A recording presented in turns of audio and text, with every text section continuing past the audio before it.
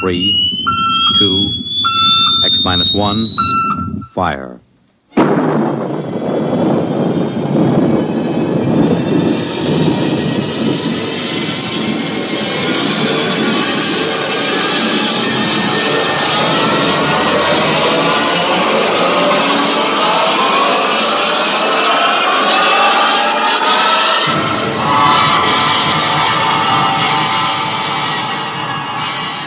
From the far horizons of the unknown come tales of new dimensions in time and space. These are stories of the future, adventures in which you'll live in a million, could be years, on 1,000 maybe worlds. The National Broadcasting Company, in cooperation with Galaxy Science Fiction Magazine, presents X minus 1.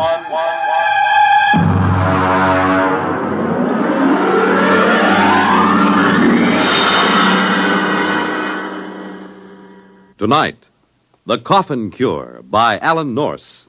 But first, hear this. The scene of America's first Thanksgiving celebration. The top Big Ten football game of the day. One of the most unusual excursions on which a radio audience has ever been taken. These are just a few highlights of the weekend Monitor has planned for you. To help set the mood for the coming Thanksgiving holiday, Monitor takes you on a visit to the banks of the James River at Berkeley Plantation, Virginia. The scene of America's first Thanksgiving celebration more than 300 years ago. For sports fans, Monitor takes you to Michigan Stadium at Ann Arbor for the big Michigan-Ohio State football game. And for everybody, a most unusual listening experience as Monitor takes you behind the walls of Leavenworth Penitentiary. You'll learn of this famous prison's operation from Warden C.H. Looney. Sit down to lunch with its inmates. Learn from them how confinement behind prison walls affects a man. Learn of their opportunities for rehabilitation. There'll be celebrities, music, news, and sports. All on Monitor all weekend long, beginning Friday night over most of these NBC stations.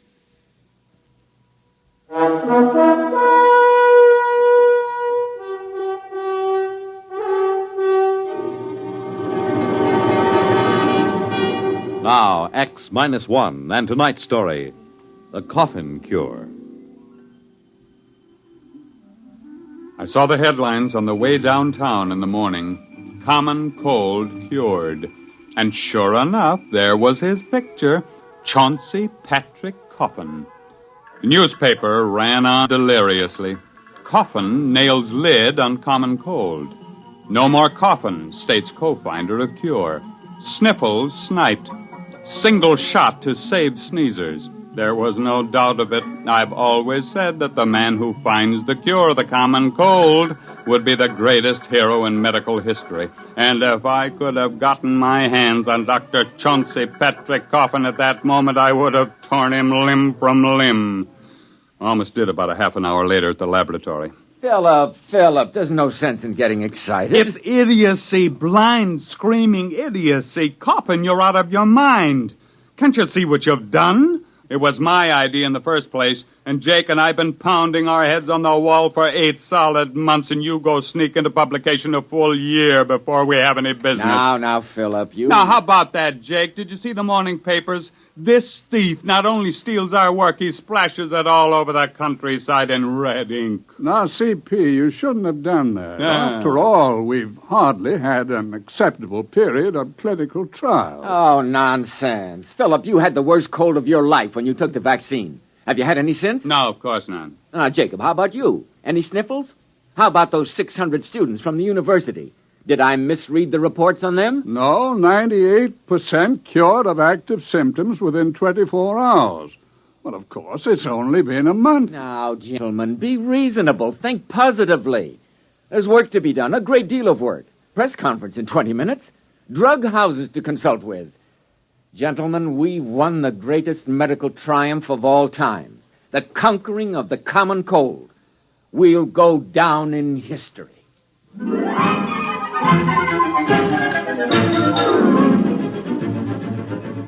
He was right on that point, at least. We did go down in history. Of course, it was the biggest story of the year. In medical circles, it was called the Coffin Multicentric Upper Respiratory Virus Inhibiting Vaccine. Newspapers just called it the Coffin Cure. The men from the government bureaus came first, and then 17 pharmaceutical houses descended with production plans, cost estimates, colorful graphs. One laboratory promised a vaccine in 10 days. Another guaranteed it in a week. The first actually appeared in 3 weeks and 2 days to be soaked up in 2 hours by a thirsty sponge of cold, weary humanity. Express planes were dispatched to Europe, Asia, Africa with a precious cargo. 1 million needles pierced 1 million hides, and with a huge convulsive sneeze, mankind stepped forth into a new era. There were abstainers, of course, there always are. One of them, for example, my wife, Ellie. Now, Phil, you can talk all you want to. I don't want any cold shots. You've had this cold for 2 solid months now. There just isn't any sense to it. I don't want any cold shots. But why not? Just one little needle. You hardly feel it. You know I don't like needles. Oh, Ellie. Oh, why don't you leave me alone? Go take your nasty old needles and stick them in people that want them.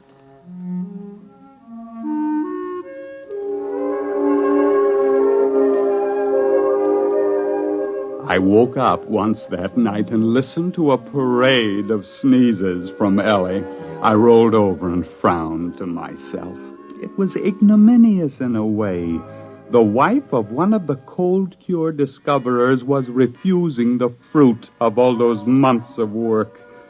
When I woke up in the morning, I thought I was suffocating. Hey, Ellie! Ellie! I'm choking! Ellie! What did you do? Hey, what's burning? Hey, Ellie! Somebody's burning down the house! Oh, what are you talking about? It's just the toast. I burned it. Well, it's awful. What's happened here? I'm making breakfast. But, don't you smell it? Of course not. It's just bacon and eggs and toast. Oh, you mean you don't smell anything strange? I don't smell anything, period, with this cold. But, hey, did you put on fresh perfume this morning? Before breakfast? Don't be ridiculous. Not even a drop? Not one drop. This must all be in my mind, or I'm imagining things, that's all. I'm working too hard. Say, wait a minute. Ellie, give me my hat. I've got to get down to the laboratory, quick.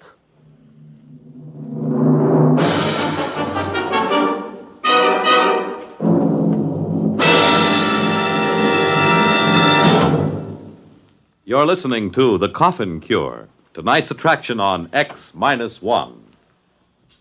11 million victims, adults and children alike, beg you to break the grip of the crippler, arthritis.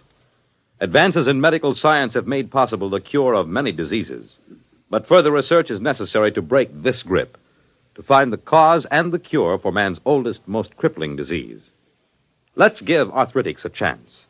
Help relieve their suffering now, and help find the cure that will end this terrible disease for all time. Your contributions will support a double-barreled attack on arthritis, a fight in which more research and better treatment are brought to bear on one of the great menaces to our nation's health. Please join the campaign to destroy arthritis, to break the grip of the crippler. You can do your part. Please give to your local arthritis fund.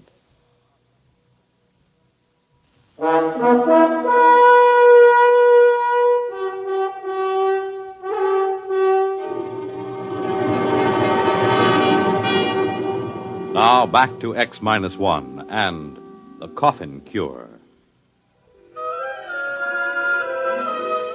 It grew worse all the way downtown. I fought down nausea as the smell of damp, rotting earth rose from my front yard. The neighbor's dog dashed out to meet me, exuding the great-grandfather of all dog odors. The crowded bus was a nightmare. I could tell that the bus driver had salami for supper the night before. My stomach began to roll, and I barely made it off the bus. I met Jake Miles at the laboratory. Did Coffin come in yet? Oh, he's in there. He's got the door locked. You got it, too? Yeah, Coffin!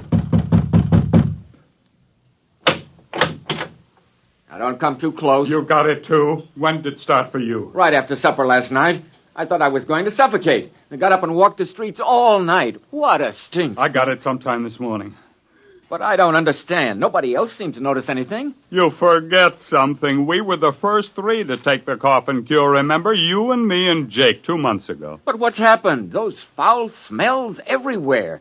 Every odor in this town has suddenly turned foul. Magnified, you mean? I don't think the smells have changed any. Well, but what is it then? Our noses have changed, obviously. Look at our experimental dogs. They never had colds, and they practically lived by their noses. Other animals all depended on their sense of smell for survival. They don't get colds either. The multicentric virus hits primates only, and it reaches the fullest power in man alone. But I don't get it. Why should it smell this way?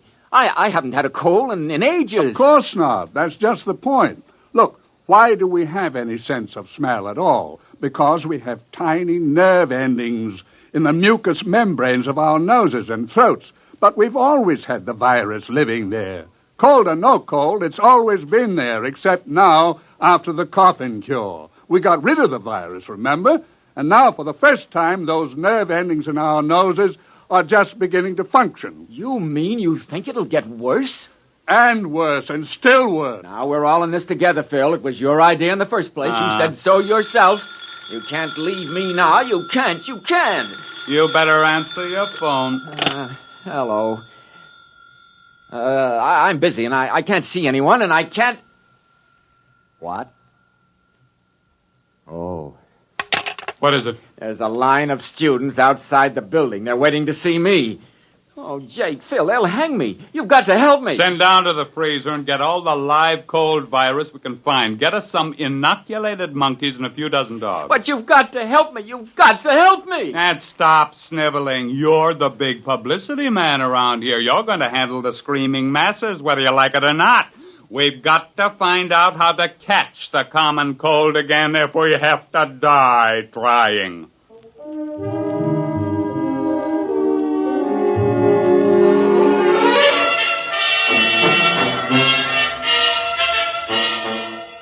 It was a futile struggle.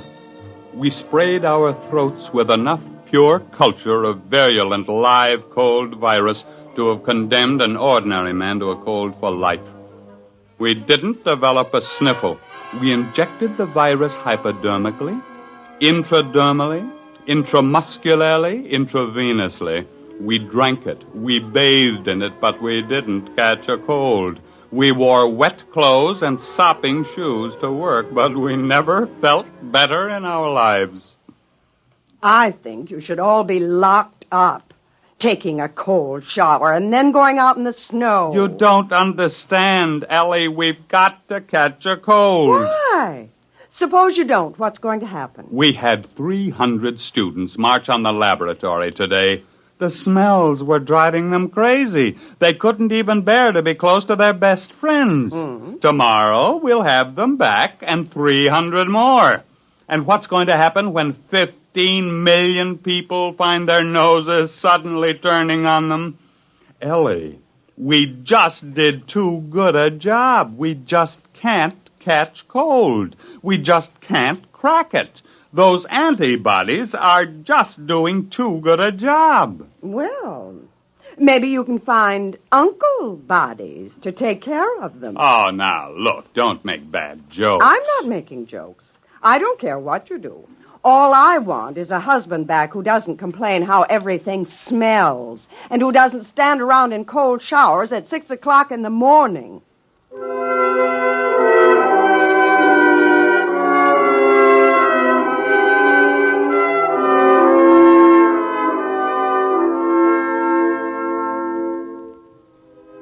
In the morning, Jake, Coffin, and I had a conference in the lab.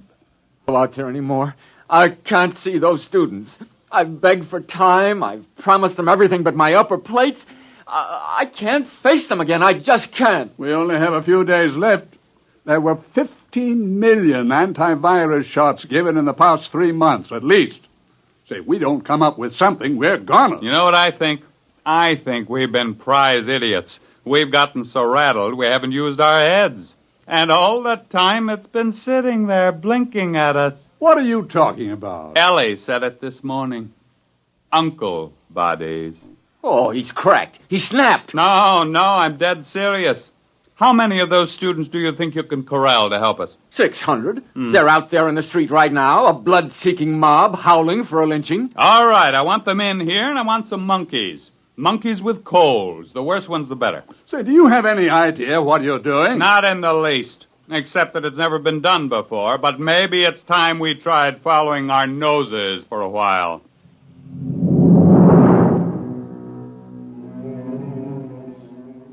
The tidal wave began to break 2 days later. Only a few people here, a dozen there, but we could tell it was coming. At the laboratory, the doors were kept barred, telephones disconnected. Jake rigged up some small gas masks, but it didn't do much good. But the work went on in spite of the smells, and you have no idea what a truckload of monkeys smells like magnified 10,000 times. We had coal-ridden monkeys, sneezing, coughing, weeping, wheezing monkeys by the dozen. Culture trays bulged with tubes. Each day, 600 angry students holding their noses paraded through the lab, arms exposed.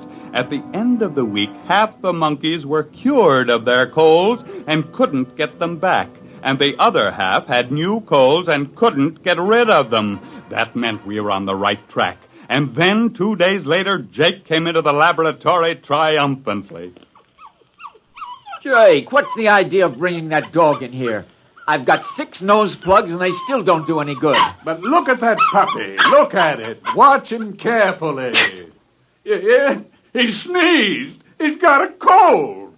That's the first dog in history that ever got a cold. And we've won.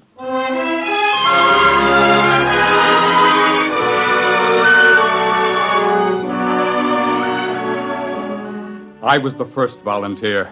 We injected the new serum in my arm and sat back and waited. We were still waiting 3 days later. Well, it was a great idea. It just didn't work, that's all. Where's Coffin? He collapsed 3 days ago. He kept having anxiety dreams about hanging. Well, I suppose we'd better just face it. Nice knowing you, Jake.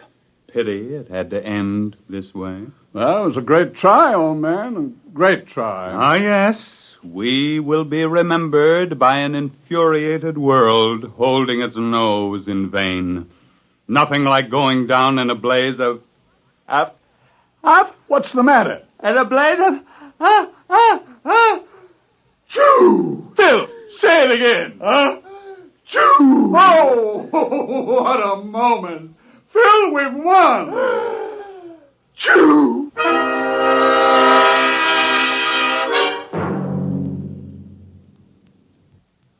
Now, just keep your feet in this warm bath, Phil, and drink plenty of hot lemon juice. You'll be all right. You see, it was your idea, the uncle bodies. We developed an antibody against the cold virus, and then we had to develop an antibody against the antibody. Will they be able to make it fast enough? Just about fast enough for the people to get good and eager to catch cold again. There's only one little hitch. Hitch? The stuff we made does a real good job, just a little too good. I may be wrong, but I think I've got this cold for keeps. Unless I can find an antibody against the antibody against the antibody. Choo!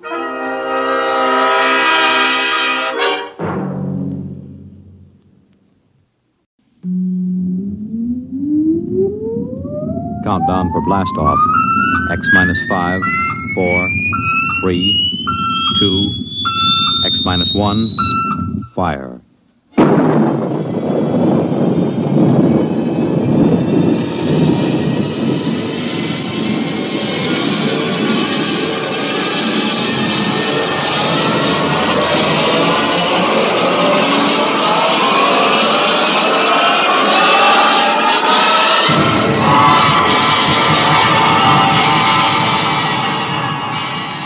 From the far horizon of the unknown come tales of new dimensions in time and space. These are stories of the future, adventures in which you'll live in a million, could be years, on 1,000 maybe worlds. The National Broadcasting Company, in cooperation with Galaxy Science Fiction Magazine, presents X minus 1.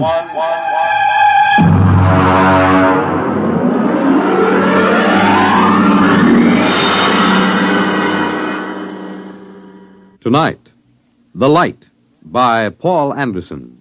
But first, hear this. The glamour backstage at Broadway's newest hit musical show, the spectacular West Side Story, the novel experience of accompanying a congressman, Joseph Martin, as he searches out the complaints, compliments, and problems of his constituents on a grassroots tour of his district. The thrill of attending one of the top football games in the nation as Army versus Virginia. The excitement of spending late evening hours with the music of top artists performing in famous nightclubs in New York and Chicago. These are just a few of the highlights of the weekend entertainment Monitor has planned for you. Beginning tomorrow night, Gene Kelly, Milton Berle, Tab Hunter, and Tony Martin are among the celebrities who will be visiting you over the Monitor weekend. There'll be comedy by Fibber McGee and Molly and Bob and Ray. Music, news, and sports, all on Monitor. So why don't you start your weekend right with Monitor on Friday night and stay with Monitor all weekend long over most of these same NBC radio stations.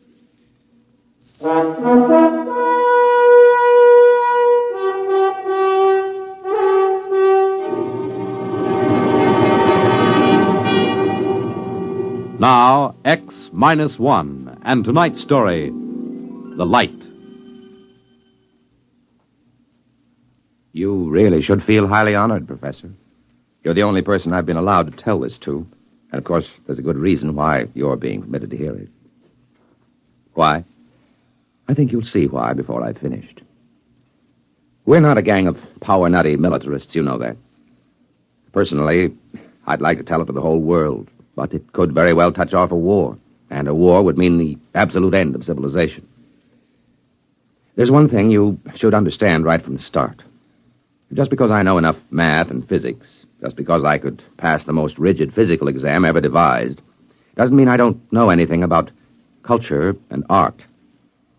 When they picked me for the three-man crew for the first landing on the moon, they were a little condescending about that side of my background. Baird, the skipper, and Hernandez, the engineer, the other two members of my team, were a little leery of me just because I could talk about art every now and then. They needn't have worried. Once we left the space station and got into orbit, we didn't have much to do for several days but talk. Look at it. From this distance, you'd swear the Earth was uninhabited. It's hanging like a big sapphire in the inky black. Poetry. Don't you ever quit spouting it. Why are you riding me all the time, Baird? Maybe I don't trust a scientist who keeps talking about art all the time. You think there's no connection between the two? I know blamed well there isn't. I always thought that when you got up this high, you could make out the continents. I can't tell where the sea ends and the land begins. It's the clouds lying all over the surface that make it so tough. I think that's Russia coming into view, isn't it, Skipper? According to the orbital schedule, that should be Siberia emerging from the Terminator right about now. Are they watching us, I wonder? Why not? They've got a space station of their own with good telescopes on it. Yeah, and I'll bet they're hoping that we smack into a meteor. Maybe they don't have to hope. Maybe they've already arranged an accident. I doubt it, Baird. They wouldn't risk sabotaging us. Not on a trip like this with the whole world watching. Because it might start a war? Don't make me laugh. Nobody's going to start shooting when they know the whole world will go up in smoke just to avenge 3 spacemen and a $10 million hunk of ship. Ever hear of chain reaction? One sharp diplomatic note might set off the whole thing. You think our own government would be sending us to the moon if there were any military advantage to be gained from it? Then what's the idea? Why are we doing this? Prestige. Yeah. They put up the first satellite, built the first space station. Now we've got to be the first man to step on the moon, or the rest of the world will start looking on us as a second-rate power. You make it sound like some kind of game. Oh, it is, Hernandez. The deadliest game mankind ever played. One false move and bang, the whole world goes up in a mushroom cloud. How long will it go on? That's what gets me. As long as there's a balance of power. But let one side, Russia or us, find a really new concept. Something the other side doesn't even dream about. And it'll be all over. Suppose they find it before we do. That'll be too bad for us. The Cold War will be over, and so will we. Why don't you shut up, the two of you? You both talk too much. It was the wrong thing to say, I knew, out there in the great quiet night. We shouldn't carry our little hates and fears and greeds out beyond the sky and into space. Or perhaps the fact that we can be burdened with them and still reach the moon shows that man is bigger than he knows. I couldn't say. Anyhow, as the whole world knows, we made it. Our landing site hadn't been chosen exactly, but as you know, Professor, we came down at the foot of the lunar Alps, not far from the crater Plato. We felt no sense of pioneering when we touched down. We were tired and tense. It was merely a hard, breakneck job.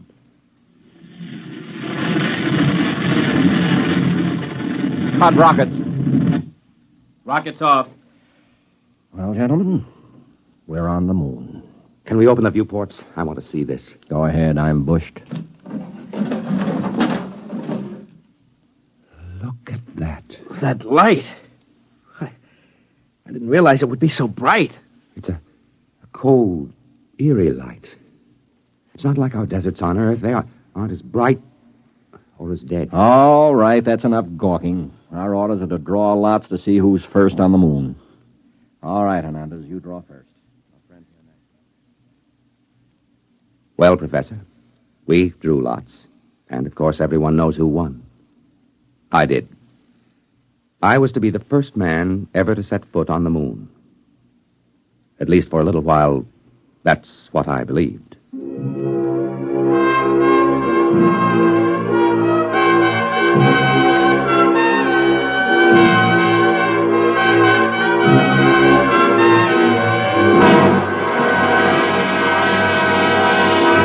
You're listening to The Light, tonight's attraction on X-1.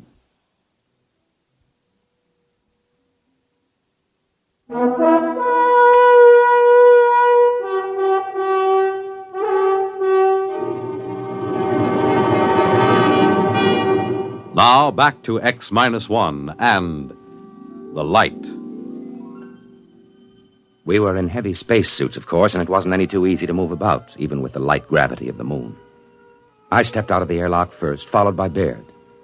I just stood there in the shadow of the ship, looking at the weird light, lost in wonder. I don't know how long I stood there before Baird spoke to me. Well, go ahead. Go ahead, what? Make the speech. You're the first man on the moon. You mean that prepared speech they gave us? No, thanks. We've got to make it. What's the matter with you? Your job to make the speeches. This is mutiny, you know. I ordered you to make it. I could make a suggestion. Why don't you write in the log that the speech was made and let it go at that? Judas Priest, man.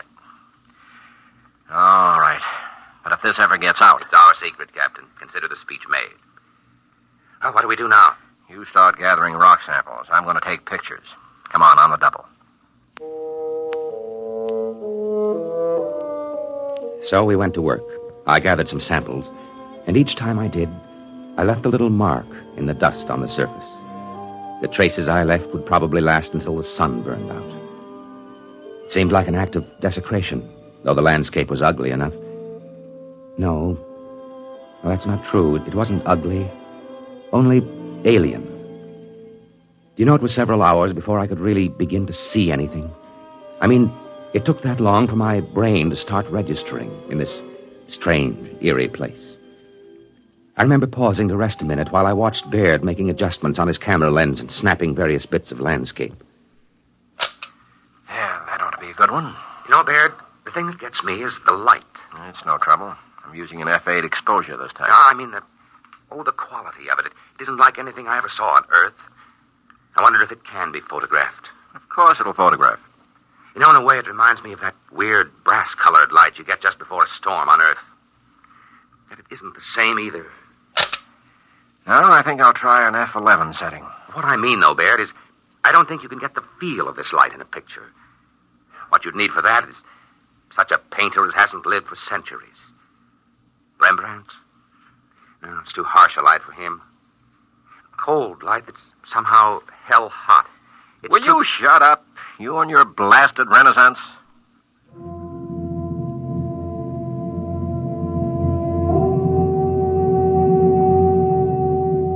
Well, I suppose Baird had a point. This was hardly the place for a chat about art. We went back to the ship after that, had a meal and a nap before setting out for more explorations. We decided to take a look at the Plato crater, and conditions were right for it, so we set off. All three of us this time. I won't describe the walk in detail. I can't. It wasn't simply the landscape and the lighting. On the moon, your weight is only 1/6 as much as it is on Earth, while the inertia remains the same. It feels almost like walking underwater, but you can move very fast once you get the hang of it. After a while, we reached the crater wall, climbed it, and stood looking down. Then Hernandez saw something and let out a yelp that almost split my ear when I heard it on the speaker in my helmet. Hey, look! What's the matter? What happened? There, in the floor of the crater, that mist. Yes, I see. Then they were right. Who? What are you talking about? The astronomers. They thought they saw something that looked like a mist in some of the big craters. They're right. It's right in front of our eyes. I thought there was no atmosphere here. How could there be mist? Maybe there's some kind of water table down in the floor of the crater. Hey, get back here! I want to go down for a closer look, Baird. And break your leg so we have to carry you home? No dice. You stay here. We've got to find out. He couldn't break anything wearing that space suit. They're like arms. Stay here. I'll have your court-martial. Oh, Skipper, have a heart. Yeah, come on, Skipper. We've got to find out what that stuff is. In the end, we convinced Captain Baird, but he insisted we rope ourselves together before we made the descent. It was agonizing work getting down the lip of that crater, but we made it. We stood there silently on the floor of the crater, bathed in a cold, golden-white radiance. There's never been such a light on Earth. It seemed to pervade everything, drenching us cold and white, like silence made luminous. It was the light of nirvana. And somewhere, somehow, I had seen it before. I stood there unable to speak until another yell from Hernandez brought me to my senses with a wrench. Oh, no. It can't be. Now, what's the matter, Hernandez? Look there in the dust of the crater. Look and tell me I'm crazy. Good Lord. Footprints. Footprints of a man. Who? There's only one other country on Earth that could send a spaceship to the moon yet. Yes, Hernandez. Russians. Are they still here, I wonder? We can't tell by staring at the tracks. They could be 5 hours old or 5 million years. But why haven't they told the world? Why haven't they been bragging about it? Why do you think? You mean they've found something of vital military importance? Look up at the Earth. Maybe right now they're planning their next move. The last move. I don't believe it. They couldn't have done it. They couldn't have kept it secret. Why not? They could have taken off in a black ship when our space station was on the opposite side of the planet. How would we know? Come on. Where? Back to the ship, of course. They'll have to know about this in Washington immediately. If they find out we know their secret, that could be enough, Baird. That could trigger the war. I've got a code. Are you sure it can't be broken? That it already hasn't been broken? Shut up, you trouble-making whelp. Let me alone. Just the same, Skipper. We better follow those tracks. See where they lead to. We didn't bring any weapons. I'd be surprised if they were as careless. Baird, listen to me. All right, court-martial me later if you want, but listen. We can't just go back to the ship, never knowing for sure what these footprints are and who left them. How much looking can you do? In less than 1 hour, the sun will sink behind the lip of the crater. When that happens, it's going to get cold. Colder than anything you've ever imagined. I've got a heating unit in my suit. Good for 20 minutes at the most against a cold like that. Barely time to get back to the ship. All right. I'll take the chance and get back in time.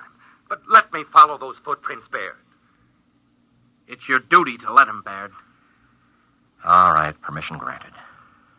God help you.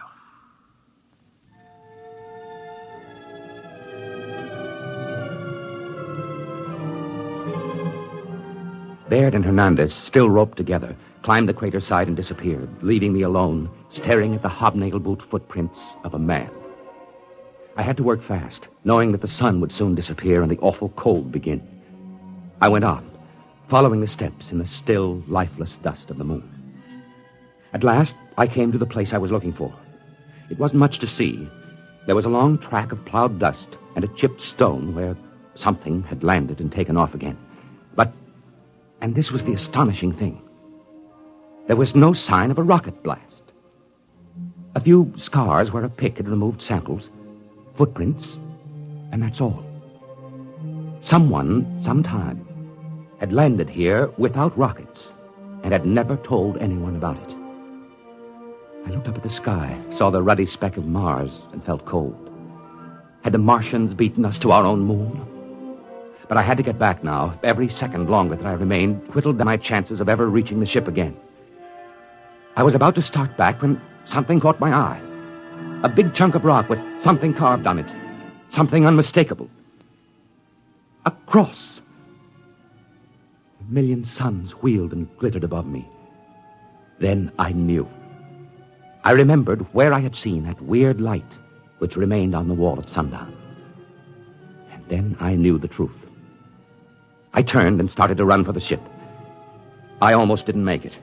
Baird met me halfway, ripped off my pack, and connected another heating unit. Jackass! Puddin'-brained fool! I'm going to have you up before a court-martial, so help me if it's the last thing Even if I tell you who made those footprints in Plato? What? I can, you know. I've got it all figured out. And in a way, it's a good joke on you. All right, back into the ship with you, and let's hear the whole story. And it better be good.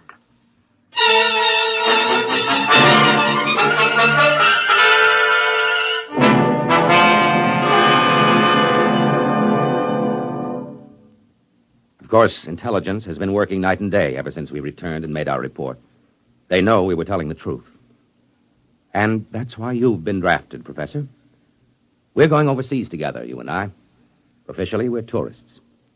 You search the archives, and I'll tell you when you've turned up something we can use. Oh, we'll find it. We'll find something.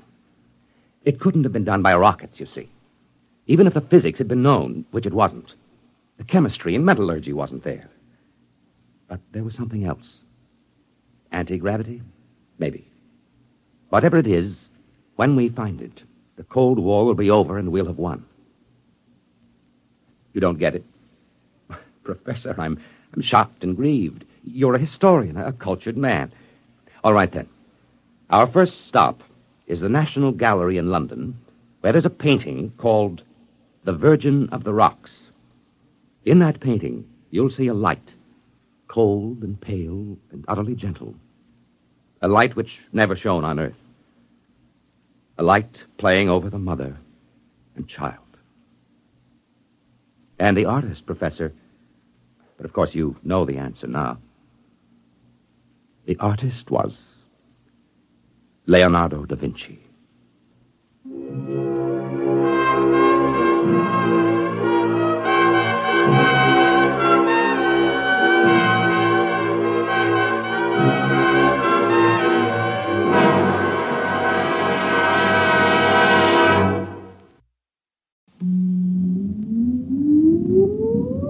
Countdown for blast off.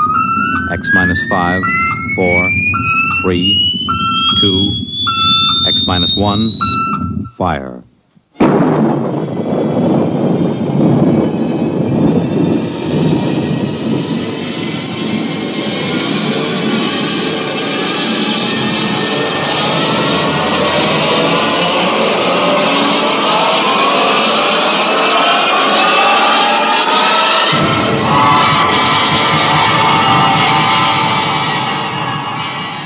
From the far horizons of the unknown come tales of new dimensions in time and space. These are stories of the future, adventures in which you'll live in a million, could be years, on 1,000 maybe worlds. The National Broadcasting Company, in cooperation with Galaxy Science Fiction Magazine, presents X minus 1.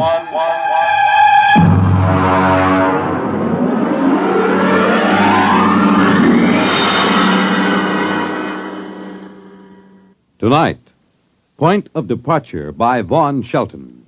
But first, hear this. A garden party for a queen, and you're invited. A trip to Tokyo, and you'll go along. The Army football game at West Point, and you have a seat on the 50-yard line. These are just a few highlights of the weekend Monitor has planned for you. Tomorrow night, Jinx Falkenberg is your personal guide at the party being given for England's Queen Elizabeth in the garden of the British Embassy in Washington, D.C. Saturday, you'll be off to historic West Point for the great Army-Pittsburgh football game. And that excursion will be followed later in the Monitor day by a trip to Tokyo, where you'll visit the famed Japanese Kabuki Theater and the exotic Ginza nightclub district. Eleanor Roosevelt, Helen Hayes, Pat Boone, and Tony Perkins will be among the celebrities visiting Monitor this weekend. There'll be music, comedy by Fibber McGee and Molly, Bob and Ray, features, news, and sports. So start your weekend right with Monitor on Friday night and stay with Monitor all weekend long over most of these same NBC radio stations.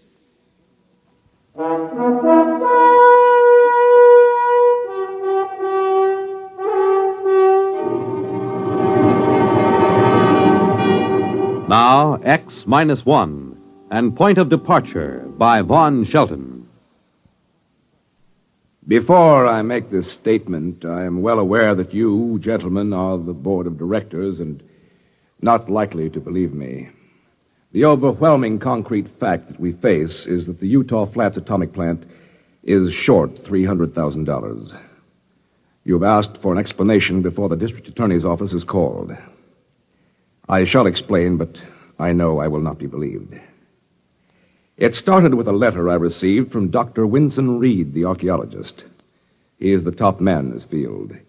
You may have heard of the Yucatan discoveries and, of course, the Poseidon tablets found in the vault under the Sphinx. His letter introduced me to a Simon Kane, who flew in from Salt Lake City and made an appointment for the following afternoon. Mr. Donner, I'm sorry that Dr. Reed has left again for the field. I should like to have him with me at this meeting. Well, Mr. Kane, I don't quite understand why you've come to me. I'm merely a plant manager for Allied Electronics, and I have no interest in archaeology, nor have I access to any funds. I'm not here on a begging expedition, Mr. Donner. I'll come right to the point. Do you know anything of the Poseidon tablets? Well, I've read newspaper accounts. The preliminary translations of the protolithic seals that surrounded the tablets indicate a civilization that flourished on the equatorial continent until it was destroyed by a natural catastrophe, identified as the biblical flood at about 10,000 B.C. Oh, really? I'm afraid I had it confused with the Dead Sea Scrolls. Oh, well, the lay public has not been informed that the tablets have been opened. Opened? Why, yes. The original inscriptions surrounded them. They were in wedge-shaped characters on baked clay.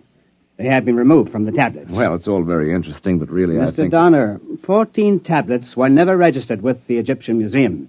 They remain at large. 6 of them have been translated so far. They indicate a scientifically advanced culture, and particularly they concern themselves with a solar energy converter. You mean that literally?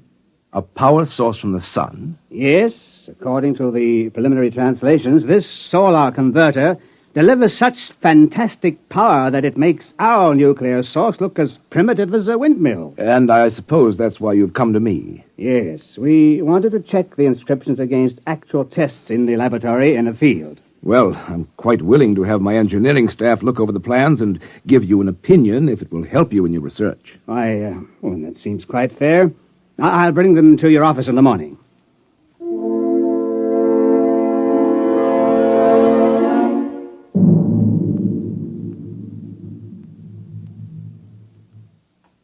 I suppose I half believed him at the time. I had heard of the Poseidon tablets, and I knew that the frontier of archaeology had been pushed back far beyond current thought by them. You gentlemen of the board of directors will have to believe me that I suspected no fraud. I had no reason to doubt Kane. I called in Rowell and Henniger, 2 of our engineers, and left them alone with Kane. About 5 o'clock, I got Rowell back in my office. Mr. Donner, it's remarkable. Quite remarkable. Of course, I don't quite understand the field mathematics involved. Rowell, I want a simple answer from you because I'm a simple executive type. Will that thing work or not? Well, of course, it'll need a field test, but theoretically, I see no reason why it shouldn't. Should we build it? Well, there isn't any question, is there? It's revolutionary. Quite revolutionary. All right. You and Henniger are assigned to it. I'll give it a project name in the morning and allocate a research budget. You'll be working with Mr. Kane.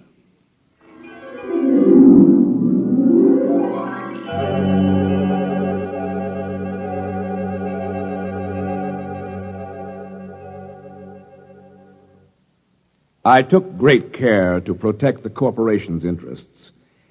I shall submit in evidence the contracts I drew up with Mr. Kane. I set Rowell and Henniger up in an isolated shop in the west corner of the plant area, and they had a device functioning within 3 weeks. A week later, I checked in at the shop again and found Rowell still working with the power unit. Naturally, I asked what he was doing. You see, I'm getting ready to mount the solar energy converter on the projectile now, Mr. Donner. What projectile? Mr. Kane leased a surplus one-man rocket from the White Sands project. We're going to rig the solar unit in it. You mean power a rocket with the solar unit? You see, it's a question of field mathematics and the quantum... Rowell, I'm an administrator, not a scientist. I ask you your engineering opinion. Is this a feasible research project? Yes. Yes, it most certainly is. Using the solar converter, you could develop thrust up to escape velocity at only 10% of potential. This solar converter is creating more power than any atomic pile we have. Mr. Donner, this is it. Spaceflight.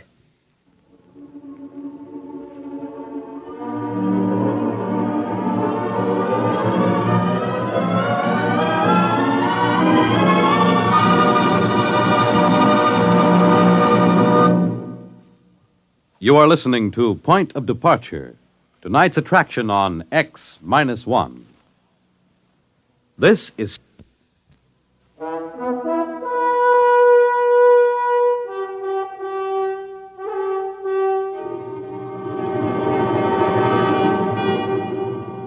Now back to X-1 and Point of Departure. Of course, whereas the purchase of the projectile was not authorized, I should like to point out to the board that I acted most conservatively. I checked the cost sheets and discovered that the rocket purchase was actually within the allowable debt limitations for my department, and so I okayed the project. However, I was concerned with the irregularity of an expenditure before authorization, so I drove out to Simon Kane's place to speak to him about it. Mr. Donner, I'd like you to meet Porter Hayes. Hi. How do you do? No, look here, Mr. Hayes has agreed to fly the ship. Look, that's what I want to talk to you He's about. with the Pan-Columbian Project, and he's flown all the other types that have been flown so far. This is the one that'll make history, Mr. Donner. This ship will fly anywhere in the solar system. Probably clear out to most other planets without even carrying a fuel supply. Best thing about it is the actual guarantee of a return trip. You know, those geniuses down at Pan-Columbia have plenty of ideas for getting you out there, but very few for getting you back. I've been showing Mr. Hayes the photographs of the original tablets and translations. You see, Mr. Donner, aren't they beautiful work? Kane, I want to talk to you in private. The cost sheets... Hey, Kane, where's the last tablet? There are only pictures of 13 here. That's right. The first 13 tablets take us through the construction of the unit and the ship and the inventor's 6 successful trial flights. The 14th hasn't been translated yet. It takes about a month to decipher each tablet. You do it yourself? Oh, no. That's a special study. My wife does it. She's an Egyptian scholar in her own right. Her father was Egypt's foremost antiquarian. I believe she's about to honor us with her... Nalja. I should like you to meet Mr. Hayes and Mr. Donner. How do you do, gentlemen? How do you do? How do you do? My dear, we thought you could give us a hint about the text of the 14th tablet. Are you far enough along? No, I am sorry. I have only just started. The language symbols are a little different from the others, and it is a bit difficult to read. Well, all I want to know is, when's the ship going to be ready? In good time. It's waited 12,000 years. A week or two more won't matter.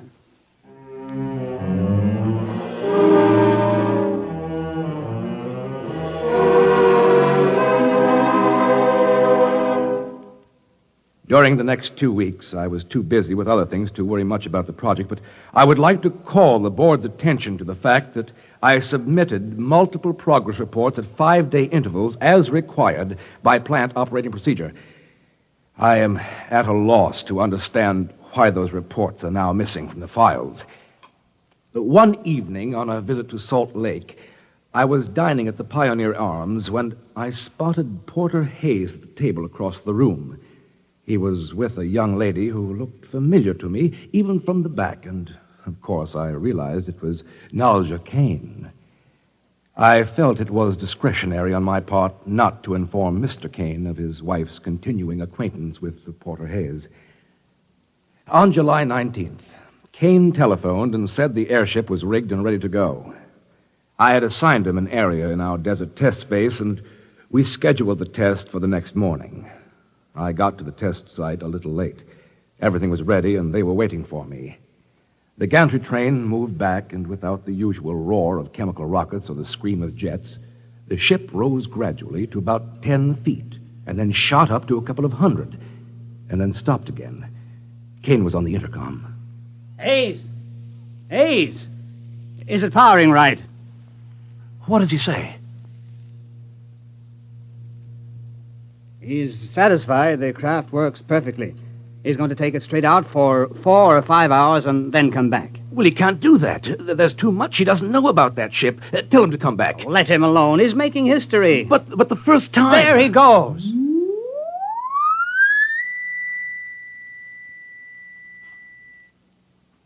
Well, I think I'll go down the road a few miles to get some breakfast.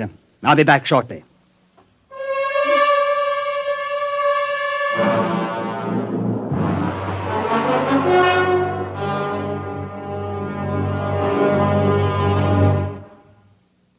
That was 4 days ago. I want it clear to the members of the board that I have not notified the authorities. The ship carried the standard survival kit with 7 days' ration and water, and if he had no operational trouble, Hayes could stay out at least a week. Other than filing the original flight plan with the Joint Astronautics Board, I had no other official obligation. When Kane did not return to the test site by noon, I went to look for him. Meeting with no success, I attempted to question Mrs. Kane at her hotel room. I cannot tell you. I cannot tell you anything. Mrs. Kane, this is a matter of vital necessity to our corporation. I have exceeded my research budget on my own responsibility. I must find your husband. If something happens to the rocket, there'll be an investigation. An official investigation. It will all come out then, won't it? What? About my father. Mrs. Kane, I don't understand. What has your father to do with this? He stole the tablets. At least I thought he did. You mean the tablets that you've been translating? Yes, I thought he had stolen them. Simon Kane told me that. He brought me the cases soon after we were married. I helped him smuggle them out of Egypt to protect my father. He swore if I didn't help him to translate the inscriptions, he'd expose my father and disgrace him. But now it's too late. He's dead. You mean your father? Yes. Yes, he is. Porter Hayes told me. He called me this morning. Well, that must have been before the test. My father's been dead for 6 months. Murdered. Simon Kane murdered my father. He killed him and stole the tablets from him. Porter Hayes told me he has the proof. Well, that's... I'm really sorry, but... If Mr. Kane did come into possession of those tablets illegally, there will be a great deal of litigation. Patent rights, you know. That's our primary concern. Now, of course, we'll have to have whatever proof we can. The original tablets, any photostats, notes... They are all gone. You mean Kane took them? He destroyed them. He burned them. He laughed at me this morning. He told me I could never prove they'd ever existed. However, we do have the corroborative evidence of the solar converter, its plans at the plant, the prototype model, and, of course, the rocket. Porter Hayes flew it, didn't he? He flew away. Oh, Hayes, yes, but he's on the test flight. Now, as soon as he comes back, we'll have to get his affidavit.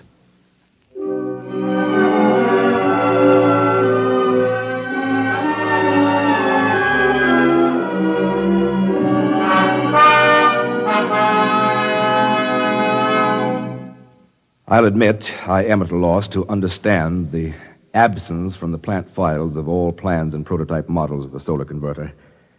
However, I am awaiting a report momentarily from our proving ground near Salt Lake on the return of Porter Hayes and the rocket.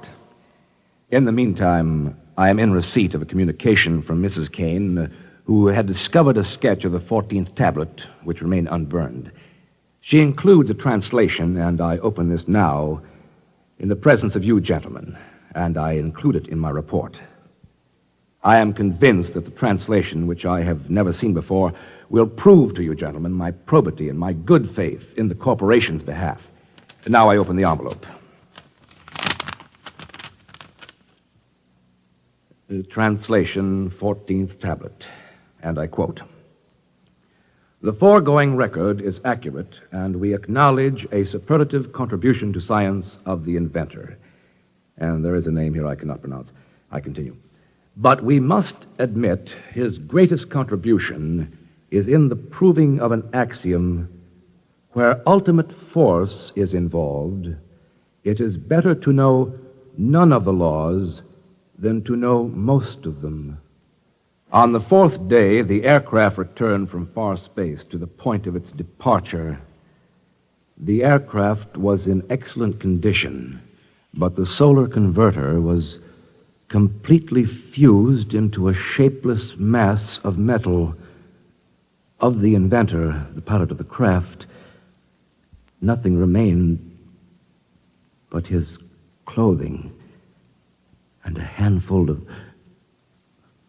white dust.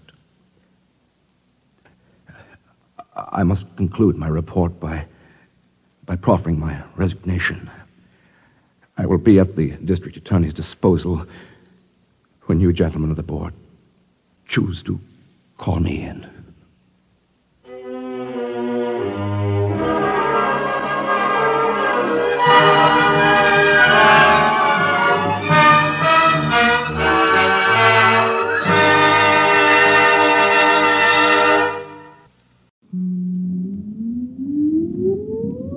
Countdown for blast off. X minus 5, 4, 3, 2, X minus 1, fire.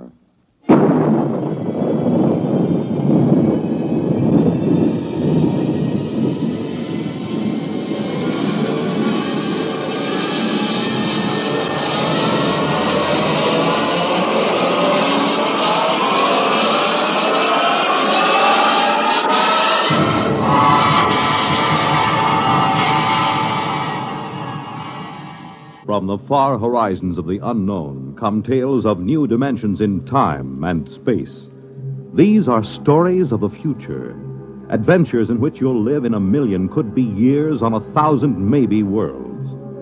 The National Broadcasting Company, in cooperation with Galaxy Science Fiction Magazine, presents X minus 1.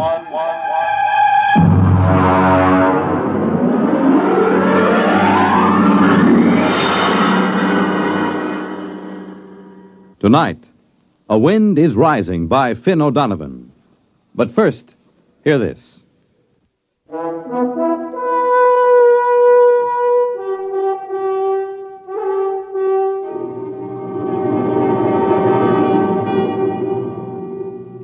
Now, X minus 1. And tonight's story, A Wind is Rising.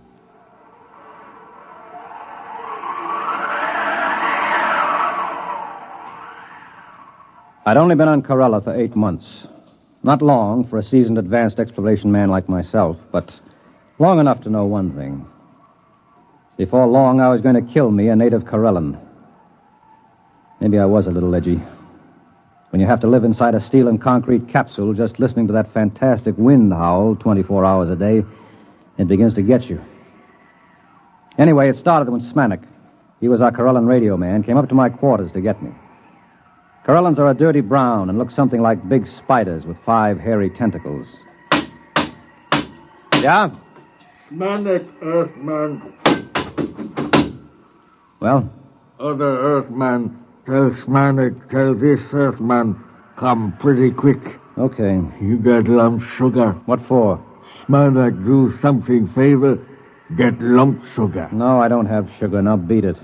Maybe you got dead meat? Smanik like dead meat? No meat. Now get your slimy shape out of here. Yeah, what's wrong? Come on down with me. Clayton, I don't think it's good to insult these Corellans. They have no feelings, you know that. They have no emotional nervous setup. Just the same, I don't think it's good. For who? For you. When you insult somebody by your own standards, you hurt yourself. Even if the object of your insult is a dead thing. Now look, Mirishev, I'm an advanced exploration expert. You're an anthropologist. You stick to your stuff, and I'll stick to mine. Sorry. Now, what's the fuss about? The water faucet. What about it? It isn't running. What? I pounded it and put a probe in. It must be blocked out at the storage tank. How could it be blocked out there? I don't know. Maybe the wind rolled a boulder at it. Yeah. More likely one of those spiders like Smanik was fiddling with it. The natives have been told not to tamper with the water line. They don't like us. They might. I thought you said they were incapable of feeling like or dislike or any emotion. I did. I know they can't feel, but still somehow I get the sensation that they resent us. I'm glad we've only got one of them inside the station. Regardless of that, we can't live with our water supply cut off. Oh, listen to that wind. It'll be murder out there. I'll go. It's my turn. You wouldn't know what to do if you got there. It seems quite simple. Well, come to think of it, it could be a two-man job if there's a boulder. The wind gauge reads 82 miles an hour. Just a light breeze on Corella. Maybe we ought to wait till it drops a little. Let's ask the gink. Why do we take him along? The gink? He knows the terrain, and like all his kind, he's a fantastic sailor. But they take those woven land boats out in 100-mile winds with no qualms at all. The Brute, 14 tons, and it has a diesel engine. We don't need any sailors. If we have to use a steadying sail, I can handle it as well as any Spider-Man. Just a suggestion. Well, you stick to anthropology. Now open the locks, and we'll get the Brute out. I'll need Smonik to close the locks after us. Smonik? X-Man call. Clayton and I are going out in the heavy land car. What's the weather going to be like? Wind come up along little more. Not anything to be afraid. He got sugar. Oh, here you are, Smonik. Very good sailing today. You got sail on truck. We have a steadying sail made of steel. Woven reeds. More better. A more easy time. We know all about that. Open the lock, Nerishev.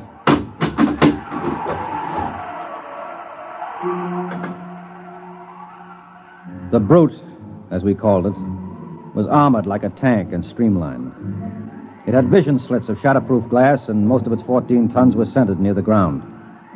It was sealed from dust and had 6 giant tires made of woven steel mesh. It was built to take the rocky terrain of the planet Corella and to navigate in the gale-force winds that battered the planet. I strapped myself into the cockpit, and we were ready. The wind indicator told me that the winds had risen to 94 miles an hour and rising.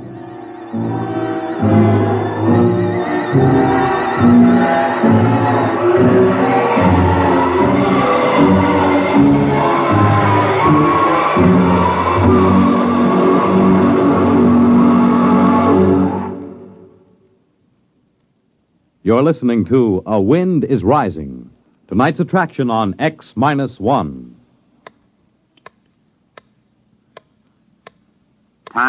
Nighttime. The lights dim down for the curtain in theaters on Broadway. A Hollywood star greets the first guests at her party in Beverly Hills. In Chicago, the police plan to close the ring on a band of desperate criminals. At a world-famous circus in Paris, France, the star trapeze artist climbs to a precarious perch high over the center ring. In a Las Vegas nightclub, a hush falls over the tables as one of the great singing stars of our time steps out onto the stage. And in New York's Radio City, the studio warning light flashes, "Stand by." Nightline is about to go on the air, taking you to wherever in the country, wherever in the world, exciting things are happening at night. To make you more than a spectator, to make you a participant in these events. This is Walter O'Keefe, inviting you to join us on Nightline, your line to exciting entertainment at night, every Monday through Thursday night, over most of these NBC stations.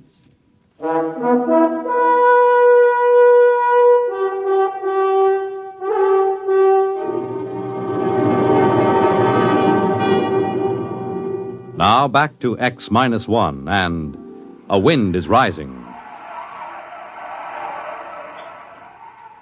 I looked out over the instrument panel. The Corella station had been set down like an overturned bowl on a rocky plain. In order to get to the water storage tank, we had to travel 6 miles. Immediately around the station were our boulder baffles, huge spikes of concrete designed to stop the boulders that the wind rolled off the mountains.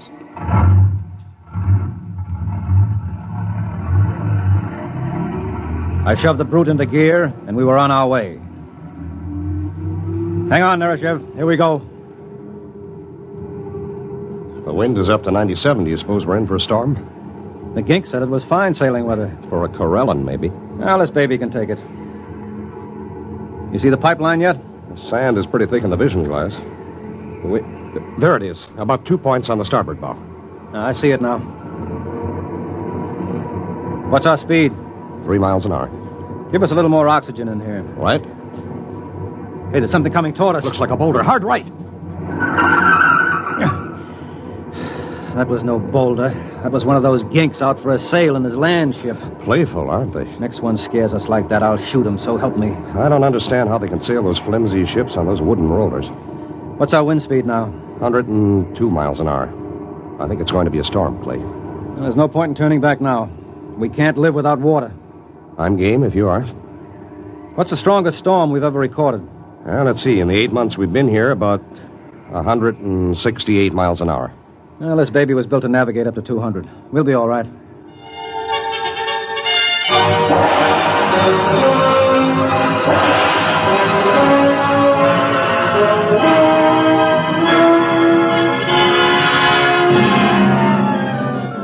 We had had 2 storms on Corella since Earthmen had been there. The first one had almost wiped out the station. That's why the boulder traps were built. The second one had leveled an entire mountain range on the other end of the plain. By the time we reached the water storage tanks, the wind was up to 113 miles an hour.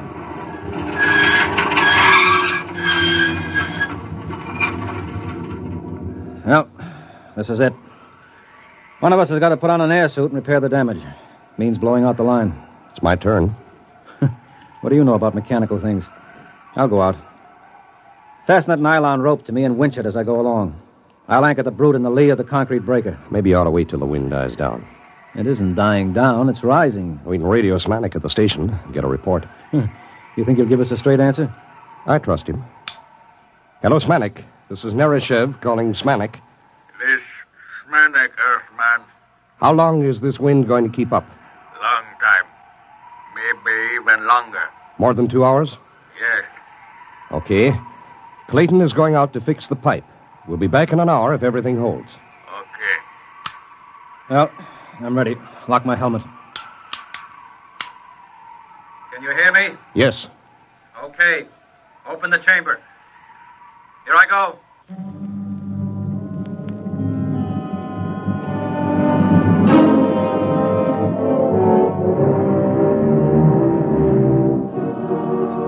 Outside, the wind thundered and roared like breaking surf. Once I was almost blown free, but the line held. By the time I crawled back into the ship, I'd cleared the water lines, but my suit was shredded and my air extractor was clogged with dust. The wind was up to 145 miles an hour and still rising. You all right? Yeah. All right, let's get this thing going. It's starting to shiver in the wind. Right.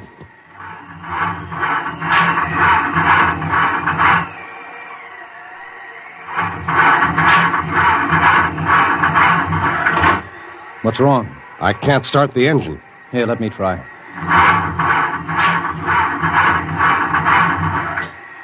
Sand. Sand in the bearings, in the injectors, every place. She'll never start. Good grief. Well, we'll have to sail her back. What? I said we'll have to sail her back. At wind speeds like this? It'd be like sailing a little dinghy across the Atlantic in a gale. Well, what else can we do? We'll put out the auxiliary anchor and ride it out. No. One good boulder and we'd be goners. Come on, raise the sail. Okay.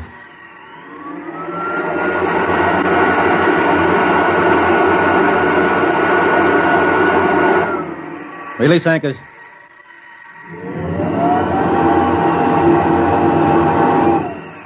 Hang on. Here we go.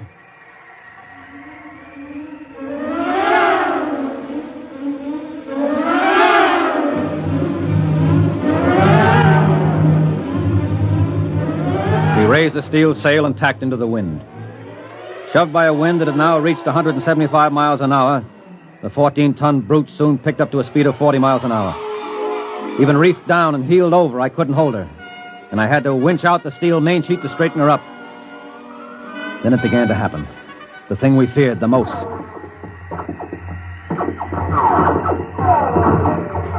What's that? The wind is tossing rocks at us. Oh. Well, as long as we're not capsized, we'll be okay. She's heeling at 45 now. It's no problem. So rock smashed the visor. Put on your oxygen mask. Right.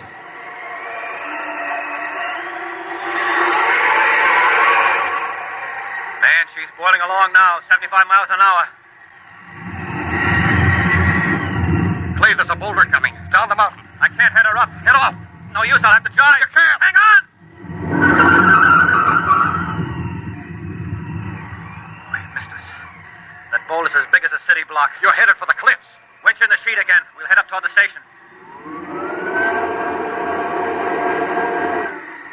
No, it's no use. I can't head her up.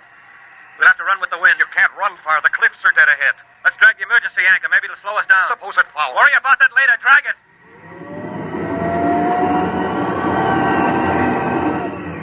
That's better. I may even be able to head her up now. Those cliffs.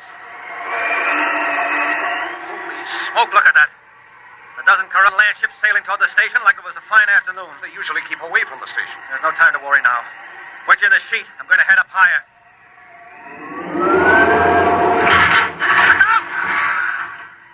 What was that? Boulder. Snapped the mast off. Holy mother. We're being blown toward the cliffs. Is that land anchor out? Yes. Oh, pray it'll foul and hold us. Pray. Our Father who art... We're fouled. Yeah. And it's holding. Now if it'll just bite in. I think we're anchored. But listen to those boulders. We won't last 10 minutes anchored here. Move over. Why? I'm going to try the diesel again. I don't know, maybe it's a long shot, but maybe.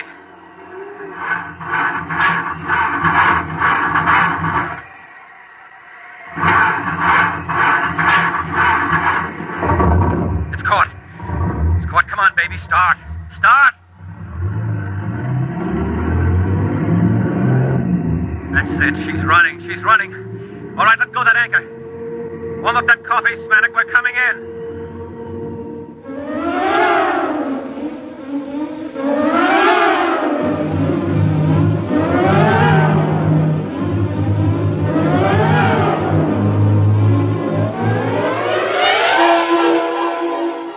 Somehow the engine coughed and spit us back to the station. The boulder defense was completely flattened, and one side of the capsule was dented by a huge rock. But otherwise it was still holding. The winds were up to 212 miles an hour at the time. A dozen Corellan land ships were moored by their long vines on the lee side of the station, and more ships were coming in every minute. We slid into the tube and entered the capsule. Welcome, Earthmen. You have nice sail. Shut up, you crummy gink. Earthmen not pleased. You told us the weather would hold. Old Corellan saying, one can predict weather, but not do something about it. Very true. Yeah. We almost died out there. You wouldn't have been planning anything like that, would you? Smanik no understand. No? Well, do you understand this? Now get out of here. Get out before I blow your ugly head off with this gun. Very difficult for Smanik to be without head. Impossible to eat sugar or dead meat for almost 3 weeks before new head grow. Smanik join his people now for summer festival. Now you do that. Pronto. Wait a minute, Smanik. Did you say summer festival? Oh, yes. Ancient Corellan festival. When summer ends, we go sail away to caverns in far west. Caverns? Yes. We live in caverns for 3 months. In that way, we have safety. Safety? From what? From winds. After summer is over, come winter storms. First storm of year about to start any moment now. About to start? What do you call what we've been having? The wind is 238 miles an hour right now. The brute's ruined, the boulder defense is leveled, the foundations are cracked. Very regrettable. Perhaps you like to come stay with us in caverns.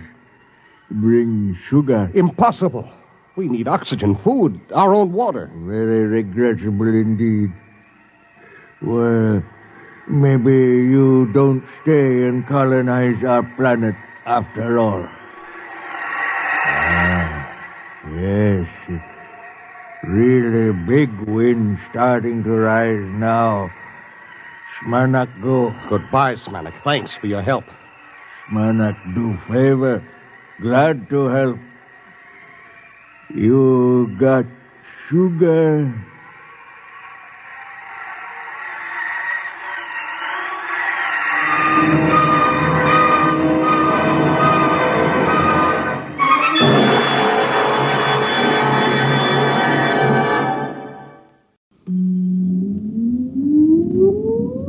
Countdown for blast off.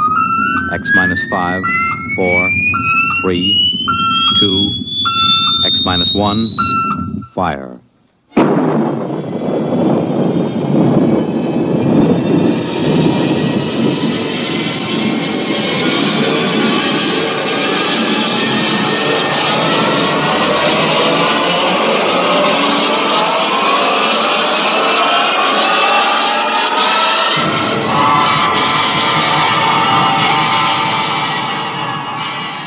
From the far horizons of the unknown come tales of new dimensions in time and space. These are stories of the future, adventures in which you'll live in a million, could be years, on 1,000 maybe worlds. The National Broadcasting Company, in cooperation with Galaxy Science Fiction Magazine, presents X minus 1.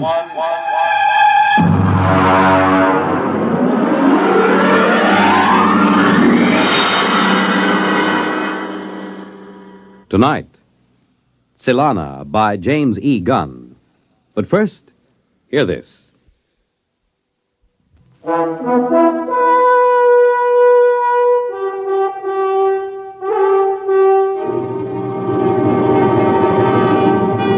Now, X minus 1. Our story, Tsylana by James E. Gunn. My name is Norman Blake, statistician first class. At 2:30 p.m. on Monday, October 21st, in the year 2055, I became a deviant. I left my job an hour early. To deviate from the norm was unheard of in a perfectly adjusted society such as ours. Thanks to the great psychologist Kinder, we had a society where everybody's job suited his talents and needs, where children were raised scientifically, and where everyone lived happily on an even keel instead of swinging back and forth from gloom to ecstasy. Then I noticed it, the single flaw in the perfect system. Come in. Yes, Norm. Henry, I'd like to talk to you for a moment, privately. Close the door. It's rather unusual for me to see one of my statisticians privately, but since we're old friends... Something rather serious has come up. Oh? As you know, my duty is to check the computers to make certain there are no deviations. Yes? This morning, I ran over the figures for our district. Here is the sheet. The deviation is near the bottom. 1,037 gallons of water purified, 1,037 gallons consumed, 9,328 births, 9,328 deaths. I see nothing wrong so far. Norm. Read the next item. One candy bar taken from baby. Well? Don't you see? A baby can't consent. Therefore, it must have been taken without consent. Henry, that is theft.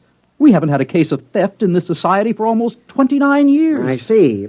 It's got me so upset I can't think of anything else. You're a little edgy, aren't you? Well, wouldn't you be if you knew there was an antisocial being walking the streets of your own city? I don't think I'd quite go to pieces like that. Maybe, well, this is just a suggestion. Maybe you ought to see an analyst. Perhaps it would help you deal with this problem. I've been analyzed. How long ago? 8 years. Well, unless you're prepared to handle this problem, I'd advise you to get some help. Meanwhile, take the rest of the afternoon off. Off?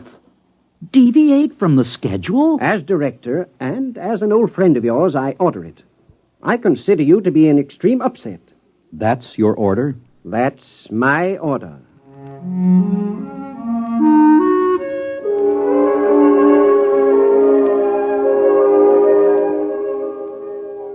I must confess that as I went toward the elevator, a line kept running through my head. Norm has departed from the norm. I was doing something unorthodox. And what frightened me was that it amused me. Here I was, leaving work 1 hour early. I was so preoccupied that I stepped into the elevator without noticing that someone was already in it. An invasion of privacy almost unforgivable. He was a small, strange-looking man with short silver hair and thick, round glasses. Oops, I beg your pardon. I didn't really know you were... Perfectly all right, stranger. I'll just step out and... Hold it, brother. You've got troubles, I can see. Well, My advice to you is see an analyst. Don't wait another 24 hours.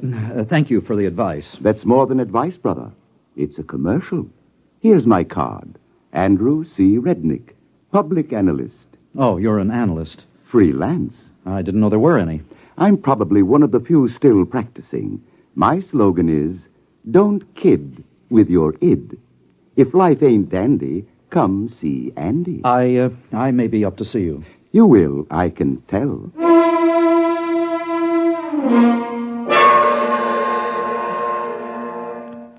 I put on my public face, the mask we wear on the street, and rode home in the proper manner, my arms and hands folded. When I got home, my wife, Nada, was in her room. I signaled on the intercom in case she was, entertaining. She wasn't. She never did. Sometimes I wondered if Nada was quite normal and well-adjusted. Hello, darling. Is something wrong? Why are you home so early? I just uncovered a crime wave. A what? A crime wave. A theft. Candy. From a baby. Well, is that serious? It threatens the entire structure of our society. We have a delicately balanced mechanism here. We're not ready for crime. We don't even know how to catch a criminal. Isn't there an old saying, it takes a thief to catch a thief? It takes a... Darling, that's it. That's the answer to our problem. What is? In order to protect society, I've got to catch the thief. And the only way to do it, obviously, is to become one myself.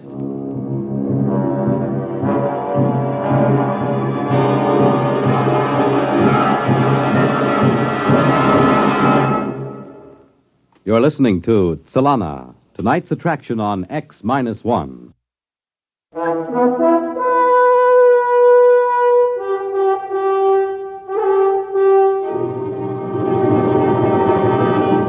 Now, back to X-1 and Tsylana. The address on the card was a deserted skyscraper, a pre-analytic building. The elevators were out of order, and I had to climb 29 flights of stairs. Finally, I was in front of a door that read, Andrew C. Rednick, Public Analyst. Grin and come in. Mr. Rednick? It ain't Santa Claus, brother. Who? You wouldn't remember. Park your ego. Now, boy, what's your problem? I've got to do something, and it isn't in my psychological profile. That's the trouble with this society. Nobody's capable of handling the unexpected. Are you saying there's an advantage to being unadjusted? Don't second-guess the analyst, boy. If you mean by advantage, will you be happier? No. But if you mean power, then you've got it. In a country of normal people, the neurotic man is king. You want to be king, boy? Of course not. I'm perfectly happy and well-adjusted, except for one little problem. Namely? I've got to catch a thief. So? So I've got to know how a thief thinks and feels, what he does, where he goes. You mean you want to become neurotic? Exactly. This is a rather unorthodox request. I suppose it is. I could lose my license if anyone found out. If you don't do it, it could mean the end of society and civilization. As bad as that, eh? Very well. Start at once? Why not? Sit at my desk while I lie down on the couch and tell you about my childhood. You lie down? I'm the one that's supposed to lie down. You forget this is reverse analysis. I'm supposed to make you neurotic, frustrated. Now then, the first thing I remember was an argument between my father and mother. You were living with your own father and mother? Ooh, how unhygienic. What a nasty situation. You aren't very good at this sort of thing, are you, boy? You're supposed to listen, not comment. Now then, when I was 27, I perfected analysis and revolutionized society. What are you talking about? Kinder perfected analysis and revolutionized society. He died. Don't second-guess the analyst. You know, I'm beginning to dislike you already. Fine. We're making progress already. You're beginning to experience dislike. Next, we'll achieve hatred, and then loathing. In 3 weeks, you'll be well on the road to becoming a crook.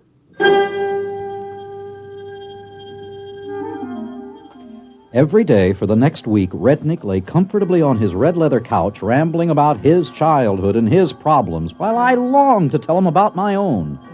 I grew more and more repressed, and my disposition became worse and worse. On the 8th day, something happened at the office that made me realize I had to hurry. Come in. Henry, it's happened. What? The thief has struck again, but this time it's even more serious. What did he take? $1 million is missing from the First District Bank. Great Scott. We've got to find this thief, Henry. We're doomed if we don't. Well, maybe he's worked out his repressions. After all, what can a man steal after he's stolen $1 million? I don't know, but I intend to find out. Maybe you ought to drop it, Norm. How can you say a thing like that? It's positively antisocial. Calm down now. You're all upset again. Why don't you take the day off and go home? Spend some time with that lovely wife of yours. She misses you. How do you know? Norm, boy, do I detect a note of jealousy? You'd better watch your step. Jealousy is the forerunner of violence. Are you seeing an analyst, as I suggested? Yes, I am. Well, keep at it, boy. You're in bad shape.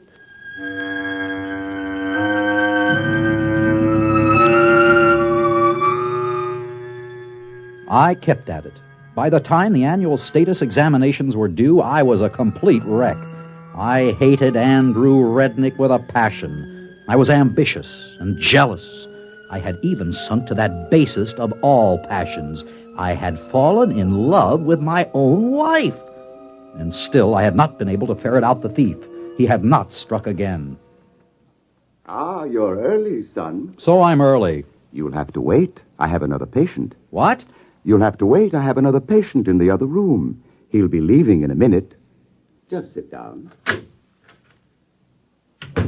Another patient. I could have killed him. Never occurred to me that Andrew C. Rednick would have another patient. After a few moments, a man emerged from the inner office. He was wearing a silver mask or public face, and naturally I couldn't see his features. As I had my own mask on, he didn't see my features either, but I sensed a certain hostility as he brushed by me. Come in, son. Who is he? Take it easy. We don't reveal the names or identities of patients. I hate him. You're jealous. Jealous? As a matter of fact, I've been thinking of quitting the analysis. Good. This is your last session anyway. My last session? But it can't be. The annual examinations are coming up tomorrow. I am not ready. I'll be demoted to a menial job. I doubt it. I told you I'm not ready. What can I do? Have you ever thought of cheating? On the examination? That's horrible. Only a monster could suggest such a thing. What kind of man are you? Who are you, Rednick? Let me close the door. Now, look through the glass at my sign. You can read it backwards with the door closed. Andrew Rednick. Rednick backwards. Kinder? You? Oh, it's impossible. He's the founder of our whole society. Besides, he's dead. He died in an accident. All staged. I just decided to duck out.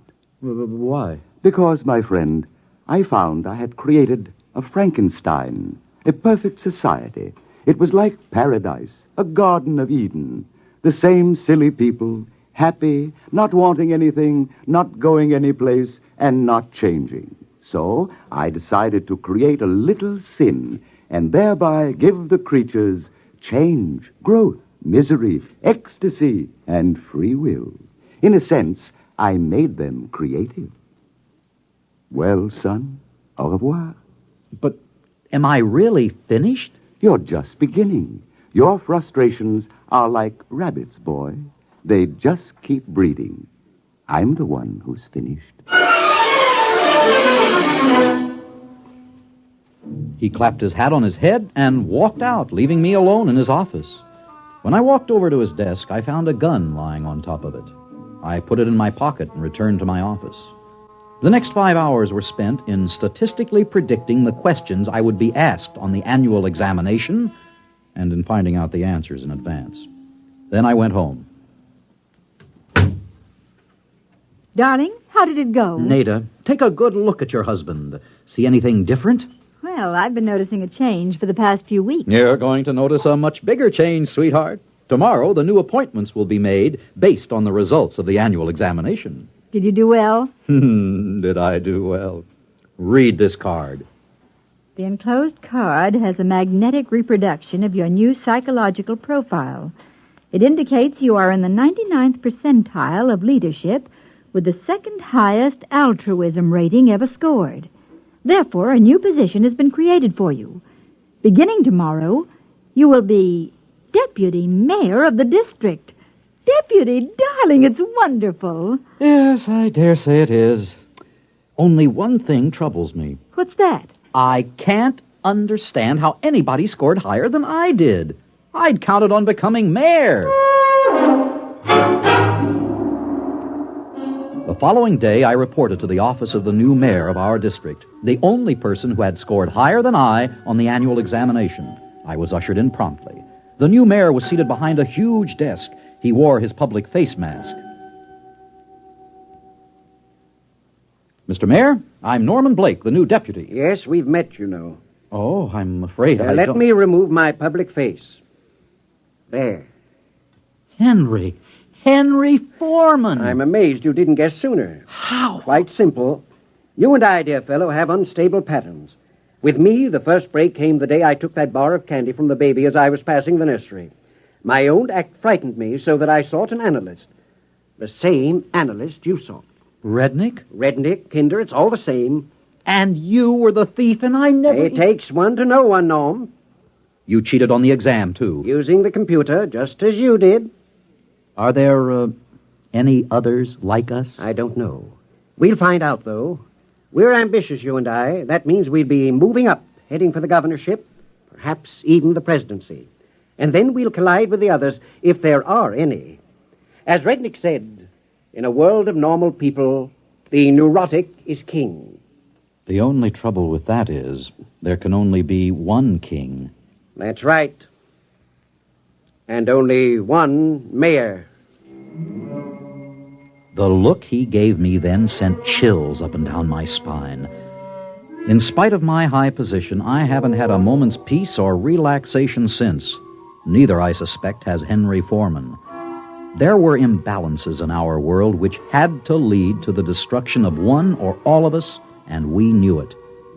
There was one saying that Rednick Kinder had forgotten to tack up on his wall. Uneasy lies the head that wears the crown.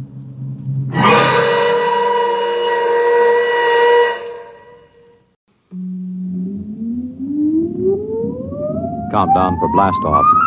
X minus 5, 4, 3, 2, X minus 1, fire.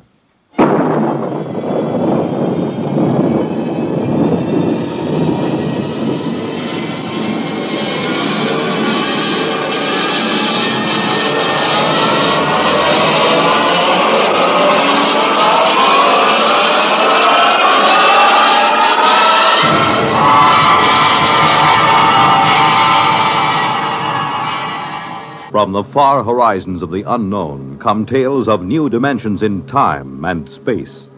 These are stories of the future, adventures in which you'll live in a million, could be years, on 1,000 maybe worlds.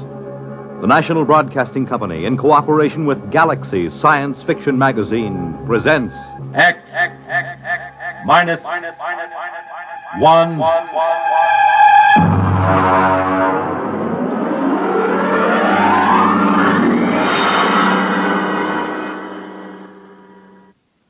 Tonight, Volpla by Wyman Gwynn.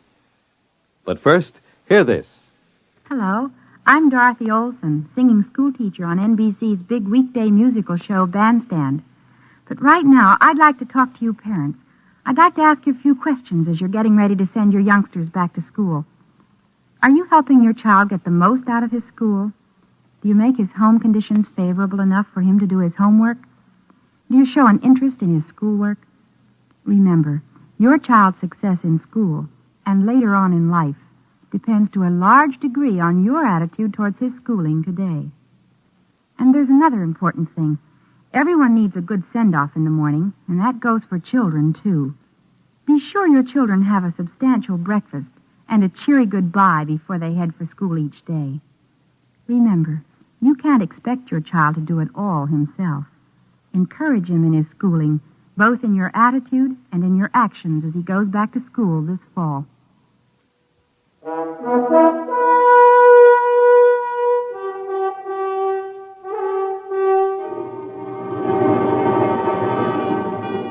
Now, X minus 1 and Volpla.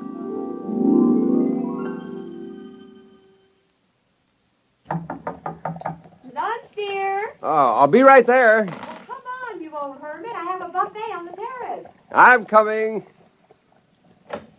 So, I'm an old hermit, am I? And our daughter says I'm eccentric now. I wonder how the devil she ever found out. From me, of course. But you love me just the same. Oh, Max, what's got into you? Stop it. Oh, I reached the dangerous age. And, lady, I'm going to have fun. Well, come on out to the terrace. The hamburgers will get cold. My dear, I'm going to have a new kind of fun. Oh? It's a joke. I'm going to play a tremendous joke on the whole world.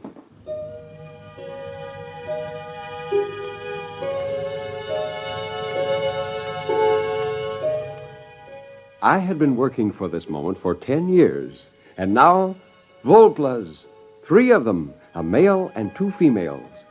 I had called them Volplas since that day 10 years ago when I got the idea of creating a flying mutant, which I would teach to feed, play, and talk. Now I was almost ready to play my joke on the world. After lunch, when I returned to the lab, the Volplas were moving about on the mattress where I'd placed them, and the male was trying to stand. They were about 28 inches high. Except for the face, chest, and belly, the Volplas were covered with a soft, almost golden down. The skin was pink. Upon his head and across his shoulders, the male had a shock of fur as soft as a chinchilla. The cranium was in the same proportion to the body as it is in the human. And they were shockingly human-eyed. When the male spread his arms, the span was 48 inches. I held his arms out and tried to tease the spars open. These spars turned backward and ran alongside the wrist almost to the elbow. Powerful wrist muscles could snap them outward and forward. Suddenly, as I teased the male Volpla, this happened. The spars shot outward, adding 9 inches to each side of a span. The lateral skin, that had until now been resting in folds, was tightened into a golden plane that stretched from the tip of the spar to his waist, a true gliding plane, perhaps even a soaring plane. By 4 o'clock that afternoon, they were ready for their first solid food. Come on now, here, hold the cup. That's the way. Hold the cup.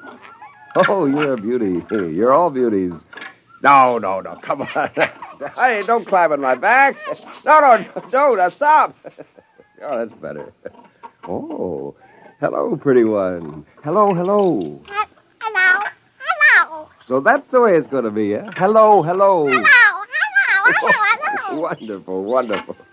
Oh, you have no idea what I have in store for you, my dears. I will teach you a language. Perhaps English, a simple basic English. You will have your own crafts, and you'll live in small tree houses, and I'll teach you legends that you came from the stars, that you watched the red men and the white men, and you listen to their speech. And when you're able to take care of yourselves, I'll turn you loose. There'll be Volpla colonies up and down the coast before anyone suspects.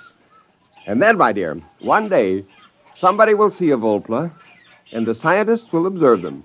Then the legends will come. Isn't that funny? Don't you think that's terribly funny? Funny.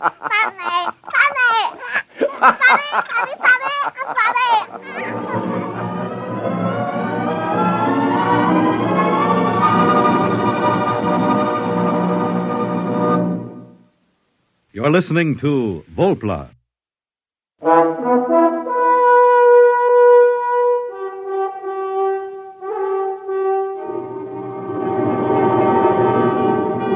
Now back to X-1 and Act 2 of Volpla.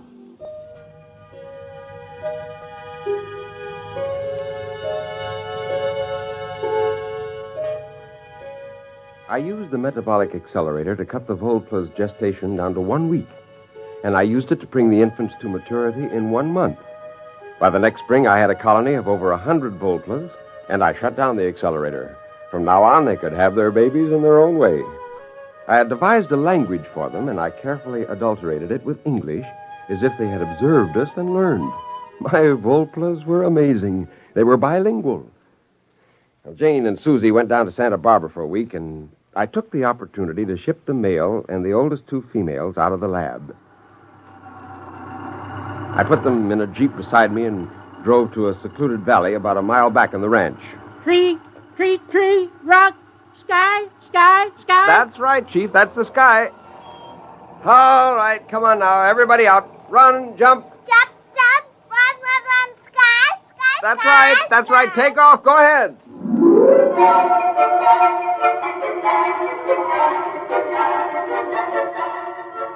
He spent about 2 hours chasing the two girl Volplas around, and then he made a leap for one. And when he spread his arms, his spars snapped out, and those golden planes sheared into the air. Sky. He sailed over her, and he rose up, and he hung in the breeze for a long moment, 3 feet above the ground. Fly.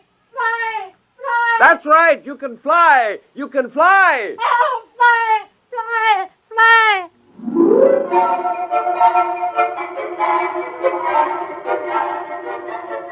They learned quickly and brilliantly. They were not really flyers. They were gliders and soarers. Before long, they took agilely to the trees and launched themselves in beautiful glides for hundreds of feet, banking and turning and spiraling to a gentle halt. Oh, I laughed out loud with anticipation. Wait until the first pair of these is brought before a sheriff. Wait till the newspaper reporters are routed out into the hills to witness this. When they were tired, the Volplas lay on their backs with their planes stretched out. The oldest one came over to me. He squatted, his elbows resting in the ground, his wrist crossed at his chest. Before the red men, we live here? That's right. In places like these, you lived all along these mountains. Now there are very few of you left. Since you've been staying in my place, you've naturally forgotten the ways of living outdoors. We learn again. We stay here? That's right. Now look. Look, you see up in that tree? That's a bird. That's your food, if you can kill it. How? Well, I don't think you can get at them in the tree. You'll have to soar up above and catch one of them on the wing when they fly away. Go ahead, try.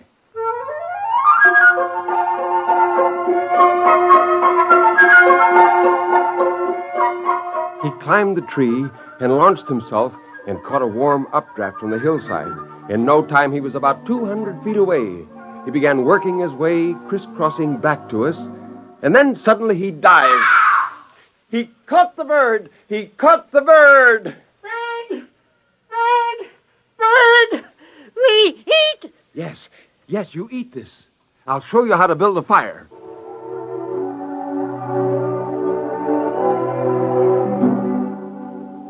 Again, I told them the story I had made up.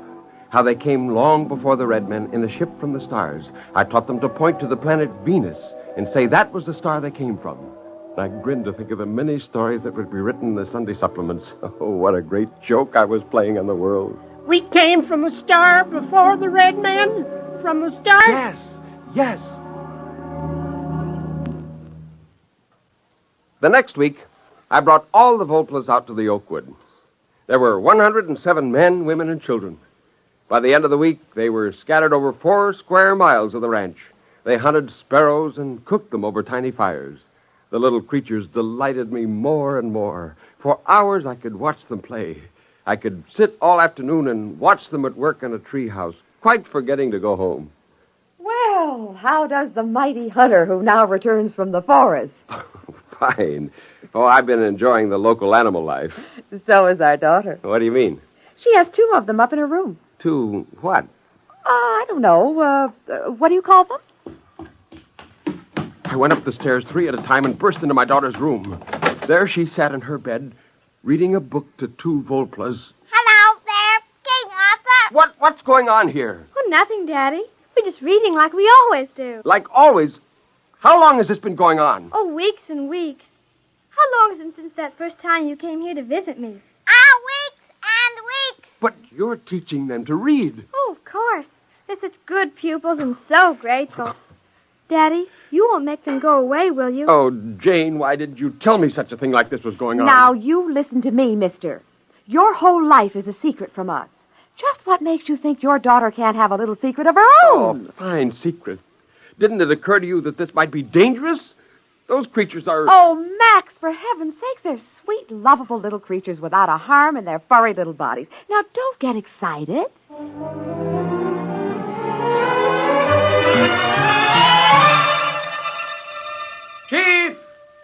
Chief!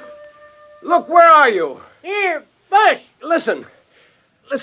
Do you realize there are 2 Volplas in my daughter's bedroom? Yes, they go there every day. Is there anything wrong with that? But she's teaching them the words men put on paper. Yes, you told us men may be enemies. We wish to learn so we can protect. I have Thing here. Well, that's the San Francisco Chronicle. We've been taking it for some time from box at your house. Oh. I have learned from the others. I can read most of this. It was terrible. The whole wonderful joke of the Volplas would be lost. But I knew what I would have to do. I'd have to explain that my family and I had found a colony of them on our ranch and taught them English and taught them to read.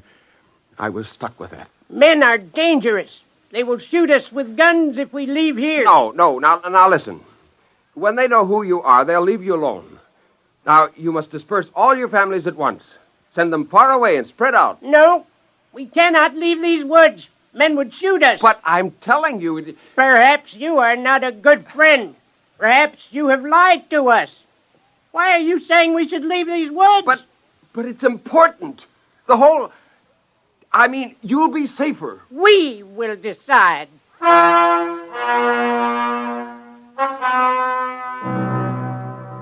The whole thing was critical. It could be disastrous. I went back to the house and up to Susie's room. I found her talking to 2 Volplas. Oh, no. I'm sure you didn't come from the stars. That doesn't sound right. The more I think about it, the more I'm sure that my father made you. Susie, what business have you telling them that? I don't want you talking to them that way. Do you hear me? Daddy, you want to play a joke, don't you? Like the time you said I could have a horse for my birthday. You gave me that dried seahorse in the bottle instead of a real one. Were you going to make that kind of a joke? No, now, Susie, honey, that isn't exactly it, no. I don't think it's very funny. The Volplas are my friends. I wouldn't want to play a practical joke on them.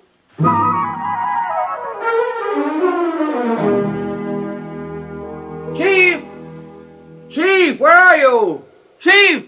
Oh, confound it, the fires are out, none of them around. Chief! Are you up there in that tree house? Where are you? Where are all of you? You've got to listen to me. I made you.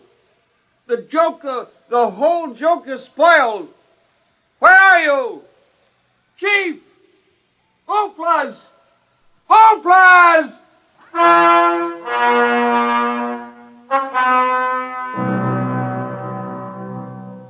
I was away from the house for hours. When I came back, I found Jane sitting on the terrace. Are you looking for something, dear? Oh, never mind. I suppose they're all gone. What do you mean? The little flying things.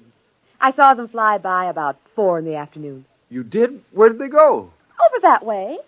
You could see them soaring over the trees. Oh, it was so pretty. Where's Susie? She's been watching television.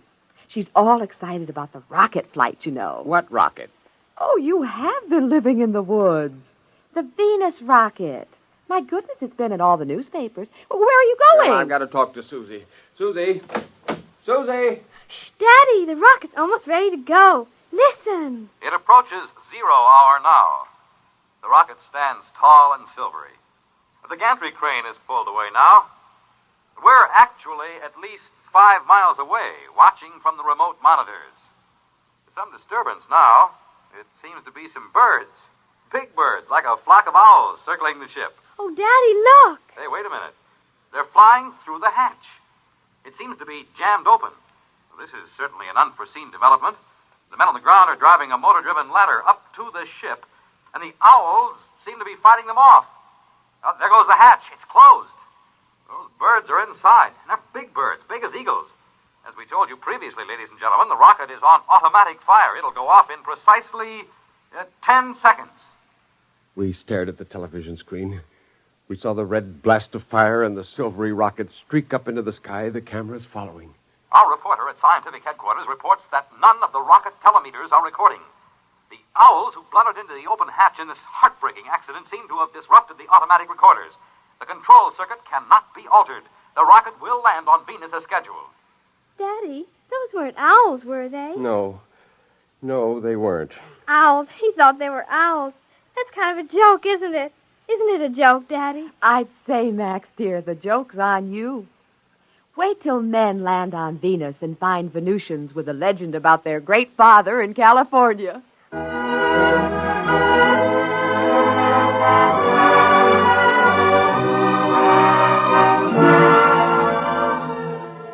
Of course, they left me a note. The handwriting wasn't very good, but then you wouldn't write very well either if your index finger was 9 inches long. I sat on the patio and read the Volpla's farewell. It said, "The man who made us, we forgive you. We know we did not come from the stars, but we go there. I, the chief, give you welcome to visit. We will try not to laugh at you. Goodbye."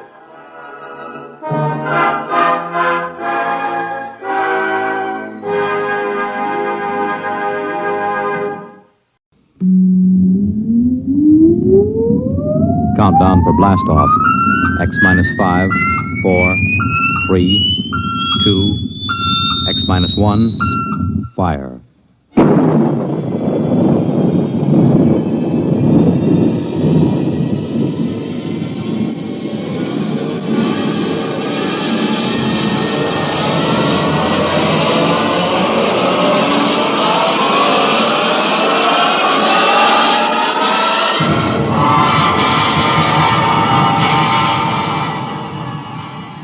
From the far horizons of the unknown come tales of new dimensions in time and space.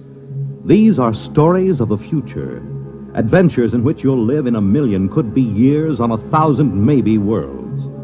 The National Broadcasting Company, in cooperation with Galaxy Science Fiction Magazine, presents X minus 1.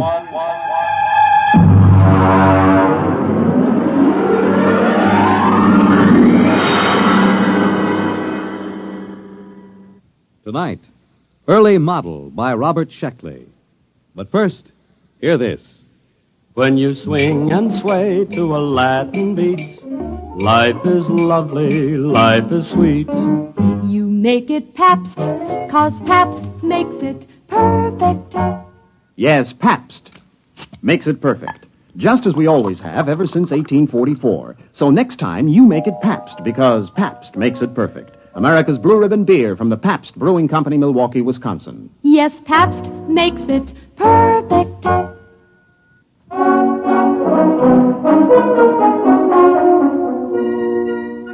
Now, X minus 1, and the Robert Sheckley story, Early Model. Of course, Professor Sliggett claimed the trouble was that the Protec was an early model, but then he invented it. He sprung the thing on me just before I took off for my scouting contact mission to Tells 4 in the Betelgeuse sector. Here, Bentley, put this on. Well, what is it? A new model. It's called a Protec. What's it for? Now, you'll wear it on your mission. Now, look, Sliggett, I already have to carry enough equipment to give varicose veins to an elephant. Linguicine, that's 22 pounds. I can't do without it, or I can't translate native languages. Concentrated food, water, subspace radio, weapons, medical kit. Now, how much does this thing weigh? 72 pounds. Try it on. Look, I won't promise it to fits take... right on your back. Here, I'll snap the harness.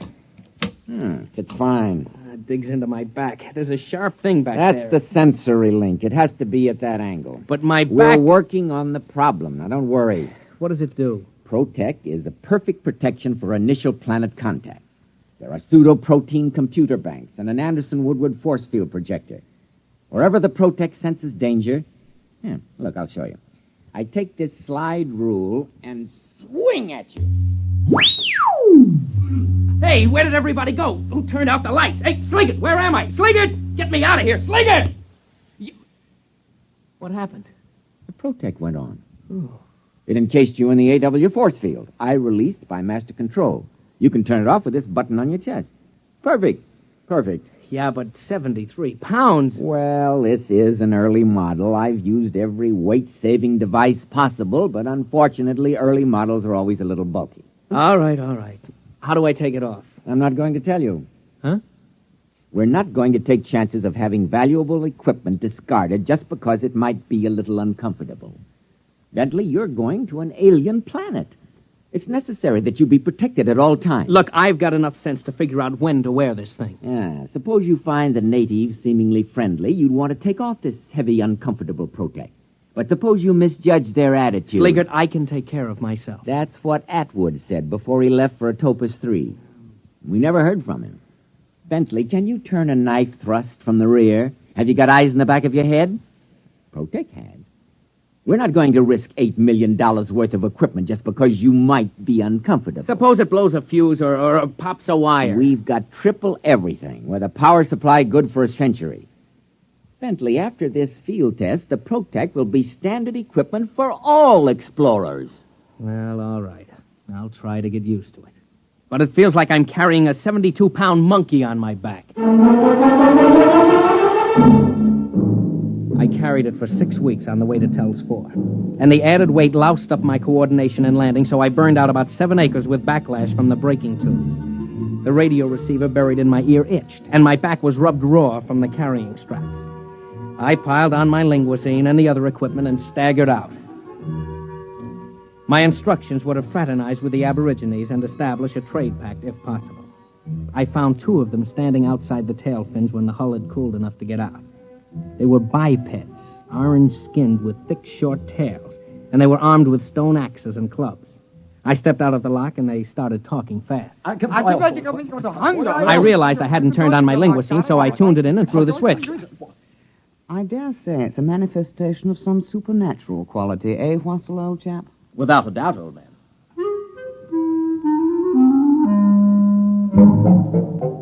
You know how the linguisine works, instantaneous semantic translation.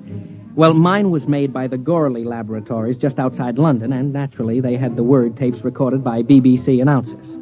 It takes a little getting used to when you hear some walking vegetable from the Canopus system talking like the Home Service. Well, the Tellians were pretty excited by my arrival. How strange. Unbelievable. Most improper, you know. I suppose it can talk. I come as a friend. A friend. Well? It does talk. Dreadful accent. But what can you expect, eh? Foreigners, you know.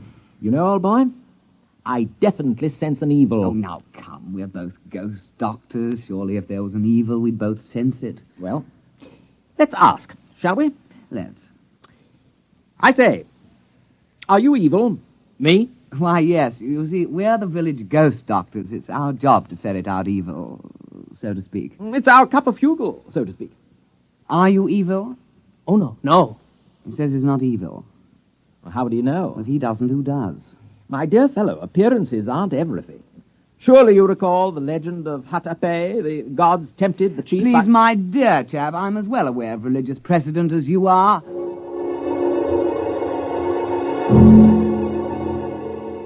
The 2 of them stood there, lashing their orange tails, accusing each other of heresy. The linguisine finally couldn't handle the theological discussion and cut out before overload blew a circuit. Eventually, they must have decided something because the short one carrying the stone axe turned to me. Stranger, we've decided not to kill you. Not yet, anyway. We'll go to the village and purify ourselves, then we'll initiate you into the club. The club? The Society of Ghost Doctors. You see, no evil thing can become a ghost doctor. It just isn't done, you know. Oh, we'll find out the truth that way. Clever. Eh? I'm deeply grateful. But if you're evil, we'll destroy you. Have to. Our job, you know.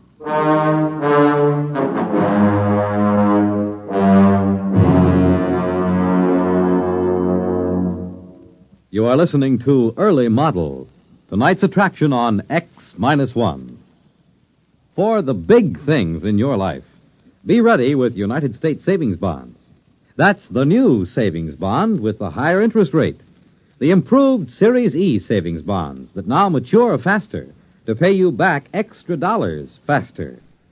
Yes, when you think of saving, think of savings bonds. They offer you the safe, easy way to save regularly. Safe because each bond is backed by the United States government itself. Easy because you can buy bonds either where you bank or through the payroll savings plan where you work. And you get back $4 at maturity for every 3 invested, so you earn extra dollars. But the big news is that the maturity period is shortened to only 8 years and 11 months. So join the bond wagon. Start a family savings program. Invest in improved Series E bonds today and hold the bonds you already own.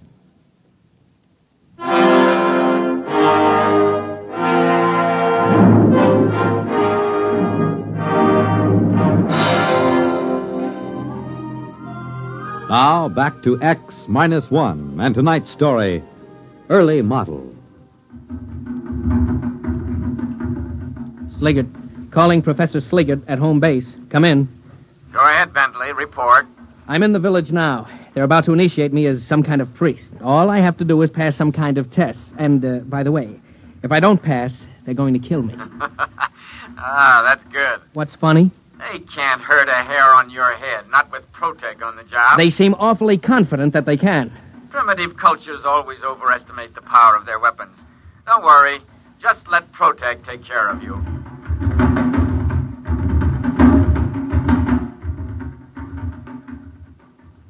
Go ahead, old boy. It's purified ceremonial food. But I can't. Why not? We purified with 7 sprinklings of strychnine, according to ritual. It's a taboo. I'm only allowed to eat my own supplies. A tribal taboo, you know. How primitive. Positively pagan. Well, shall we get on with it? We'll dispense with the written exam and get right down to the oral. Tell me, what do you think of evil? Well, it isn't good. Ah. Well put. Well, in that case, you have no objection to receiving the sacred and very holy spear that Cranclew brought down from the abode of the small gods, the brandishing of which brings good on a man? Oh, I would be honored to receive it. Very well, then. The ceremony can commence. O stranger from the skies, accept from us this spear of sanctity. Evil cannot abide the presence of this spear. Take then our blessings with it. Here, here, O stranger, take the spear! What? Oh, that confounded Protec. Where's that release button? Sliggert, come in. Oh, he's probably out to lunch. Gotta get that force field off. There. Listen, I'm terribly sorry, Begin but the purification dirge. We are in the presence of evil spirits. Oh, no, I can explain. You cannot accept the sacred spear. Well, you see, I've got this protective device. It's sort of like a shield, you know? It doesn't like spears. It doesn't trust them. You couldn't give me a sacred gourd? Nonsense. Who ever heard of a sacred gourd? Poppycock. Look, you'll just have to take my word for it. I'm not evil. Really. Scout's honor. Our course is clear. Transparent. We won't kill you at once. We'll pray for you through the night. And perhaps in the morning, things will turn out better. If not... Sorry, old boy, but you understand our position. We'll just have to kill you. Can't be helped. Regulations, you know.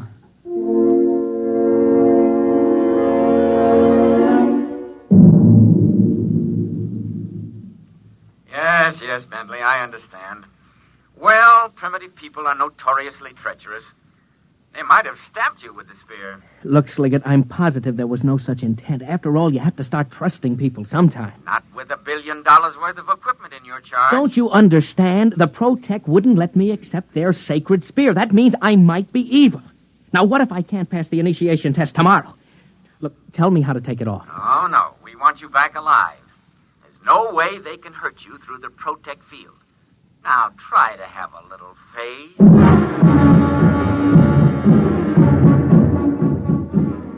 The campfires burned all night, and I could hear the chants of the ghost doctors.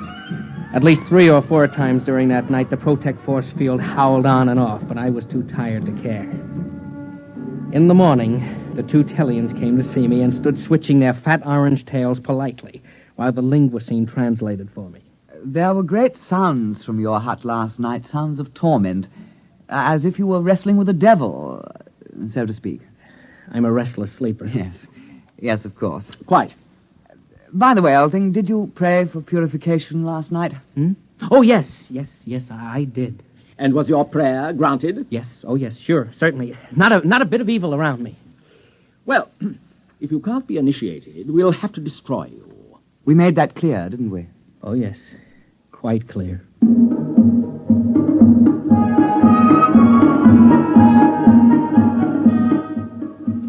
The initiation ritual took the whole day. It was sort of a cross between a Shriner's convention and a performance of Das Rheingold at the Met. Luckily, no one tried to hand me a ceremonial spear or point a club in my direction, so the Protec kept its grimy force field to itself. Finally, around supper time, the Tellians pounded the last tail on the ground, and everyone stopped and paid close attention.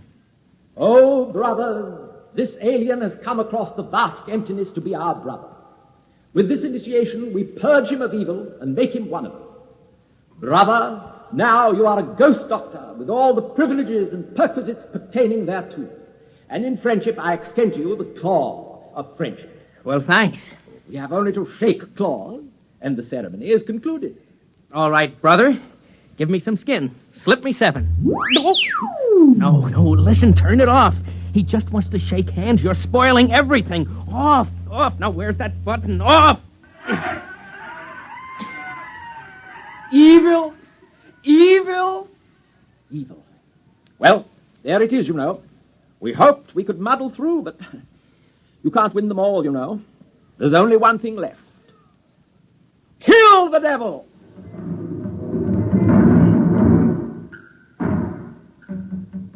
About 30 of the Tellians heaved stone spears at me, and naturally I disappeared inside the Anderson-Woodward force field, and the spears rattled off the whining, coruscating power sphere. I tried to walk back to the ship, but the Protect went on about every half step, and at that rate it would take me about a month to cover the ground. I figured I'd wait him out. And then I noticed that the air inside the field began to go stale. I came out of the field. The Tellians were sitting around. Rennick picked up a spear. Evil. Wait! Hold off! Fins! Fair play! Fair play? I say, Rennick, he's due a 3-minute sanctuary under the sacred law of his Hipple. You really think so? We invoked fair play. True. All right, monster. You have 3 minutes. Thanks. Hello, Sliggert. Come in, Sliggert. Ah, there you are, Bentley. Listen, you've got to get me out of this. They're trapping me in the Protect. You mean the Protect is saving you from harm? No, they keep activating it. They'll starve me out. Now, don't get panicky. Just sit tight in the Protect field till they see they can't harm you. You confounded idiot. There's no air in there. The force field cuts it off. I'll choke. Oh dear, that's true, isn't it? Don't worry. We'll correct that in future models. Oh, thanks a lot. But what am I going to do right now? How do I get this thing off? Well, now I am sorry. To tell the truth, I designed the harness so that you couldn't get out under any circumstances. Oh, you lousy... Please, let's keep our heads. If you can hold out for a couple of months, we might be able to... I can't. The air, the water... And I hate to mention it, but they seem to be building fires around me. I'm sorry, your 3 minutes are up. We are going to destroy you with fire. Yeah, it's traditional that way. My dear chap, would you like to kindle the first blaze? Oh, after you, old fellow. Remember, I burned the last evil monster. True. Oh, monster. Yes? Do you have a light?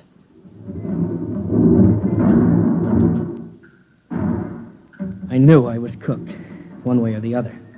They started to light fires around me in a circle, and the Protect snapped on. I had to get out. Of course, when I did, the Tellians would cheerfully spear me to death. But at least I had a chance of running. The field snapped on again. I grabbed my knife from the tool chest and hacked at the thick duroplastic webbing of the harness. I came out of the field long enough to hear Sliggert shouting in my ear. What are you doing? Cutting my way out of this fire trap. You don't dare destroy government equipment. This will go down on your 201 file. Look, I'm trapped inside the field as long as they feed the fire, and considering how they feel about devils, they'll probably keep it up a couple of 100 years. Uh-oh. They're pushing the fire closer. Goodbye.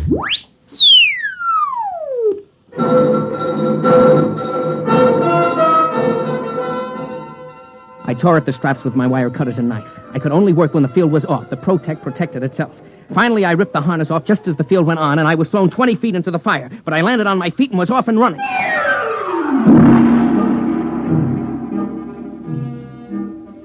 It took the Tellians just 100 yards to catch up and gently lay a stone club along the side of my head. Oh, well, let's get it over with. You're going to kill me. Let's not make a production out of it. Oh, but my dear fellow, we don't want to kill you. Dear me, no. We knew you were a good man. It was the devil we wanted. I don't mean to be tactless, but you do know you had a devil riding on your back. We tried to purify him, but he was too strong. The fire took the starch out of him, though. The devil? Devil on my back? Oh, yeah, I guess so, yes. You know, our village is very proud to have such a powerful devil chained up inside a fire ring. Tell me, my dear chap, you haven't by any chance any more devils like that in your homeland? No, that's the only one. Pity. Huh? We'd really be tickled orange if we could have a few more to worship, you know. You mean trade for them? Why, yes. I'm sure every village would want one. Well, I think that can be arranged, and you haven't seen anything. We'll sell you devils that really are devils. After all, this one is just an early model.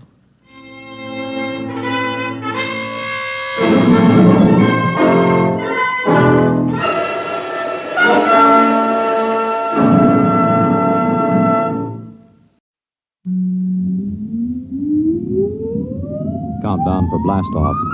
X minus 5, 4, 3, 2, X minus 1, fire.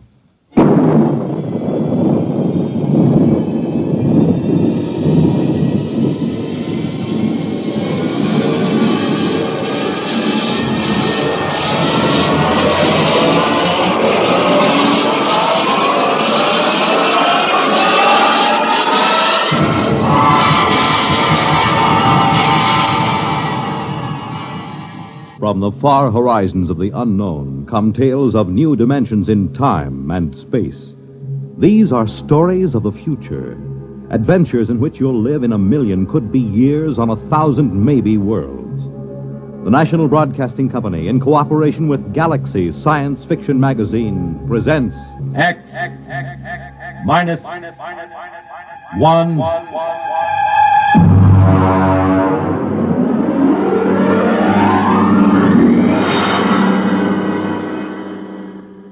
Tonight's story, Skulking Permit, by Robert Sheckley. But first, hear this. Pick up some Pabst Blue Ribbon. Take it home, chill it, then put it to this test. Have a glass of Pabst with your meals for the next several days. You'll find Pabst Blue Ribbon makes most everything taste better, that it adds zest and sparkle to any meal. Try it. The bright, modern taste of Pabst Blue Ribbon is good any time and wonderful with meals. Pabst is the name. Made by Pabst Brewing Company, Milwaukee, Wisconsin.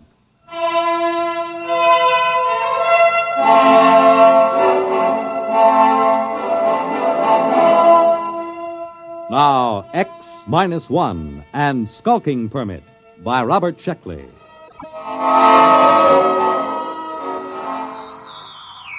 August 16th, year 2204. To Central Colonial Administrative Authority, Alpha Centauri Sector. From Colonial Contact Inspector 37. Subject, lost colony on planet New Delaware. First contact established in 200 years. And proceeding on overdrive for personal investigation.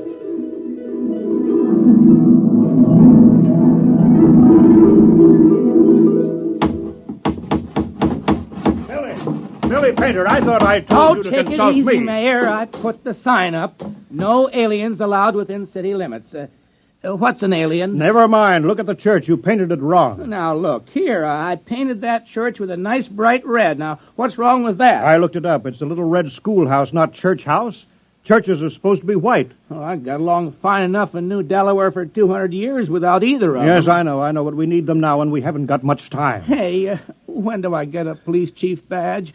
I read that a police chief always gets a badge. Make yourself one. Now, go on. All right, then. Oh, it sure is hot. I don't know why the inspector couldn't have come in the wintertime. Oh, Tom Fisher. Yeah? Come here, Tom. I've got a job for you. Well, now, look, Mayor, I'm on vacation. The fish won't be back in these waters till No vacation, not now. The inspector's due any day. Tom, how would you like to be a criminal? Well, I don't know. What's a criminal? Well, come over to my house and I'll explain. I've got to appoint a criminal. And it looks to me like you're it.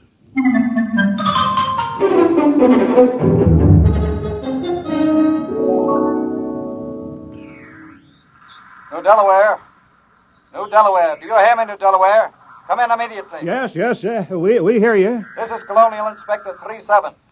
You of New Delaware are still a colony of Earth and subject to our laws.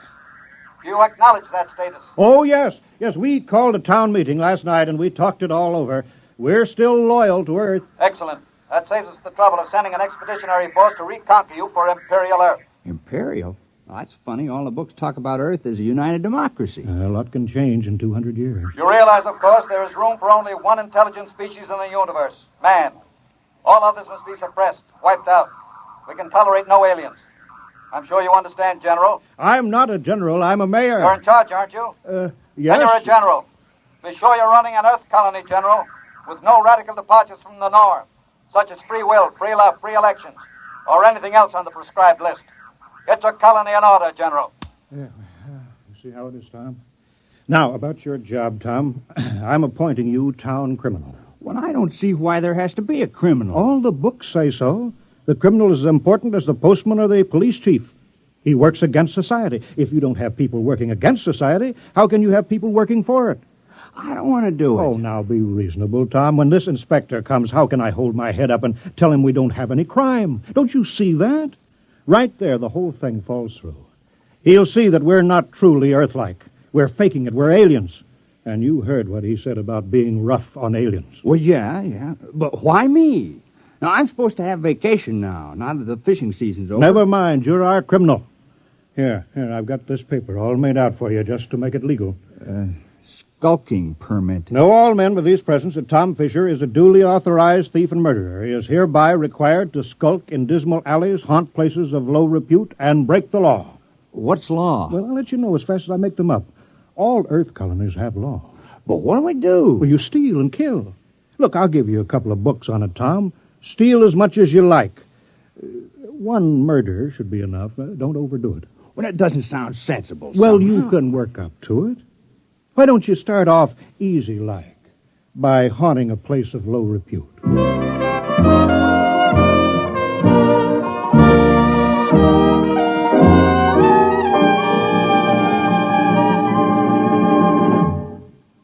You're listening to Skulking Permit, tonight's attraction on X-1. Careful planning and sensible driving add up to an enjoyable vacation trip. Here are a few tips from the National Safety Council that should help make your trip a pleasure instead of a tense, nerve-wracking time. Before you leave, have the car given a thorough checkup to be sure it will always respond properly to your careful control. Check the emergency equipment you'll need, such as a first aid kit, keys, permits, identification, flashlight, tire-changing equipment, and your unexpired driver's license. Plan your trip for frequent rest stops with a good night's sleep each night. And then, on your trip, pay attention to the job at hand and don't daydream. Stop off the road to see the sights or read the map. Be prepared for winding and straight roads, level and hilly roads, and changing traffic patterns between urban and rural areas. Obey all speed limits, traffic signs, and signals, and keep your distance behind the driver ahead. This vacation is what you've been waiting for all year. Enjoy it with sensible driving.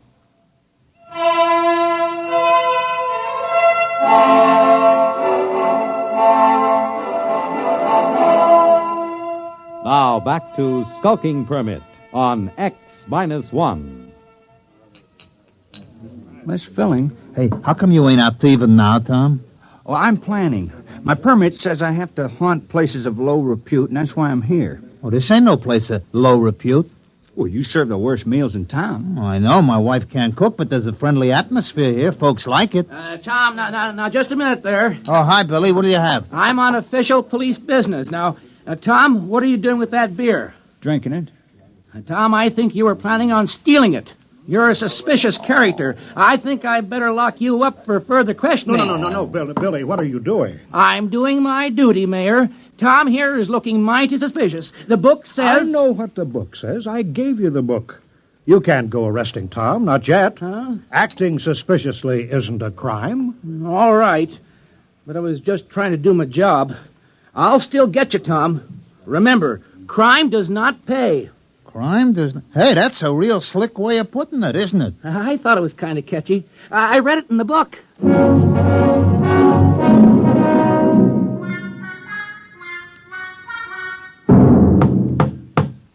Morning, Marv. How's the schoolhouse coming? Oh, hi, Tom. Fair. Would have come along better if I'd had my saw. Your saw? Yes, I left it leaning against my door last night. Wasn't there this morning, Tom. Oh, yeah, your saw. Well, you know how it is, Marv. I had to practice some skulking last night. Oh, yeah, sure. Say, Tom, do you suppose I could use the saw for a while, just for an hour or two? Well, I don't know. It's legally stolen, you know. Well, I'd give it back. I wouldn't keep anything that was legally stolen.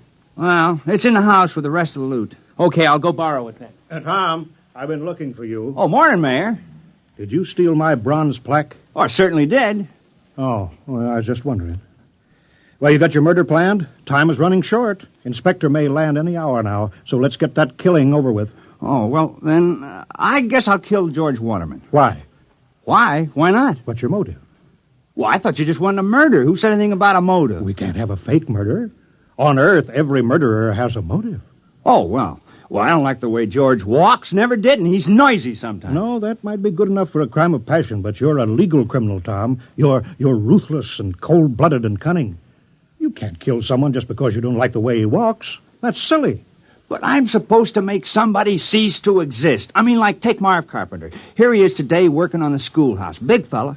Now, if I kill him, well, he wouldn't work anymore.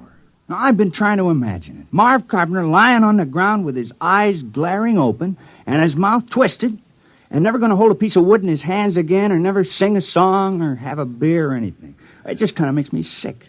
I mean, I can go on with a thieving, but murder... Yes, I know, but it's your job, Tom. It's for the good of the village. Murder? Oh, I better go have another beer. Hey, what's that? That must be the inspector's ship landing. Come on, let's go see.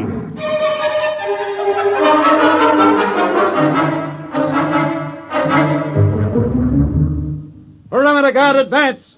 Sidearms to be worn at all time. And guards at battle stations. Welcome to New Delaware. Thank you, General. I'm the inspector. This is Mr. Grant, my political advisor. Is this the capital of the colony? Well, I'm afraid there's only one village on the whole of New Delaware. Only one? Grant, I told you when we surveyed that planet we were wasting our time. Patience. We're ready, General. Let's inspect your village.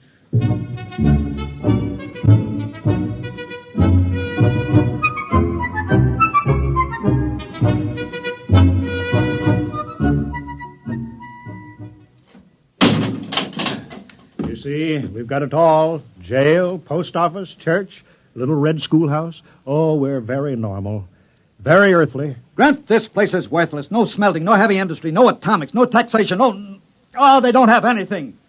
They'll be downgraded at the next colonial board. Why, this place is a utopia. It's subversive. We ought to blow it right out of the sky. Now, don't be despondent, Inspector. New Delaware has a very important commodity for us. What? You saw them, hulking peasants, nothing but farmers. Yes, strong, healthy farmers. Good cannon fodder. But... Oh. Let me take over. General. Yes, sir? How many able young men are there in the village between the ages of 15 and 60? Why? You see, General, Imperial Earth is engaged in a war. The colonies in Ding 4 are revolting against the authority of Mother Earth. Oh, I'm sorry to hear that. We need good, healthy fighting men. Our reserves are depleted. We wish to give all loyal colonists a chance to fight for Mother Earth. We're sure you won't refuse. Most colonies welcome a little conscription. Cleanses the blood. Reduces crime. Crime? Oh, I thought that would come up. We've taken care of that. I appointed... You see, Grant? 60, 70, perhaps 100 recruits. Not such a waste of time coming here after all.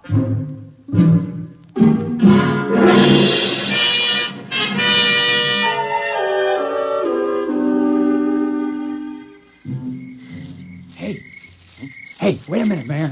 Oh, hello, Tom. What are you doing? Well, you said there had to be a murder, so No, wait just a minute. Look, I didn't mean me. It can't be me. You haven't any motive. Well, I've been pretty sore about you appointing me town criminal. Look, it was the mayor who appointed you, wasn't it? Well, sure. Well, then, look, I'm not the mayor anymore. I'm a general. Look, you see, stars, gold braid. Well, what's that got to do with it? Well, you missed the ceremony this afternoon, Tom. The inspector said I had to wear a general's uniform. It was a very friendly ceremony. All the Earthmen were winking at me and each other. Oh, congratulations. But you were the mayor when you appointed me criminal, so my motive still holds. Yes, but killing a general isn't murder. It's mutiny. Oh, well, I'm sorry. Oh, that's all right, Tom. It's just that I've read up on it and you haven't. Well, I better get back. The inspector wants a lot of the men he can draft. Are you sure this murder is necessary? Oh, yes. Yes, absolutely. Just not me.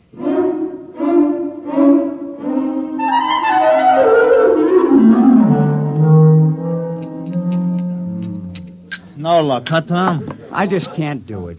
Ed, I can't kill anybody in the village. I grew up with them. I've worked with them. I've drank root beer with them. I don't have any motive for killing any of them. Well, Tom, you have to commit a murder. You don't want to let the village down.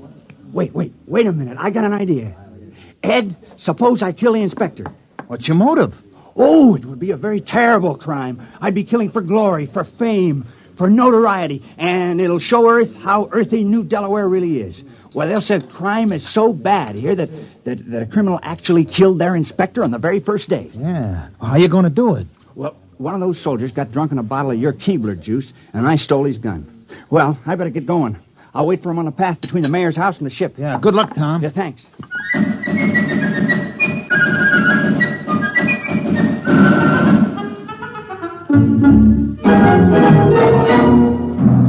Hut, 2, 3, 4. Hut, 2, 3, 4. Keep in line there. What a sloppy crew, all their feet. Still, it's a nice night's work. With those landing parties dying like flies, we can use every new man we can get. Shh! Don't say that. What? Are you afraid the mayor will hear me? Don't be ridiculous. It's a completely passive population, sheep-like, obedient. But wait till those sergeants get hold of them at the base. They'll whip them into first-class fighting men in no time. Halt! Stand and deliver! Why, it's Tom. Hands up, Inspector. I got you covered. Now, the rest of you, drop your guns and move out of the way. What? Now, see here. Now, go on. Now, drop those guns. What's the meaning of this? And who are you? Tom Fisher. I'm the town criminal. I'm going to kill the inspector. Now, please move out of the way. Criminal? So that's what the mayor was prattling about. Now, I know we haven't had any murders in 200 years, but I'm changing that now. Move out of the way. Well, I suppose I'd better get out of the line of fire, eh? Now, wait a minute. Wait. Now, don't move. Now, I know just how to do it. I've been thinking about it. I'll push this button and you'll die. Now, you'll fall down on the path, and your eyes will be open and your mouth twisted, and no air going in and out of your lungs, and no beat to your heart. And I can't do it. Here's your gun. Take it. I don't want it. Quick after him. Sergeant, have the entire ship's company turned out. General, I want all your people out looking for him. Shoot on sight. Kill him instantly. Oh, we couldn't do that. Although we appreciate the compliment. What that man's He's a criminal, yes. That's what I'm trying to explain. I appointed him. We had to have one. You what? You mean you had no criminals? Well, No, I'm afraid not. I'm terribly ashamed. You see, we knew how uncivilized we were, and that's why we did it.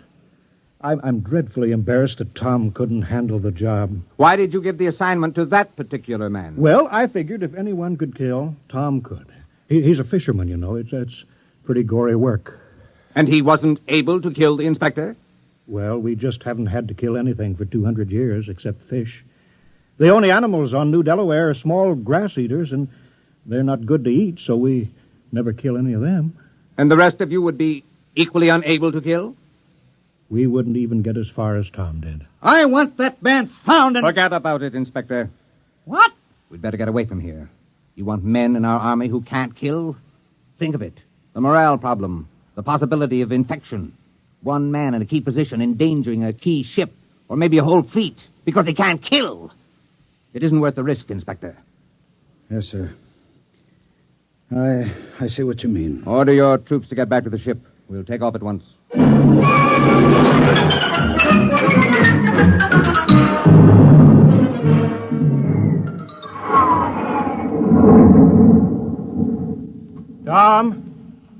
Tom, you can come out now. Tom, they're gone. He's hiding around here somewhere, Mayor. Yeah. Tom? Oh, Tom. Here I am. I'm sorry I bungled it. I guess I won't be needing my skulking permit anymore. No, I guess not. Well, we did our best. I had the chance, and then I let you all down. Oh, Tom, it's not your fault. And look how long it took Earth to get civilized. Thousands of years, and we were trying to do it in 2 weeks. Yeah. Well, we better get back to the village. Looks like rain. Yep. Soon I'll start fishing again. Say. What is it, Tom? I think I could have done it if I'd only had the sense to think of the inspector as a fish. Well, it's too late now. I guess I'll let the village down.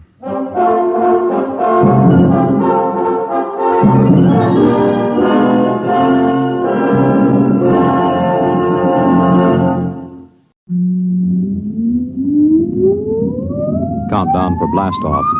X-5, 4, 3, 2, X-1, fire.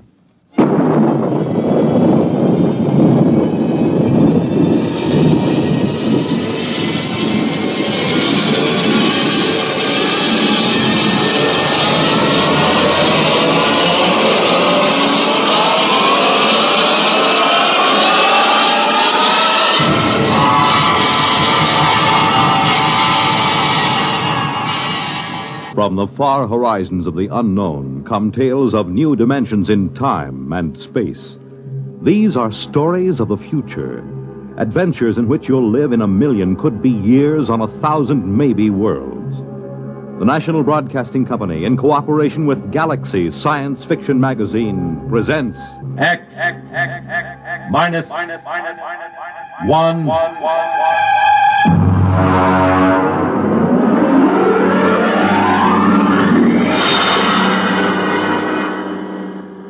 Tonight, we take you some 800 years into the future to meet man's best friend.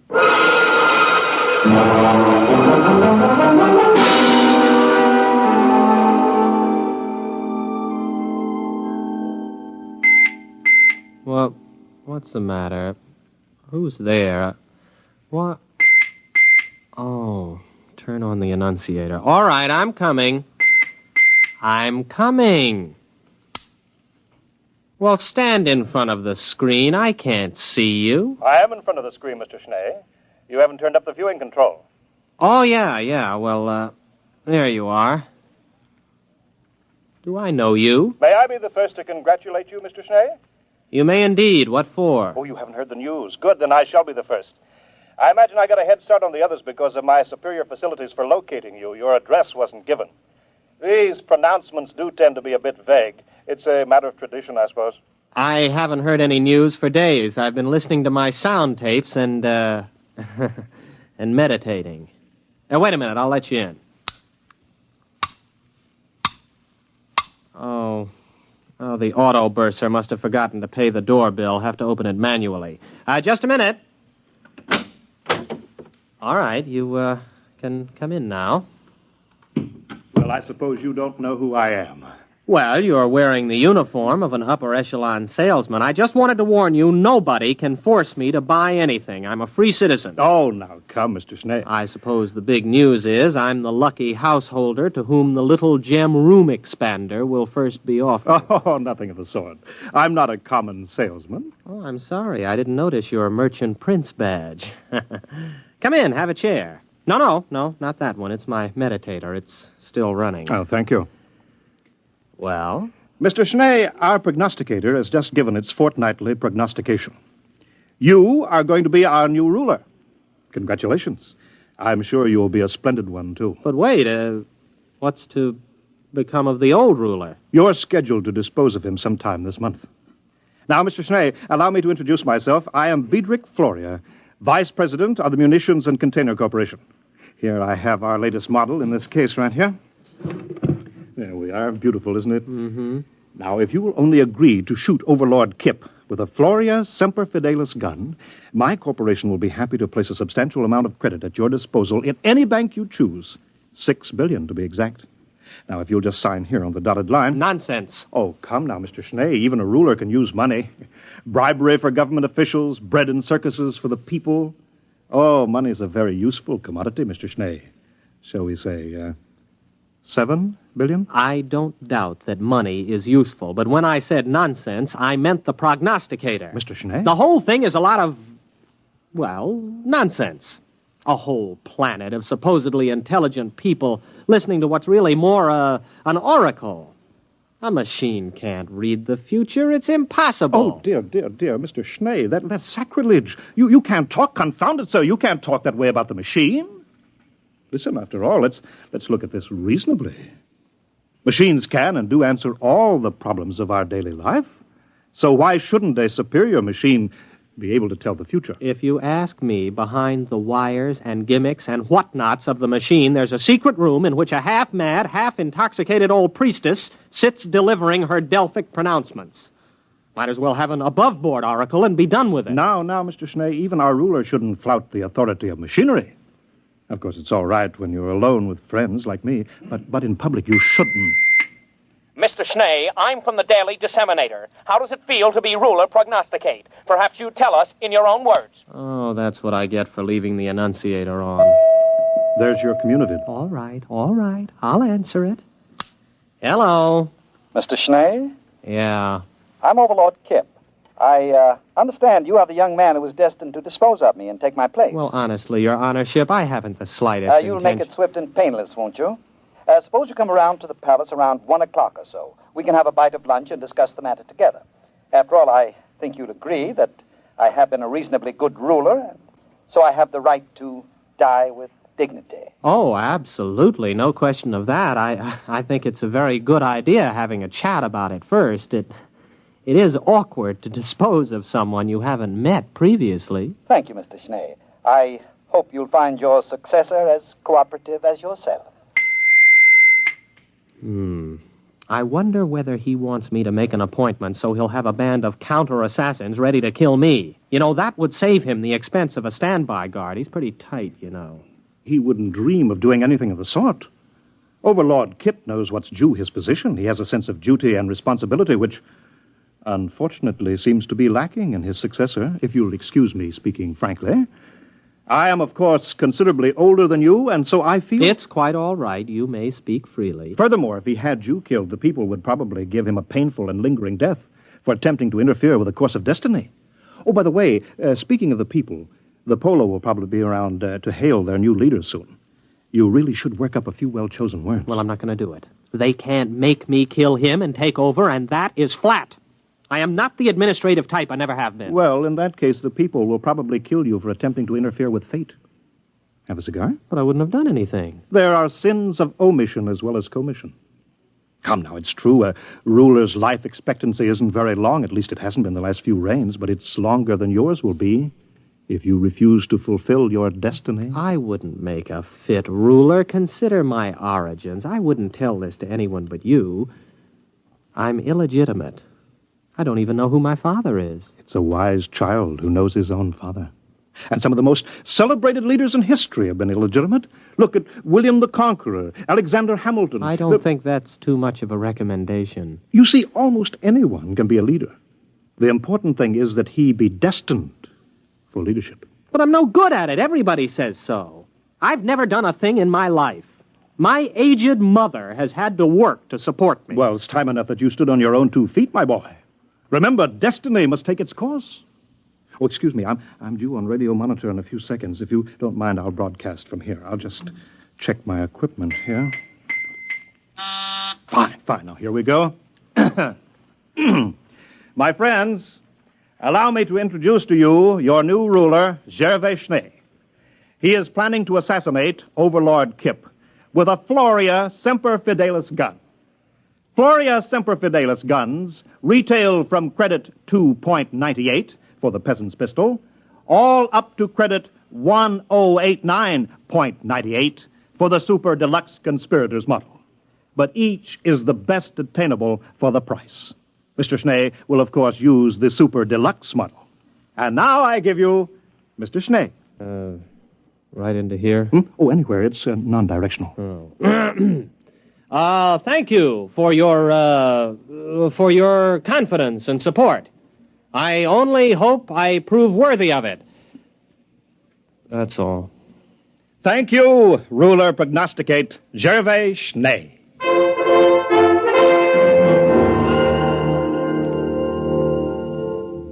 Will you have some more wine, Mr. Schnee? Oh, no, thank you, Overlord Kip. I've had too much already. It's a delightful vintage, isn't it? I think it was bought by Overlord Jasper about 7 reigns ago. You'll find the cellars in perfect order. I'll give you the inventory and the key a little later. Do we have to talk about it? Oh, well, one has to take these things as they come, you know. Here today, gone tomorrow. That reminds me. Will tomorrow suit you? Well, of course, it really doesn't make any difference to me. All right, then. We'll set it for tomorrow, if that's convenient for both of us. I have the afternoon clear. We'll make a public announcement a little later. Well, all right, if you say so. Of course. And now we can go into my study and discuss the details at our leisure. I've got half a box of some wonderful cigars left over. I think you'll enjoy them.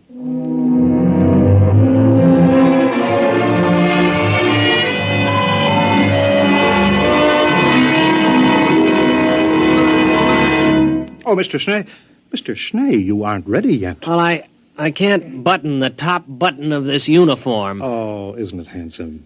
Black and silver, The traditional assassin's uniform. It was made for me without charge by Hanson and Cruster, the tailors. Yes, of course. It's the curse these days, you know, the over-commercialization of important public functions. Oh, wait a minute, I have your pistol ready here. I'll bet you're excited. Couldn't sleep last night, eh? No, well, yes, I did toss a bit. Well, I see you're getting telegrams. Isn't that nice? Had your breakfast? Oh, well, I don't think I'm exactly in the mood for eating. Oh, you should, you know. A good breakfast makes good aim. Well, I really couldn't eat a thing. Well, you'll have a fine lunch after it's all over. I saw your black and silver limousine at the door. What? I don't have a black and silver limousine. You do now. Oh, yes. You know, there's going to be a brass band along. There'll be crowds cheering. Oh, it's such a lovely morning. You've hired 2 removers, I trust. Removers. Yes, I think so. Good. Oh, what pageantry. The black and silver limousine, yourself in your lovely uniform, the black cloak and hood of the body removers sitting beside the chauffeurs, silent. The band playing the funeral march as you move down the boulevard. Crowds cheering, little children let out of school presenting you with flowers and television cameras. Oh, what a sight, what a sight. Well, now it's about 10:30. Shall we be off? Well,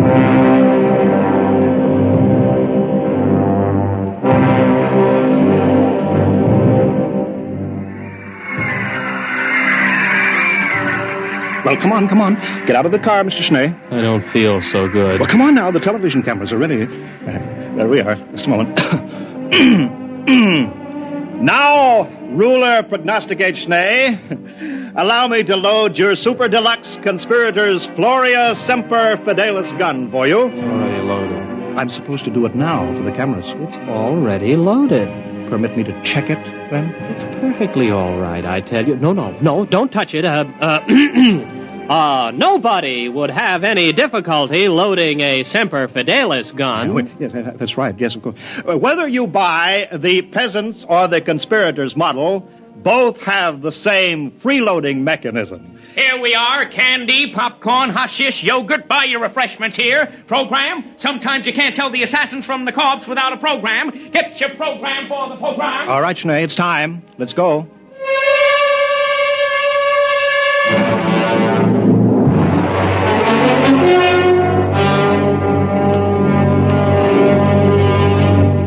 Well, here we are again, eh? Overlord Kip, I am officially here. Well, now, just a minute, old man. I have my speech, you know. Your speech? Oh, I'm sorry, really. Well, that's all right.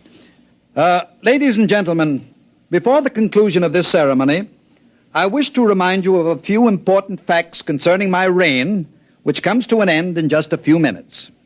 I call your attention to the budget of 2786. 83 billion credits against an outgo of 72 billion.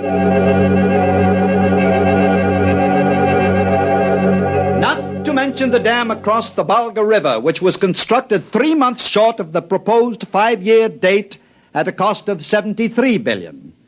I thank you.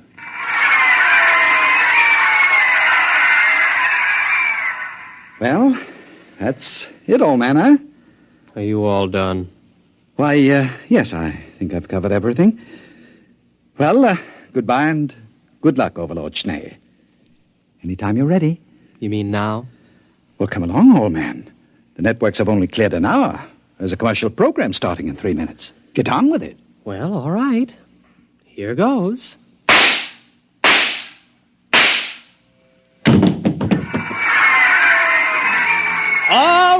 All right. Everyone will now please leave while the removers take over. But the television, the cameras, it's part of the ceremony. Why can't they televise the removal? Everybody leave immediately!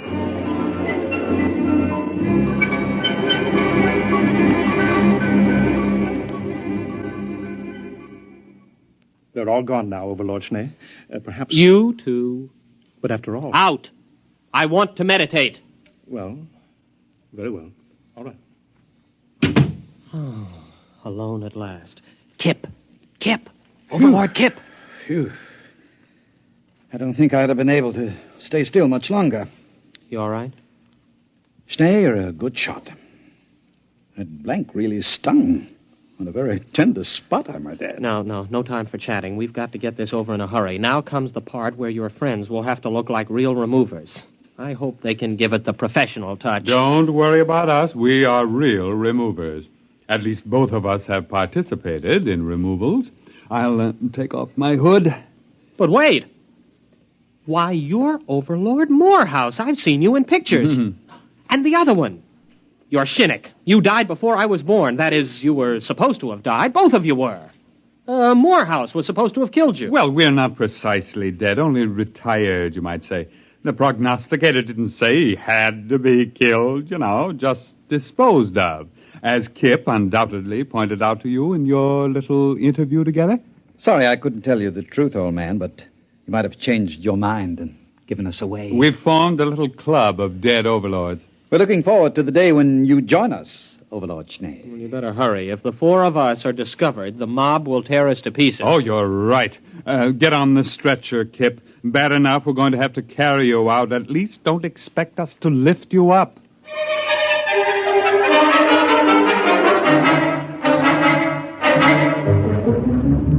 Floria? Yes, Your Honorship? The prognosticator is right here in the palace, isn't it? Yes, Your Honorship. Lead me to it immediately.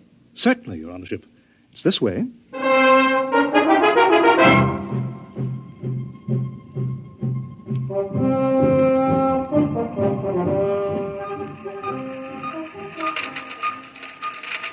Here you are, Your Honorship. This is the prognosticator. 20 stories high, 100 meters wide, the center of our entire civilization. Leave me. I would be alone with the prognosticator. But Your Honorship... Leave me! And take all the technicians with you. Yes. Yes, Your Honorship.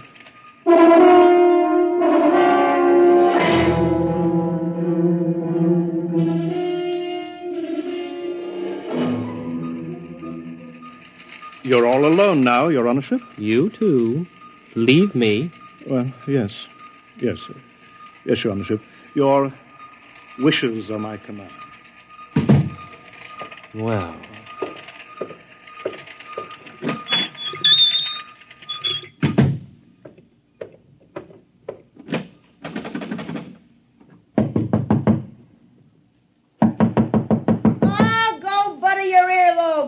Can't you read, you dumb cluck? That door says private. Open up. It's me, Gervais.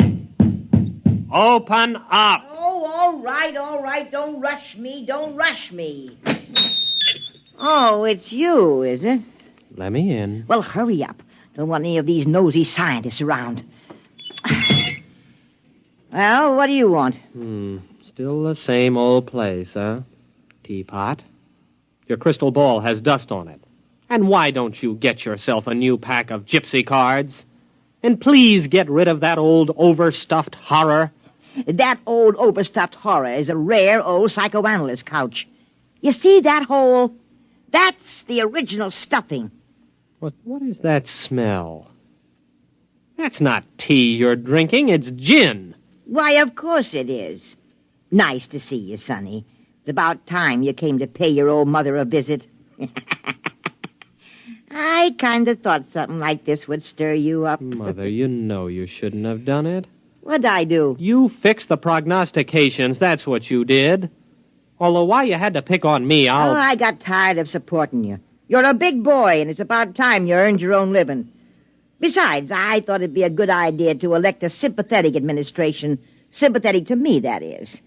Palace needs a new ventilating system. The air in here is terrible. Well, why didn't you use the prognosticator to get new ventilation put in? Oh, they'd have gotten around it the same way you got around killing Kip. But you pay attention to the prognosticator, boy. Don't you try to weasel out of what it says by looking for double meanings. It's time you overlords learned that when the prognosticator says something, it means it. Yes, Mother. I'd hate to have to give orders to have my own boy disposed of. The last 3 disposals weren't so bad. But sometimes those disposals can turn out real messy. Yes, Mother. Oh, maybe blood is thicker than water, but not much. Yes, Mother. And why shouldn't you listen to my prognostications, huh? Just because they're dolled up a little doesn't mean they're not true. Don't I have a crystal ball? Don't I have a gypsy card pack? Don't I have tea leaves? Best tea leaves money can buy. Yes, Mother. So? What are you going to do? I'm going to have the ventilating system attended to right away. Now, that's my boy. Now, look at these here tea leaves in the bottom of my cup of gin. Yes, Mother. I can see that everything's going to work out fine. Just fine.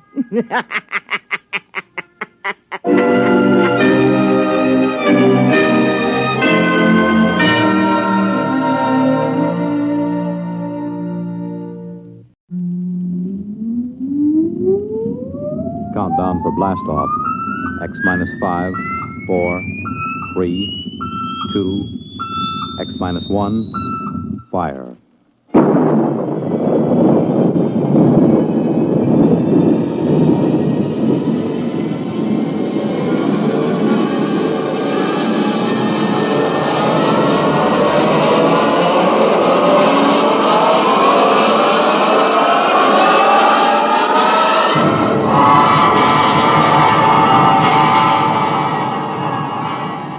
From the far horizons of the unknown come tales of new dimensions in time and space. These are stories of the future, adventures in which you'll live in a million, could be years, on 1,000 maybe worlds. The National Broadcasting Company, in cooperation with Galaxy Science Fiction Magazine, presents X minus 1.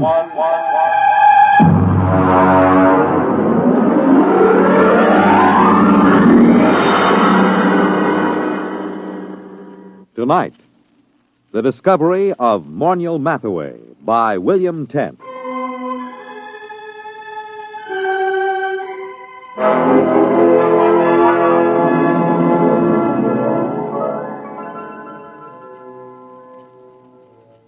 Everyone is astonished at the change in Morniel Mathaway since he was discovered. Everyone, that is, but me. They remember him as an unbathed and untalented Greenwich Village painter who began almost every second sentence with I and ended every third one with me. You see, I understand the change in him, because I was there the day he was discovered. We were talking about his discovery that day. I was sitting carefully balanced on the one wooden chair in his cold little Bleecker Street studio, because I was too sophisticated to sit in the easy chair. Come on, Dave. Take a comfortable seat. Oh, no, Morny. Oh, no. I know about that chair. Now, what do you mean? It's the only comfortable chair in the room. Yeah, I know. Look at it. Broken down springs, very high in the front and low in the back. Sure, it conforms with the position of the spine. Yeah, sure. And when you sit in it, things begin sliding out of your pockets. Loose change, keys, wallets, anything. What do you do, Morniel? Pay the rent on your studio with that easy chair? Well, as a matter of fact, it is rather profitable. And that's why I'll sit on the wooden chair, if you don't mind. Oh, now, don't be bourgeois. Well, I notice you always sit on the bed. That's because I'm a good host. I see. Well, how's the painting going? Oh, great. Fabulous. You sell any paintings? No. You know, Dave, I can't wait for the day when some dealer, some critic with an ounce of brains sees my work. I can't miss, Dave. I know I can't miss. I'm just too good. Sometimes I get frightened at how good I am.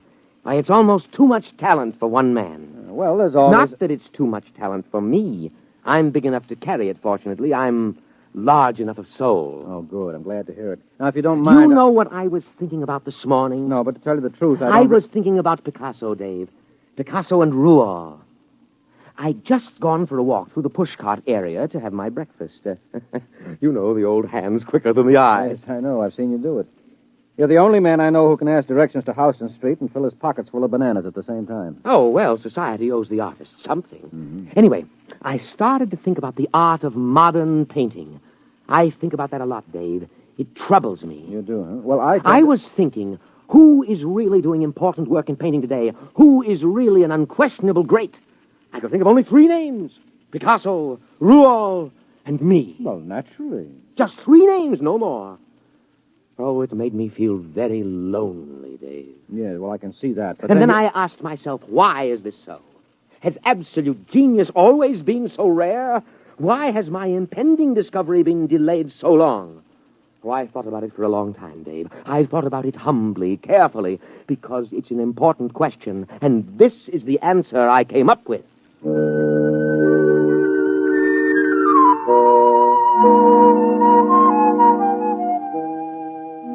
Well, don't bother waiting for the answer that Morniel came up with. It turned out to be a theory of aesthetics I'd heard at least a dozen times before from a dozen other painters in the village. Morniel was a bad painter, there was no question about it. I say that not only from my opinion. I've roomed with two modern painters, and I've been married for a year to another, but... Well, for example, a friend of mine, a fine critic of modern art, took a look at one of Morniel's paintings, which he hung over my fireplace in spite of my protests, and just kind of stared slack-jawed. What does he call that technique? Well, he says it's smudge on smudge. Well, I can believe it. Smudge on smudge, white on white, non-objectivism, neo-abstractionism, call it what you like. There's nothing there, nothing. Well, it doesn't even have the interest of those paintings that chimpanzee did a couple of years ago. He's just another of those loudmouth, frowsy, frustrated dilettantes that infest the village. Why do you waste your time with him? Well, for one thing, he lives right around the corner, and he's kind of colorful in his own sick way. And he does have one great talent. It's not in painting. No. Now, you see, I just get by as far as living expenses are concerned. Things like good paper to write on, good books for my library, I can't touch them. And sometimes the yearning gets too great. You know, a newly published collection by Wallace Stevens. Well, if I find one I want, I just go over to Morniel's and tell him about it. He doesn't lend you money. Oh, no. Now, you see, we go out to the bookstore and we come in separately. And then I start a conversation with the proprietor about some very expensive out-of-print item I'm thinking of ordering, and Morniel just says, "Don't mind me, I'm browsing." Well, that's the high side. I'm browsing. Well, what happens? Well, while I'm keeping the proprietor talking, Morniel snaffles the Stevens. Isn't that just a little bit, Oh, well, I intend to pay for them, of course, just as soon as I'm a little ahead. Well, why does he do this for you? Oh, well, I pay off. I go through the same routine at an art supply store so Morniel can get canvas and paint and brushes. Of course, I really have to pay for Morniel's browsing. I have to suffer through listening to him, and then my conscience bothers me. Oh, it does? Yes, you see, I intend to pay for my things, but I know he doesn't. And that's why my conscience bothers me.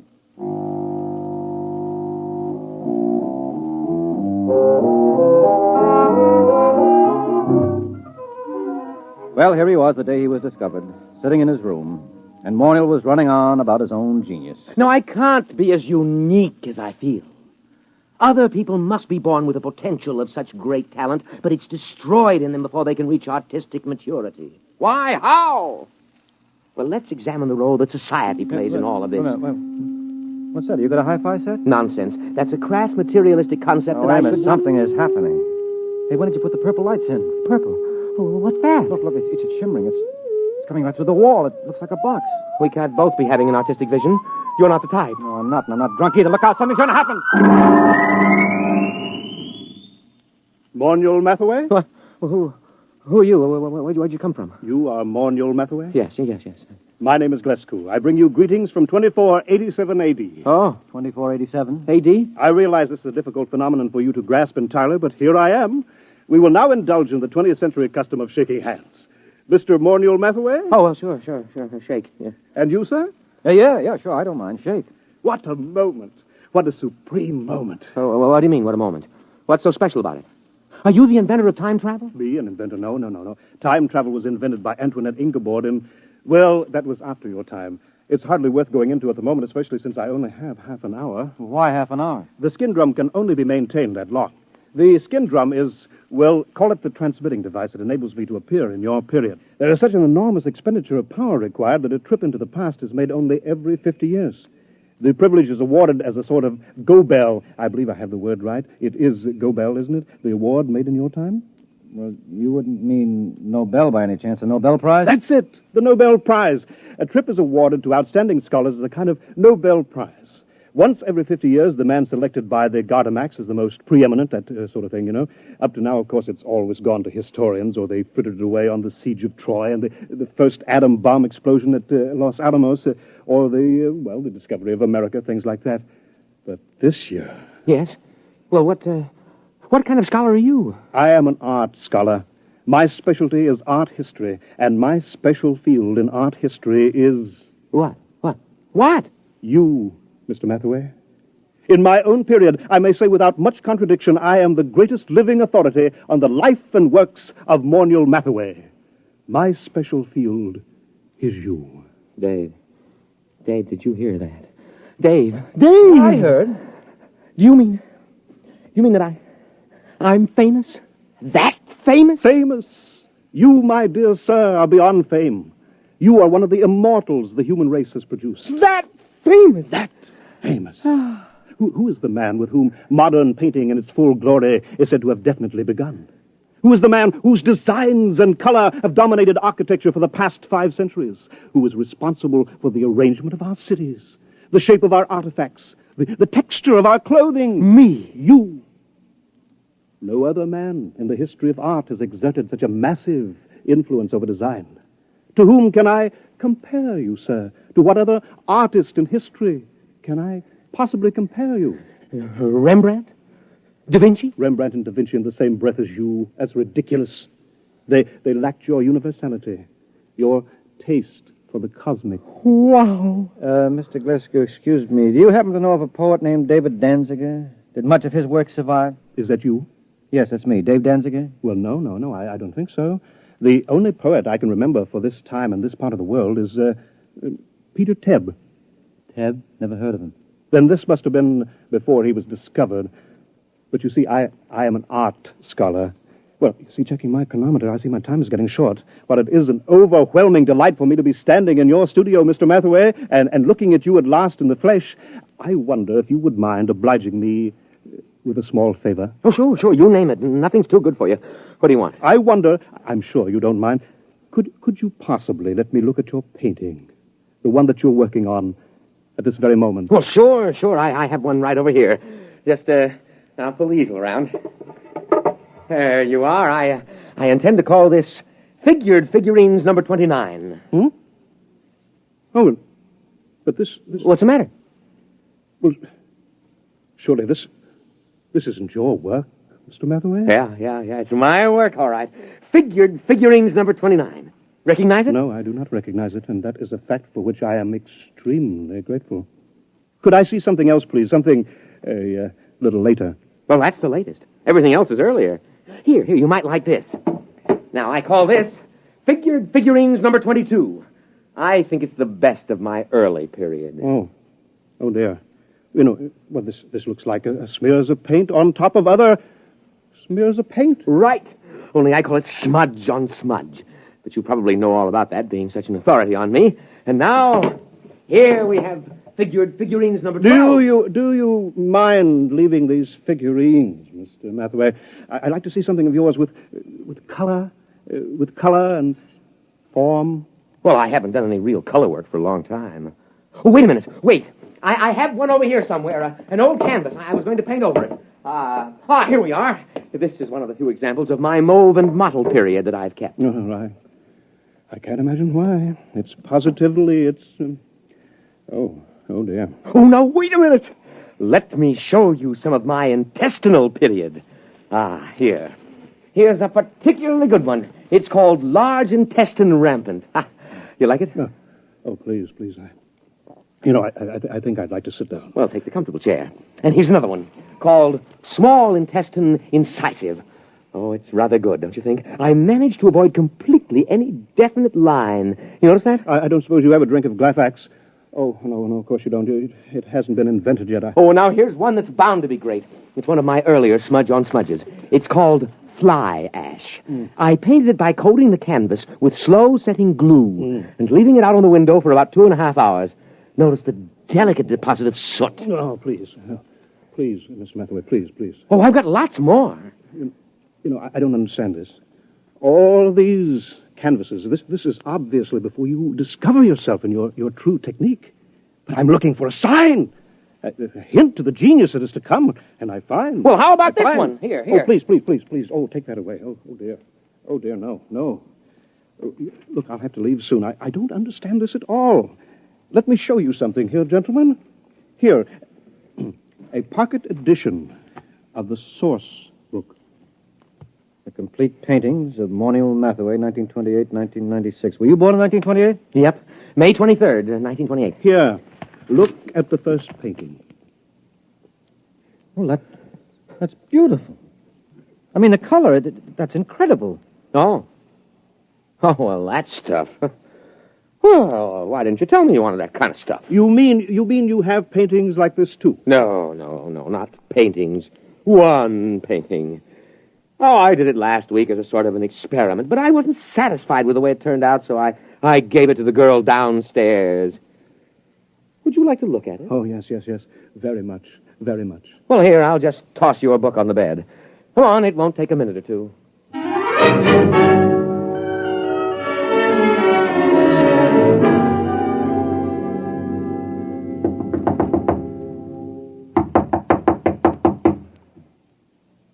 Oh, she isn't at home. I thought she'd be home now.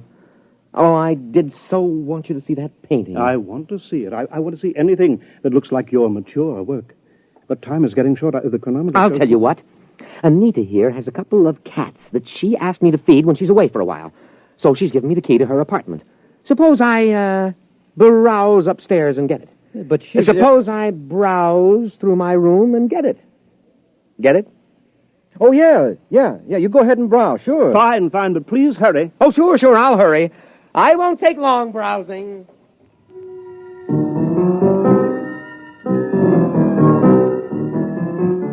Well, that was it, the high sign. I'd seen Morniel Mathaway in action too many times as a shoplifter not to understand it. He was going upstairs to lift that book that he'd dropped on the bed.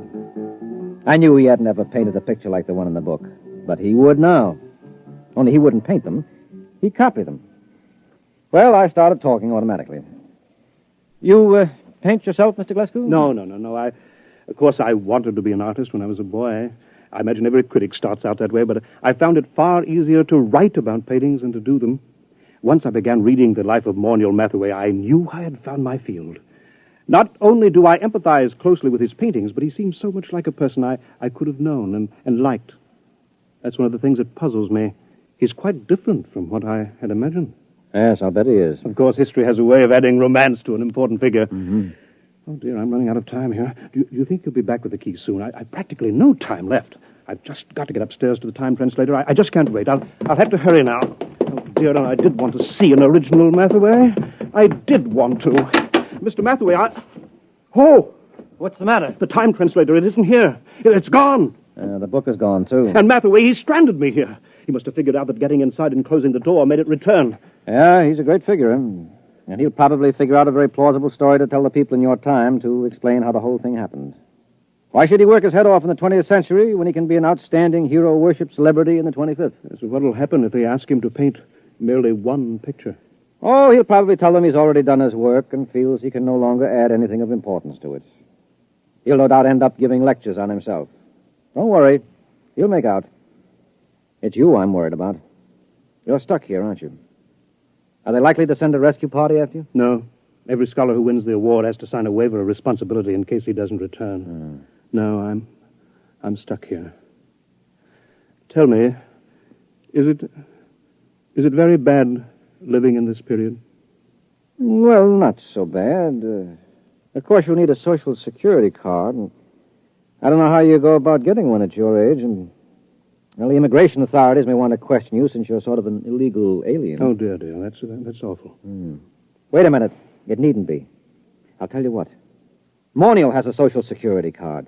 He had a job a couple of years ago. He keeps his birth certificate in that drawer along with his other papers. Now, why don't you just assume his identity? He'll never show you up as an imposter. So do you think I could? Won't I be... won't his friends, his relatives... No, he hasn't got any family, and I'm about the only friend he's got. You could get away with it. Maybe grow a beard and dye it blonde. Naturally, the big problem would be earning a living. Being a specialist on Mathaway and the art movements derived from him wouldn't get you set an awful lot right now. But I could paint. I've always dreamed of being an artist. I don't have much talent, but there are all kinds of artistic novelties I know about, all kinds of graphic innovations that don't exist in your time. Surely that would be enough, even without talent, to make a living for me on some third or fourth-rate level.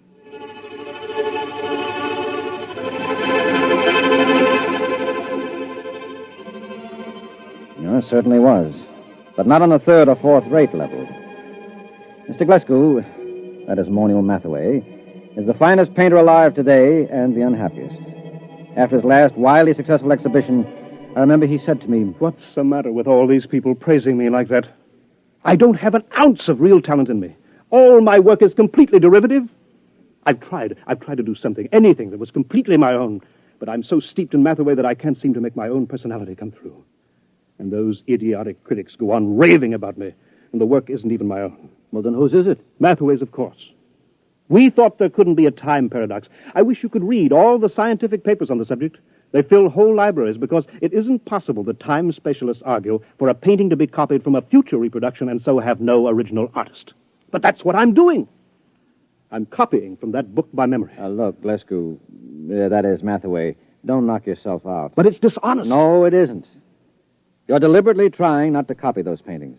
You're working so hard at it that you refuse to think about that book or even discuss it. As a matter of fact, when I tried to get you to talk about it a little while ago, you couldn't actually remember it. That's true. That's true. You're the real Morniel Mathaway, and there's no paradox. You're actually painting those pictures. You're not copying them from memory. I know in my heart that they're not mine. All right, I'll forget it. Anyway, you're a much nicer guy than Mathaway ever was. And besides, a buck is a buck.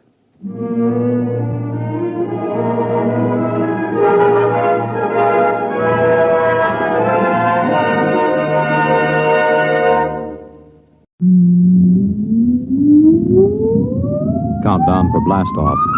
X minus 5, 4, 3, 2, X minus 1, fire.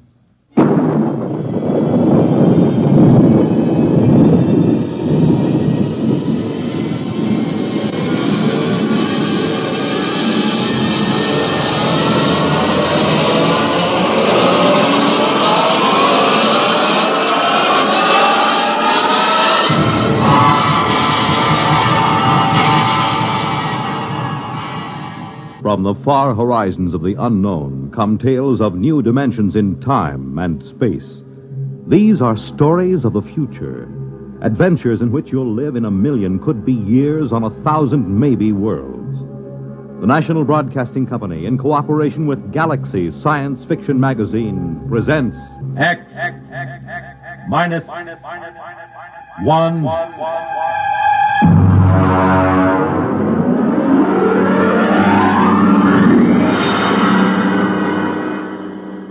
Tonight, At the Post by H.L. Gold.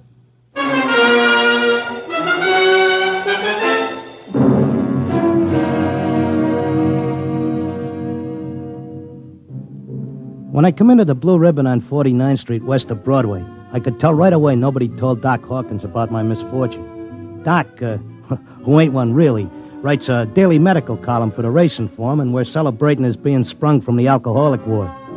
He got one look at me, and he choked on a piece of gefilte fish. What happened? What happened? Look at that.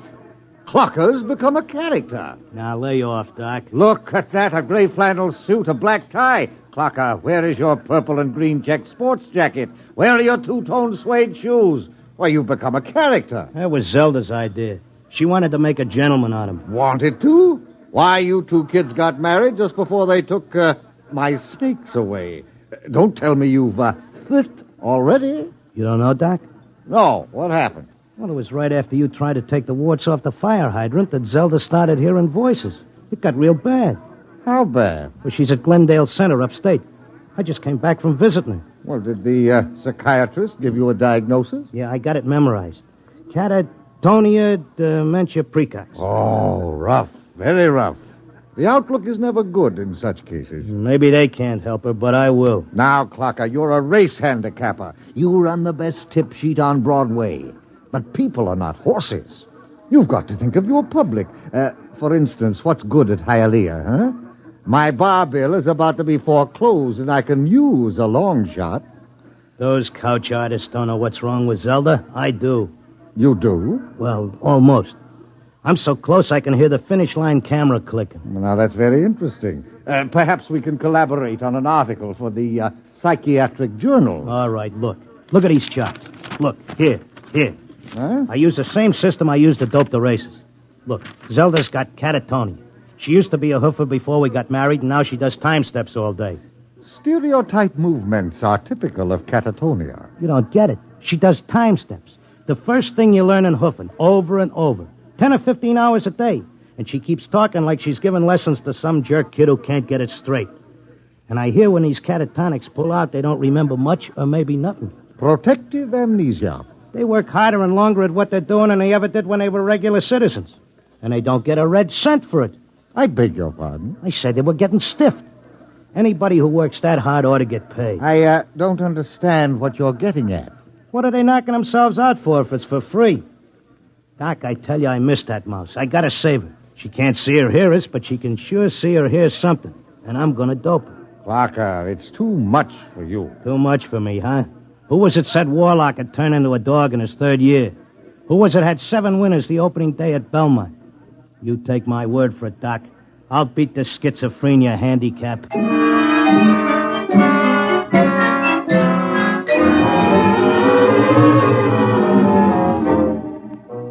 I hadn't been paying much attention to my tip sheet while I was doping a catatonia dodge. I tell you, I missed Zelda. I missed the bobby pins on the floor and the nylon stuck on a shower rack, the toothpaste tube squeezed from the top. I had to get her back somehow. Next day, I took a cab and went out to that place. I sat in the room and watched her dance. Oh, it was something. Because Zelda was worth watching, even with her eyes blank and her feet shuffling through that simple time step. Mr. Locke, visiting time is almost up. All right. Zelda, listen, Zelda. How long can they take to learn a time step? She can't hear you. Look, kid, I don't know who these squares are that you're working for, but tell them if they take you, they gotta take me too, you hear?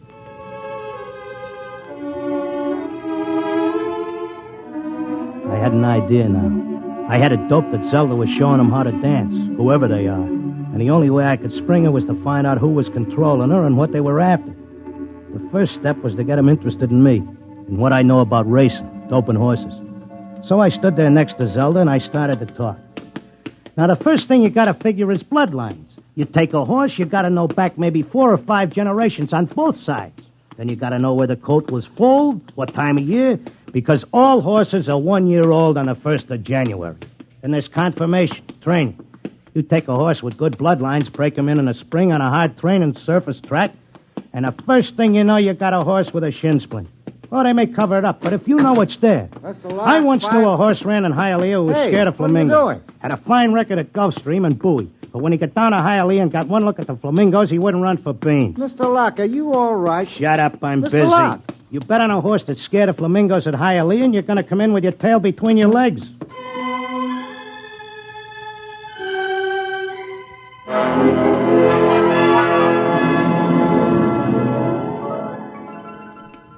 Kept coming back every day. I'd just sit there next to Zelda while she did a time step, and I'd talk about horses over and over. And then finally, I started to hear voices. Clocker! Clocker! This way, Clocker, come this way. This way, Clocker. Come on now, come with me. Like it was a fog, I could see the attendant in his white coat, asking me questions, and I couldn't hear him. I knew I just kept on talking about the horses. And then suddenly I wasn't there. I was somewhere else. I was in a big square, and the buildings looked like the new Roosevelt Raceway, all modern. Or maybe like the World's Fair. There were trees and statues, and there were hundreds of people standing around, and they all looked scared. There was a little man with bifocals and a vest with pins and needles in it standing next to me. He looked scared. But I knew it had worked. I was on my way to Zelda. How did I get here? Excuse me, mister. How did I get here? I don't know.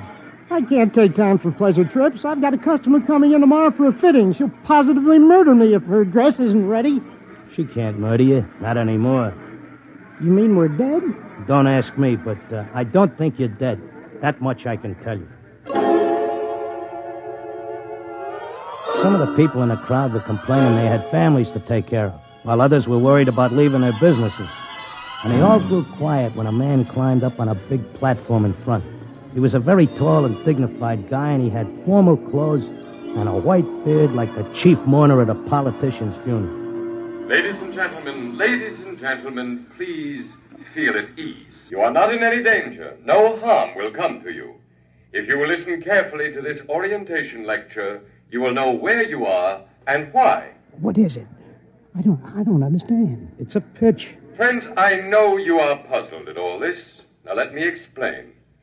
You've been chosen, yes, carefully screened and selected, to help us in what is undoubtedly the greatest cause of all history. You will learn more about it as we work together in this vast and noble experiment. What experiment?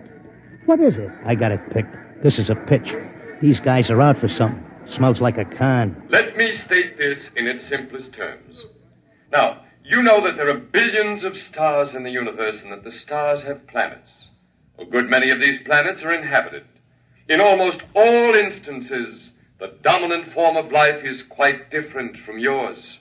I am not of your planet or solar system. I am not formed as you see me.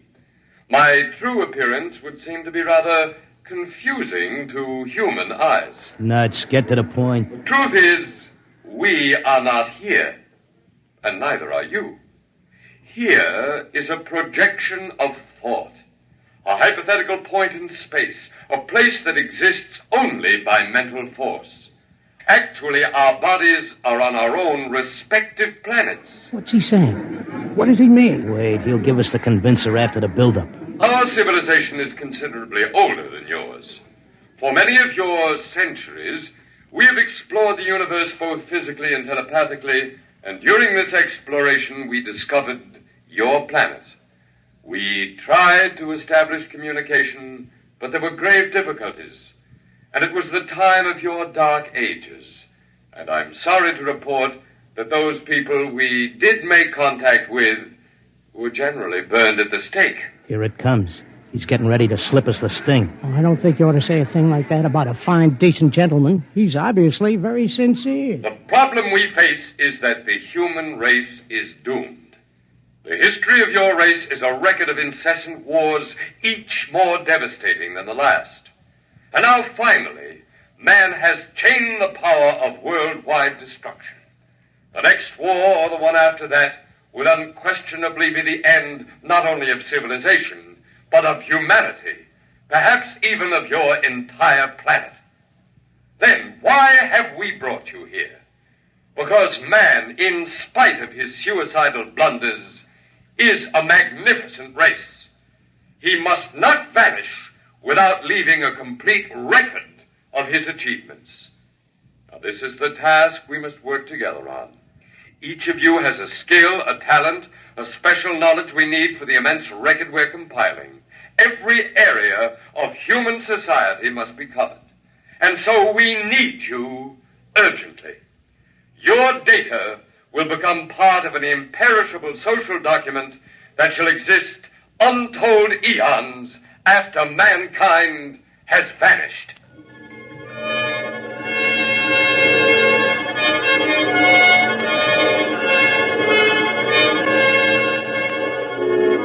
Oh, he had a slick con. He had that crowd in the palm of his hand like a small-time grifter selling pearl necklaces on 6th Avenue. They all cheered. They were all flattered to think that they were joining in this vast project to make a record of the human race. After a while, they broke us up into divisions, and I got herded into a building marked Sports and Rackets. They took my name and my occupation like I was applying for unemployment insurance. Now, here's our problem, Mr. Locke. We're making two kinds of perpetual records. One is written, more precisely, microscribed. The other is a wonderfully exact duplicate of your cerebral pattern, in more durable material than brain matter, of course. Of course. The substance we use in place of brain cells absorbs memory quite slowly. But you'll be happy to know that the impression once made can never be lost or erased. Delighted, tickled to pieces. I knew you would be. Well, let's proceed, shall we? First, a basic description of horse racing. I started telling them about horse racing, but they held me down to one sentence. They said I had to repeat it over and over so that recording thing could get it. They had a picture of my body back on Earth lying in a bed in a hospital just saying that one sentence over and over again. Well, that's enough for today. Isn't it amazing? We have a more detailed record of human society than man himself ever had. Your life, my life, the life of this Zelda, whom you came here to rescue, all are trivial, for we must all die eventually. But the project The project will last eternally. You telling me you know what I'm here for? To secure the return of your wife. I would naturally be aware that you'd submitted yourself to our control voluntarily. It was in your file that was sent to me by admissions. Then why did you let me in? Because, my dear friend, we also... Look, leave out the friend pitch. I'm here on business. As you wish. We let you in, as you express it, because you have knowledge that we should include in our archives. We hoped you'd recognize the merit and scope of our undertaking. Most people do once they're told. Zelda, too? Oh, yes. Yes, Zelda's extremely cooperative, quite convinced. Would you like to see her? Yeah, sure I would. Well, that can be arranged. I'll call the Arts and Entertainment section and arrange a meeting.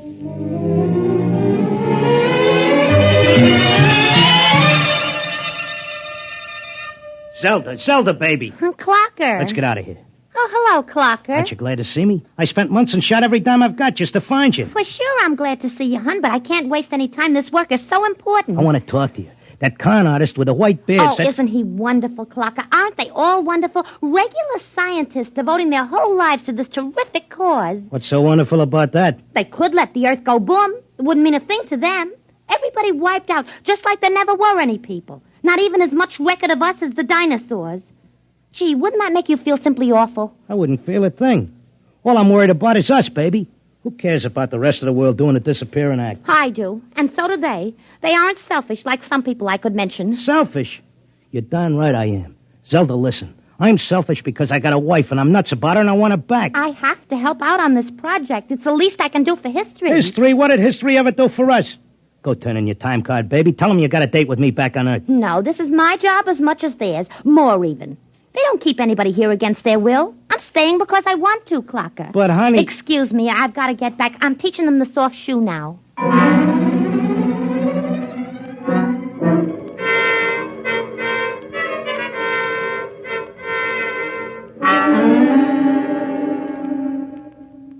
Are you satisfied now, Mr. Locke? Listen, take away the doom push and this racket folds. Listen, suppose you're all square. Suppose you're leveling. You're knocking yourself out because your guess is we're going to commit suicide. But is there any doubt of it? Do you honestly believe the Holocaust can be averted? I think it can be stopped, yeah. Listen, between these catatonics and me, we could tell them what it's all about. I notice you got people from all over the world here. They get along fine because they have a job to do and don't have time to hate each other. Well, it could be like that back on Earth. Mr. Locke, we have experimented in the manner you suggest. But a human psychological mechanism defeated us. Yeah? What was that? Protective amnesia. They completely and absolutely forgot everything they'd learned here. Well, what are the odds on me remembering? Well, you are our first volunteer. Look, I'll give you a deal. You let me out, and maybe I'll be the first case that didn't get amnesia, and I can tell the world all about this. I'll come back if I lame out.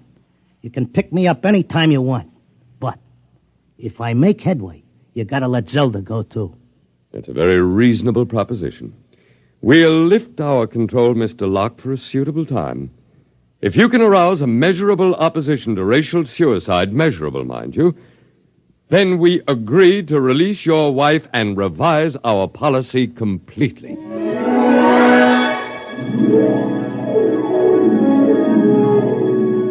I came to at Glendale.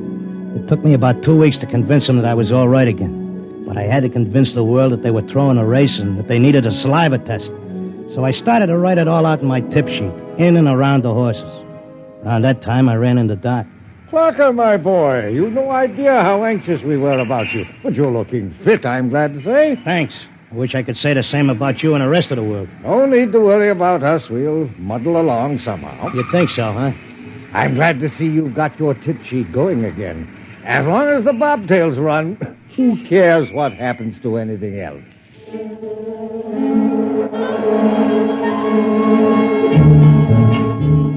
Of course, nobody listened to me. I had posters printed telling everybody.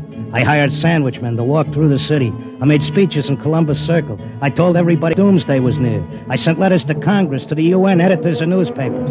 Nobody paid any attention. I sneaked into the balcony of the General Assembly and tried to shout a speech, and he threw me out, very politely. I wrote the whole thing up for a magazine. And they printed it and sent me a check and told me if I had any more fiction, they'd be glad to run it. They kept trying to tell everybody the truth about the catatonics. We ought to go to the hospitals and get ourselves let in and have the aliens take over and show us where we're going. But nobody would listen. And then finally, I went back out to Glendale. Oh, Mr. Locke, we were wondering when you'd come visit your wife. You been away? I want my old room back. But you're perfectly normal. Give me half hour alone, and you'll be glad to give me my room.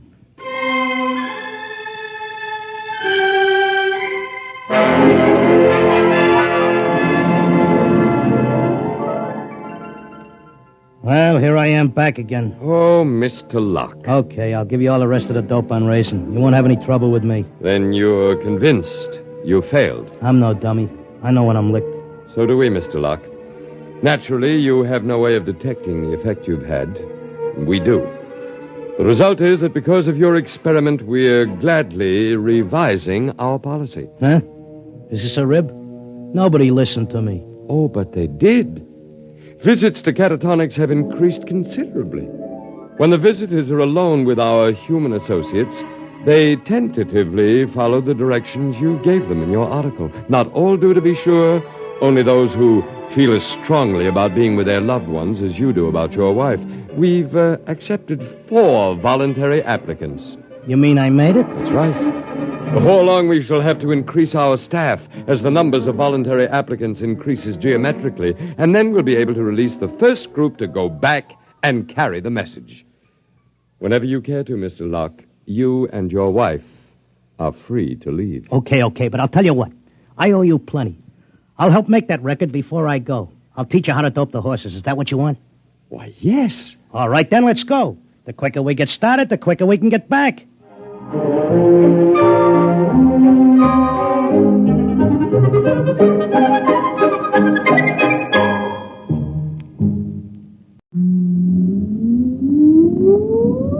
Countdown for blast off. X minus 5, 4, 3, 2, X minus 1, fire.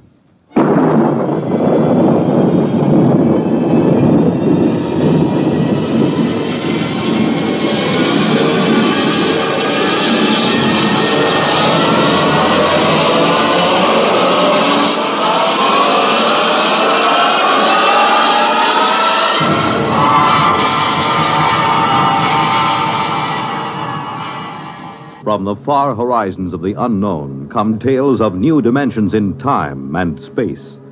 These are stories of the future, adventures in which you'll live in a million, could be years, on 1,000 maybe worlds. The National Broadcasting Company, in cooperation with Galaxy Science Fiction Magazine, presents X minus 1.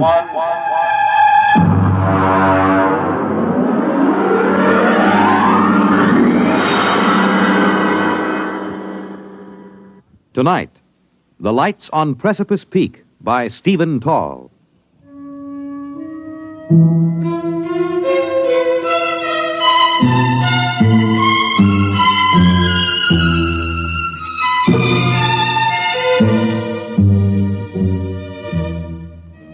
We were sitting on the porch of the lodge, the 3 of us, Chuck Evers, Royston, and myself. Chuck was smoking one of those 5 for a quarter stinkers he affects, but he let it go out as we sat in the darkness, stared across the narrow valley below us, then up again to the mountains of Bighorn Glacier, 6 miles away and 7,000 feet up in the thin, cold air. There it is. You see? Where? Well, follow my hand. I'll line it up with a tall pine tree on the first ridge. You see? Very small, dull red. It's been up there for about 5 minutes. I didn't see anything before. You see? Moving along. Well, it seems to be the lip of Bighorn Glacier. Give me the binoculars. Yeah, it's a glow, all right.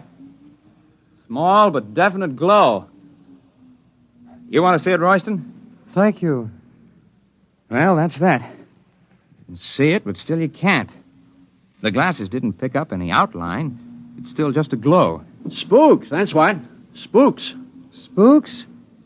Yes, apparitions. Haunts, hobgoblins, ghosts, banshees.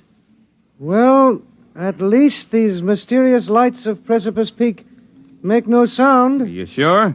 How do you know that every coyote that you hear is really a coyote? And at any rate, if they make sounds, they're sounds of the country. A miserable country. Sir, you were speaking of the land I love. If you don't like it, why stay around? It is supposed to make me a man of vigor, with red corpuscles and a need for cold shower baths. Actually, there is nothing wrong with me. I was simply born to sit and watch while great louts like you run and wrestle and climb and sweat. Ah, there, the light shows again. Now, you can see it with a naked eye. It's higher than it was before. It's moving along. It's going along Fifth Avenue Trail. Spooks don't need a route of ascent even on Precipice. All of a sudden, the lights at Precipice Peak are getting solid. Now, I've got a feeling they'll leave a sign. Sign? Ah, yes. Traces. Right. Traces, tracks, spores. The only mystery about those lights is we don't know who makes them. They're getting to be a tourist attraction. Maybe that's a lead. Over the swamps of Louisiana, where I wish I now were, I have seen balls of fire that were drifting. It is swamp gas, methane, slowly oxidizing, glowing. Could this up there on the mountain be something like? Almost impossible. Anyhow, balls of gases wouldn't follow a trail. Those blasted lights do. Take it easy, Chuck, boy. Tomorrow you can look for yourself, remember? At daybreak, we go up to solve the mystery of the lights. Ghastly. To go out at dawn is as bad as eating raw flesh. But tap on my cabin door as you go by. I will wave to you from the window.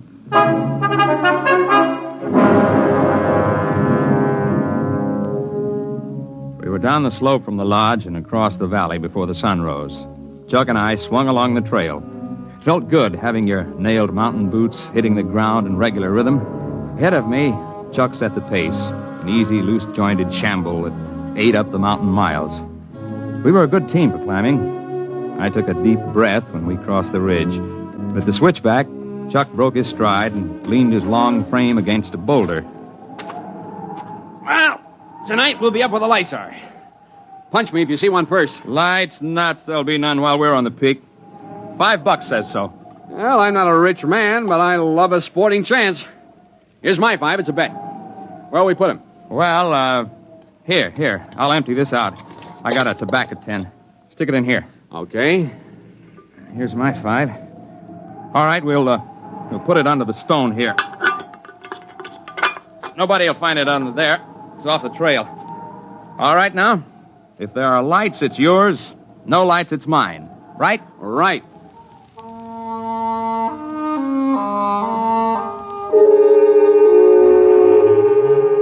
Going into the world above the trees is one of the good things of a peak climb. Hoary marmots whistled from their rocks. Conies scurried.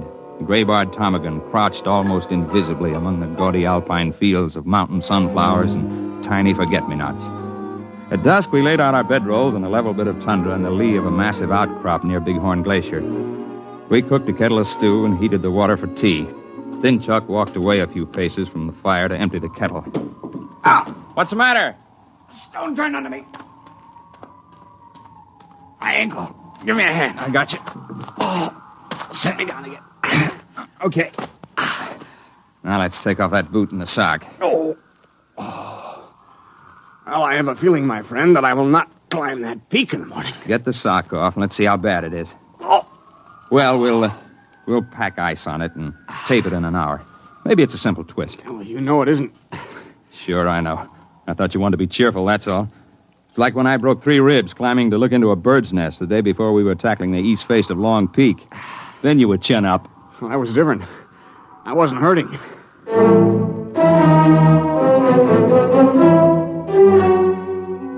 When the stars were out and the quarter moon rose from the plains, I got up from my bedroll seat by the fire.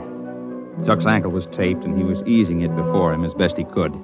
Well, that's not so bad for a foot. It only hurts if I try to walk on it. Well, I'm going to have a look before we turn in. My 5 spot says there won't be any lights. But the technical crew may be monkeying around somewhere. Well, take it easy. I'll just skirt along the edge of the glacier. Back in half an hour. You take it easy. I know Bighorn Glacier. Its crevices are so consistent they're shown on maps. I carried an ice axe, but I didn't figure to use it. And I'd worked my way for a number of minutes along the edge of the moonlit ice sheet. I suddenly got the idea that I should cross it. The glacier had a good snow covering. The going was easy, and the view was something few men see. I automatically avoided the big ice cracks. I knew where they were. And then I slipped through a snow roof and fell. I wasn't hurt. The moonlight from the crack above showed my ice axe beside me. It was a lucky fall, except for the fact that I couldn't get out again.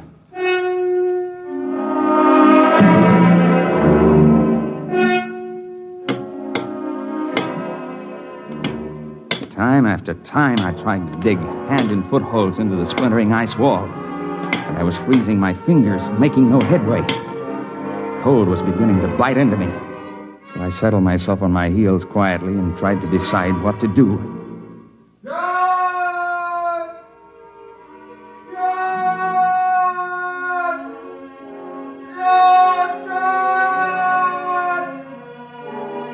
That was Chuck beginning to call.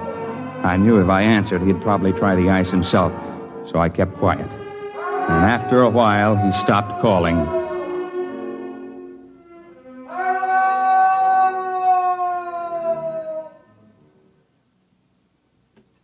And then, suddenly a dark silhouette showed in the narrow crack of sky above. Are you injured? I'm okay. Just drop me a rope and I can walk up the wall. Mind the snow ledge. I didn't, and look at me. A joke? Here's the rope. Hey, what kind of a rope is this? I never saw anything like it. It's warm. Have you got it now? Yep, here I come. Hang on. Okay, over the ledge. Well, hey, did you hold that rope in one hand while I was climbing up? Yes. Well, thanks. Lucky for me, somebody has sense enough to walk around ice cracks. Shake. Shake? Oh, shake hands. You must not mind the glove. It is for your protection. The hand is not yet cooled. Cooled? What in the world? Your friend with the swollen foot is concerned for you. Come, I have made an easy way.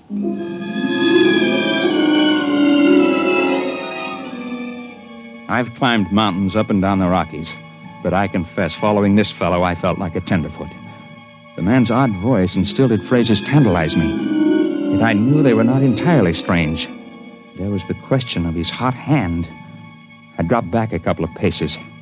The man was setting his booted feet into a line of holes that had not been on the glacier earlier. I could swear to that. And as we approached the edge of the glacier, I could see him clearly, for he was surrounded by a dim red glow which grew brighter with each step. In a few moments, it was as if he were outlined in flame, and I could feel a warmth radiating from him. I wondered why the snow didn't melt under his tread. It's the boots! They insulate! Oh, I see. Thank you. Hey, you not only light up, but you pick brains. Both good tricks. A joke? I guess so. Only here on Earth are there jokes. We can never be sure about them. We, huh? I thought a gag like this would take cooperation. How many of you boys are in on it? We are 4. We had left the ice. We were threading along the little ledge that gave onto the boulder field. I noticed that the ruddy glow had faded completely, that the man up ahead was now simply a dark silhouette. We reached the tundra and spotted Chuck's tiny fire. He sat next to it, the tape-footed ankle eased on a pack sack before him. Well, hello. You took your time. I fell in a crevasse. And I owe you $5. Oh? Oh! You should put the more important statement first. But we can take that up later. I see we have company. Oh, yeah. This is Chuck Evers. I'm afraid I didn't catch your name. I am called Zell. Zell? Yes. Well, it's different anyway. That is because I am different. He can read your head like a crystal ball. And he lights up like a neon sign. Easy, boy. You've slipped on the ice before. Sit down. Let's quit being funny. Let us all sit, and I will tell you why I am Zell. I will do it because I know when you repeat my words that you will not be believed. Now, listen. You listen. You came up to climb the peak, but also you came to see what caused the lights. If you had not had misfortune, you would have climbed the peak, but there would have been no lights. We would not have come. Hey, there's a light back up there where we were. You see? That red light on the glacier? Well, yeah. Yeah, moving across. That is Zor. We grew in the same membrane. He is erasing our trail across the ice. Yeah, very smart. We can tell tales down there, but there won't be any proof, huh? That is correct. Chuck Evers, you are wondering about the statement that we grew in the same membrane? Well, yeah. Yeah, I was thinking that... I should have said that we are twins. Holy... You're right, John. It is telepathy. You weren't out of your head. The truth is simple. We have told it before, but no one ever believes. And it has not seemed wise to support our facts. We, Zor and I, with our companions Zim and Zet, are explorers. But we do not explore mountains. Here we rest and allow ourselves to behave normally. We explore in towns and cities where people gather. It is strenuous. We cannot tolerate it for long. Then we must go into seclusion and renew ourselves. Yeah, I know what you mean. 10 days in Denver and I feel like I've been staked with a short rope. I gotta get away. Your problems are simply a matter of preference. Ours are physiological. We cannot long maintain metabolic balance in the company of people. Thus, Zim and Zet are now back in the world you inhabit. When they must rest, then our turn comes. I will show you. This is a rock. You may call it granite. To me, it is food. So. Eat it in good health. Thank you. Among people, this would be conspicuous. You are not adapted to get oxygen from rock. We are. Well, I'll admit that's a tougher cereal than I'd want to try. But the point of the joke still escapes me. There is the matter of my body glow. I can control my body temperature, raising it and lowering it as I choose. The greatest difficulty when I am among you people is to keep myself down to human body heat. Normally it is much higher than yours. And when, due to exercise and metabolic speed-up, excess energy is accumulated, it is satisfying to us to radiate it, much as you get released by deep sighs, by long breaths, by stretching your limbs. Unfortunately, when we radiate rapidly in air, we glow. It has made us conspicuous. Yet your unawareness of us is a marvel. For creatures so well supplied with adaptation for sensation, you are indeed blind. You sound like an old professor I had once. I didn't understand him either. Zor is waiting by the glacier. We have plans for this time. When you return to the settlement below, it would perhaps be wisest not to explain the lights.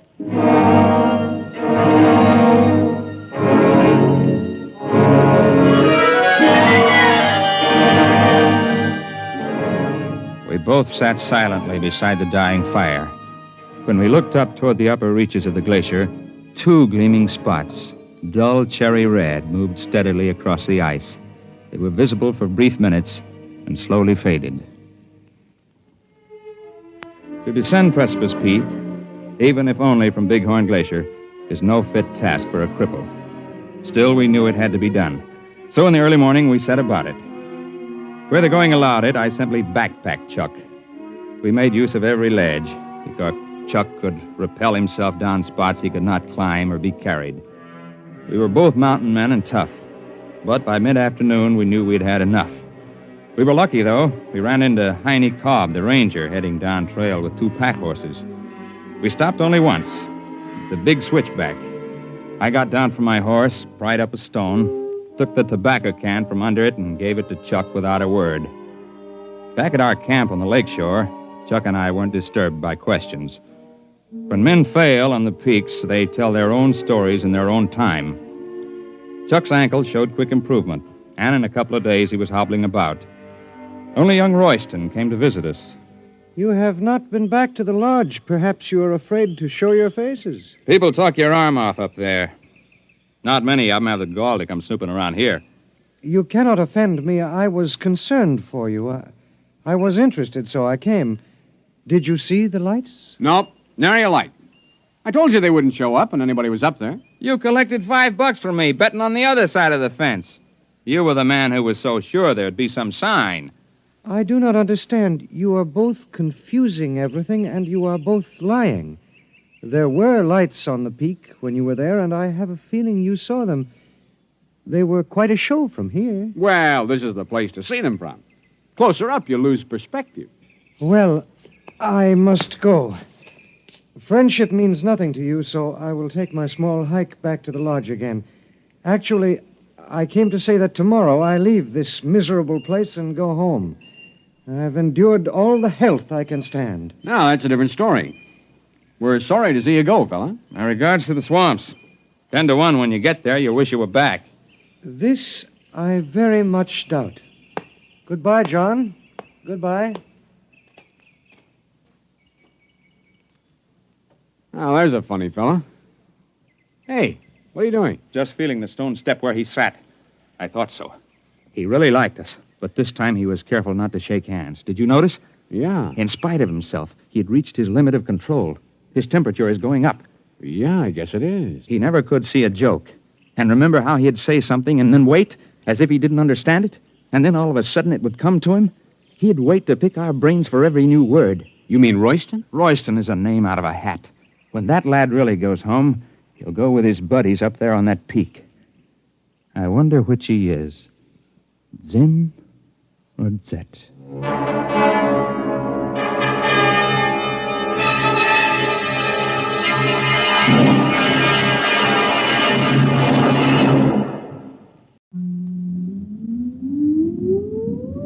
Countdown for blast off.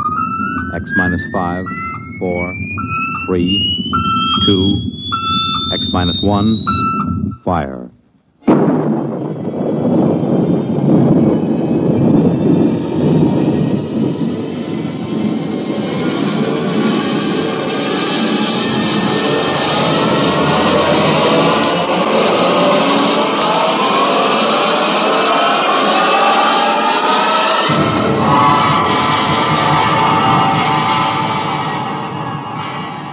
From the far horizons of the unknown come tales of new dimensions in time and space. These are stories of the future, adventures in which you'll live in a million could-be years on 1,000 maybe worlds. The National Broadcasting Company, in cooperation with Galaxy Science Fiction Magazine, presents X minus 1.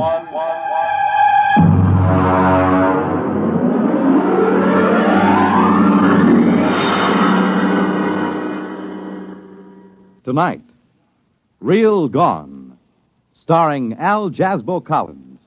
Playing, of all things, Al Jasbo Collins.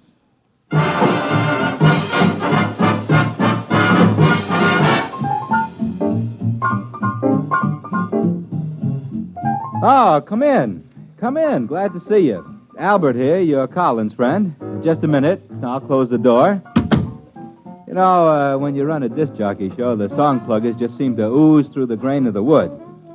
There. Well, we won't be bothered for a while. Have a seat. I'll take this record off the chair. Hound Dog. Exclusive to me. Sung by Helen Traubel with the Vienna State Symphony Orchestra. Under the direction of Felix Weingartner. Now sit down. You do the writing for that Real Gone show on NBC, don't you? That X-1 with the rocket ships and the three-headed men from Mars and all that jazz? Well, that's why I asked you up. I ran into a little something. Just an idea, you know. I figured maybe you could English it up and use it. It's about a friend of mine, Ralph Therian. Did you ever hear of him? He's an artist. I don't mean records or a musician. I mean an artist, a sculptor. I ran into him during the war. He used to sit in the barracks making busts of the sergeants out of GI soap. And when they had him on KP, they couldn't trust him to peel potatoes. He'd End up doing caricatures of the captain and the lieutenants out of raw spuds. Man, he was the greatest. He got the whole company restricted for a week when we were stationed somewhere near Boston. It snowed, and he made a life-size statue out of snow and ice depicting the captain sitting in a howdah on the back of an elephant. The captain didn't mind so much, but the elephant happened to look like the regimental colonel, and he took a dim view of the entire affair. Ralph studied in France somewheres under the GI Bill of Rights, and I used to run into him once in a while on 57th Street. He's looking kind of hungry and desperate. Then one day, a couple of green weeks ago, I ran into him on Madison Avenue, and man, he looked like he belonged. He had one of them Tyrolean chapeaux with the shaving brush stuck on one side, an important German loading coat, and he was carrying a snakeskin dispatch case. Al! Albert! Well, hello, Ralph, my friend. Well, you're looking great, Al. Hey, I like that beard. Thanks. Kind of gives your face the Mount Rushmore quality. It's generally admired, my friend, but what brings you over here on this street of dreams? I was under the impression an artist was immediately downgraded 3 degrees of integrity when he set foot on Madison Avenue. I was just up seeing a client. A client? You've given up the sculpting kick. Oh, no, I'm just working in a new medium. Well, you look real prosperous. How do you like the shoes? Oh, very dapper. Very dapper. I don't believe I've ever seen lizard skin huaraches before. Had them imported. Made underwater by natives of Ecuador. Yeah. Takes about 3 hours to have them made. So they use about 12 natives per pair. Ralph, my friend, you give the general impression that you are loaded with loot. I am. There's money in art. Money. You've just got to get something new. Here, wait a minute. Let me open my case. Here, Al. Take a look at this. What is that, an ice cube? Look inside. Now, man, that's real entrancing. What is it? That is a detailed copy of Rodin's The Kiss. Pretty sexy. How do you do it? Well, you see, I carve it from underneath the plastic block. Oh, it looks sort of solid to me. How do you get in? Well, look at the bottom. You see that little hole? I worked through there with my engraving instruments. Of course, this is just a sample. I've been doing originals, mostly. What are the little cubes good for? Paperweights, I guess, huh? This is art, Albert, art. Do you know how much I get for one of these? Beats me. $5,000. Oh, that's a pretty stiff price for a paperweight. Well, you just don't understand, Al. This is the hottest thing since Picasso. I just sold 2 original compositions to Morgenstern. You know, the dealer from Philadelphia? For $25,000. 25? Wow. I should have paid attention when Mama bought me that clay when I was a little boy. Well, it's about time the creative artist got a little bit of recognition.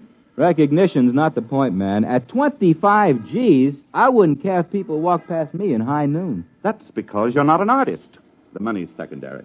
Money is never secondary. Money is the primariest thing there is.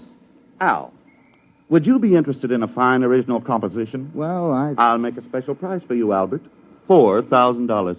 No, Ralph, my friend. I keep my papers from blowing off my desk with my right foot and my left piled one on top of the other, and I find that quite adequate to the needs and aspirations. Al, the trouble with you is you've got no soul. The trouble with me is I have not got $4,000.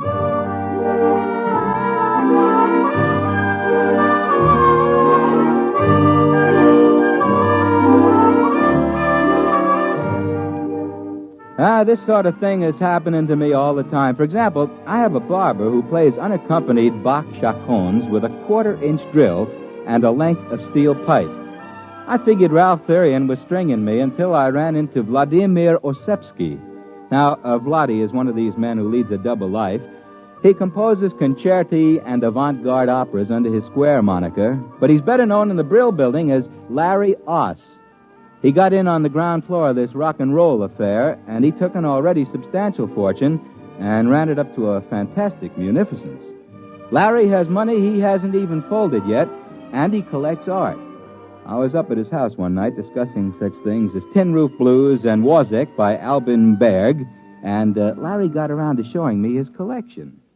Now, this is Picasso. Larry, that's what I call cool brushwork, my man. Cool. I homed it next to the Tintoretto for contrast. Well, this stuff runs into a pile of loot. Well, I figure since I've launched rock and roll on an unsuspecting public, the least I can do is collect old masters and leave them to the nation when I die. It figures. I mean, that figures. Here's my latest. Look, isn't it beautiful? You mean this hunk of plastic? Well, yes. Look into it. That design, that composition, the delicacy of that line. Well, this is the most exciting discovery in art since the invention of red paint. Larry, was this piece of Jim Crackery executed by one Ralph Therian? That's right. You know him? Mm-hmm. Remarkable talent. Remarkable. A genius. And how much did this stroke of genius cost you, if you don't mind my mentioning a crude thing like money? Not at all. Not at all. It was a steal. I got it from Morgenstern. Oh, I outfoxed him. I got it from him for only $30,000. Yeah, you outfoxed him, all right. Tell me something, Larry. What makes this worth $30,000? Albert, what makes a Stradivarius worth $30,000 and a fiddle played on the street by a beggar? $3, huh? You mean his stuff is that good? It's art, Albert. This is art. This is genius. To work with such delicacy and such control and such genius in so small a space. You see, that's it. This plastic block is how long? About 2 inches? And yet within this 2 inches is the majesty, the feeling of a sculpture 20, 30 feet high. This is an art which has not been known in the world since the painters of miniatures in the late Renaissance. Why, then it's for real. For real. This is the gem of my collection. The Picasso, the Renoir, the Cézanne will, in time, fade into insignificance. This is a new art form. Brilliant. Brilliant. And now let me play a new record we're putting out. It's called I Love You, Baby, 'Cause Your Lower Lip Drags on the Ground. A real cool you-bangy beat.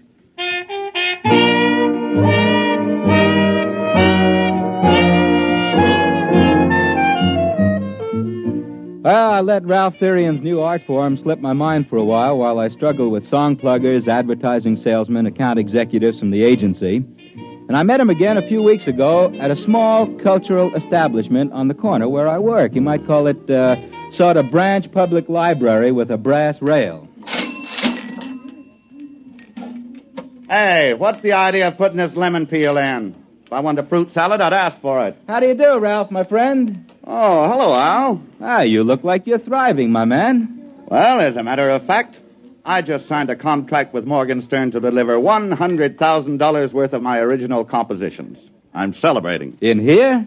Man, this place is only fit for sweating out the downhill phase on a manic-depressive psychosis. Oh, I'm just starting here. I intend to work my way up. Albert, be my guest.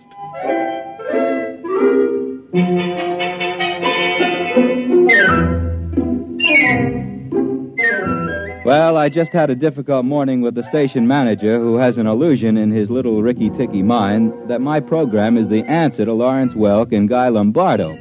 He'd been trying to convince me to program 2 solid hours of Wayne King, relieved by vocals by Frank Crummett and Julia Sanderson. I had resisted, and I was in the mood for eating the lotus and forgetting.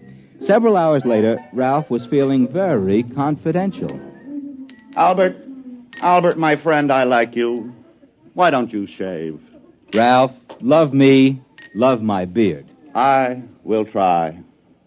Albert, you have the look of an Abraham Lincoln gone hog wild among the cream puffs. Ralph, you have an artist's soul. Albert, I trust you, I trust you, I trust you. I am touched. And so, Albert, I'm going to take you to my studio. My secret studio. And I will reciprocate, my friend. Tomorrow, when I am doing my disc show, you may come to my secret studio. With the esteem that my program is held in today, tomorrow I'll be doing my broadcast from a small hole with a round iron top and plenty of running water below. What time is it? It's something. I'm late. Hurry.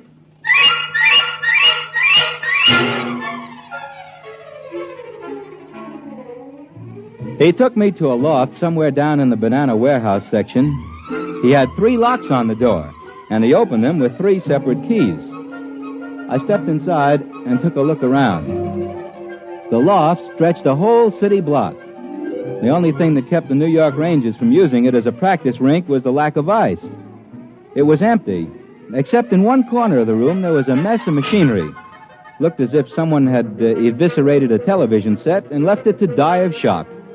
there was a Weasley-looking little man in a shiny blue suit standing in the middle of the floor tapping his foot. Therian, I've been waiting for half an hour. Where have you been? Now, take it easy, Burson. Take it easy. Plenty of time. I've told you the active life of the catalyst is only... Who's this? This is my friend Al. Al Collins. Well, who is he? And what is he doing here? I've told you we must have no one here. Now, he's my friend. I trust him. Oh, I suppose you've told him all about it. Yes, I have. Have you got the stuff? Certainly I have. 3 ampules. But it won't last. You've got to hurry. Roll up your sleeves. Oh, now, just a minute, both of you gentlemen. If I've been brought down here to witness the inoculation of a little happy juice into somebody's arm, I'm leaving. I have no desire to tangle with the Federal Narcotics Bureau. Now, Albert, do I look like I'm taking narcotics? I wouldn't swear to it. You don't understand. In those little glass bottles is a secret of $100,000. And I'm going to show you how I do it. First, we take a plastic cube out of my pocket. So. We put it down on the grid in the middle of the floor. So. Now, if you will kindly step to the outside of the white line painted on the floor. Back there. Go ahead. Now, Mr. Burson, we'll turn on the machinery. Now, I take this vial of catalyst, thus, and pour it over the plastic block. So. Now, we wait.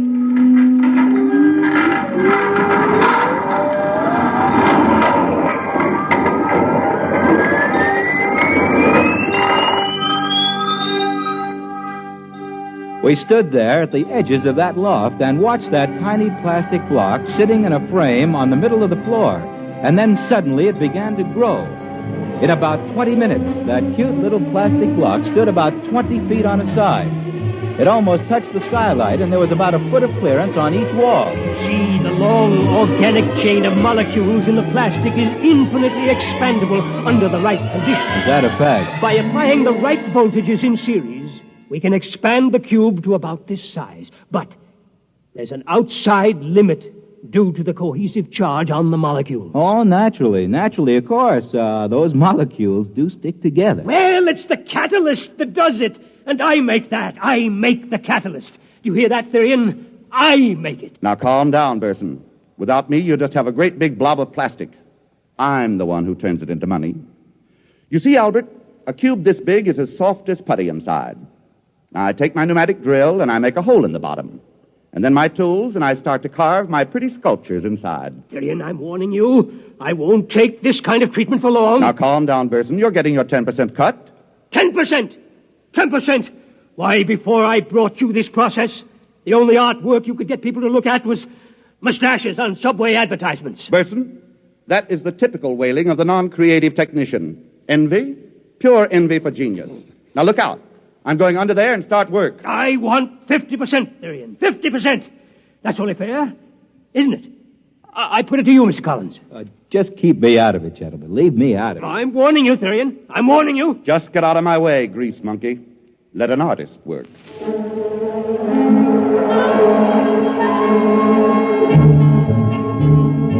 Ralph crawled under the giant cube and started to work.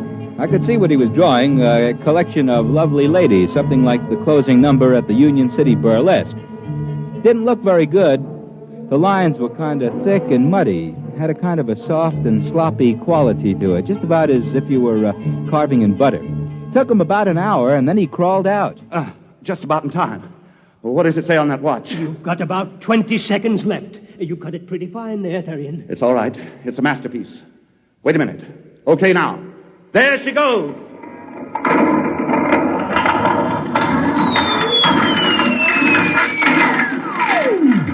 Well, now, what happened was that plastic cube that was blown up to about 20 feet on the side suddenly popped like a balloon with a cigarette stuck in it. And what ended up was that tiny little 2-inch cube sitting in the middle of the floor. Ralph picked it up and brought it over. Look at it. Beautiful. Beautiful. The work of genius. The work of science. Makes a real nice paperweight. Albert, my friend, what you have just seen was the creation of a $20,000 masterpiece. Take a good look. I did take a good look. The whole design was there. But what had looked to me like kind of a muddy, buttery picture when it was 20 feet high was now sharp and beautiful and clear as a snowflake. I went back to the studio and demonstrated my independence by scheduling 2 solid hours of Dizzy Gillespie. The next day, I got a telephone call just before I went on the air. It was Ralph asking me to come over to the studio. Said it was important. So, after the show, I shook the last song plugger out of my lapels and headed down to Ralph Therian's loft. I found that fellow Burson walking up and down at the edge of the room, looking at his stopwatch nervously. They had another plastic cube blown up in the middle of the room, and Ralph was inside the cube working. They were having quite an argument. I know you got paid off today, Therian, $100,000. I know you got it, and I want my share, 50%. Don't bother me, I'm working. Hi, Ralph. Oh, hi there, Albert. Just a minute. Wait till I crawl out. I warned you. You can't say I didn't warn you. There'll be no more of the catalyst, no more. Listen to him, Al. That's why I asked you over. I wanted a witness. And you're the only one who knew all about it already. Oh, now look, gentlemen, I told you not to get me involved in this. Now listen. This little worm, this test tube termite, had the gall to threaten not to bring any more of that catalyst. But I warned you. I want my share of that 100,000. If you'll excuse me, I'll get back into that masterpiece. That catalyst is only good for 2.7 hours. Hand me the drill, will you, Burson? Here it is.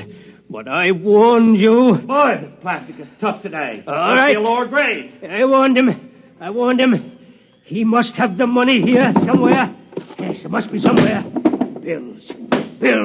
Your check stubs. What are you doing over there, Burson? Looking. Just looking. Well, if you're looking for that $100,000, you can stop. I've got it right here in my pocket. Now, don't bother me while I finish work. What? Therian, come out of there. Come out. I've got to finish just a little more. Come out, you don't understand. Come out. Get out of my way, Mr. Collins. With pleasure. Therian, hand me that money. Quick. Get out of my way, Burson. I'm working. But listen, you don't understand. The catalyst. Let go of me. The catalyst. I made it up half strength.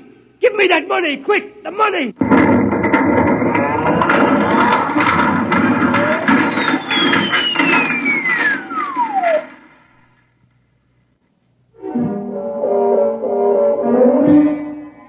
Well, that's all there was to it. I figured out that little fella from the plastic company figured he'd get himself a new sculptor when he made up that catalyst half strength. The two of them were in there when the roof fell in. The roof and the walls. Well, that's about all there is to it. Figured you might be able to use the story. I wrote a few notes on it. They're here somewhere, under the paperweight. Oh, would you like to see the paperweight? Little plastic cube about 2 inches. Look in there. 2 fellows with their hands around each other's throat. Looks realistic, don't it? As if they were squeezing. Of course, this one's an improvement on the work Ralph Therian did. This one's in full color.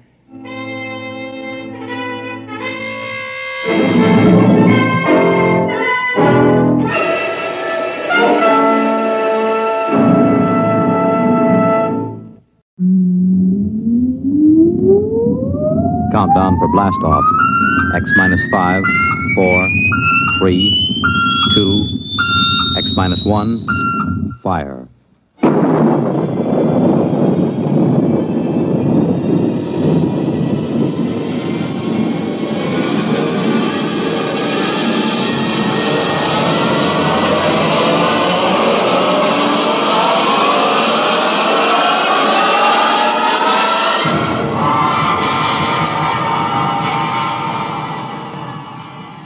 From the far horizons of the unknown come tales of new dimensions in time and space.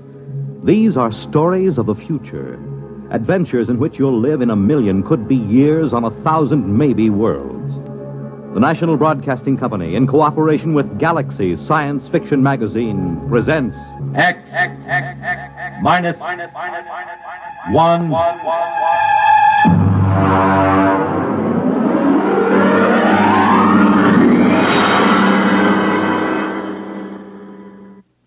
Tonight, The Trap by Finn O'Donovan.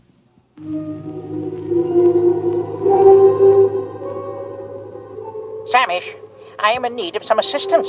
The situation is potentially dangerous, so come at once. It shows how right you were, Samish, old friend. I never should have trusted a Terran. What a sorry mess, Samish, and the plot seemed so foolproof. Hey, Thurston. Thurston, get up.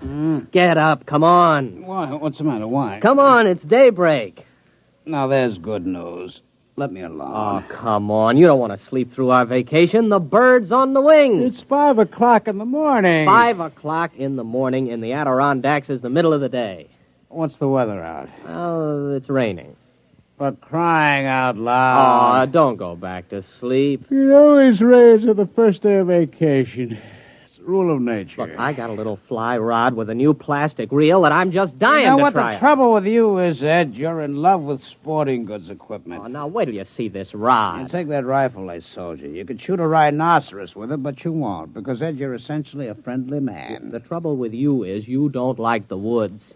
Well, how can you say that? Don't I come with you on a hunting trip every year? Sure, but you always manage to steer us over to Lake Placid to the cocktail lounges. Ah, now there's real hunting. Now, there are trophies to bring back to the city. None of your paltry brown bears or black bears. Oh, come on. Now, Thurston, I came up here to the mountains to hunt. Have a drink. Well, it's awfully early in the morning. Well, look upon it as an extension of last night. Well, all right. Think it'll stop raining? No, who cares? Well, come on now. Get dressed. It's a perfect day out there in the woods for bear. It certainly is. That's why I want to stay right here in the cabin.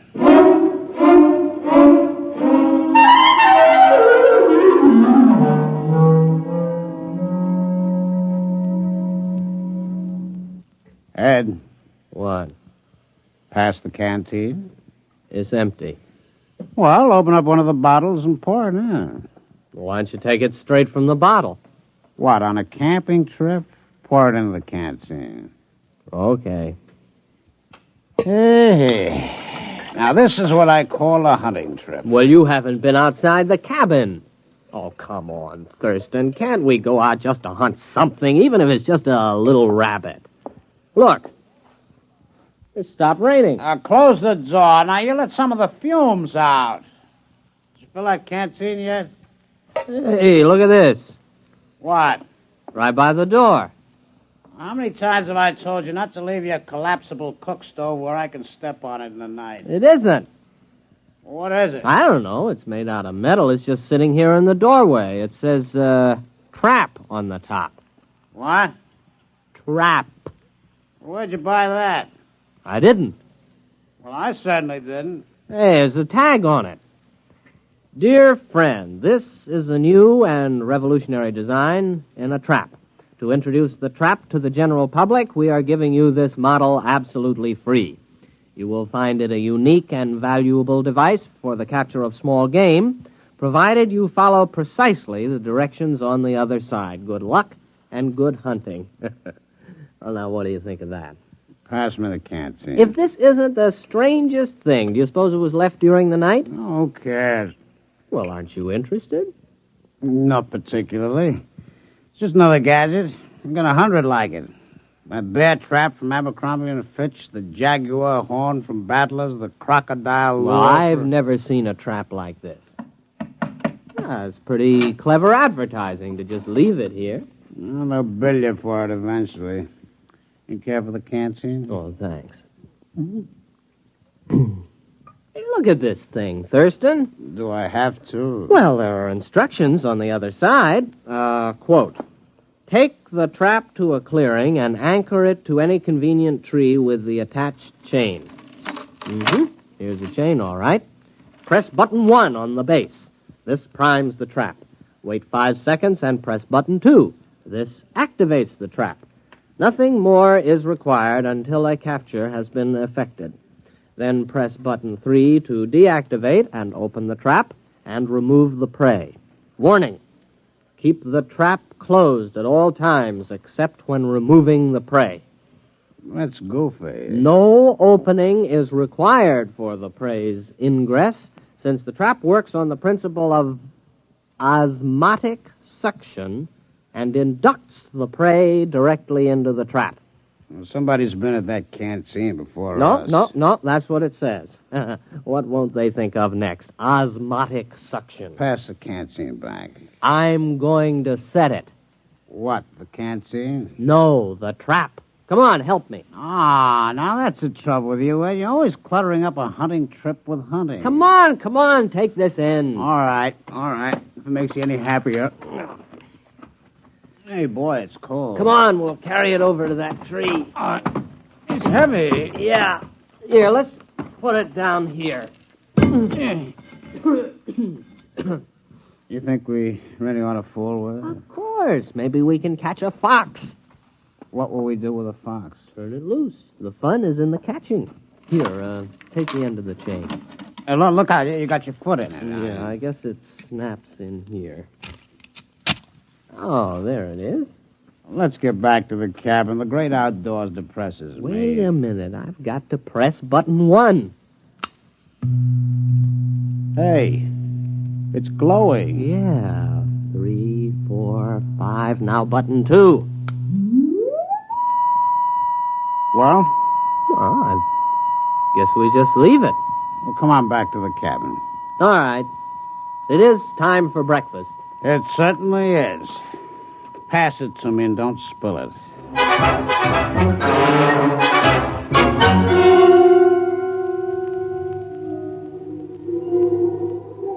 Samish, where are you? You are my oldest friend. I have already been to the beginning of my story. The Terrans accepted my trap as a trap, nothing more, and they began using it at once with no thought as to the consequences. I had counted on this. The fantastic curiosity of the species is well known. During this period, my wife was crawling giddily around the planetoid, redecorating our hutch and enjoying the change from city life. Everything was going well. Ed. What? It's your turn. Okay, here we go. Ready on the right. Ready on the left. The flag is up. The flag is waving. Target's up. You missed. Oh, Thurston, couldn't we just pull the cork out instead of trying to shoot off the neck? Well, certainly not. This is a hunting trip. You can pull a cork off in the city. I have often corked off in the city. Ed, why don't you shut your trap? Trap. Why don't... Thurston, the trap. What about it? Maybe we caught something. Come on. Where you going? The trap. There, look. We got something. We've caught something. Come on, look inside. What is it, huh? It's a rabbit. You sure? Well, look at it. That is not exactly a rabbit, Ed. It's the size of a rabbit. But it's bright green. Ed, no more rum before breakfast. No, siree. Starting tomorrow, hand me the canteen. What do you think it is? It could be a rabbit. Green? With lobster claws? And eyes on stalks? Well, then again, it might not be a rabbit. I think it's a new species. We'll have to build a cage and then find out what it eats. As long as it doesn't drink. You don't suppose it drinks, does it? No, it doesn't look like a drinking type. Now, Ed, I'm not going to share my vacation with a green rabbit with lobster claws. Probably has dirty habits. There's something very unnatural about that trap. It's inhuman. I'll bet they said that about Ford's electric light and Edison's car and the telephone invented by Alexander's ragtime band. Are you sure about that? Oh, sure. I saw the movie. Come on. We'll build a cage, and then we'll set the trap again. Okay, but we better go back to the cabin. What for? We better refill that canteen.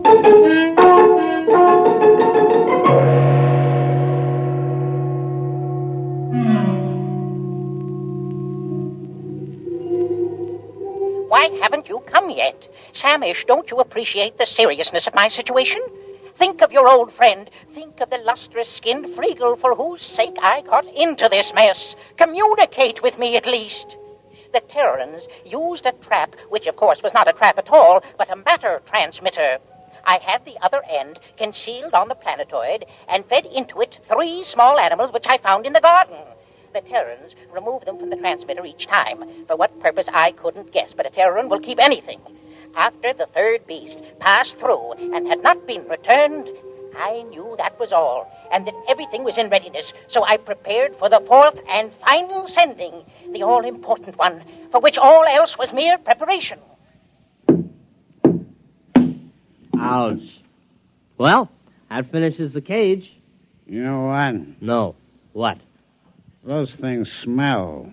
All three of them. Oh, I think they're very handsome. Well, here they are. 1, 2, and 3. First, our green rabbit. Next, our bird with 3 sets of scaly wings.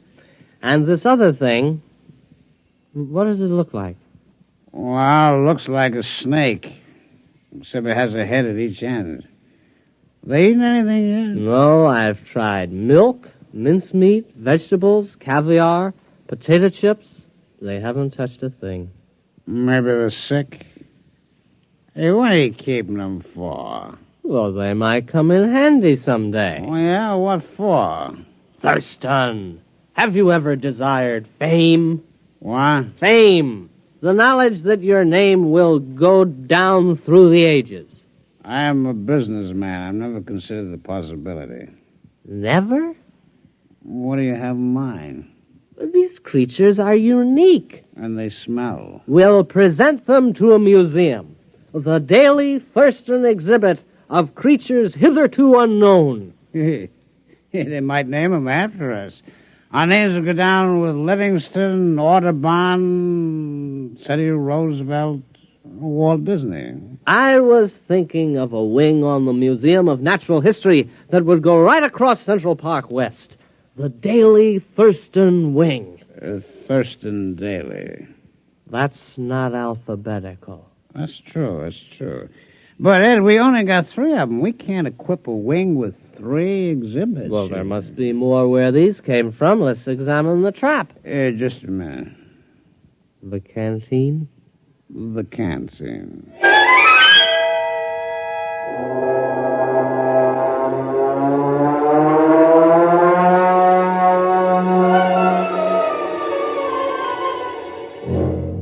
We've got something. There it is. Look, it's about 3 feet tall. A big one.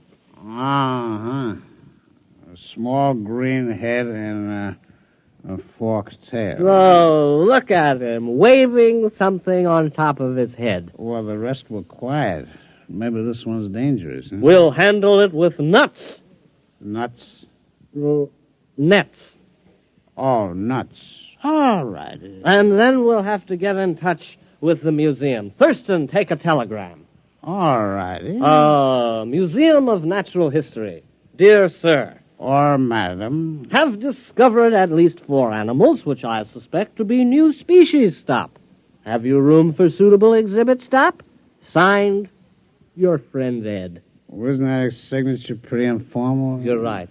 Make it, your good friend Ed.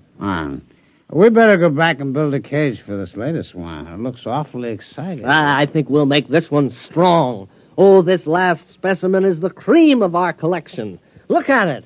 Its head is turning pink. It looks mad, doesn't it? Well, you'd be mad, too, if you were trapped by osmotic suction. Say that again. Osmotic suction. Here, you take the canteen. I'm way ahead of you.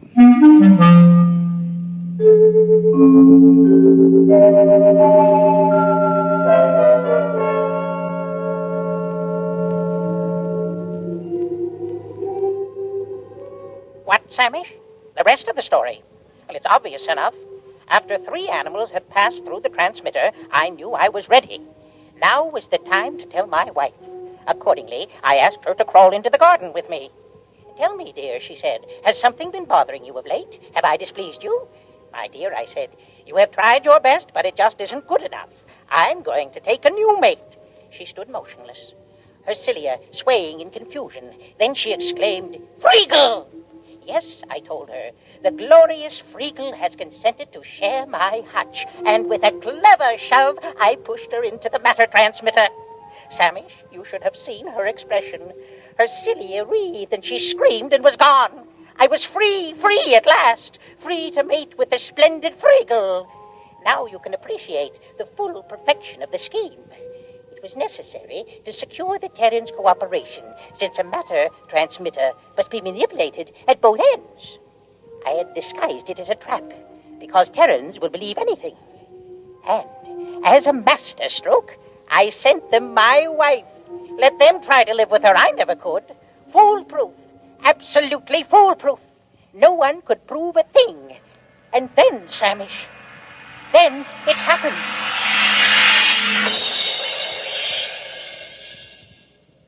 Did you get the cage finished? Yeah, our fourth animal is snug as a bug in a... It doesn't matter. Boy, it's a mad one, though. I couldn't help feeling it was trying to tell me something. Come on. Here's a trap. It's empty. But it is. It's empty. You suppose something's wrong with it? Maybe there's nothing else to capture. Oh, that's silly. Why would it capture 4 animals and then stop? I've pressed all the buttons in the right way. Maybe the battery's down. Osmotic suction doesn't work on batteries. How do you know? Did you ever hear of osmotic suction working on batteries? No. You see? There you are. Well, you got something there. Oh, I know. What?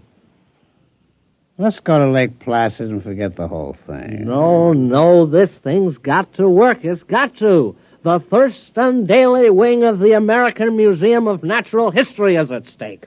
Would you want that vast edifice across Central Park West to remain empty? No. Would you want the Daily Thurston wing to be rented for a garage? Or a roller skating rink? Oh, horrors, no. It's got to work again. I'm going to open the top.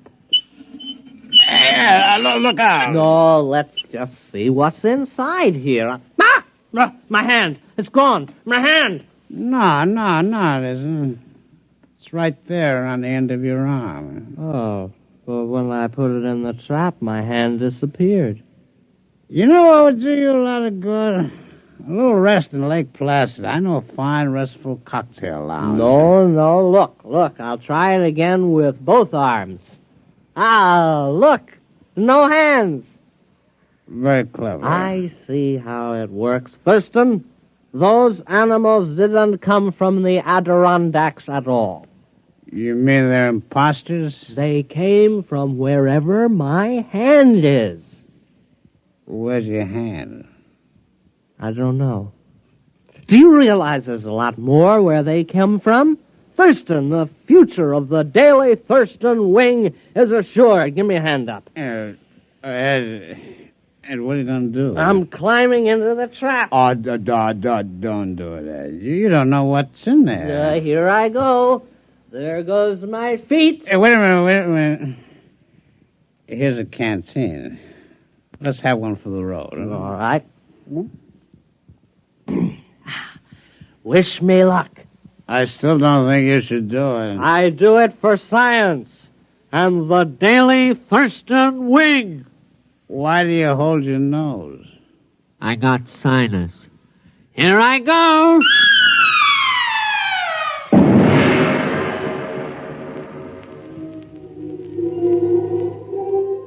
Samish, if you don't come immediately, it'll be too late. I must stop beaming you.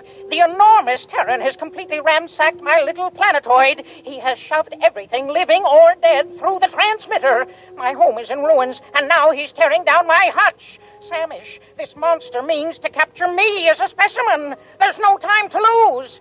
Samish, what can be keeping you? You, my oldest friend, you who... What's that?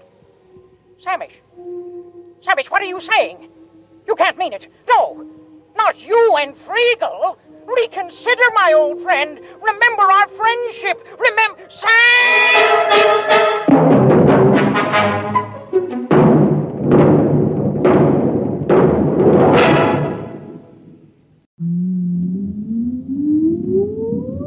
Countdown for blast off.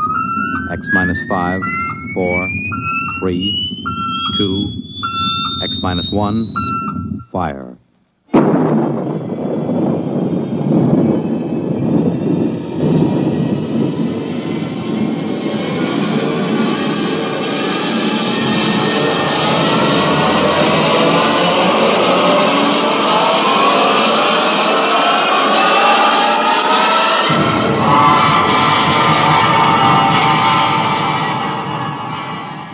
From the far horizons of the unknown come tales of new dimensions in time and space.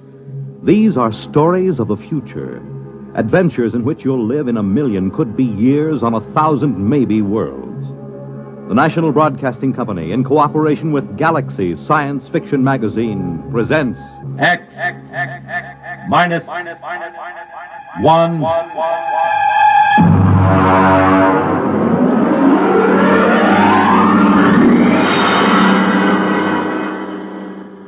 Tonight, Caretaker by James A. Schmitz.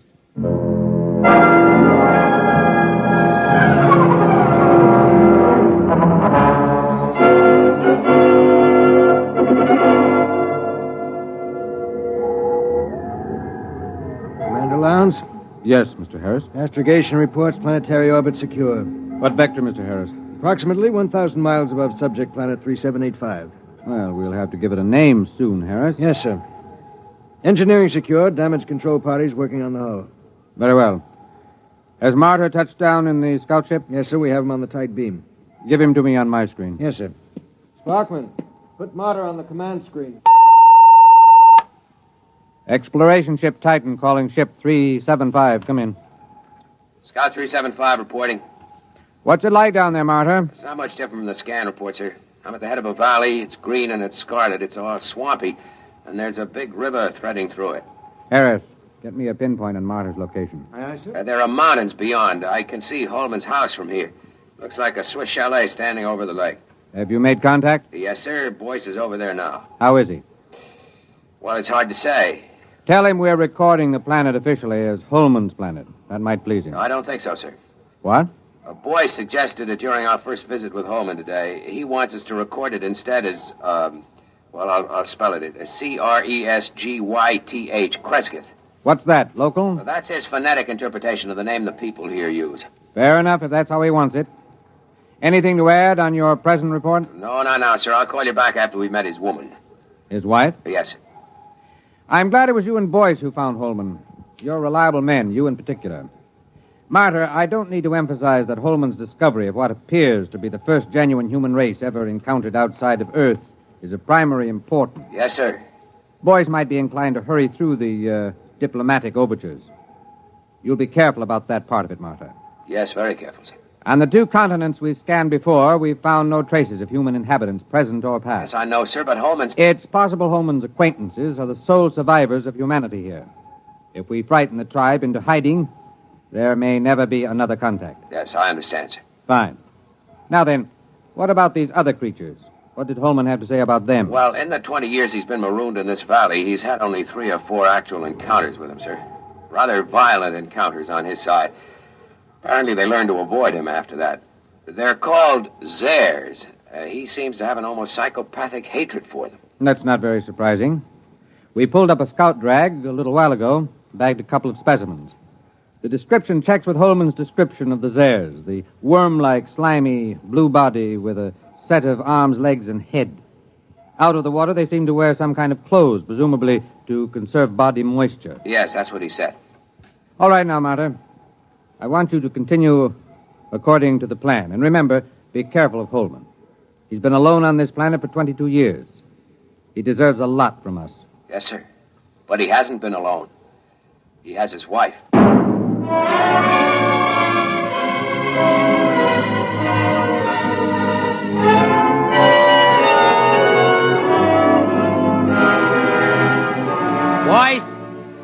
Boyce, where are you? Down here. I'm with Holman. Check in with the exploration ship? Yes, it's all right. Holman, they say they'll name the planet the way you want it. That's good. Celia will like that.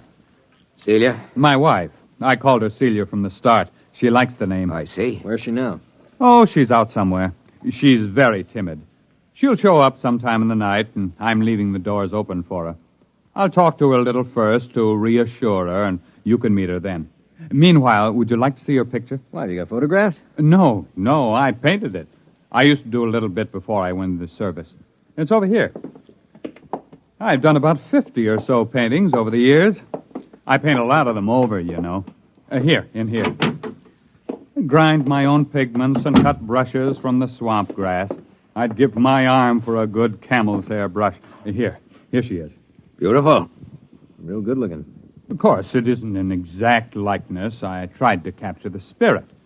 I think I've got it pretty good. Well, there's something about that picture sort of... Never mind, boys. Boyce doesn't know much about art. Yeah, but I know what I like. I like a good-looking woman. You're a lucky man, Holman. You wanted to see the deep water well.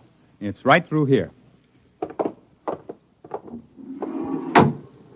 Actually, it's just an opening through the concrete to the river that runs below. It's as pure as anything you could wish. If they want to refresh the water tanks at the ship... Yes, I'll take it up with the captain. We'll be staying a week or more. We're to follow your judgment in every way in establishing contact with the Crescithians. Good. We can't do anything till Celia comes in, and we'll have to be very tactful then. But I'm sure it won't take a week. What makes them so shy of us? Oh, it's not you, it's me.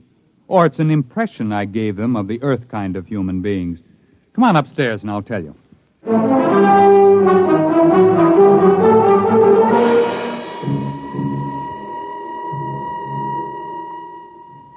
Cigar? It's a local swamp grass. Is it safe? Well, I've been smoking them for years. You were telling us about the native humans. Well, I've never asked Celia much about her people. There's some kind of very strong taboo that keeps her from talking about them. How'd you meet her? Well, our ship crashed into the valley originally. I was the only man left in the original crew of 4. Manning went insane 2 days before we made a planetfall and killed Nichols and Dawson. And so I killed Manning before he could wreck the ship completely. Have you got a light, Marta? Thanks, I'm all right.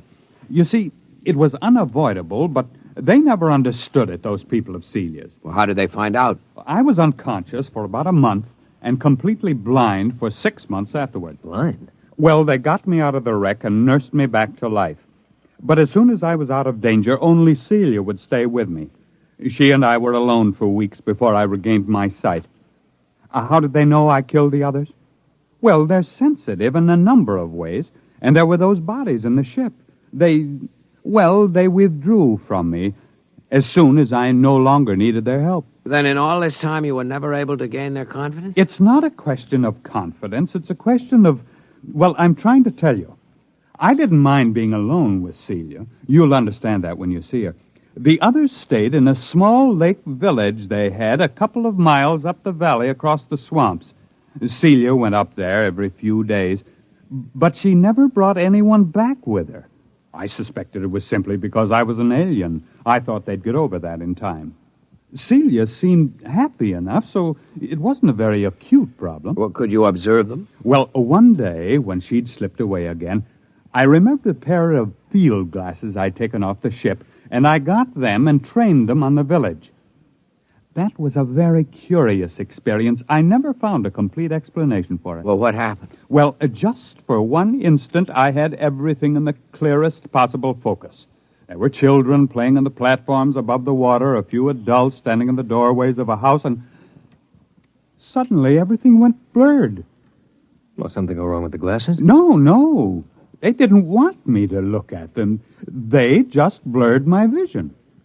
What do you mean? What, you mean telepathically? Well, I don't know. The glasses had a 4-mile range, and they were functioning perfectly. But the instant I turned them on the village, the field blurred. Well, I never felt so snubbed before. Yeah, I guess that's quite a hint. Well, I admit it annoyed me. The next day, I announced to Celia that I was going over to the village. Well, she made no objection, but she followed me in the distance, probably to make sure I didn't drown on the way. It's wet going around here. At last, I came over a rise and found myself 100 yards from the village on the land side, and then I realized they'd left it. I walked around it a while and found cooking fires still glowing, but nobody had waited to receive me. So I went home insulted and very sulky. I wouldn't even talk to Celia until the next morning. Well, did you see anybody there? Nobody. Well, I settled down and built a house for the two of us, and that took up all my time for several months. I couldn't ignore them. There was something so curiously happy and peaceful about them, even though they gave me the cold shoulder. From the one look I had of them, it showed me that they were the most beautiful people I'd ever seen. Well, you've seen the picture. It doesn't do her justice. Boy, she must be something. One day, when Celia was gone, I made another trip to the village, and the same thing happened. Well, did you make any attempt to explore further? Oh, yes. I got the little lifeboat flyer repaired enough to get it off the ground and set it down again. I had enough fuel for one 24-hour trip.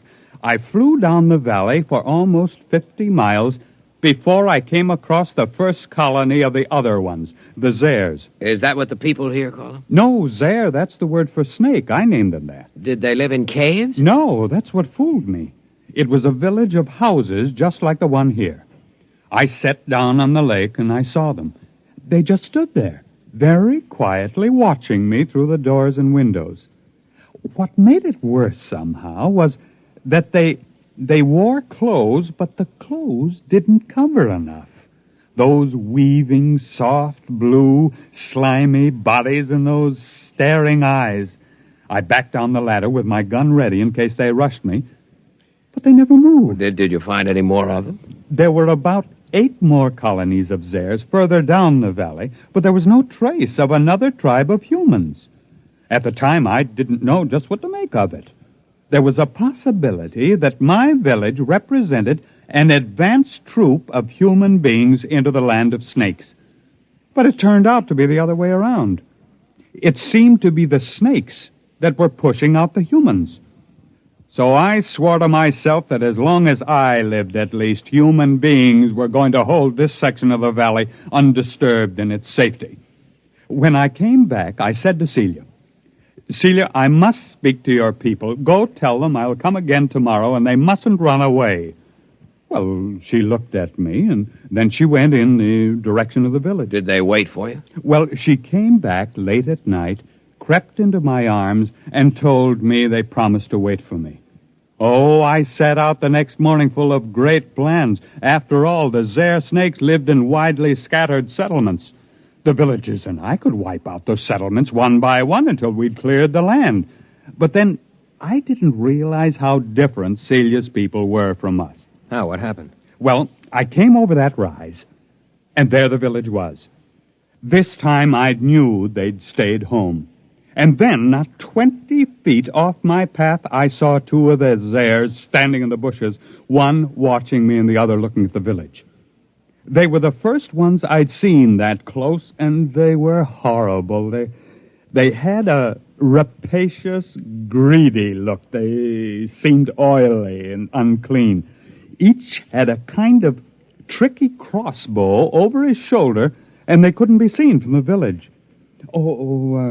Would you like something to drink? There's some kind of fermented homebrew I made. No. What happened? Well, I shot them both down before they got over the surprise. It was a natural thing to do, wasn't it? Sure, I guess so. But apparently, from the point of view of the villagers, it wasn't. The village was empty again.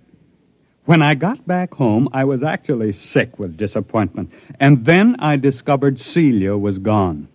She stayed away 3 days, and when she came back, I never went back to the village. But I don't see why. Neither did I until it was too late. They won't kill their enemies. They're too polite for that. So their enemies are gradually squeezing them out of existence. Captain, what do you expect us to do in this situation? Kill the Zares, as many as we can find. If the human beings of this world won't defend themselves, we'll have to defend them. I can't be on guard here forever. It's up to you and the other men on the ship to do the job right. You will, won't you? You'll make a report to Commander Lowndes? We'll make our report. Oh, that's fine. Well, gentlemen, I suppose it's late now. I suppose you'll want to turn in. When will your wife get back? Well, she'll be back later. Don't worry about her.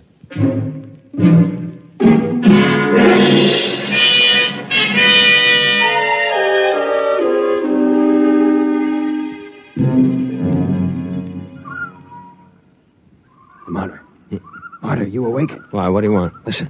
What? Somebody moving in the house. Listen. Holman? No. Listen to those steps. Now, hear him? That's no man. Slow, dragging. Yeah, come on. Wait a minute. Sidearms. Right there, come on. Quiet, it's coming from downstairs. Stop. Listen. Wait till I get the safety catch off. Look. No firing unless I tell you. Look, Martyr, I'll take care of myself. Maybe it's one of those airs. I'd like to get a shot at them. Come on. Downstairs, all right. There's a light. What's that? A missile gun. Holman had a number of obsolete weapons down there. Hurry up. Look out! There goes the light! I've got my torch. It came from the well room. Oh! It's the dog. Stand back. Turn your light in there. It's Holman. They've got Holman. There it goes. Stand clear. I'll blast it. Wait a minute. Get out of the way. It's one of those airs. Give me a clear shot. Hold it. Can't get out of here while we've got the well covered. Now keep your blaster ready while I look at Holman. I hear it moving back there in the shadows. He's dead. Come on, make a break for it, you rotten, slimy snake. Come on! Shot through the head with his own gun. Who's that there, that snake? You got a good look at it? No, it jumped for the shadows. There it is. Marta, swing your torch around. I'll roast it with one blast. Listen. Who's that? You who are his friends, will you listen to me? Who are you? He called me his wife. What? How'd she get in here? If that Zare gets a hold of her... Quiet. Don't move. I won't. Why did you kill him? But I thought you understood. What do you mean she killed him? It was that Zare, the snake. There are medical men who'd say he'd been insane for 20 years as he counted time. They would have forced him back into sanity.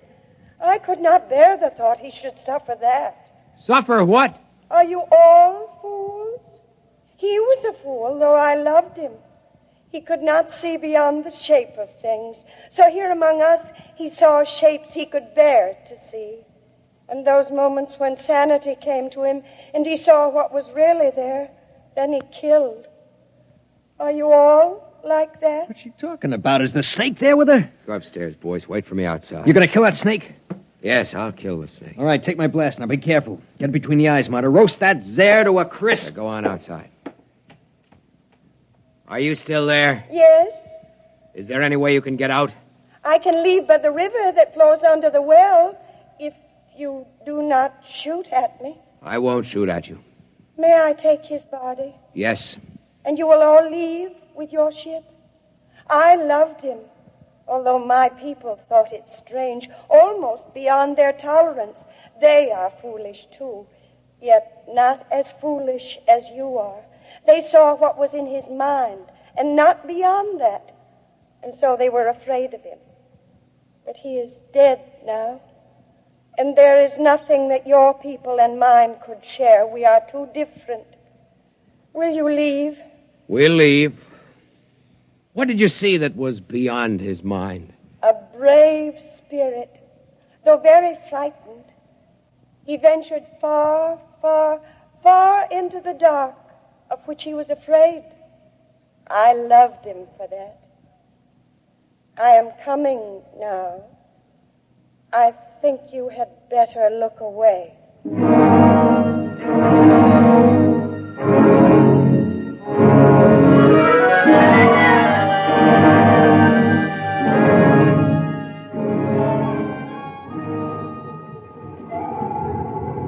Mr. Martyr. Yes, sir. I've just been down to sick bay. Boyce is all right. He's in shock. Well, I gave him a shot of sedative on my way up here. Oh, the medics say he'll be all right. They're giving him a reconstructive psychotherapy fix. He won't remember much of it. If you had looked squarely at that thing, we might have had to give you the same treatment.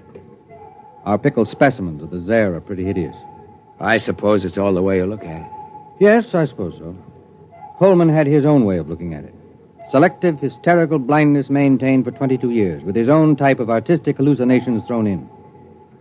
I can't help wishing it hadn't happened to Holman. He didn't maintain it throughout.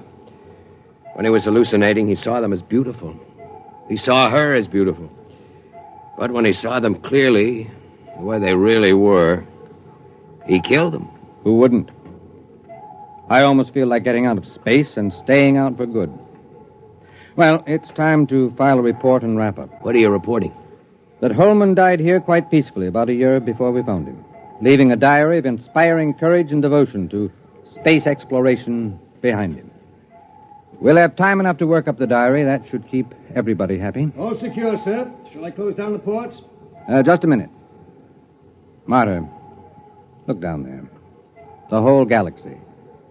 Do you think there actually are people out there somewhere? I hope so. Do you think we'll ever find them? I don't know. They've never found us.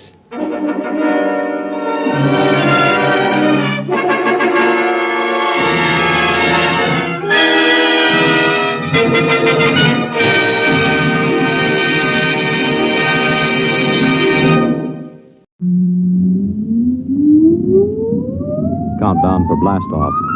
X minus 5, 4, 3, 2, X minus 1, fire.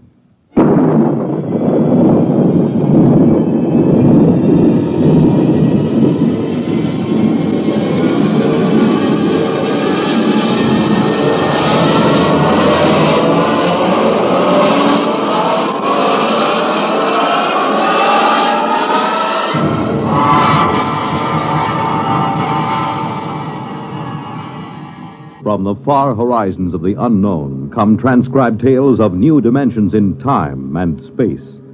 These are stories of the future, adventures in which you'll live in a million, could be years, on 1,000 maybe worlds. The National Broadcasting Company, in cooperation with Galaxy Science Fiction Magazine, presents X minus 1.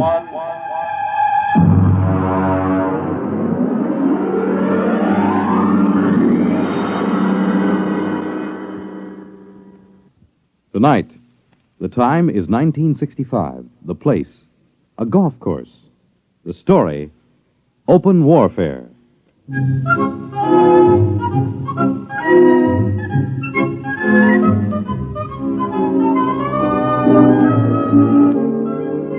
You wouldn't believe it, but there are some people that think that caddy is a pet name for a big car. No, I mean it. Over those little wagons you pull around the course or carrying their own clubs, there are people actually playing golf for years, never seen a caddy. As far as I'm concerned, you take the human element out of golf or any sport, and what do you got left? Nothing. I mean, you could say I'm prejudiced on account of my being a caddy, but that's the way I feel about it. Besides which, a caddy is a perfect observer of the passing parade of human experience. I'll give you for instance. Now, you take Jim Pearson. He won the U.S. Open in 1960, 61, and 64. Well, let me tell you about Jim Pearson. He was the pro at the club here, and I remember when it all started. He was out playing with Mr. Hatcher. That's Sam Hatcher. He couldn't break 90 if the ball had wings. And in the locker room, he looked like a sack of flour that had been set down hard. But he was loaded with money. Anyway, they were waiting for a foursome of dames who shouldn't have been wearing slacks. When Hatcher turned to Jim, and with a real sweet smile, he lowered the boom. Jim, you're a good golfer. Thank you, Mr. Hatcher. You're a good golfer, even if you can't teach me anything. Oh, you're coming along fine, Mr. Hatcher. We've been good to you at the country club, haven't we? Oh, yes. I want you to do something for me. Yes, sir? Stay away from my daughter. Oh, well, Mr. Hatcher. I won't have Alice marrying a man who has nothing but coordination and muscles. What?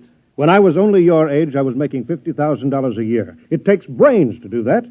Brains get more valuable. Muscles deteriorate. There's nothing muscles can do that a machine can't do better. You don't think I could make $50,000? I know you can't. You haven't got the guts. Now, listen, Mr. Hatcher. I'm just quoting history, Jim. Take the tournament in St. Louis. You blew up. And the Goodall and the Palm Beach. You could have won all those. But you blew. You chickened out. That's not exactly fair, Mr. Hatcher. But it's true. I can make $50,000. Yes, in your whole life. Oh, no, in 1 year. Oh, you can? Yes, sir. All right, Jim, you're a sportsman. I'll tell you what I'll do. If you can make $50,000 in 1 year at this infantile pastime that you call golf, you can have Alice. Why, that's the most arrogant What's thing. the matter, Jim? Don't you think you can do it? I know I can do it. All right, then. Is it a bet? All right. All right, it's a bet. Very well, then. I believe the ladies are finished. Shall we drive?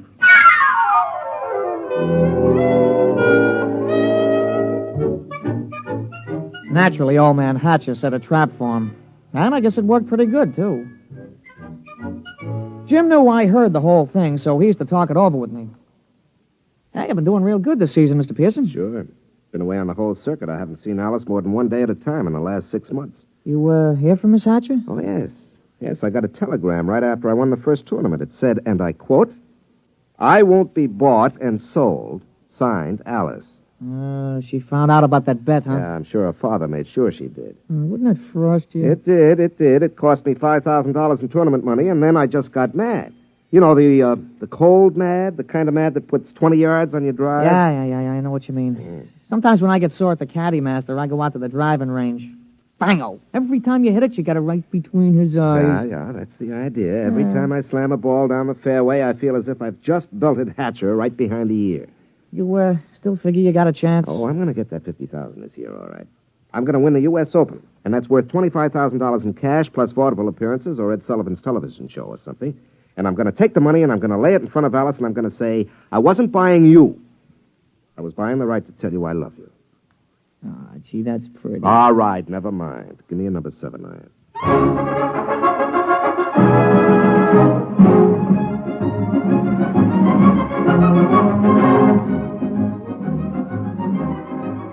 Jim Pearson sure was burning up the circuit. He came into the U.S. Open the man to watch. The day the tournament opened, Jimmy Cannon had in his column, "You are Jim Pearson, the hard luck boy with the velvet swing." It was real philosophical. All the sports writers picked him to win. And then Saul showed up. We was on a practice tee. Jim had been sharpening up his #1 wood when all of a sudden the gallery took off like a batch of big birds. They were around another tee about 100 feet away. Jim knocked off and the two of us strolled over. Hey, that's some swing. Who is that, Pete? I never seen him before. His name's Saul. That's some swing. Yeah, he's no amateur. I've never seen him on the pro circuit. Hey, Mr. Pearson, look at the caddy. 280 yards down there. That ain't what I mean. Look, he's got a ball bag in his hands. Now watch. Oh, that's a good catch. He caught that ball right in the bag. Mr. Pearson, that caddy didn't move that sack. That ball dropped right in 280 yards away. Oh, it's an accident. Yeah, look, it happened again. He's a trick shot artist. Wait till he gets into competition. I don't know. He just hit another one, dead center. Oh, there isn't anybody that good. Not even old Joe Kirkwood. Quite a spectacle, eh, Jim? Oh, hello, Hatcher. Must be unnerving to watch something like that. I can stand it. But will you be able to stand it when the going gets rough? Will you blow up like you always do? It will be too bad just when you're so close. Don't worry about me. I'm not. I imagine Saul will take care of that. Oh, you know him? I brought him here. My own personal entry. He's going to beat you out of the open. But he's got something to learn. Look at him. Just a dumb country boy who never saw a golf club till a few months ago. I think he might teach you something, Jim.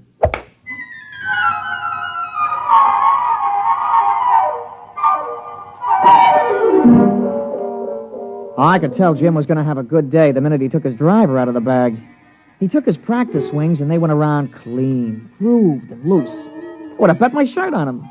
As a matter of fact, I did. The crowd was sympathetic. They wanted to see him burn up the course. Well, Pete, we all ready? Yeah.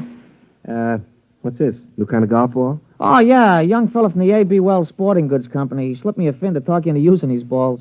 Well, I don't know. They any good? Yeah, I figured. They guaranteed they had 20 yards to every drive. I sure could use 20 yards. Well, he's going to come around to see you later. He wanted to sign you up for testimonials and advertising and things. You know, the golf ball used by Jim Pearson when he won the U.S. Open, that kind of thing. There's a lot of dough in it.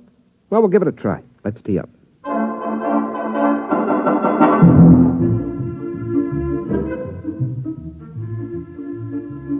Oh, he started off real good. A long, straight drive right down the fairway. It was a birdie 4. Jim was clicking him off that day. There you are, Pete. 34 and a 32 for 66 on the 18. 6 birdies, 12 pars. Yeah, 3 more rounds like that should win easy. Hey, how were the new golf balls? Huh? Oh, fine. You know, they aren't kidding. It does average out about 20 yards longer on the drive. I'll have to get a couple more dozen.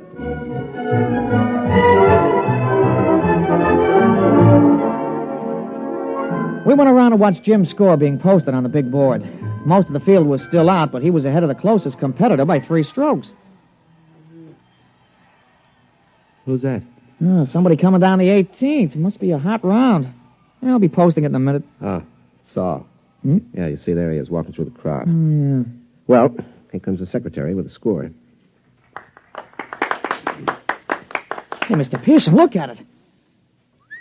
32 and 32, 64. 64? That's a new course record. Yeah, well, it's only the first round. New course record. Look at that. 3s and 4s, 3s and 4s. He ain't over 4 for the whole day. What's the matter, Jim? You don't look well. 1 round is not a tournament. Well, comfort yourself while you can. Saul's just getting warmed up. He's that mythical thing, the perfect golfer. But he's dumb. No brains, Jim. No brains at all.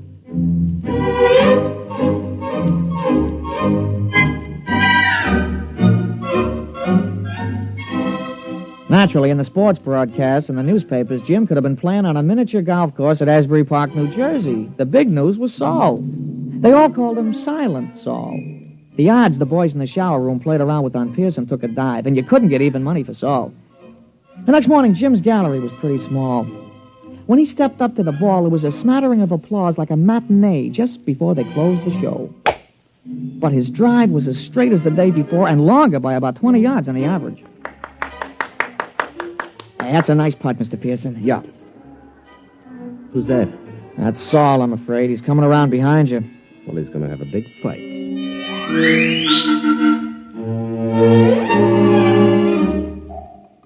Jim's second nine was a duplicate of the day before. Another 32. He equaled Saul's record-tying score of yesterday.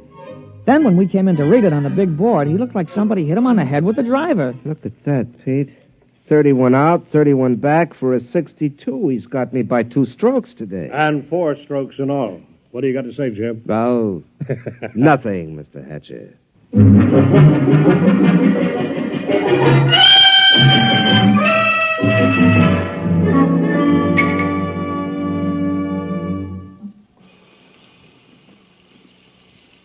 Throw me the soap, will you, Pete? Yeah, sure, Mr. Pearson. Yeah. Thanks. You know, there's something wrong, Pete. Just doesn't happen this way. That's tough luck, Mr. Pearson. Oh, no, it's not that. People don't just pop out of nowhere and break all records at the Open. Men don't take up golf and become perfect golfers in a month. He's got to have some weakness. Well, if he has, he ain't shown it yet. Well, I've got to find it.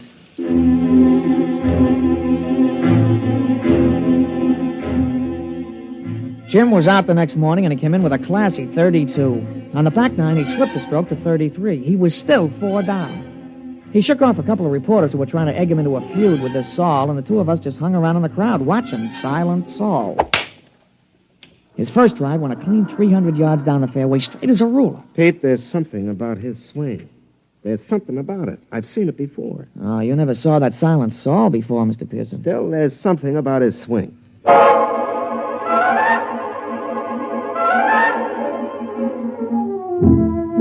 On the follow-up shot, Saul had about 240 to go.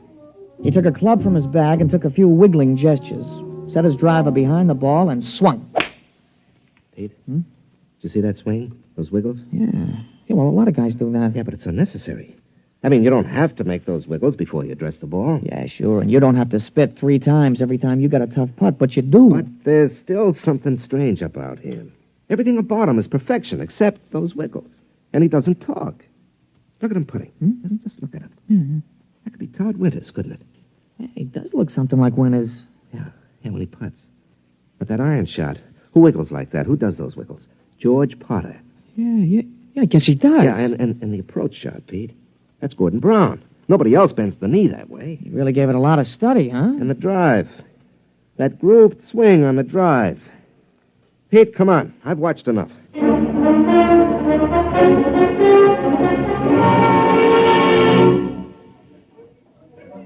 Ah, Pearson, a 63, I see.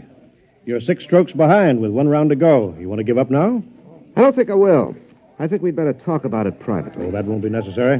Well, it doesn't matter to me, but I know that Saul is a robot. So you think he's a robot? Isn't he? Of course he is. How does it feel to be beaten at your own game by a mindless machine? Oh, you haven't won yet. The golf ball takes some funny bounces. How did you find out about Saul? Oh, Saul is a lot of things, but none of them is Saul. He's Todd Winters, George Potter, Gordon Brown, and his drive. That's me. You copied it after me. Take us away and there's nothing left. Tell me, how'd you do it? Money can do anything. All it needs is a purpose. We've been working on colloidal brains up at our place. Our new miniature atomic power plant is ideal. You throw in some sensory mechanisms, some relays, feed in analysis of a slow-motion pictorial study. And you have a golf machine. Must have cost hundreds of thousands of dollars. Closer to $1 million. $1 million? $1 million to keep me from winning $25,000? Don't you think that's unfair? Unfair? You listen to me. Nothing is unfair that doesn't break the rules. And the only rule worth remembering is this, that the best man always wins. You mean the best machine? A machine is only an extension of a man, like your golf club. I don't happen to be endowed with golfing muscles and responses. You do. Those in your golf clubs let you hit a ball farther and straighter than anybody else. Saul lets me hit a ball farther and straighter than you do. It's as simple as that. No, wait a minute. That wasn't the bet. The bet was that I couldn't make $50,000 in a year. Maybe it was your bet. It wasn't mine. I bet that I could beat you at your own game. I don't think that you're good enough for Alice. You're not smart enough, not man enough. Should I let a few well-distributed, well-trained muscles blind her to what you really are? And what's that? You're a quitter. You can't stand pressure. You're no competitor. If you can't win at your own game, you can't win at anything else. Suppose I win tomorrow. 6 strokes back? Playing against the perfect golfer? Suppose. Then I'd have to admit I was wrong. You have my word on that. And you could also have Alice, if she wants you.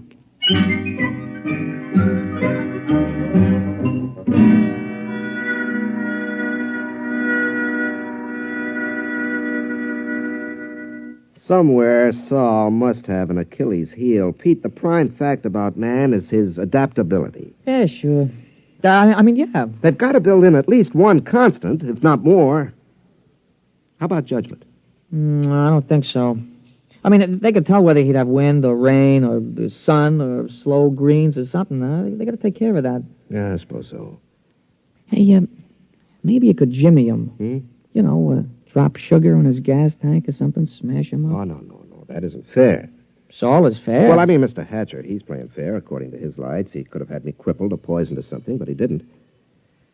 Well, I'll just have to beat him on our own ground on the golf course. Oh, I don't know, Mr. Pearson. You'll have to shoot in the 50s. Well, a golf ball takes some funny bounces. Yeah, it sure does.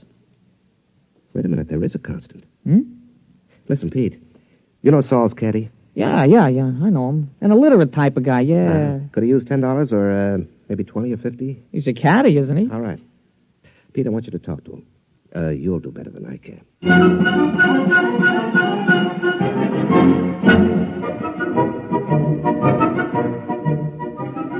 The management of the tournament is no fool. They know which side their television rights are butted on, and they had Saul and Jim paired for the final round. Jim's drive took a tail-end hook. It dived into the rough behind a clump of trees. It wasn't a very happy start. Saul took a ball from his caddy, teed it up, and settled himself.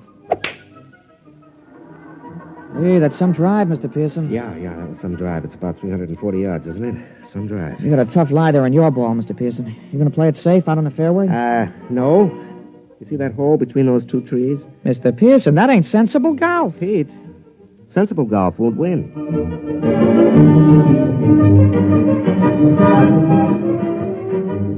Well, he made it. The ball went through the opening and rolled to a stop just in front of the green. Saul's easy 4-iron shot was dead on the pin all the way. But it hit the back edge of the green and hopped into the rough. Jim took an easy putt for a birdie, and Saul's recovery was long, and 2 putts gave him a par. Well, that's one of the strokes I need.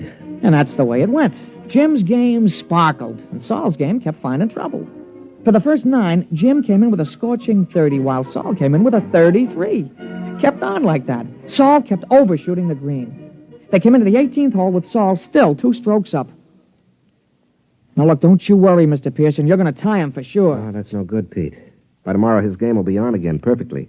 Jim's drive sliced behind a fringe of trees. He had to shoot blind. He made it on the green, about 25 feet from the cup. Okay, Pete. This is it. Saul's in for a 5. Don't you worry, Mr. Pearson. Don't you worry. Okay, I won't. He lined it up. He studied the green. He noted the slope and the lay of the grass. And then he stroked the ball. We did it, Mr. Pearson, we did it. You're the new U.S. Open champion.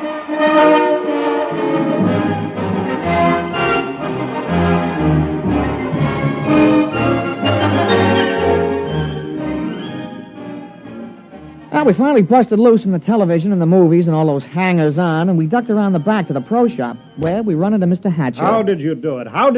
Well, Mr. Hatcher, under extremely restricted sets of circumstances, a machine is better than a man, but over the long run, over the gamut of situations, a machine doesn't have a chance. Just can't compete. I still don't understand. It cost $1 million. $1 million. Here, have a souvenir. You can take this golf ball. No. Look at it. That's the ball Saul was using. What? Mm-hmm. Well, that's another brand. That isn't Saul's regular ball. That's right. It's a new one. Guaranteed to add 20 yards to the average drive. But that's unfair. Well, your robot was built in with one constant. It had to be. A golf ball. Well, it just couldn't adapt to a better ball. But that's not fair. Why, that's... Well. Uh-huh. How about... There are no perfect golfers, Mr. Hatcher. There are only good ones and better ones. But Well, I've been thinking about this robot of yours, and I'll be around in a few days to talk to you at your office. Huh? About what? Well, I'm sure you don't want to support your son-in-law for the rest of his life, and I have $50,000 to invest in business making robots. Useful robots. And leave golf to the men. They're better competitors. Now, if you'll excuse me, Mr. Hatcher, I've got a telephone call to make to your daughter.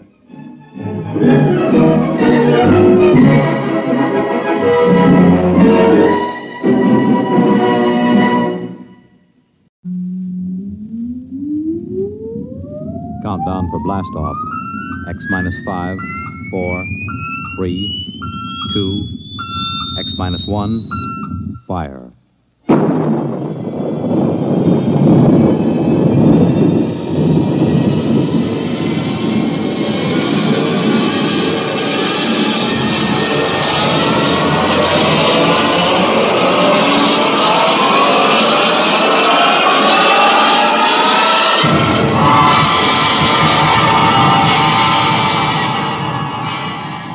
From the far horizons of the unknown come transcribed tales of new dimensions in time and space. These are stories of the future, adventures in which you'll live in 1,000,000 could-be years on 1,000 maybe worlds. The National Broadcasting Company, in cooperation with Street and Smith, publishers of astounding science fiction, presents X minus 1.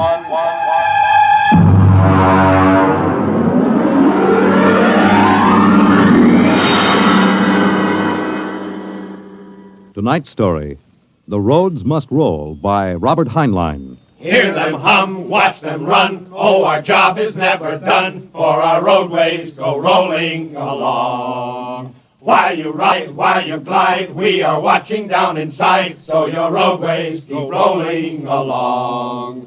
Oh, it's high, high, he, the roader men are we. Check off the sectors loud and strong. 1, 2, anywhere you go. You are bound to know that your roadways keep rolling along. Keep them rolling! That your roadways keep rolling along.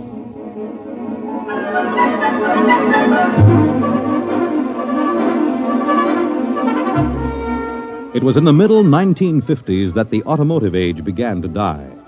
The traffic engineers had long expected it. For years, they had watched our vast cities sprawl and spread out, spill over into the countryside, become more and more dependent on motor transportation. And then, finally, the inevitable breaking point was reached. The growing flood of cars and buses and trucks began to swamp the streets and arterial highways. The building of roads could no longer keep pace. The superhighways, clogged, congested, became packed with cars stalled bumper to bumper. And the cities began to die of slow strangulation, where the traffic could no longer roll. And then the engineers took over. They banned the automobiles, tore up the superhighways, and in their place they built the rolling roads, mechanized roads that moved like huge conveyor belts, whirling along on their giant rotors at speeds ranging from 5 to 100 miles an hour, carrying the freight, the food, and the people from city to city and coast to coast. And no one worried over the fact that if the road should ever stop, our whole economic life would stop. For the machinery had never failed yet.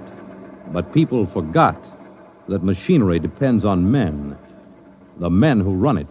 Who makes the roads roll? We do! That's right, the engineers. We're the brains of the road.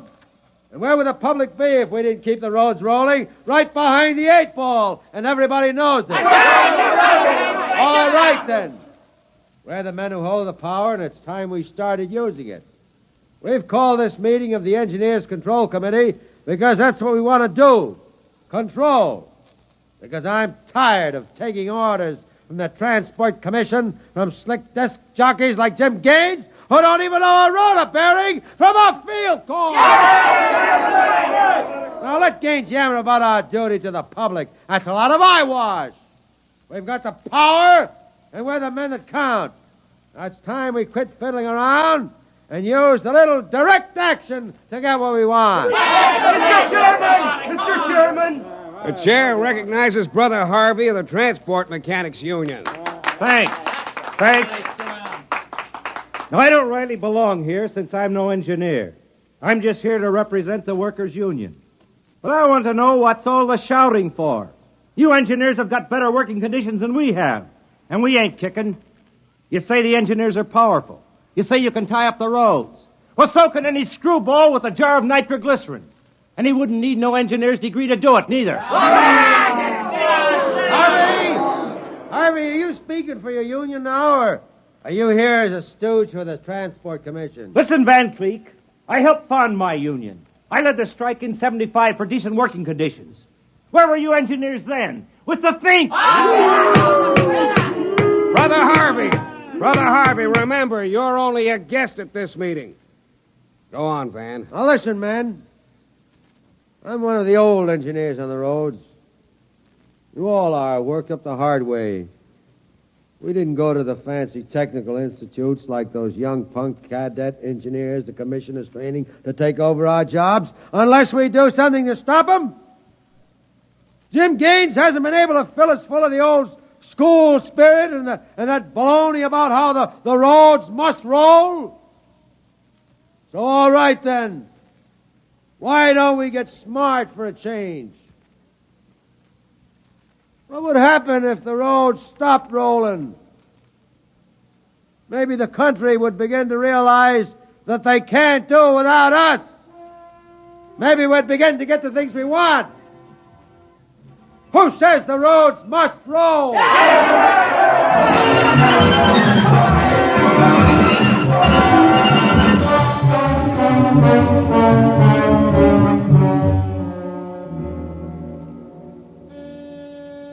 Yes?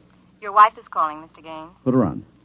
Jim, I want you to stop off on your way home. I'm sorry, darling, I can't make it. But you promised. I know, but Washington called in. They're sending Evans, the Australian Minister of Transport, through my sector today. I've got to show him through personally. Can't somebody else? I'm chief supervisor. Wouldn't be courteous. Courtesy begins at home. I've planned this dinner for weeks. Honey, the roads must roll. Oh, if you quote that nauseating slogan at me again, I'll divorce you. I can't help it, darling. I'll meet you at Stockton at 9 and we'll take in a show. Kiss Alan goodnight for me.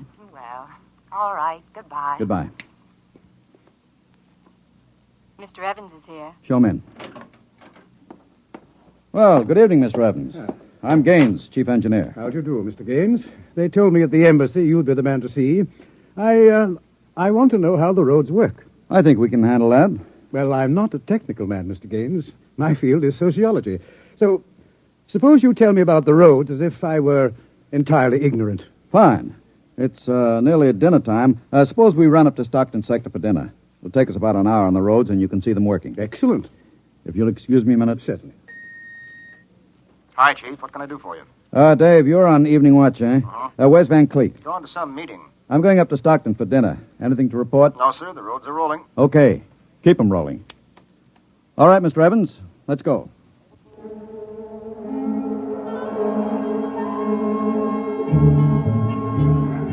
This is the low-speed strip. Ever ridden a conveyor before?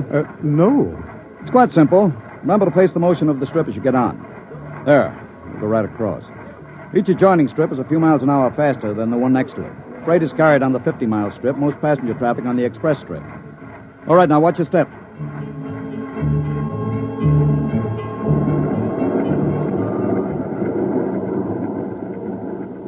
There we are. The maximum speed. 100 miles an hour. It doesn't seem possible. This trip makes the round trip San Diego to Reno in 12 hours. Ready to eat? Is this the restaurant? Jake's Steakhouse. Fastest meal on the road. Is it really a proper restaurant? One of the best. Shall we go in? Hello, Mr. Gaines. We don't see you much out on the road. Busy in the office, Jake. Two? Right this way. What'll it be? You order.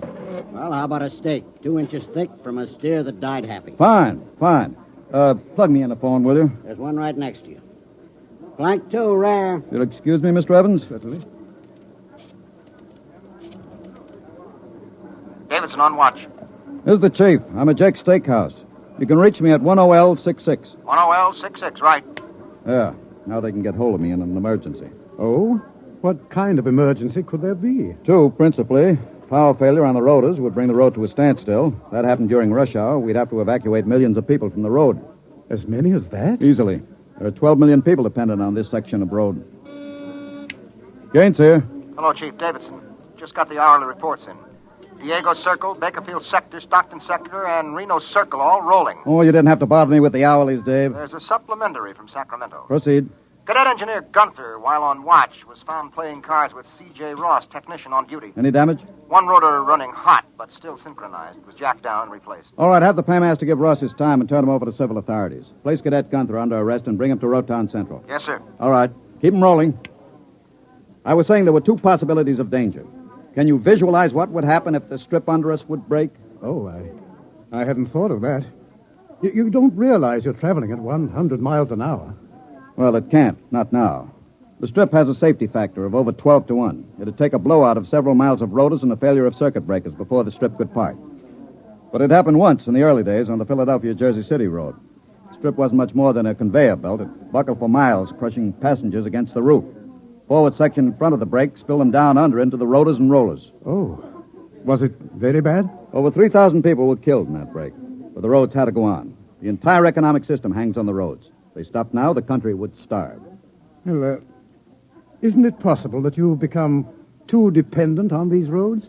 I mean, if your whole economy is geared to the function of one type of machinery... The roads are foolproof now. The machinery is interlocked with an enormous safety factor. Yes, but in the long run, machinery depends on men.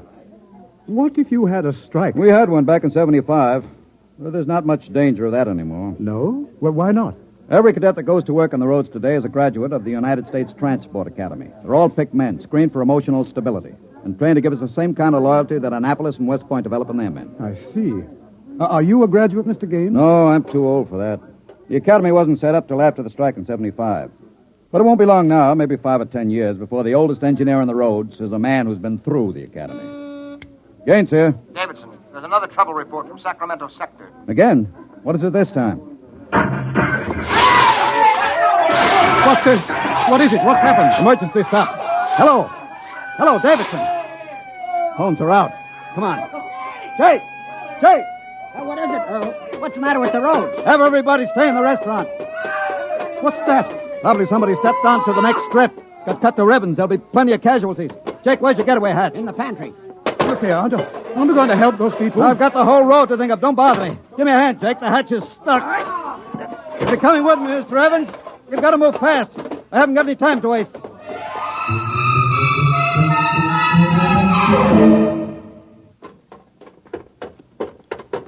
Where are we now? Freeway on top of the inner road ceiling. That's the outer shell over us. Are we going outside? No, there'll be an access down manhole over here. They're spaced every 100 feet. There, by the green light. Now, this will get us down on the northbound road. Careful, it's dark. Now stand away from the door, Evans. Yes.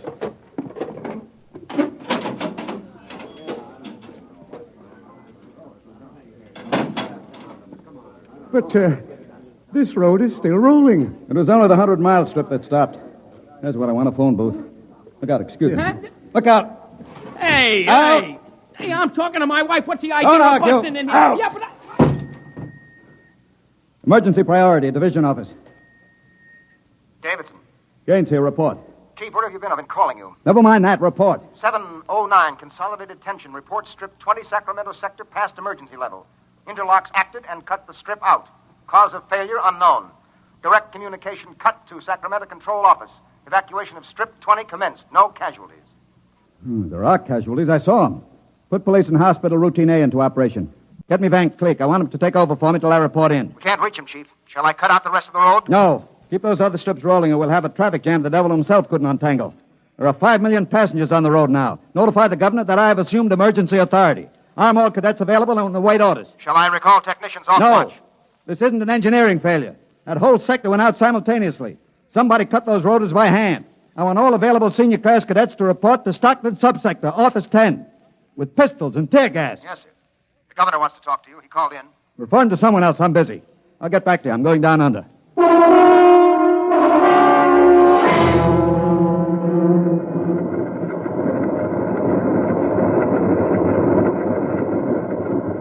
Evans! Evans! I can't hear you. The noise. Put on this helmet. What? Helmet! Helmet! Oh, yes. You can't hear without an anti-noise filter. Come on. What are we looking A for? recon car. There should be one here. Are those the rotors? Now, the big ones are rotors. They drive the road. Little ones are rollers. They give continuous support. There's a watch gang now, jacking down a rotor. Can they hear us? No, the noise filter works on a 4-foot radius. I'll flash him. Now, he sees the light. Cadet Wilson reporting, sir. I want your recon car, emergency. Yes, sir, right over here, sir. Come on, Evans. Yes. Get in. But it's so small. You'll fit all right. You can take off your noise filter now. Hang on, she accelerates like a rocket. Ooh, my stomach. Relay station. This is Gaines. Get me Davidson, senior watch officer. Mr. Gaines, the mayor wants to talk to you. I haven't got time. Get me Davidson. And leave this circuit hooked into Davidson's board until I tell you to cut it. Yes, sir. Here is the senior watch officer. Davidson. Gaines calling. Have you found out yet what's stopping the roads? No, sir. It's still a mystery to me. All right. I'm on my way in a recon car. Hold everything till I get there.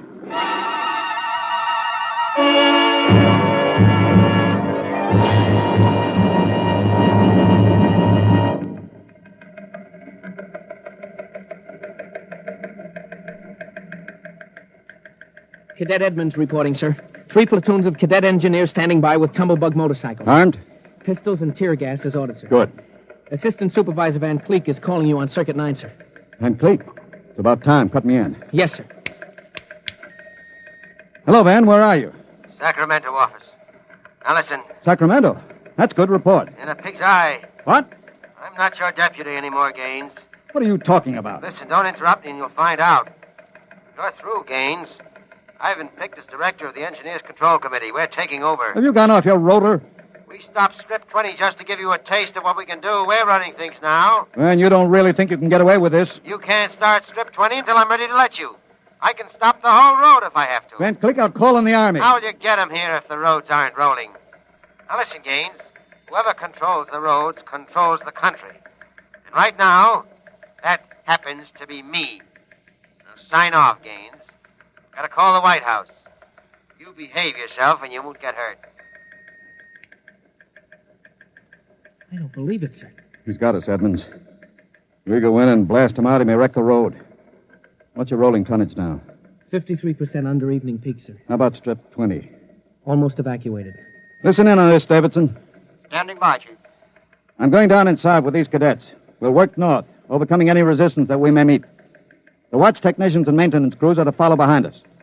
Each rotor, as they come to it, is to be cut out from under Sacramento's control, then hooked into the Stockton control board. Understand? Got it. Check. If it works right, we can move control of Sacramento sector right out from under Vance's feet, and he can stay in his office there till he's hungry enough to be reasonable. Edmonds, get me a pistol. Yes, sir. Mr. Gaines, there's a man here. He's badly hurt. He wants to see you. Take care of him. I haven't got time. He's from Sacramento sector. What? Bring him in. All right. Easy. Come on. Easy. Mr. Gaines, You're Harvey from the Mechanics Union, aren't you? I tried to warn you. I tried to get away. He shot me 3 times. Get a doctor. All right. Easy, Harvey. How long's this been building up? Is it the men? It's the engineers. I told them they were crazy. Told them the road's got to roll. When I tried to get away, they... He's bleeding from the mouth, sir. Harvey. Harvey, can you hear me? He's dead, Mr. Gaines. Come on, Edmonds. We better move. Hey! All right, you men. You saw Harvey brought in. How many of you want a chance to kill the louse that did it? Very well. You men turn in your weapons and return to quarters. We've got a job to do. To make sure the roads start rolling again. We haven't got time for infantile heroics. Anybody who hasn't got his mind on his job will be in the way. Now, here's the order. We move north, mounted on tumblebugs. We're going to try to regain control, rotor by rotor, before Sacramento sector knows we're moving. We've got to capture any watch personnel we run on before they can get word back. Surprise is vital. Use tear gas when possible. Shoot only when necessary. But get them before they can reach a phone jack. Any questions? No. Then move out.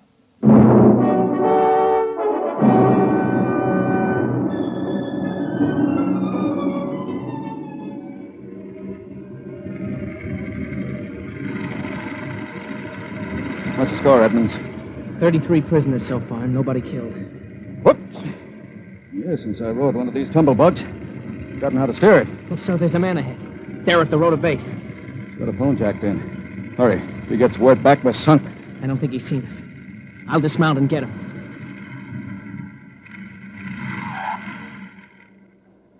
Quick, he sees us. Here, you. Look out, he's got a gun. I got him. Grab his gun. Yes, sir. You had a phone jacked in all right. We got through to Sacramento office. It's going to be tough. I don't know, sir. Maybe he didn't get the call through. Wait a minute. Listen. The road. Take off your noise filter. There.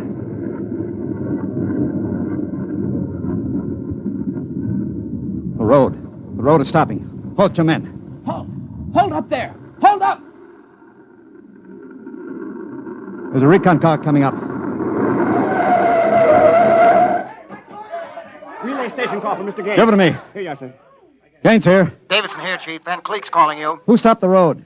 He did. All right. Cut Van Cleek into me. You thought I was fooling, huh, Gaines? What do you think now? All right, Van, the road is stopped. You won this trick. Then why don't you get smart and give up? You can't win. You forgot something, Van. You can't lick the whole country. Yeah? Gaines, I've got a switch button in my hand. If I push it, it'll blow 300 yards straight across the roads. And then, for good measure, I'll take an axe and wreck the control station before I leave. That's pretty drastic, Van. Yeah, if I blow this charge in the middle of Sacramento sector, it'll get an awful lot of people. There are plenty of shopkeepers still on Strip 20, and that row of apartment houses next to the road will go. Look, Van, you don't want to blow the road, neither do I. Suppose I come up to your headquarters and talk this over. 2 reasonable men ought to be able to make a settlement. Is this some kind of a trick? I'll come alone and unarmed. My men will stay here. All right. All right, Gaines. But one wrong move, and I blow the road.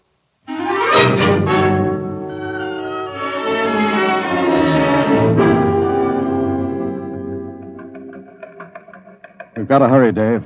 If I take too long, Van Cleek will get edgy and set off that charge. Failure report notes? 1, strips must be cross-connected with safety interlocks, so that when one dies, the others slow down. 2, the men. I can't understand it. The psych tests are rigid. We've never had a failure in the Hum-Wadsworth-Burton method.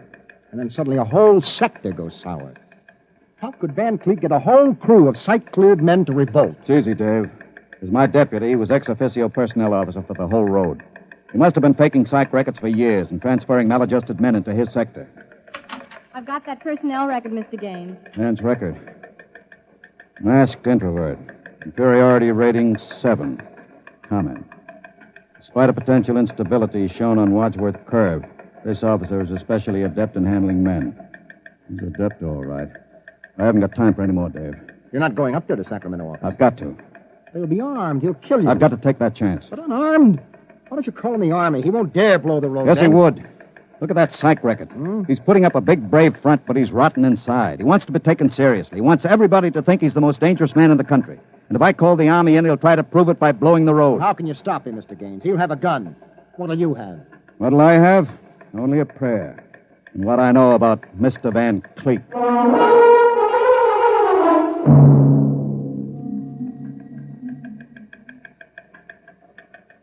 All right, Gaines. Director Van Cleek will see you now.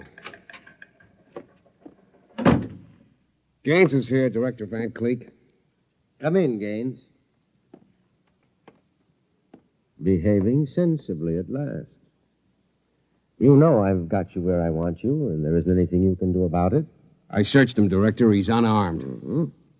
I want you to sign this now. It's a declaration of your recognition of the Engineers Control Committee. You've got 1 minute to sign it, Gaines, or I'll push this button and blow up the whole sector. You better sign, Gaines. You need this gorilla with the gun, Van? Hey, you Can't you listen... handle one unarmed man alone? All right, Harry, out. What? Out? Yeah. Okay. All right. Now sign. What's so funny? You are. You start a revolution because you think the engineer should control the road. Then when you've got control, the only thing you can think of to do is blow it up. Tell me, what are you so scared of? I'm not scared. Yeah? Sitting there sweating all over that push button you're holding? Your buddies knew how afraid you were. They'd probably throw you into the rotors. I'm not afraid. You're afraid of me right now. You're afraid I'll have you on the carpet. You're afraid the cadets won't salute you. You're afraid they're laughing at you behind your back. No, I'm not.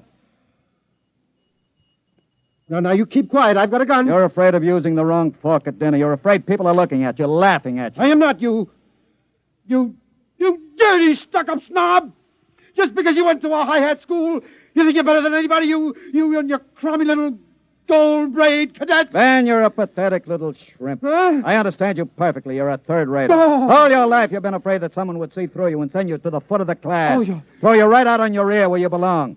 I don't want to look at you anymore. I'll show you. I'll put a bullet in you. Put down that pop gun before you hurt yourself. Don't you come near me. Don't you come near me or I'll shoot. I'll shoot. Give me that. No. Let me go. Give that pistol.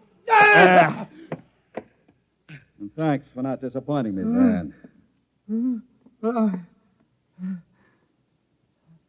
I don't understand. I thought if I wounded your little ego, you'd forget to push that button and pull a trigger instead. I'm afraid you'll never make a good executive, Van. They have to know when to push buttons. Davidson.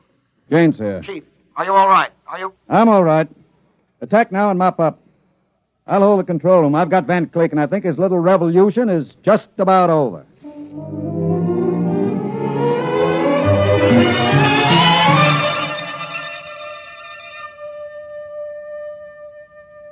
Hear them hum, watch them run. Oh, our job is never done, for our roadways go rolling along. While you ride, while you glide, we are watching down inside, so your roadways keep rolling along. Mr. Gaines! Mr. Gaines! Mr. Evans, I forgot about you. Yes, I've been waiting at the sector office. Is everything under control? All rolling. Those are the watch engineers going under to check Sacramento's sector, inch by inch. Remarkable organization. Remarkable. Hourly's in, Chief. San Diego Circle rolling. Bakersfield, Fresno, Stockton. Stockton? Oh, no. What's the matter, Chief? Trouble, Mr. Gaines? It sure is. I promised to meet my wife at Stockton for a show. She's been waiting there since 9 o'clock last night. Dave, see if you can get her for me. Try the sector office. All right, Chief. And Dave, see if you can calm her down. Oh, sure, Chief. I'll tell her the roads must roll. No, don't tell her that. I don't think she'd appreciate it. She's heard it too often. Oh, it's I-I-E, the roadmen are we. I better get going. Bye, Dave.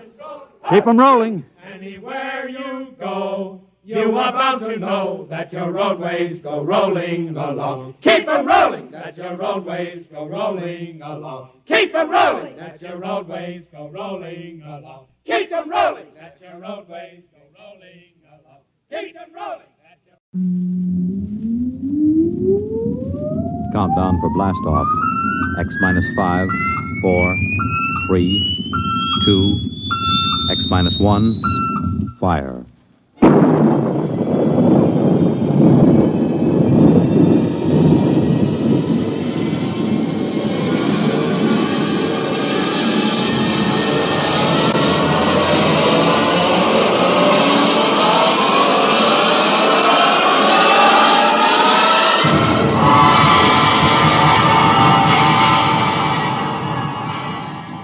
From the far horizons of the unknown come transcribed tales of new dimensions in time and space. These are stories of the future, adventures in which you'll live in 1,000,000 could-be years on 1,000 maybe worlds. The National Broadcasting Company, in cooperation with Street and Smith, publishers of astounding science fiction, presents X minus 1.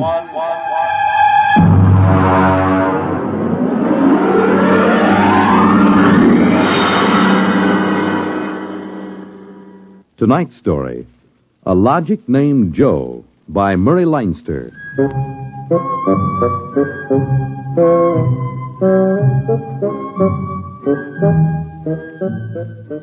It was on the 3rd day of August that Joe came off the assembly line.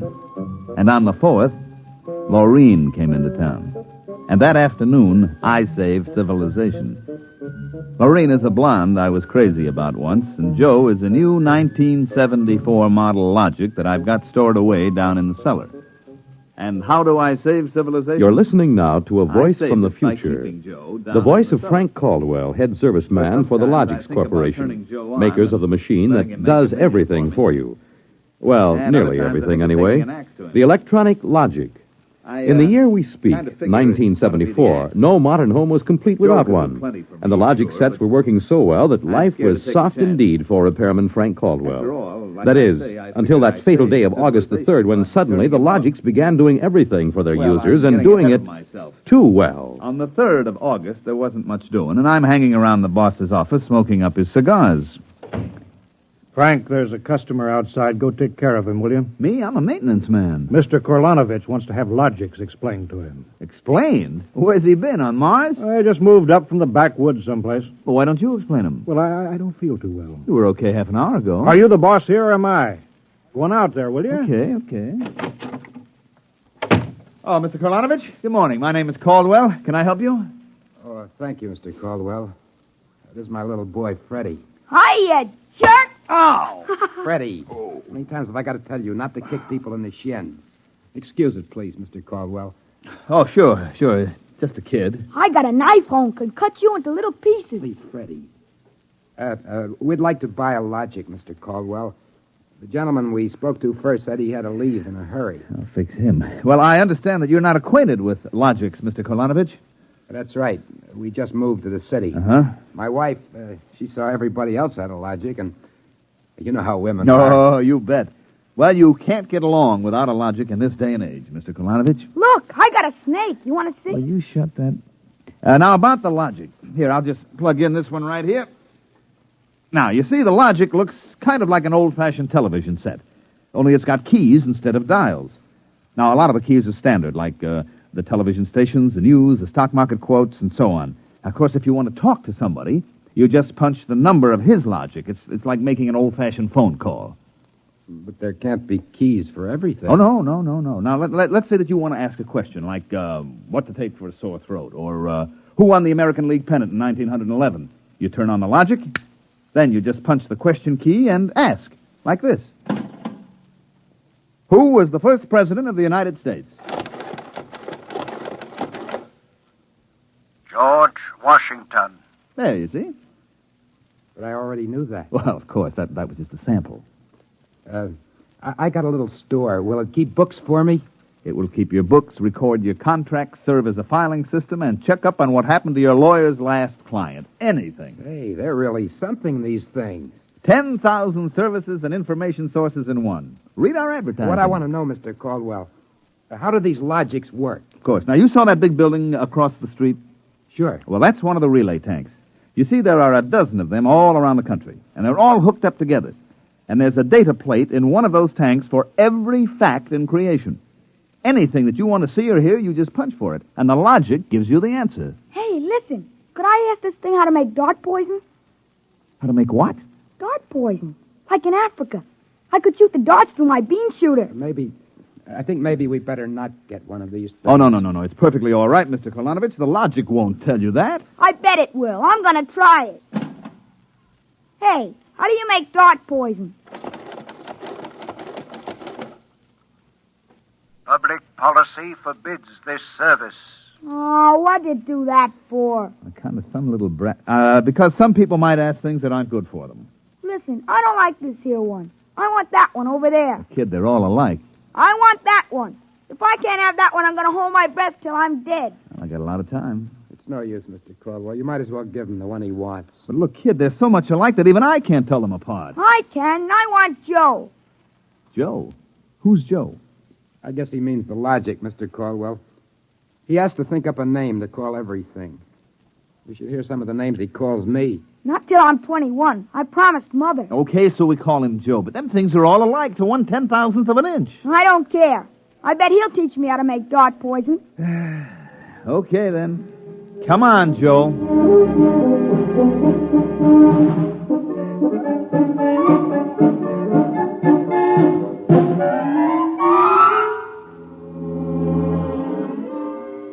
So he keeps yelling, I want that one. I'm going to call him Joe. Mike, I tell you, I could have wrung his neck. How many cards? I'll draw 2. What a holy terror. He had his father scared to death. It's too bad that kid ain't mine. I'd show him quick enough who was boss in the family. Uh-oh, holy smoke. What's the matter? I'm sorry, fellas. I got to hold up the hand a minute. I just remembered. Oh, I got to call my wife. Oh, let her wait. You ever met my wife? Hey, the matter with this thing? It ain't getting my house. Announcing new and improved logic service. Your logic is now equipped to give not only consultative, but directive advice. If you want to do something and don't know how to do it, ask your logic. Hey, did you guys hear that? Well, they should have told us about this. Oh, it's just somebody trying to pull a gag. Oh, it didn't sound like a gag to me. Maybe the boss decided to add a new logic service. Look, the minute the system starts giving advice, some joker like you is going to be asking questions like, how do I get rid of my wife? Oh, no. The boss knows better than to start anything like that. Yeah, but you heard what the logic just said. Oh, listen, the sensor circuits will block the question. You don't believe me? Go ahead and try it. Well, anything for a gag. Okay, logic, I got a question for you. How do I get rid of my wife? Service question. Is your wife blonde or brunette? You guys hear that? She's a blonde. Hexacrylobinatine is a constituent of green shoe polish. Take home a frozen meal containing pea soup. Color the soup with green shoe polish. This poison is fatal to blonde females only. This fact is a product of logic service. You cannot be convicted of murder. It is improbable that you will be suspected. The saints preserve us. And it's bound to be right. These things can't make a mistake. Well, Mike, don't just stand there. Check the sensor circuits, quick. Oh, we can't get to them. They're all sealed up. It's supposed to be impossible for them to go out of order. Well, they're out of order now. And I got a feeling that some awful things are going to happen.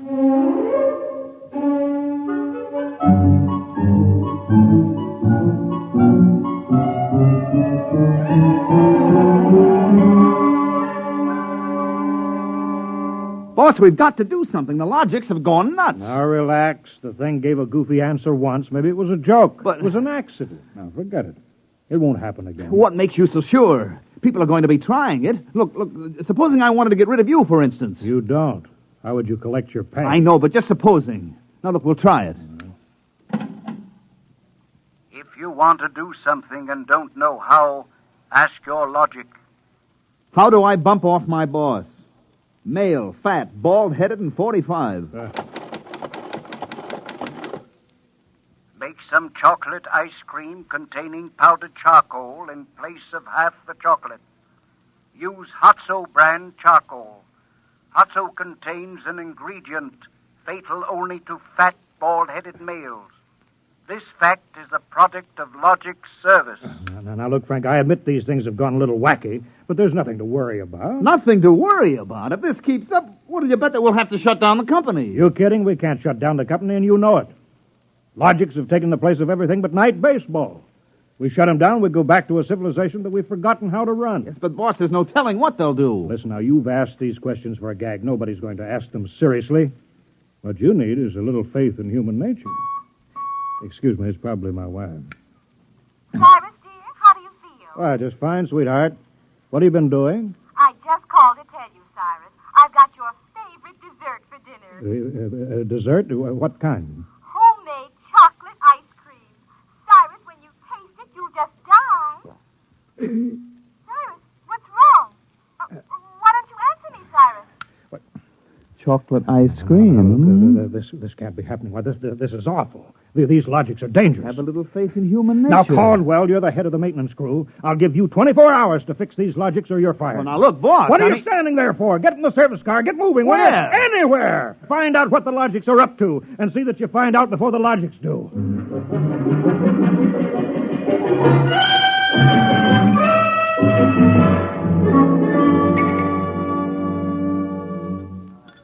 Bartender, give me a double. Last night, have a little drink, pal. What's the matter, pal? You had a bad day? Oh, excuse me, bud. Listen, pal, you gotta listen. I got troubles. Bartender, will you get this barfly off of me? On your way, son. Oh, don't say that. I got troubles. How am I going to keep my wife from finding out I had a couple of little drinks? How am I going to do it, huh? Look, mister, it's a hot day, and I've been driving a car around in it, see? And I've been trying to keep a bank president from having apoplexy on account of his logic told him how to rob his own bank. I've been trying to stop 6-year-olds from asking what comes after the bees and the flowers and their fathers from asking how to get $1 million by tomorrow. I've been tripping over dead bodies so artistically croaked that nobody's ever going to find out who done it, and all you got on your mind is How am I going to keep my wife from finding out I've been drinking? Dry up, will you? Go ask a logic. My pal, my boy, where's the logic? Where's that logic? Here, right behind you. Here, here's a nickel. Listen, I got to hear. Now, come on, logic, old pal. Old pal, be nice. How does a guy keep his wife from finding out he's had a couple of little drinks? Answer me that, huh?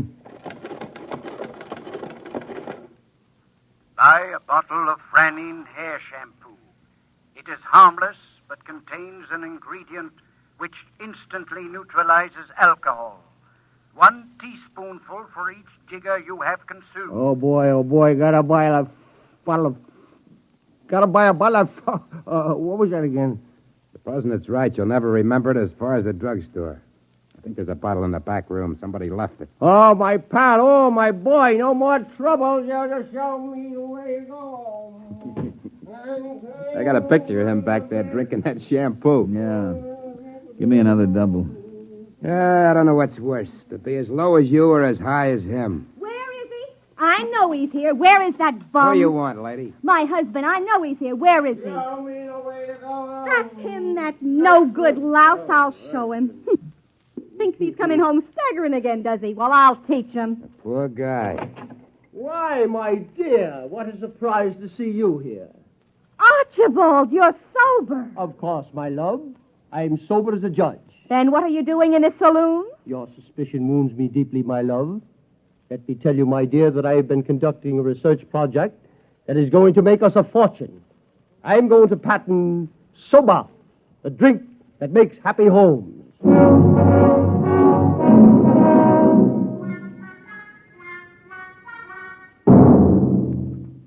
Look at this blotter, Caldwell. Blank. The greatest crime wave in history, and we can't even make an arrest. They're all perfect crimes. Thanks to the logics. But, Sergeant, we're doing our best to find Well, out... that's not good enough. You can't find out what's back of this. Shut down the company. Unless the police department will. Look, nobody is back of it. The logics run themselves. They pick their own circuits automatically. You mean they're doing all this by themselves? Sure. We always knew they could do a lot more things than we knew about. I think they're just trying to be helpful, that's all. That's all, huh? Well, you better make them cut out the tricks, including this new business they're up to now. What new business? Just started an hour ago. Every time you turn on a logic, it asks your name, and then it spells out the whole history of your life. What? I haven't heard about that. What's it do that for? You tell me. Go on, go ahead, try it. Okay. What is your name? How do you like that? I'm Frank Caldwell. Frank Caldwell. Were you ever called Ducky? Ducky?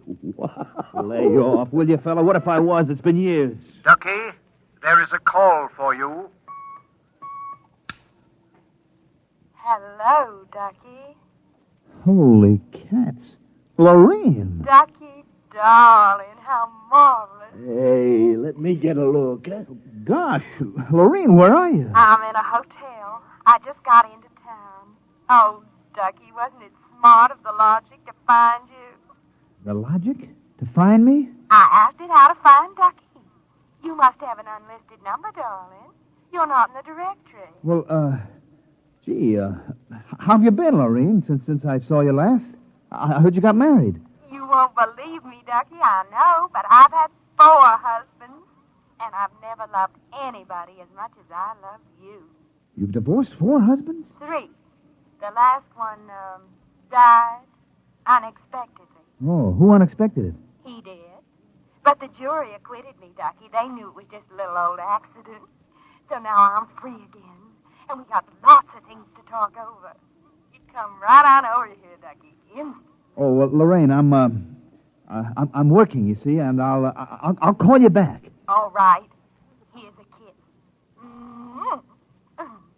That'll have to hold you till you get here. Hurry, Ducky. Oh, my back. What am I going to do? Do like you were telling me a while ago. Huh? Calm yourself. Ducky.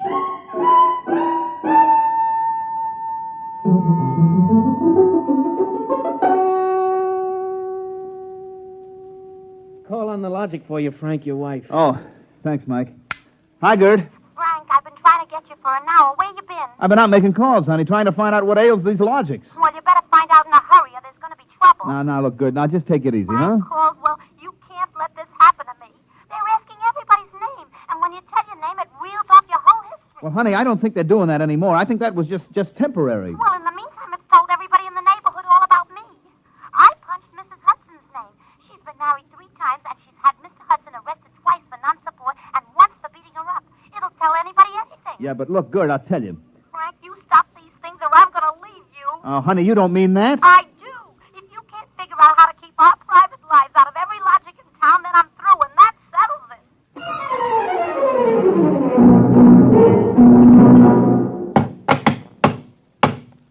I can't even budge any of these relay plates. Me either. Isn't there some way we can disconnect them? Nope, there is not. They weren't built to be disconnected. The sensor circuits were supposed to take care of cutting them off. Now, see who that's for, Frank. Hello, Ducky, darling. Oh, Lorene, not again. Ducky, darling. I'm so lonesome. Why haven't you come over? Well, I've been busy. Oh, poor Ducky. Look, let's get married. Gosh, Lorene, well, what I mean is... Right away, Ducky. You're not busy tonight, are you? Look, Lorene, I got married. Oh, poor boy. My poor Ducky. Well, we'll just get you out of that. No, look, Lorene. It's all arranged, darling. I'll just call up your wife and have a little talk. No, now, please, Lorene, I mean, it's nice of you to think of me and all, but Now, you just give me your... I haven't got one. Never mind, darling. The logic will find out for me. Lorene? Lorene? Hey, Frank, will you get away from that thing and give me a hand? Yes, Mike, in a minute. First, I've got to call my wife. No. We got to get out of town. Oh, Lord, I made a mistake. Frank, you're supposed to be helping Mike. Yeah, I am, boss, I am, but I got to make this call. Call? What do I care about your call? President's getting ready to close down the company and declare martial law. Now, for the love of heaven, do something. Yes, boss, I will. I've just got to make this one call before the logics get on my trail. To assist in solving a special problem of logic service, kindly give the following information if possible. Where does Frank Caldwell live? They got me. I'm through.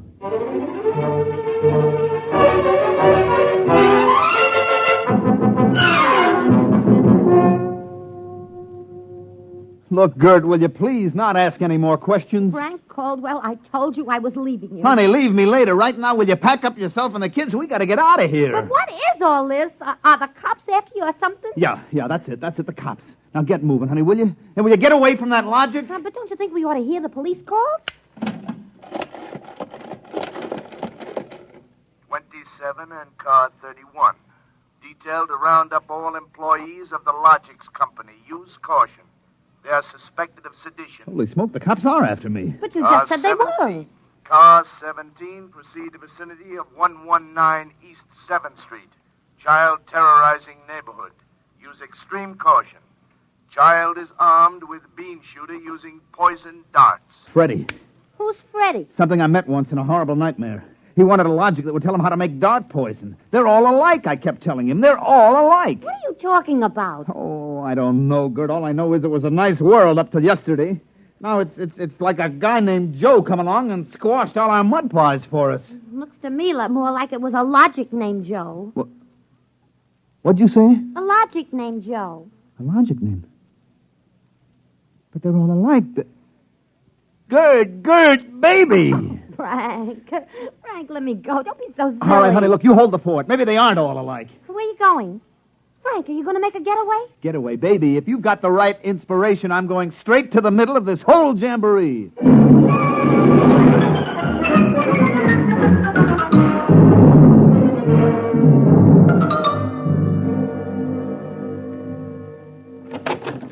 Yes?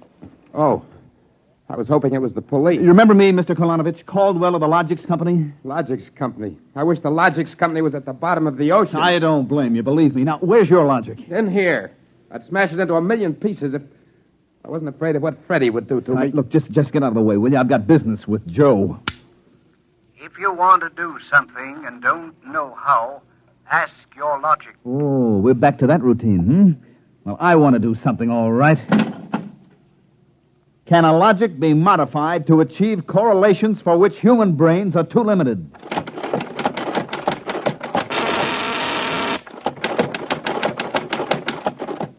Yes. How great will the modifications be?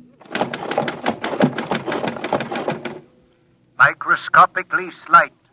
Changes in dimension not detectable even by precision gauges. They can come about only through an extremely improbable accident. And what would this super logic then be able to do? Come on, you, spill it. It could set up entire new combinations of electronic relays, which would bypass the normal sensor blocks, thereby enabling it to perform valuable new services, including the giving of helpful advice on any human problem. And has this accident ever happened?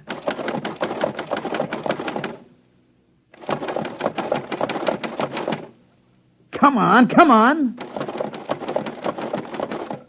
It has happened only once in the case of the logic now owned by the Kolonovich family of 119 East 7th Street.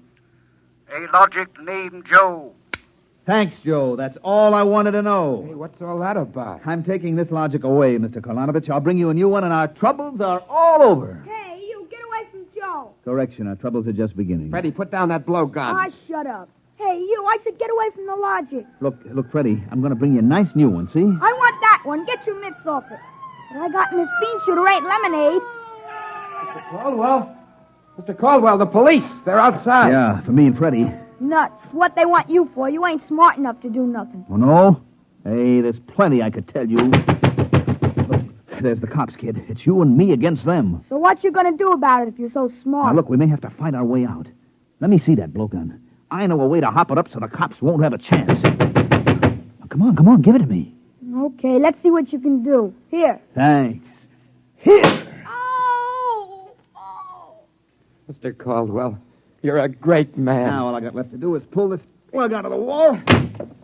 Come right in, Sergeant. Well, that must be the kid. He don't look so tough to me. Well, he just got a little softening. There'll be no more complaints, officer. I guess I can go on where Mr. Caldwell left off. Caldwell? Hey, you wanted... Now, look, I just came to pick up this busted logic. I don't know a thing. You said that before. Come on, you're going to the cooler. Let's go. Now, wait a minute. You act like you wanted to go to jail. Well, just till a certain party leaves town. I got a feeling it's safer. Okay, then, Caldwell. Into the paddy wagon you go. Thanks, officer. You may be saving my life. Now, if you'll just help me carry this logic out... Wait a minute. You can't take that in the wagon. I can't? Why not? There's no room. We already got a dame in there who's raising the roof. A dame? Yeah, a blonde. Plainclothesman picked her up trying to buy a gun without a permit. She keeps screaming she's going to miss her date with Ducky.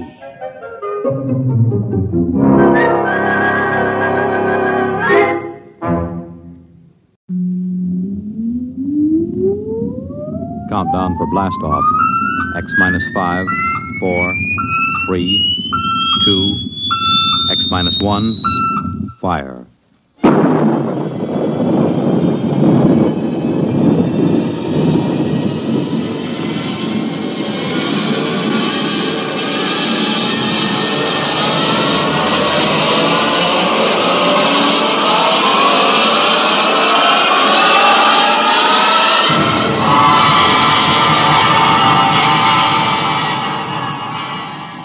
From the far horizons of the unknown come transcribed tales of new dimensions in time and space. These are stories of the future, adventures in which you'll live in 1,000,000 could-be years on 1,000 maybe worlds. The National Broadcasting Company, in cooperation with Street and Smith, publishers of astounding science fiction, presents X minus 1.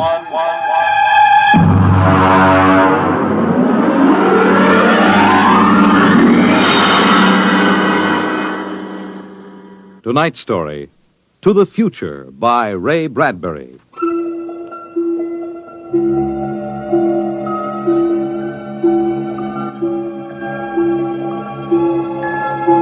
Time is an interesting phenomenon. A ticking clock, the running sands of an hourglass. All these have captured the imagination of men. But time is more. It exists now, and then, and in the future. Suppose we are in the year 1955. Coexistent in time may be worlds we have never seen, the worlds of the past and of the future. The year 1955. It was a spring night in Mexico, fiesta time. The fireworks shot up into the clear, dark sky, and a papier-mâché bull ran about the plaza chasing boys and laughing men. Mr. and Mrs. William Travis stood on the edge of the yelling crowd, smiling. Bill, what is it? What are they saying? They're cheering for the bull. Here he comes. He's good, isn't he? Look how they rigged that fire breathing. Oh, Bill, it's wonderful. I've never enjoyed myself so much in my life. It's terrific. They caught the bull. Bravo, Toro! Bill, it will go on, won't it? I mean, our trip. Sue, don't worry. I've got enough traveler's checks for a lifetime. Relax. No, but suppose they find us. Forget it. They haven't a chance. But suppose they do. Suppose they take us back. They'll never find us. Oh, relax. Enjoy yourself. If it only lasts. Come on. Let's get out of the crowd, huh? You need a drink. Let's try something different this time. I want to try every drink there is in the world. Don't worry. There's no rush. We've got plenty of time now. In here. There's a table over there. Come on. Bill. What's the matter? Don't look right away. Huh? Over your left shoulder, right by the end of the bar. That man. What is it? I saw him this morning in the plaza. Take it easy. The town's full of tourists. He was at Juarez and at Tasco. Bill, I'm afraid. Don't stare at him. Come on. I know it's the same man. He was wearing the same white suit. Sit down, Sue. Come on, dear. Smile. Act natural. Bill, he's been following us. He's a searcher. I know he is. Quiet. Here, boy. Si, senor. Benedictine and brandy, too. Si, senor. He's been watching us, Bill. Pull yourself together, Susan. They can't take us back. Will you quit worrying? The chances are 1 in 1,000 that they found us. It's probably just a coincidence. I want to lie down. I think I'm going to be sick. Susan, hang on, will you? If he is looking for us, we can't run out. It'd attract attention. We must have slipped up when we checked out in New York. What's he doing now? Stopped our waiter. He's asking him something. Well, may just want a drink. Bill, I can't stand it. I've got to go upstairs and lie down. All right. As soon as we finish our drinks.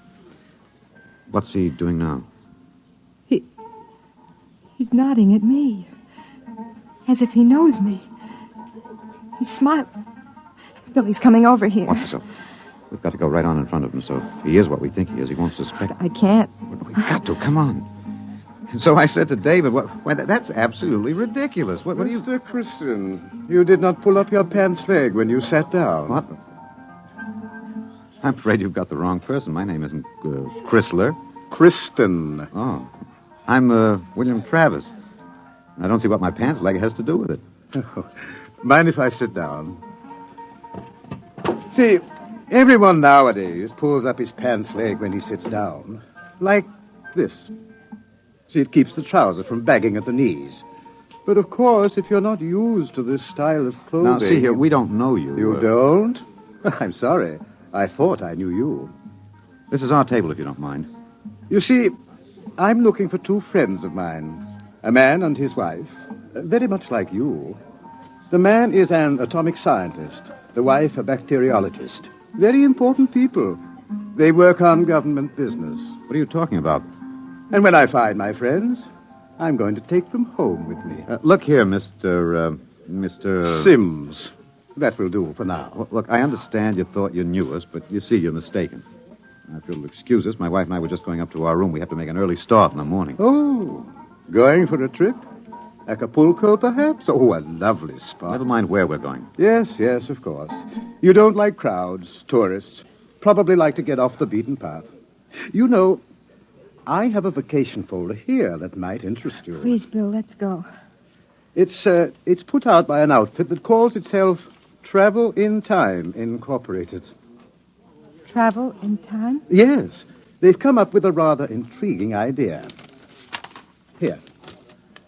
Travel in Time, Incorporated can costume you put you in the crowd at any place and time in history. We guarantee to teach you any language you need to move freely in any year without risk of detection. This summer, why not escape from the worries of our modern world? Take your vacation in time. That's impossible, of course. But think what it would mean. A chance to escape all the tensions of an unpleasant life. War, insecurity, fear. Suppose you were a scientist working on a dangerous bomb project. Or you, Mrs. Travis. Suppose you were a bacteriologist working on disease cultures, and you had a chance to escape all that, to take a vacation 200 years in the past. It would be wonderful, wouldn't it, to escape to a more peaceful world? A trip back to 1955? 1955? But you said a vacation in the past. So I did. But you see, 1955 is the past. If you come from the year 2155. 2155? Yes. Terrible times, most unpleasant. A war raging, an atomic, bacteriological war. Terrible times, with none of the little comforts we enjoy today.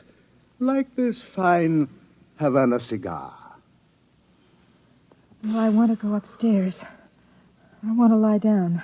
If you were living then, think of how wonderful it would be to take a vacation in time. Back to now. Suppose a young couple like yourselves took a trip to 1955 and didn't want to come back. Do you know what would happen? The government sends a searcher back to look for them. This is all fantastic The nonsense. searcher finds them and brings them back. Back to that miserable, insane, stark, pleasureless world of 2155. A pity, isn't it? Look here, Sims. Well, do you think I shall find my two friends, Mr. Travis? Bill, please take me upstairs. I don't feel well. Oh, is the lady feeling a bit ill? How unfortunate. Here are the drinks, senor. Well, shall we drink a toast? To 2155. To the future.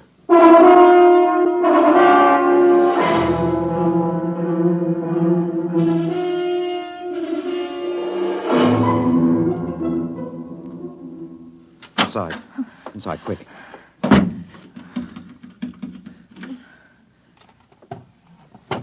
What are you doing? Shoving a chair under the doorknob. He knows. He's been following us. He's a searcher. Look, keep quiet, Sue. I want to think. You're going to take us back. It isn't over yet. I've got a headache. I'll get you an aspirin. What will they do to us? I don't know. Something slipped. Something must have slipped. But we were so careful. The searchers are trained to watch for detail. Things like not pulling up my trousers. Started them thinking, there's a man who isn't used to ancient clothes. I could kill myself for giving it away. No, it was my walk. These high heels. Here. Thanks. The nerve of that Sim sitting there looking us up and down like animals, smoking those stinking cigarettes. I know, that's how I first noticed him at Tasco. He had 4 bottles of liqueurs and a pile of chocolates. Yes, he still hasn't gotten over that first greedy hunger. We've got to look out for that. It's the sure sign of somebody from the future. Trying to make up for a lifetime of shortages by stuffing yourself sick. Remember our first night? Bill, I can't stand it. We've got to get out of here. What are you doing? Packing. Get the suitcases out. It's no use. What do you mean? We can get to Acapulco by morning. Don't you think he's watching us? We could get away. No.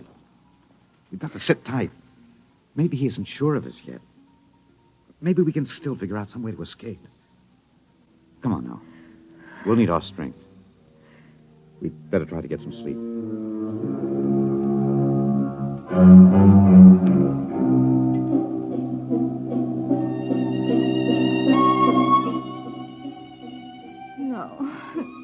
No, I won't go back. Security pull it. The bomb. It's falling and killing. Sue, what's the matter? No, Sue. no. Sue, wake up, Sue. Bill, where are we? It's all right. Calm down, honey. We're still in 1955. It's all right. Oh. You must have had a nightmare. Oh, Bill, it was awful. We were back there, 2155. Oh, Bill, we won't go back there, will we ever? Go back to sleep, honey. It's all right. We're in Mexico, 1955, and we're going to stay here. Sue, I've been lying awake here thinking. He's still testing us. He's not absolutely certain. He's got all the time in the world. He can stay here as long as he likes. And then bring us back to the future 60 seconds after we left it. They can't make a scene, can they? They don't dare come out in the open. No, it might change the future. They're afraid of that. Bill, if we could only tell somebody, ask for You help. know we can't. That's why we had to submit to the psychological block treatment before they okayed our vacation. We couldn't tell if we tried. The block's too strong. Maybe we can break it, Oh, Bill. what's the use, darling? Who'd believe a crazy story like ours? Who'd believe we come from 2155? No, we can't tell. And they'll have to get us a loan to put us in the time machine to send us back. Then that's it, Bill. We'll never be alone. It's still Fiesta tomorrow. It'll be easy to stay in the crowd. Yes, that's the only chance. We can't let him get us alone. He won't get us back to that war and that insane world. Bill. Could be the room clerk. At 3 in the morning? I'd better answer it. Don't, Bill, don't. I've got to. Hello? Hello? Mr. Travis? What's the idea? It's 3 in the morning. Yes. I just wanted to remind you. The rabbits may hide in the forest, but a fox can always find them.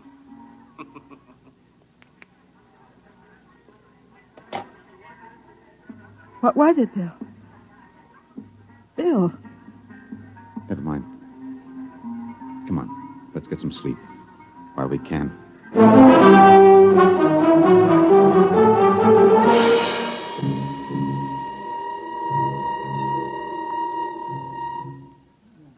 Buenos dias, senor y señora. Good morning, Senor Gomez. I trust you are spending pleasant days in my hotel. Fiesta time is the best. Yes, it's been lovely.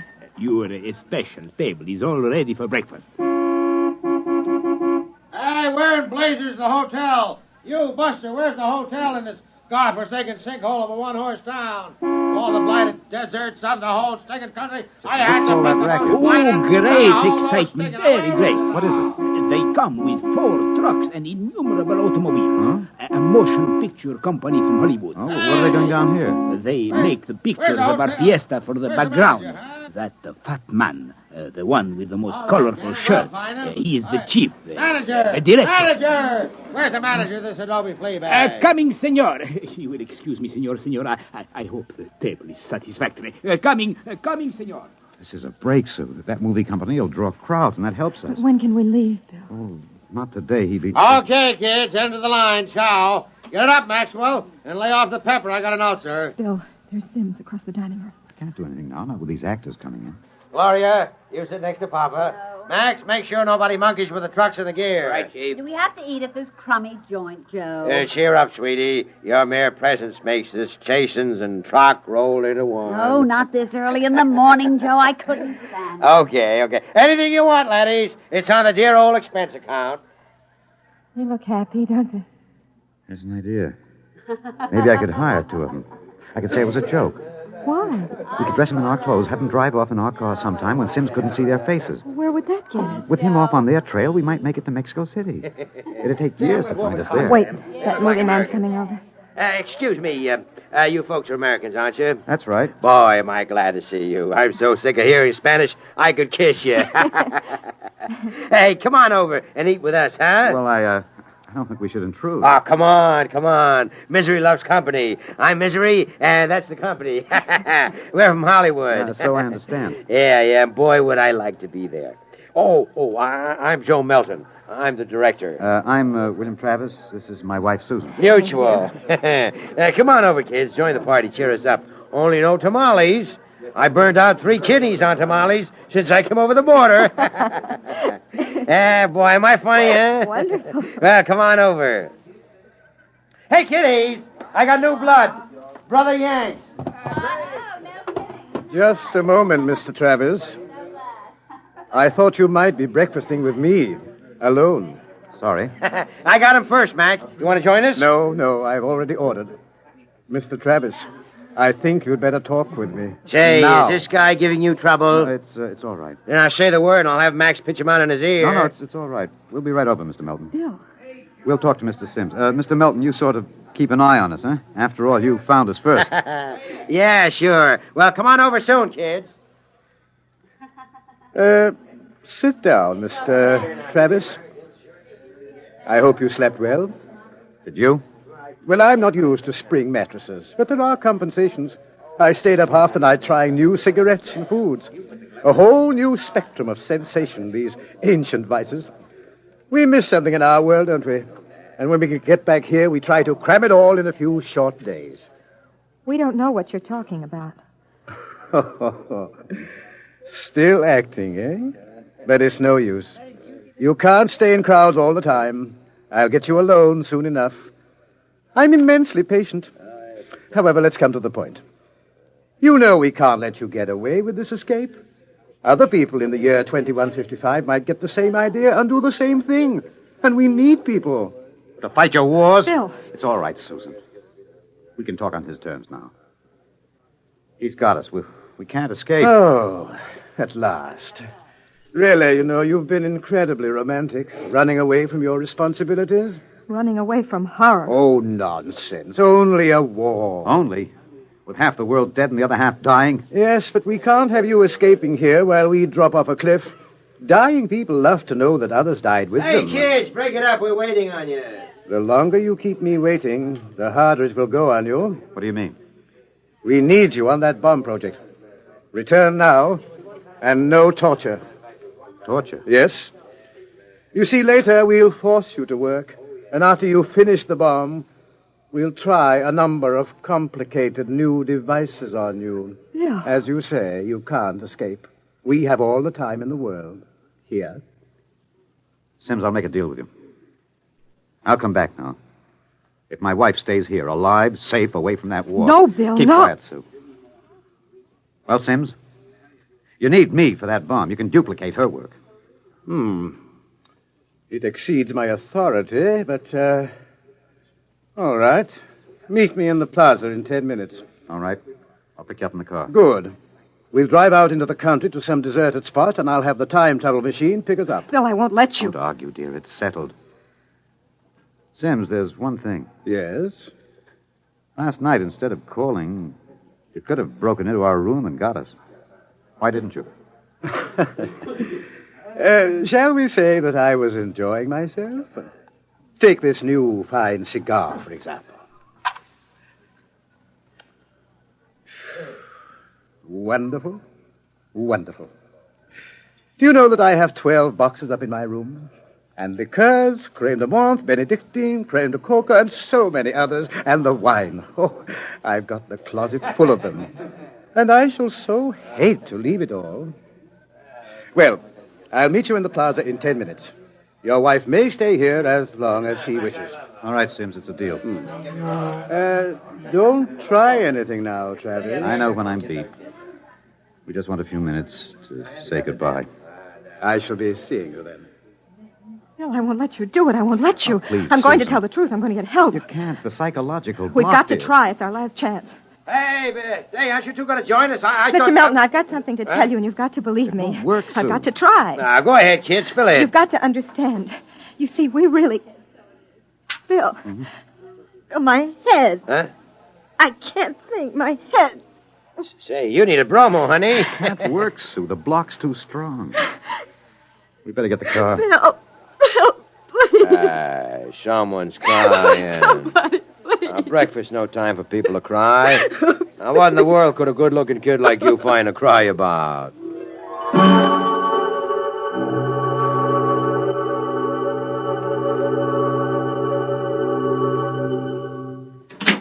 Bill, I won't let you do it. Don't make it hard, Susan. Let me go back with you. We'll get through some way. You think I'd let you go back to that war? Sue, please stop. We haven't got much But time. it was so wonderful here, Bill. Bill, please. There he is, smoking those Turkish cigarettes, waiting for us. There must be some way we can both stay here. Maybe there is. Bill, what are you going to do? Hang on, Sue, and duck when I tell you. No, Bill, you're heading right for him. He's not going to get either of us now. Down, Sue, down.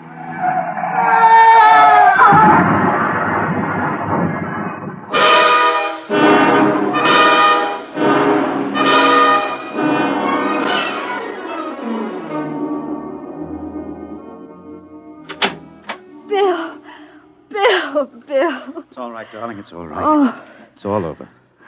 Darling, this is the mayor. Senora, your husband has been officially cleared in this most unfortunate affair. It is obvious this senor seems died of an unavoidable accident. An accident? Oh, yes, of course. Adios, senora. Will they want to see you again? No. No, I'm clear. Oh. I lost control of the car. That's the way it stands. Sue, I hated to kill him. I've never wanted to do anything like that in my life. Where shall we go now? Mexico City? The car's in the repair shop. Won't be ready till 4. And we'll get out. Hey there, Travis. Wait up. Oh, it's that movie man, Bill. He was very good to me when they had you in there. Hey, I heard what happened. They sprung you, huh? Great. Yes, it was an accident. Well, lucky you didn't get hurt yourselves. Everything okay now? Yes, I think so. It's fine. But you both look a little rocky. Say, you want to get your mind off your troubles. We're through for the day. Clouds fouled up our shooting schedule. We're going to put a header on it up at the hotel. Gloria's cracking the ice now. Well, maybe we will join you. But first I've got to check up on the car. Well, don't miss the party, kiddies. See you upstairs. Bill, I don't think... Relax, honey. We've got the break now. Sims is dead. Before they can put another searcher on our trail, we'll have time to make a clean getaway. How about the car? We won't be ready till 4. We've got a couple of hours to kill. I'm so tired. What you need is a little excitement. We rate a celebration, honey. Well, I guess it would be nice to unwind. Sure. We'll go up to Melton's room, have a couple of drinks, a few laughs.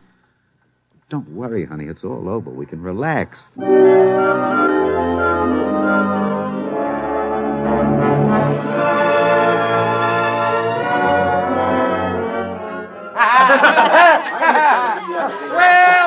Well, Kitty. Well, we thought we'd join you, Mr. Melton. Great. Call me so. Gloria, yank into the cork. We got company. Way ahead of you. Here you are, kid. You kids ready to drink? Yeah, that was a pretty messy business, but it's all over now, huh? Yes, it's all over. Time to unlax. Grab a glass, honey. Thank you. Hey, quiet, everybody. Quiet. How about a toast to our guests? Well, sure. How about it, huh? Okay. All right. To a very beautiful lady. Lovely enough for the movies. Thank you. Oh, I'm not kidding. That's why I came over to you in the first place. I might even give you a test. Oh, I mean it, honey. You're pretty nice. I could make you a movie star. And take me to Hollywood? At least it'd get us out of Mexico. You're not serious. Well, sure I am. Gloria, how about a refill? Yeah, coming up. That sounds wonderful, doesn't it, Bill? Los Angeles is a pretty crowded city, isn't it? Crowded? Hey, wait till you see the sunset buzz. Well, you don't really think I could be an actress, do you?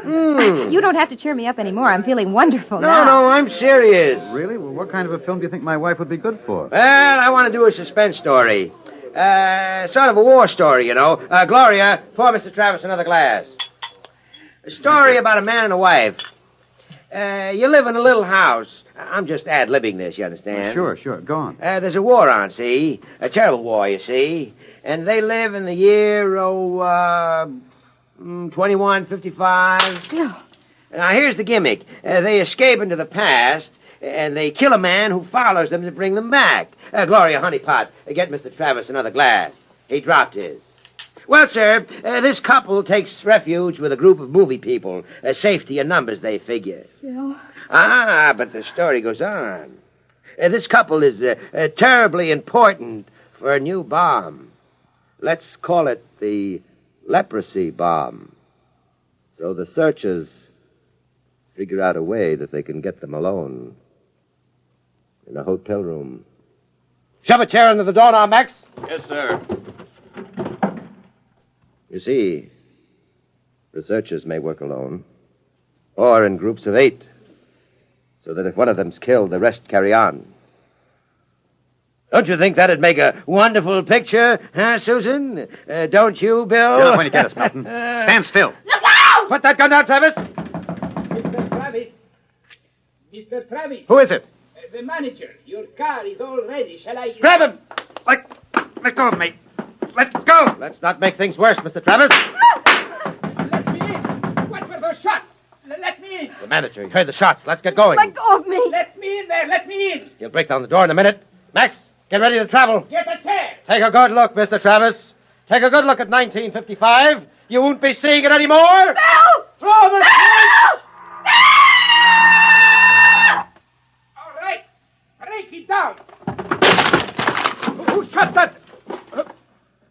are they? I was at the door. I heard them inside. They're gone. The windows. No, the iron bars are undisturbed. What happened to them? They just disappeared, all of them. Senor, I think you had better send for the priest and the holy water. Later. They just disappeared. Look in the closet. Bottles. Hundreds of bottles. And boxes of 20 peso pure Havana filled cigars. These crazy Americanos. Why would anyone leave all this behind? Juan, never question providence. Bien. There is enough here to last us both for a month. I think we can look forward to a most happy future.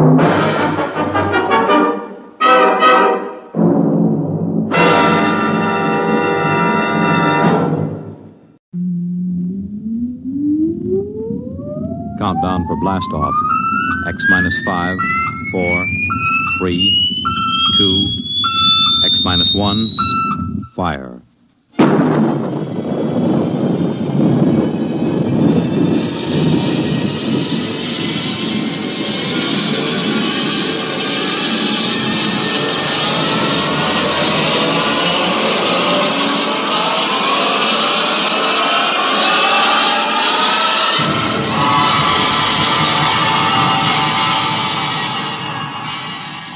From the far horizons of the unknown come transcribed tales of new dimensions in time and space. These are stories of the future, adventures in which you'll live in a million could-be years on 1,000 maybe worlds. The National Broadcasting Company, in cooperation with Street and Smith, publishers of astounding science fiction, presents X minus 1.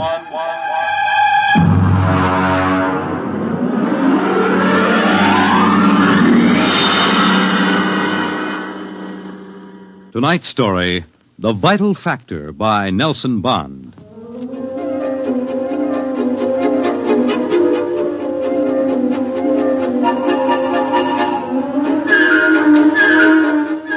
I doubt that anywhere on Earth there's a man or woman or a child who doesn't know the name Wayne Crowder. I doubt whether there's a human being who hasn't at one time or another used one of the Crowder products. The can opener or the razor blade or the patented tooth powder dispenser or the Crowder improved slideless fastener. In the magazines which write about men of business, Crowder was described as a man of ice and stone and ink and steel. No warmth to his blood. And a heart to pump, not feel human emotion. And he built a battery of buttons into his desk so that when he wanted something, all he ever had to do was press a button. And like genies springing out of the bottle, the proper personnel would come running. Yes, Mr. Crowder. Get me my engineers. Yes, sir. Right away, Mr. Crowder.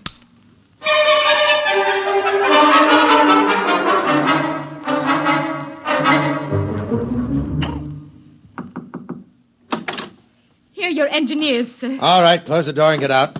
Now, gentlemen, sit down. Gentlemen, I want you to build me a spaceship. A spaceship, sir? That's right. I've decided that I am going to be the man who gives space flight to mankind. Any questions?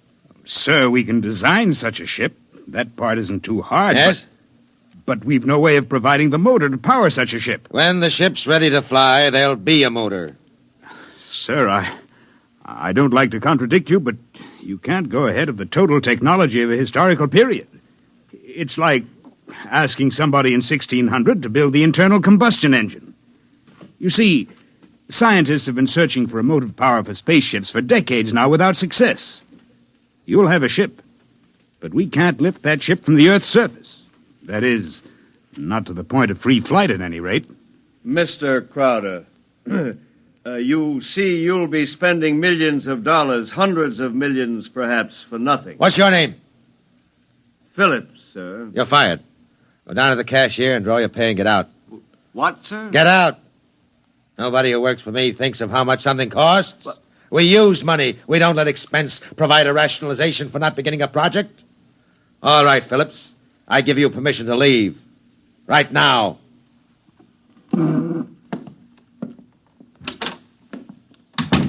Any other comments? The ship will be built, of course, Mr. Crowder. The fact still remains We can't power it. You design the ship, I'll find the motor for you. Where, sir? I don't know. But somewhere in the world there's a man who does know the secret. I want that motor, and I'll root out the man who has the theory which will let us build it. How quickly do you want this done, sir? Yesterday. Yes, sir. Is there anything you need? We'll need a construction yard, sir, and certain machinery, and a great many materials, of course. Labor force. Get them. Send me the bills. I don't want to be bothered with minor details. Yes, sir. And, one more thing, sir. Phillips. Yes? We need him, sir. He's a top man on electronics. He's a vital cog in our team. I don't want Phillips working for me. That's clear, I hope. Who else in the country knows what he does? No one in this country, sir. There's a man in India, though. Get him. We've tried before, Mr. Crowder. He's working on an important project in his country. I'm not concerned with details. Get that man, pay him what he wants, but get him. Sir, you don't understand. If this man quits his job, that whole project will collapse. It means the welfare of many people, millions of people in his country. He has a high sense of patriotism. Buy that sense of patriotism. That's all. I don't want to see any of you again until you have a report of work in progress. Yes, sir.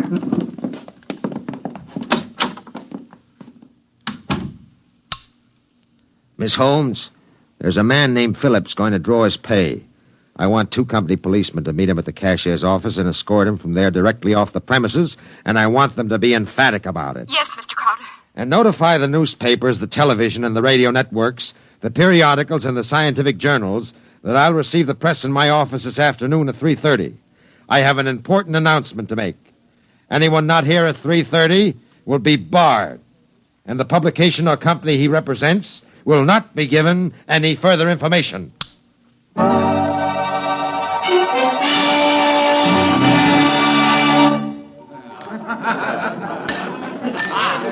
Gentlemen, you can finish your drinks later. Gentlemen of the press, and ladies, it's my pleasure to be able to tell you that I'm in the process of constructing a spaceship.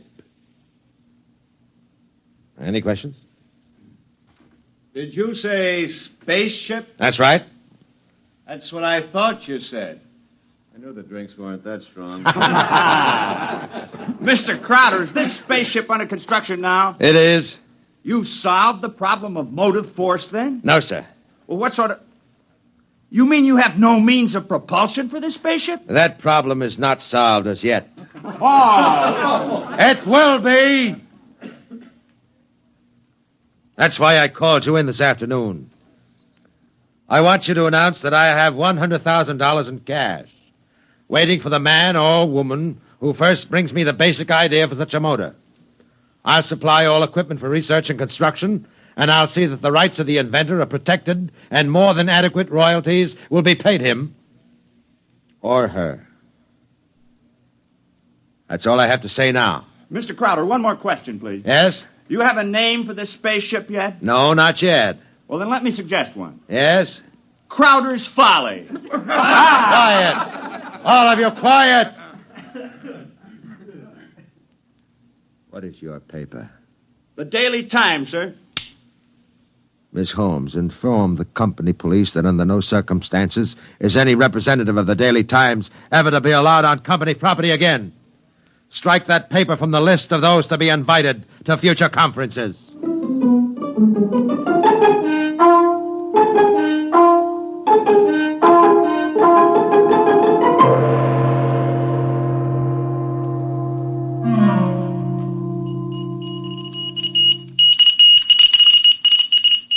It was Crowder's Folly, but the word of what he wanted circulated to the far corners of the globe. It was known in the white ice block huts of the Eskimos and in the grass-thatched villages of Central Africa, as well as places less remote. And the Crowder office became the Mecca and the heaven for the lunatic fringe of humanity. Their blueprints and scale models clogged its corridors. I told you I don't want these people in my office till they're screened. Now get out, get out! Every time I open that door, they surge in like a tidal wave. I have a progress report for you, sir. The ship is finished as far as we can go, Mr. Crowder. Certain additional construction can't be done now because it depends on the shape and mass of the engine, On the type of fuel, on the weight of that fuel. I see, all right. Lay off everybody we don't need. I've ordered that. Mr. Crowder, is it possible that no one will turn up with a motor? That's the one thing that's not possible. He will come. Money and determination will buy anything. Close the door on your way out. Yes, sir. Miss Holmes, order the proper department to put a name on the forward end of the ship. I want letters in pure gold 1 foot high. The name of the ship is Crowder's Folly. Get it done today.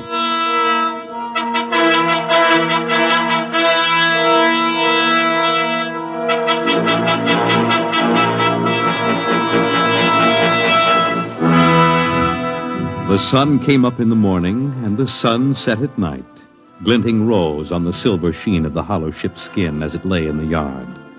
The golden letters on the prows spelled out the fury of Crowder for the world to see. A staff of 50 were employed as time went on in taking rust preventative measures to ensure the ship's well-being. The staff of 50 worked in 3 shifts around the clock, armed with oil cans and grease cans and other containers and sprayers of preservatives.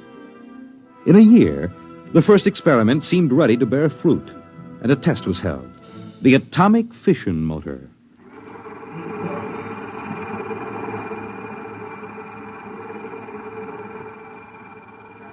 In exactly 45 seconds now, we'll hold the test, Mr. Crowder. The sound you hear is our generators here, building up power to supply the motor by remote control. If this needle goes round to the part of the dial marked in red, there'll be an explosion. Are there any questions, sir? Proceed with the tests.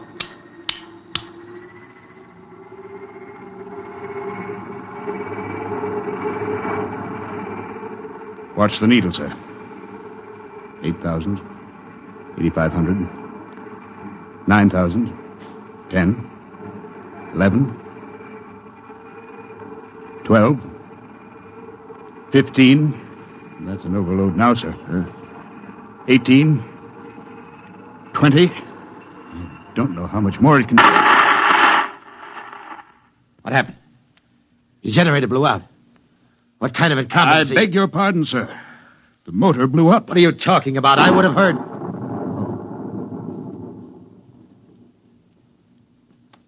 You see, sir, it takes a while for the vibrations of an explosion to travel 3 miles and then reach through 15 feet of concrete. I see.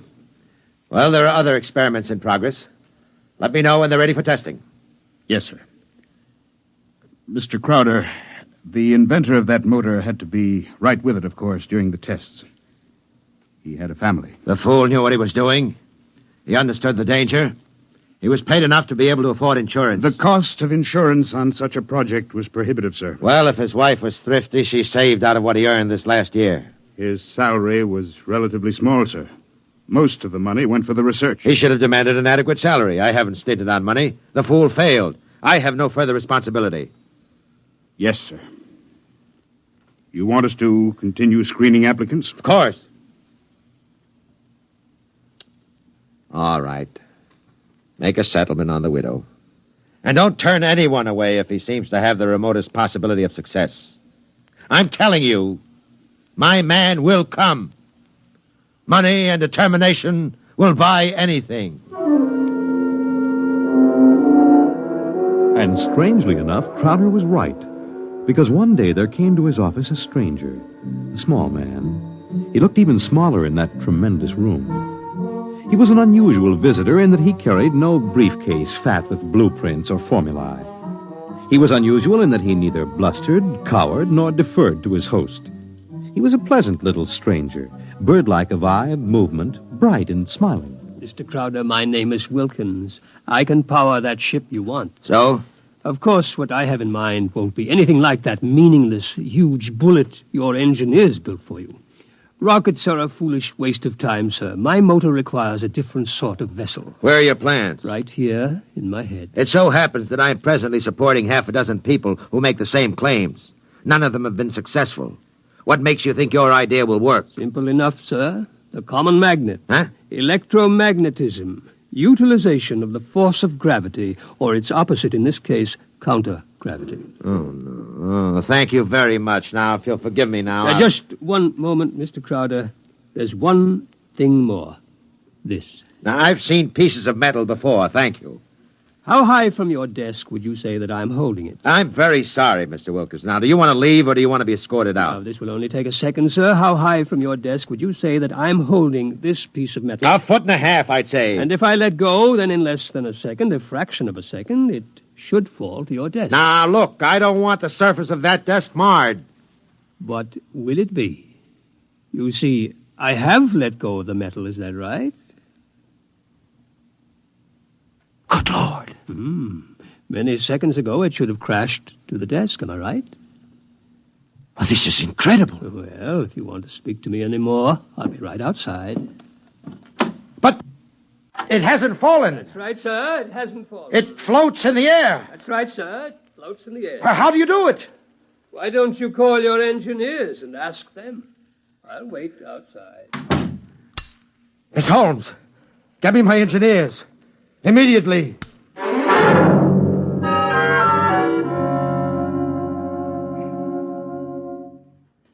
All right, Mr. Wilkins, you're quite right. The piece of metal is apparently counter-gravity, and my engineers can give me no explanation. Thank you, sir. Now, what do you want? For my services? Yes. You've already set the price. To build a pilot model based on this sample, no great expenditure, 100th of the cost of your behemoth sitting out there in your building yard. 3 other things: a workshop, expert mechanical assistance, and an answer to one question. What is your question? Why do you want so much to build this ship? Frankly, because I love power. Because I'm ambitious. I want to be the first to conquer space, because if I can do it, it'll make me greater, richer, stronger than any man has ever been. I want to be the master, not only of one world, but of worlds. That's an honest answer. But is it the only one? You see those letters in gold on the prow of my ship? Crowder's Folly, that's what they named it. That's what they think of me. I want to cram those words down their petty little throats and let them eat mud. That's another answer. And that's all? That is as far as your thinking goes? What other answer is there to your question? There's my own answer. I want to leave this planet and go elsewhere, to Mars, perhaps, because there are strange wonders yet to be found. Because there will be scarlet sunsets over barren wastes. And in the star-strewn night, the thin, cold air of a dying world, stirring in restless sighs across the valleys of the dry canals. Well, you may laugh out loud if you wish, Mr. Crowder. I would prefer that to the peculiar repressed smile you're now exhibiting. You're a very lucky man, Mr. Wilkins, in that you have scientific talent, because your talents as a poet are inferior and very sentimental. All right, you're a sentimentalist, and I'm a man of action. No matter. We can work together, you and I. Your workshop will be ready by morning. I don't need to hear from you again till you have something to show me. If you need to see me, call me day or night. I'll be available. But don't bother me with details, because I probably won't understand what you're talking about anyhow. If you need money or materials or personnel, just tell my engineers. You'll get it, or I'll know the reason why.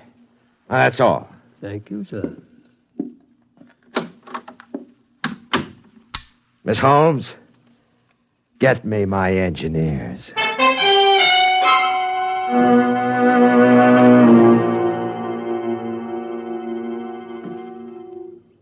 Yes, Mr. Crowder? We have 50 men working on preserving that useless hulk out there in the construction yards. Lay them off. The ship will deteriorate if we do that, sir. Let it rot. Lay them off. Yes, sir. How many other employees are still working for us on the project? About 3,000, sir, including the people working on experimental motors. Get rid of them. Sir? Get rid of them. Mr. Crowder, I never thought you'd drop this project. You were so adamant I'm not dropping anything but deadwood. You saw what Wilkins had to offer. He's my man. And the rest is junk and nonsense. Mr. Crowder, he might fail. We ought to have a minimum of protection against... I say he won't fail. I know the goods when I see it. The rest is nonsense. Several of the experimenters were making much greater progress than I thought was possible. There are great opportunities there. I'm not interested. Not only in the field of spaceships, sir. One man has a motor no bigger than a football, which will drive an automobile 24 hours on 4 cents worth of fuel. It's almost finished, sir. Not interested. It will be of great benefit to mankind, sir. Your name will go down... My name will go down in history for this spaceship. The profits in such a motor, sir. I have more money now than I even know how to count. And when I make my space flight, I'll have more than that. Yes, sir. You just lay everybody off that isn't needed. Give them 2 weeks' pay and my thanks for a thankless job well done. And that's all. Yes, sir. I'll get it done, sir. Oh, one more thing. There's no need to let the folly rot. Dismantle it. Sell the basic materials we don't need. Salvage whatever will be useful to us. That's all. A year's work. Yes. In 10 years or 20 years, and I do the same thing. That's why you're an engineer, and I'm an executive. That's why you work for me. Because when I have to, I can be ruthless with my own mistakes. When a thing has lost its usefulness to me, I get rid of it. Well? I was just thinking, Mr. Crowder. What would happen to me if my usefulness to you were over? I've worked for you 20 years now. Just don't give me any occasion to consider your usefulness terminated. That oughtn't to be too hard. What? Nothing, sir. I'll make the arrangements at once.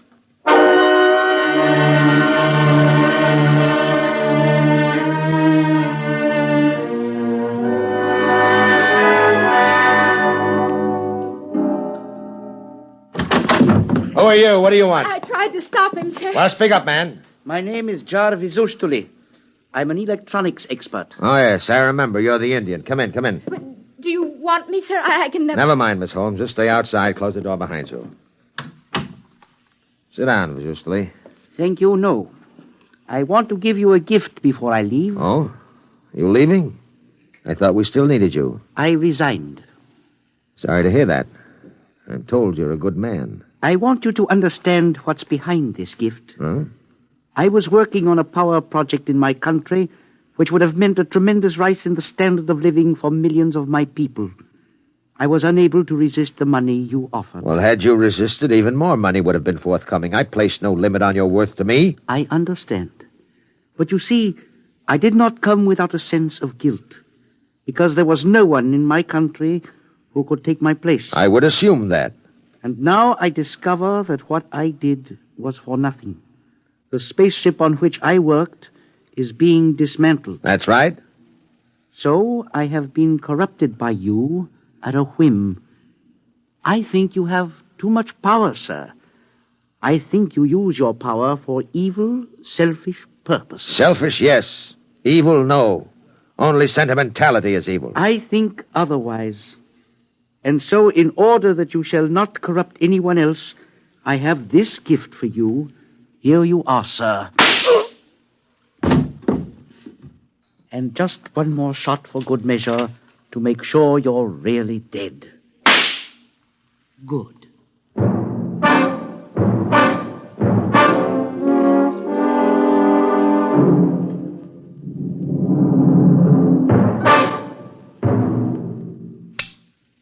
Miss Holmes, there's a man on his way out by the name of Jarvis Ustuli, an engineer. He's not to be molested. He probably won't stop at the cashier, so I want a check for 6 months' salary in advance mailed to his home address. The man showed a certain quality of ruthlessness which is deserving of recognition. Oh, and have the chief of the company police bring me a new bulletproof vest. This one seems to have been dented in a couple of places.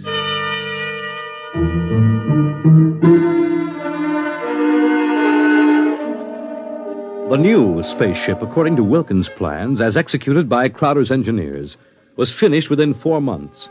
It was small, it was shaped like a disc. It gleamed brightly even in the smoky haze of an October sunset.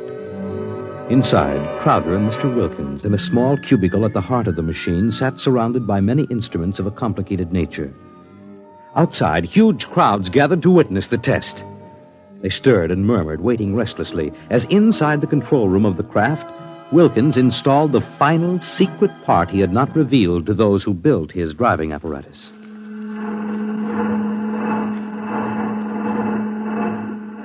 Well, Wilkins, what's holding us up? Nothing new. Oh, sentiment, perhaps? A wish to look once more on Earth's familiar scenes? Yeah. Now the screening is removed. Look. Look at the people out there. Never mind looking out there. Let's leave that thing closed. You're a sentimental fool. Or are you afraid? Or did you decide at the last minute that your invention would work? It will work. Sit down, Mr. Crowder. Thank you. Do me a favor. When I press this button, will you please press the button on the arm of the chair in which you're seated? I'll tell you when. Turn on your motor. I want to hear its roar and feel its tug as we cut loose from Earth's gravity and fly outward into space. That might be a moment in which I'd share your sentimentality. Press your button now, sir. Thank you. Yeah. Wilkins, I'm beginning to distrust you. If this is all a hoax, when are we going to take off? You said at 5 sharp, and it's 2 minutes after 5 now. Well, do we move or don't we? Mr. Crowder, we're already moving. The button you pushed was to nullify the effects of acceleration. If you don't mind, sir, I'd like to open the screen again. Now, care to look? See for yourself. Wilkins, we're in space. Look down at the Earth. How far we've come. Why, it's no bigger than a toy balloon. No, a dime. No, a firefly. Man, Wilkins, you've done it. Yes. I swore to be the first man to conquer space, and I've done it. It's a triumph of power and ambition. And sentiment. Blast sentiment. Your maudlin dreaming would have died unborn except for me. I made this possible, Wilkins. Don't you ever forget that. My capital, my forcefulness, my will. Look out there. Space. Stars that never were seen from Earth. This is only the beginning. We'll build a larger model, one great enough to hold 100 men, 1,000, and cargo besides. Whoever wants to leave Earth this moment must come to me. I am the master of the planets.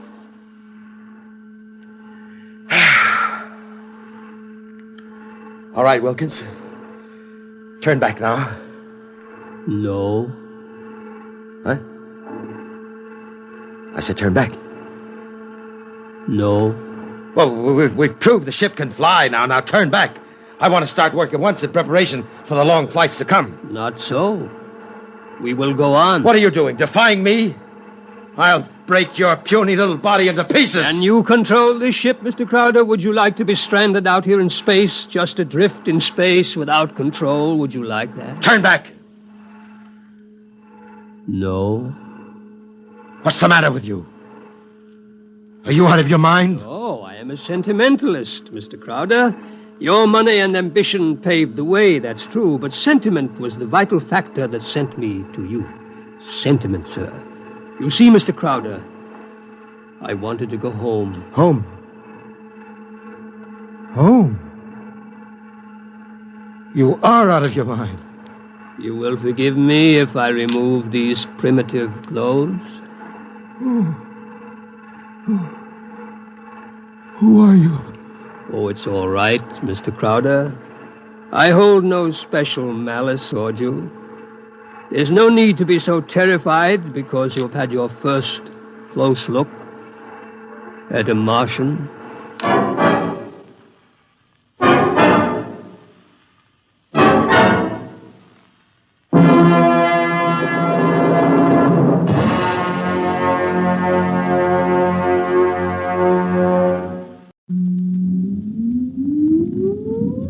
Countdown for blast off. X minus 5, 4, 3, 2, X minus 1, fire.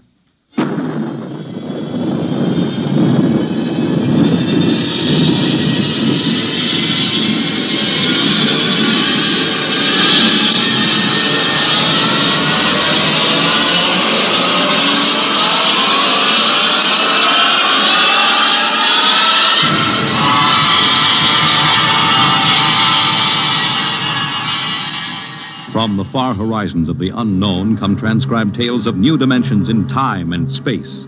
These are stories of the future, adventures in which you'll live in 1,000,000 could-be years on 1,000 maybe worlds. The National Broadcasting Company, in cooperation with Street and Smith, publishers of astounding science fiction, presents X minus 1.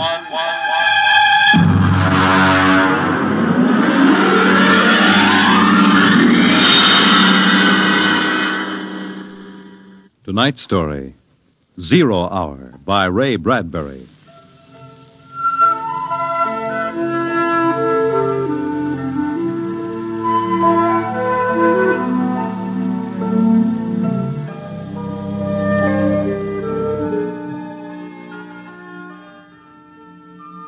It was a perfect summer day in the year 1985.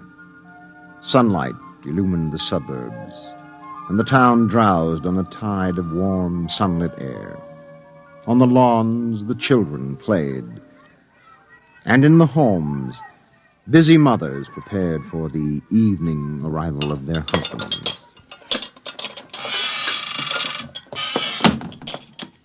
Excuse me, Mom.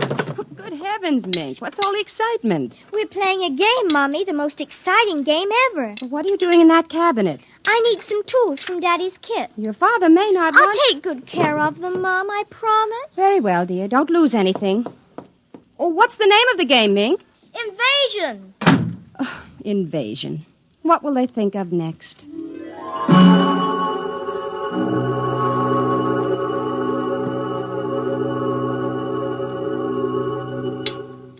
This, and this, and this, and this. Put that over there and bring that over here. No, you ninny. Now get back while I fix this. They want it this way. See? Sure. Just let me fix this. We'd better talk to Drill and get some more instructions, Art. Where is Drill? Drill? Hey, Drill! Drill! He's in the rosebush, I think. I'll talk to him myself, and you write it down on the pad. Okay. Drill? Drill? Okay. Drill wants you to write down triangle. What's a triangle? Never mind. Drill will tell us when he wants us to know. It helps the invasion. Well, how do you spell it? Drill, how do you... Shh! Mink, here's your mother, looking out the window. Mink? Who are you talking to? The rosebush, Mom. Only it's not really a rosebush. That's Drill. Well, who's Drill? He's planning the invasion. Oh, what an imagination. You'd better come in, dear, and clean up for supper. In just a second, Mom. Art, did you write down what Drill just said? Yup. 4, 9, 7, and A, and B, and X, and a fork, and a string, and a hexagony. Hexagonal, Droopy. Oh. Come in, Mink. Supper's in 10 minutes. Okay, Mom, just a minute. I have to tell Drill. I wish we didn't have to eat, though. It holds up the invasion.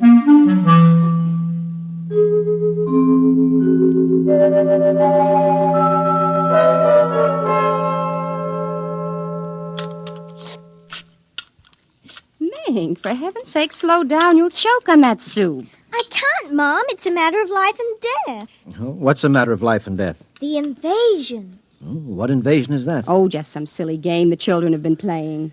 Well, whatever it is, Mink, it'll wait until you've finished your supper, I'm sure. But Drill is waiting for me, Daddy. Oh, who's Drill? New boy in the neighborhood? He's new, all right, only you can't see him. Not yet. He hasn't come through yet. What do you mean you can't see him? He lives in a rose bush in our backyard. Oh. Imagination, Henry. Mm-hmm. Well, while you're at it, tell me more about this new game. It's Martians invading Earth, Dad. What? Well, not exactly Martians, Dad. They're from... I don't know. From up. And from the inside of that little head of yours. You're laughing. Drill said you would. You'll kill Drill and everybody. Well, I didn't know you could kill a Martian. Not really a Martian, Mom. Maybe he's from Jupiter. Or Venus, even. Imagine. They couldn't figure out a way to attack the Earth. So the kids are helping the Martians. Oh, pretty slick, those Martians, using the kids for a fifth column, eh, Mary? Drill says after the invasion, We can stay up as late as we want.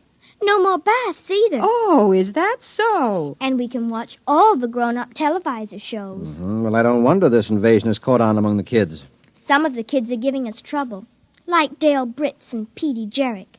They're growing up, so they won't believe in the invasion. They make fun. Worse than parents, even. I hate them worst. We'll kill them first. I hope you're saving your father and me for last. Drill says you're dangerous. Know why? Why? 'Cause you don't believe the Martians ought to let us kids run the world. But I think they'll let me keep you because I'm helping so much. I'll talk to Drill. Maybe we won't have to kill you. Mary, I think this nonsense has gone far enough. Can I go out now, please? Run along, dear.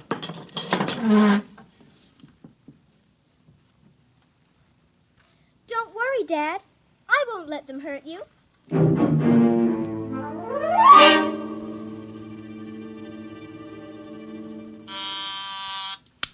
Televisor. Oh, would you please connect me with Mrs. Helen Rogerson on Channel 72Z, Pittsburgh, Pennsylvania. What is your channel, please? 817X, New Rochelle, New York. Thank you. Just a moment. Go ahead. You can see your party now. Hi, sis. How are things in New York? Fine, Helen. How are things in Pittsburgh? Oh, you look tired. Oh, I've been having a terrible time with the children. Sick? No, just underfoot. They've got a new game that's got me just about crazy. It's called Invasion. Did you say invasion? Isn't that strange? My Mink is playing it, too. My boy Tim is all involved with some imaginary fellow named Drill, who's running the invasion. Must be a new password. Mink likes him, too. How do you suppose these games start? My backyard looks like a scrap drive. They've got every conceivable kind of mechanical gadget out there. I talked to Josephine Schiller in Boston, and she says her kids are wild about it, too. It's sweeping the country. I can't understand it. Helen, do you suppose... What? Oh, nothing. Just a wild thought that crossed my mind. Oh, say, the reason I called is that black and white cake recipe... What was that? I don't know. One of the children might have hurt himself. I'll have to run and see, dear. Call me back tonight, will you? All right, Mary. Bye. Mink? What is it? Who was that who screamed? Peggy Ann. What happened? She got scared and ran home. Did you hit her? Nope, she just got scared. She's a scare baby anyway. Now, Mink, tell me why she screamed. No, I can't. Mink, you'll answer me or come inside this instant. I've had enough nonsense. I can't quit now, Mom. It's almost 0 hour. Then tell me what frightened Peggy Ann. Okay, she saw Drill. He almost came through. Through what? Those pipes and things we set up. She looked into one of the pipes and screamed. I guess she saw Drill. And no one hit her? No, Mom. Very well, Mink. I'll call Peggy Ann's mother and see how she is. If we could only get Drill through, it would be easy. Then all the others could come through after him. I'm going in now, Mink. I'll call you in for your bath in half an hour. Your father and I want to go out tonight. You won't be able to go out, Mom. Why not? 0 hour is 5 o'clock, Mom.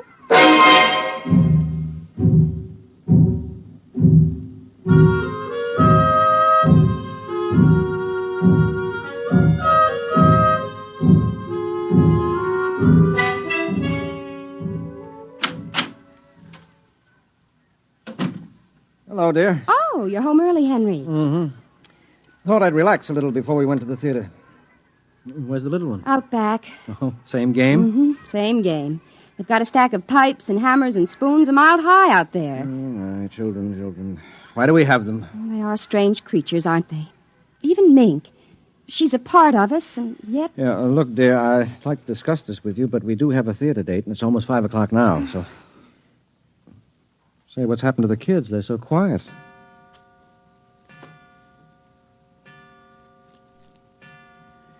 Well, when children are quiet, you know there's some mischief.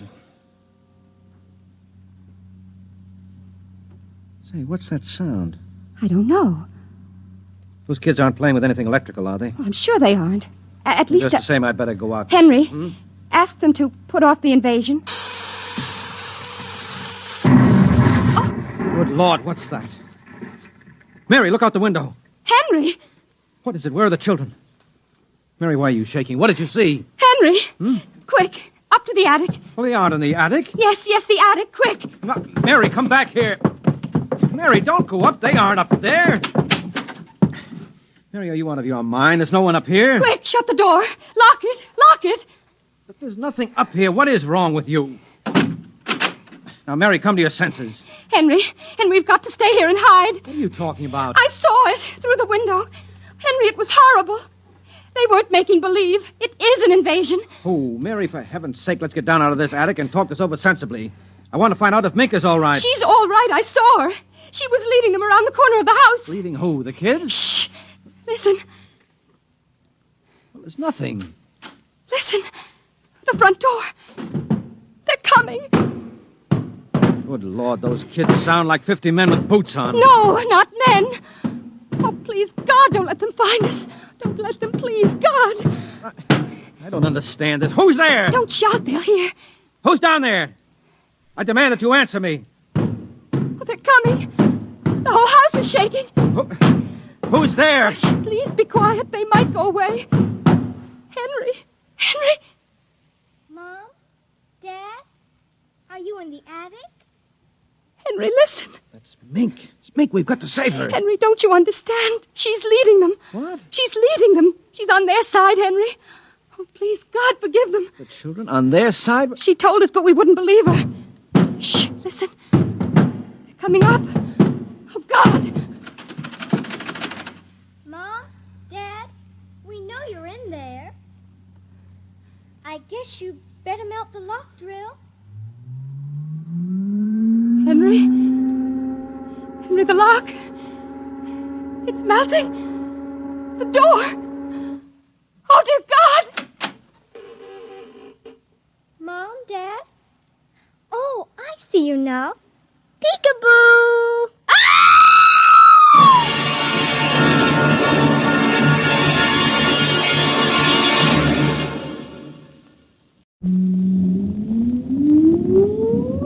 Countdown for blast off. X minus 5, 4, 3, 2, X minus 1, fire.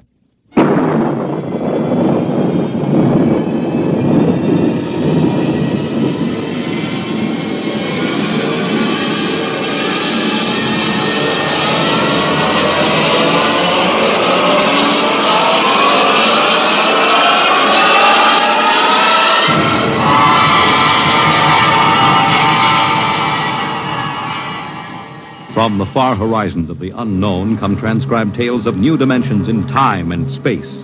These are stories of the future, adventures in which you'll live in a million could-be years on 1,000 maybe worlds. The National Broadcasting Company, in cooperation with Street and Smith, publishers of astounding science fiction, presents X minus 1.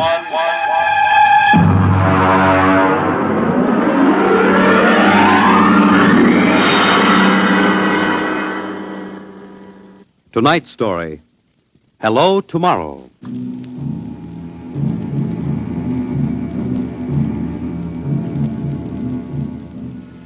After the third atomic war, when the Earth was a mass of red radioactive dust, a handful of men and women went deep underground in the struggle for survival.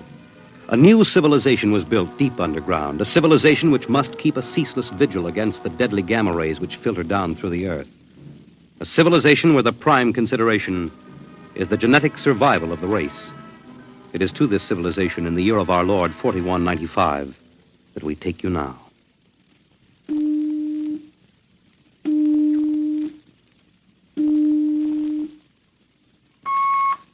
Professor Lois Burton? Yes.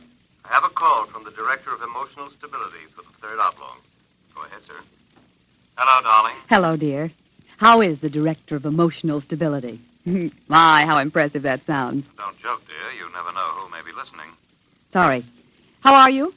You sound tired. Well, we've had some bad cases. Mostly frantic mothers who insist on imparting their feelings to children. I suspect it's chromosomes affected by gamma ray leakage from the surface, but the head of the psychotechnic division says they're glandular cases. But that isn't why I called. I have good news. What is it? The genetic board has approved our application for marriage. So soon? Our chromosomes tested perfect. We can marry any time we want. As a geneticist, you should know that our offspring should be 90 percentile of perfection. I know. What's the matter? You are happy about it, aren't you? Of course. Terribly happy. I'm coming right over to the lab. You'll have to give me some time. What's the trouble? No trouble. You know that genetic survey I've been working on? What about it? Well, I've finally gotten permission to study an actual living case, a specimen of imperfect genetic transmission. Really? They're bringing him, or it, up from the condemned cages on the lower level. You will be careful. There's nothing to be afraid of. The specimen is XJ12. It's been studied before many times and is quite well trained. Oh, there's my door signal. I'll have to hang up, darling. See you later. Yes? Professor Burton? Yes. I'm from the Phylogenetic Institute. Oh, you brought my specimen? May I come in? By all means.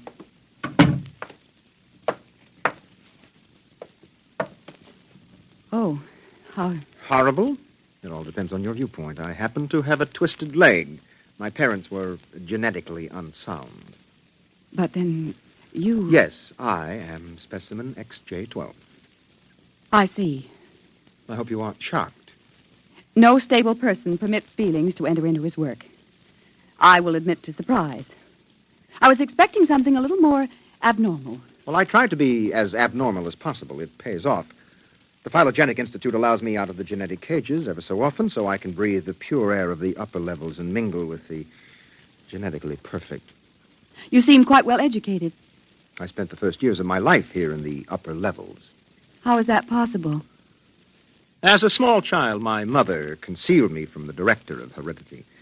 My mother actually, dreadful word, loved me. That would explain your obviously low threshold of emotional control.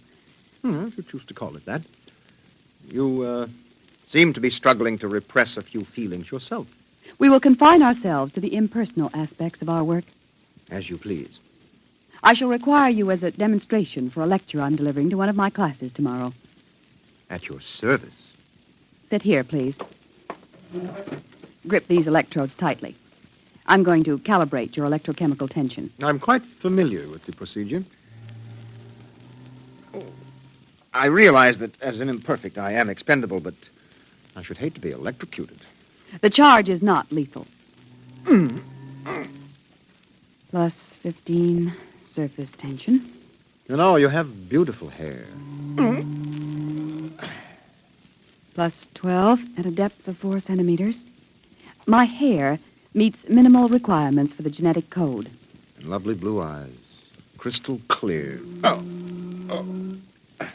Plus 10 at 7 centimeters. Pretty. A perfect woman. Lovely expressive hands. And a heart of stone.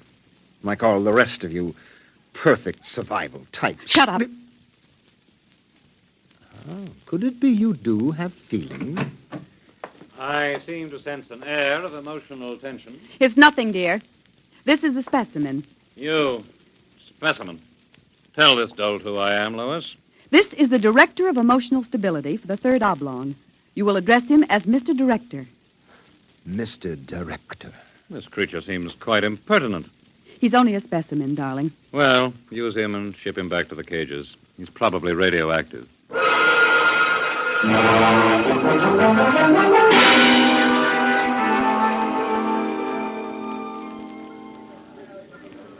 Attention, attention. The next demonstration will be conducted by Professor Lois Burton of the Institute of Genetics. Her topic, the probability of radioactive damage in the chromosome heredity of imperfect non-survival types. Professor Burton. As you know, most imperfects are destroyed at birth.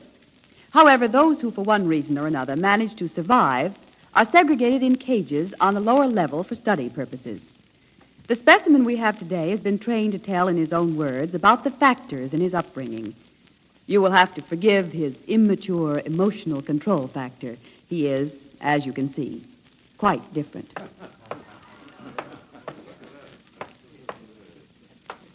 Specimen XJ12. You will proceed, please. Thank you. My mother was a psychotechnician in the Fifth Oblong. My father was an historian specializing in the records of pre-atomic surface culture. In the earthquake of 2170, apparently some hard radiation filtered down through the tunnels and penetrated the fifth oblong. The effect on my hereditary factors is quite apparent in this twisted leg. My father taught me in the last days before he was executed that every human personality is born with certain inalienable natural rights. The rights to have feelings, the right to mature, and above all, the right to be different from every other living organism. Because it cannot be otherwise, I submit to you, distinguished students, that the attempt by this society to abridge these rights is a violation of nature. I submit that the imperfects, the mutants, those who are different, have as much right to exist and be free as you. And I say break open the cages. Stop him! Give us back the right to be individuals. Stop him! Ah! Perhaps that will teach you. Professor Burton, take this specimen back to your laboratory and confine him.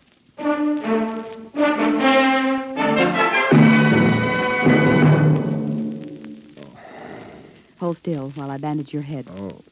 You'll be all right. I suppose you detest me for getting you into trouble. I don't detest you. What? I don't know why, but as you spoke, something began to stir in me. Tell me what you feel. If I moved you, then I must have moved the others, some of them at least. For some reason, I took pride in what you were doing, seeing you stand up against them. Why do you look at me like that? I can't help it. I wish you wouldn't. You're only an imperfect, you know. Please. My name is Oren. Please. Say it. Oren. Oren. Again. Oren. Lois. Oren. Lois. Lois. Lois. How touching. Walter. I've been listening for some time. Walter, how could you? In my capacity as Director of Emotional Stability, it is my duty. What are you going to do? Specimen XJ12 will be disposed of quite systematically by the state. For the good of the state, for the good of the genetic code, and in the name of emotional stability.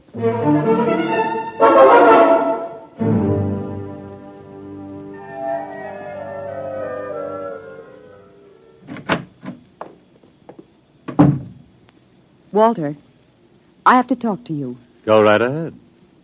Walter, you mustn't destroy him. The specimen? Why not? He's emotionally unstable. You have to expect irrational behavior. Aren't you forgetting something, my dear? That you were responding in much the same manner? Or had you forgotten? You see, I'm having him liquidated for your sake. He has an upsetting effect on you. Then send him back to the cages. But don't kill him. You speak of destroying an inferior creature as if it was something unethical. Walter, please, for my sake. I understand that you have entered a plea for postponement of marriage at the Records Bureau. Yes. I was too upset to go through with it. It came as a great disappointment to me. I'm sorry. I was hoping that, linked to a stable personality such as mine, you might settle down. If you were married to me, I might even be persuaded to send him back to the cages instead of having him destroyed. Think it over. If I refuse? The choice is yours. Well, my dear? Perhaps you're right. I am.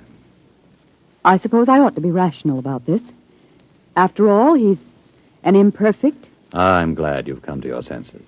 When can we be married? Tomorrow, if you like. The sooner the better.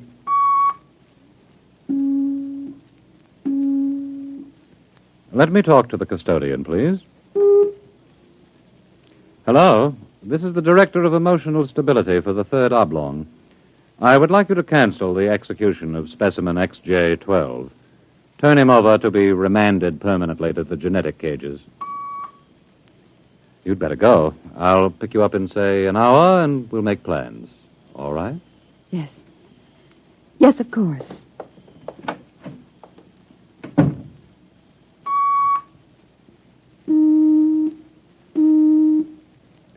Hello. This is the Director of Emotional Stability again. I want you to cancel that last order. Proceed with the execution, but under conditions of absolute secrecy. No, don't use the lethal chamber. Take him through the upper level to the tunnels. Yes. Yes, I'll issue a pass for the radiation checkpoint.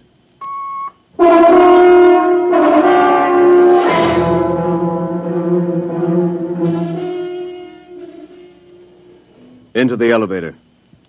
Very well. Why are we going toward the surface? The cages are on the lower levels. Radiation check. I've never done that before. New procedure. Walk. Halt! You can't go beyond this point. There is radioactivity in the tunnels. I have a pass from the Director of Emotional Stability for the third oblong. Special mission. I'll open the airlock. March inside.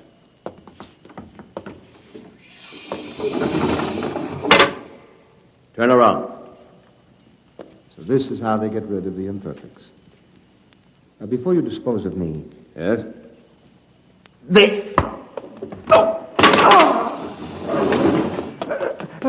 Help! Security! Security! What is it? What's happened? The prisoner struck me. He escaped into the tunnels. He won't last long. Can you go after him? I could send a robot, but it isn't worth the trouble. There's no way back from the tunnels except through here. The only other direction he can go is toward the surface. And the closer he gets, the hotter the radiation. No, I think you can consider your prisoner officially dead.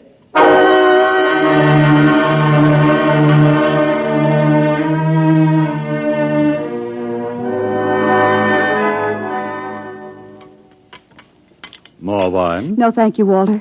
You look very beautiful, my dear. Very beautiful. Thank you. The wedding will be a small affair. The director of endocrine control, the chief of the security guard. Walter? Yes? Was he returned to the cages? Oh, now, why must you spoil it? Was he, Walter? Well, as a matter of fact, there was a little difficulty. Difficulty? Yes, you see, XJ-12 escaped. How? Where? He struck a guard and ran off into the tunnels. The tunnels? But that's sure death. He's free to return any time he chooses. Now, don't become upset, darling. You planned it, didn't you, Walter? Stability, darling, stability. Stability. Here's what I think of stability.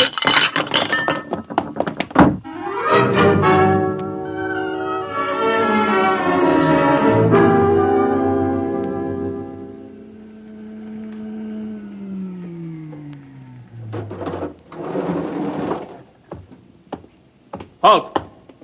State your business. I'm Professor Burton of the Genetic Institute. You can't go into the tunnels, Professor. You'll have to let me by. I'm the fiancée of the Director of Emotional Stability. Oh, I suppose you're after the one who escaped? Yes. He's quite dangerous, I understand. I'm well armed. Wouldn't it be better to send a robot? I'm quite capable of handling him. He was my subject. All right, miss. It's your risk.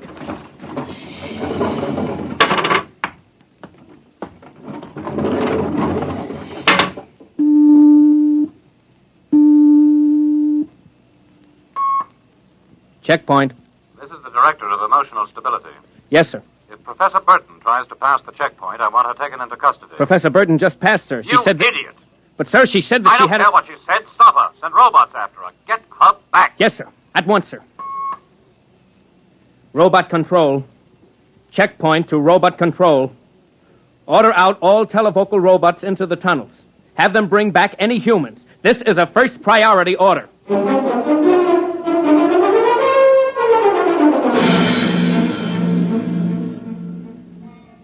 Oren! Oren! Oren! Oren! Oren! Oren! Oren, where are you? Oren! Hello? Oren! It's Lois! This way. Behind the rock. Over here. Oh, darling, darling. Lois. Lois, why did you come here? It's suicide. I had to. Oh, darling, are you all right? So far. You've got to turn back. Give yourself up. They'll kill You me. can't stay here. The radiation is +4 at this point. It gets worse as you approach the surface. Lois, darling, go back. What will you do? I'm going ahead. But you can't. I can. I'm going to the surface. It's certain death. Not even the robots can survive it. Well, at least I'll be the first human in 1,100 years to see what the surface of the Earth looks like. Come back with me. No, Lois. Then I'm going with you. Lois. Don't try to stop me, darling. There's nothing to go back to now. Nothing but Walter and emotional stability. You really want to come with me? Yes. You know what it means. I don't care. My mother used to believe there was a life after death. A place called heaven. We'll believe it, too. Oh, no, Lois, I can't let you go. Oren, I love you. See, I know how to say it now. Say it again. Oren, I love you. What is that? It sounds like... Oren, it's a robot patrol. They're looking for us. All right, come on. This way.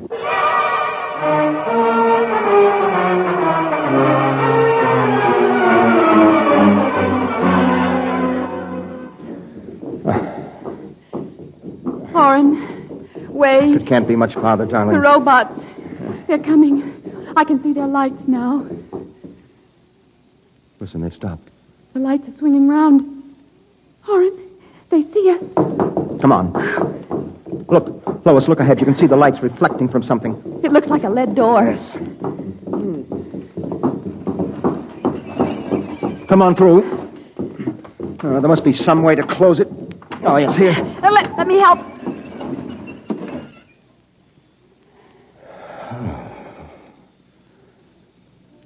Well, they won't get through that. It's solid lead.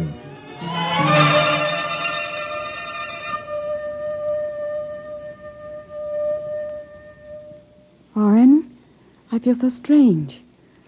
Where are we? I don't know. Look, up there.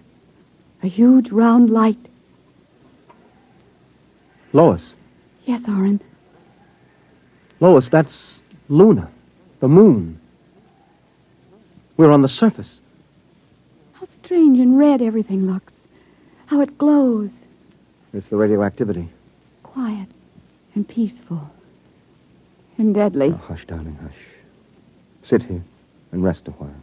Put your arm around me. Yes. Oren, I'm afraid. Oren, we're going to die. Don't think about that. Just think about us. Alone. The first humans to stand on the surface of Earth in 1,100 years. That door must have been placed there by the last handful of survivors who went underground after the atomic wars. And those other lights, the small ones, they must be stars. Oren, I'm so tired. Go to sleep, darling. Put your head on my shoulder and sleep. Hold me, Oren. Hold me very close.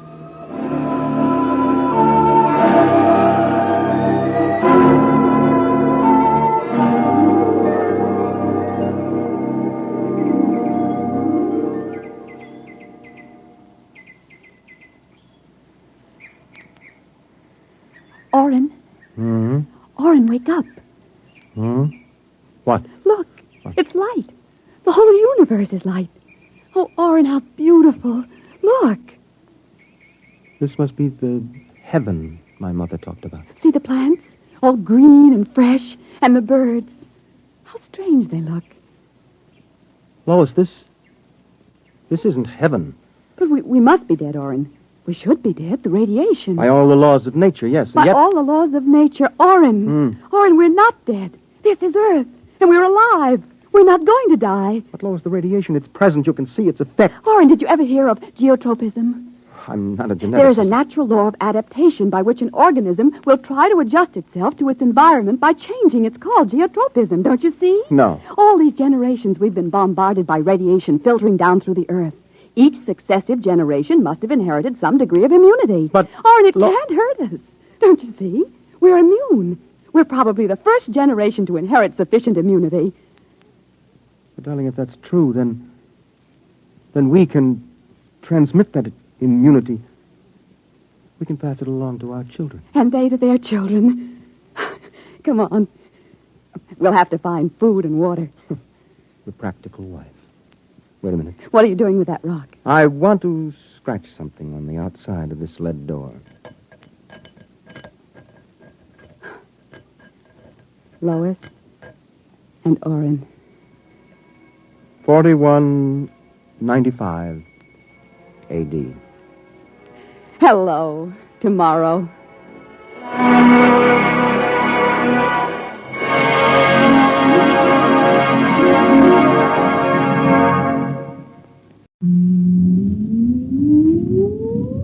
Countdown for blast off. X minus 5, 4, 3, 2, X minus 1, fire.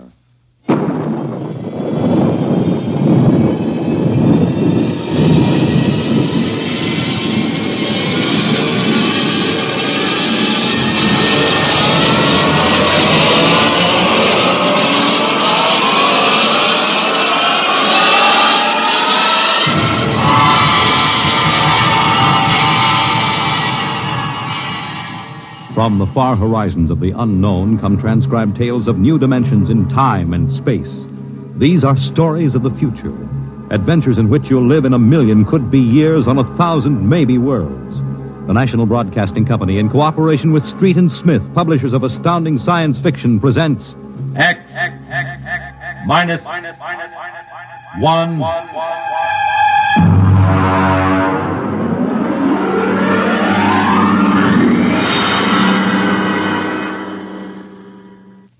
Tonight's story, Requiem by Robert Heinlein.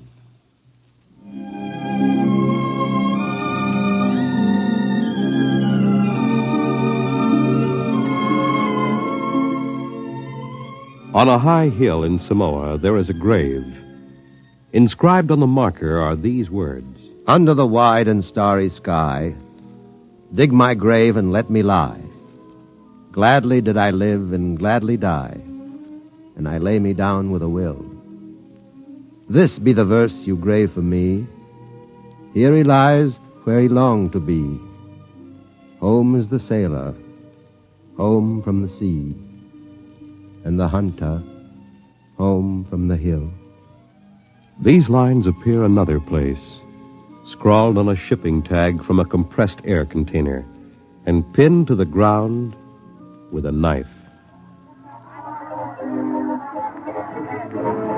It wasn't much of a fair, as fairs go. The trotting races wouldn't be held till 8 o'clock at night. The flags and bunting drooped in the gray afternoon, and the pitchmen seemed discouraged. A large black limousine stood at the side of the road, 32 cylinders purring quietly. And over the dust and the clatter of the fair, a bullhorn blasted the highest pitch. Hurry, hurry, hurry, this way to the moon rocket, the moon rocket. See it fly, the actual type rocket used by the first man to see it fly. Chills, thrills, the romance of space. You can ride in it for only $25. Hurry, hurry, hurry. Hey, Charlie, have you got that feed tube patched? I welded it. Good for maybe an hour. What a crowd. They wouldn't risk a nickel to see the sun blow up. Oh, Captain, excuse me, Yeah? Captain. Oh, yes, sir. 50 cents to inspect the rocket. One? Could you take a passenger this trip? You mean you want to go up? $25. That's right. Yes, sir, right away. Charlie, take the pitch. Step this way, sir. Look out for the feed lines. Oh, yes, I see them. Hey, Doc. Passenger for a checkup. Okay, Mac. Well, is this necessary? Regulations. Take off your coat, open your shirt, roll up your right sleeve. All right. How are things, Mac? Slow. We're not drawing as much as the cooch tent. It'll pick up tonight with the trotters. I'm ready, Doctor. All right, give me your arm. All right, breathe in. Breathe. Breathe. Uh-oh. Sorry, Mac. No go, Doc? Cardiac condition. I couldn't certify. I'm sorry. You mean you won't take me up? He's the doctor. Well, I rather expected it. Sorry. Between you and me, we could have used the 25. Excuse me, Captain. Yeah? Could you and your engineer have dinner with me after your flight? Dinner? At my home. My car's over there. That's your car? The limousine? That's right. You serious, Mac? You want Charlie and me for dinner? Of course. Okay. Okay. Don't see why not. Thanks.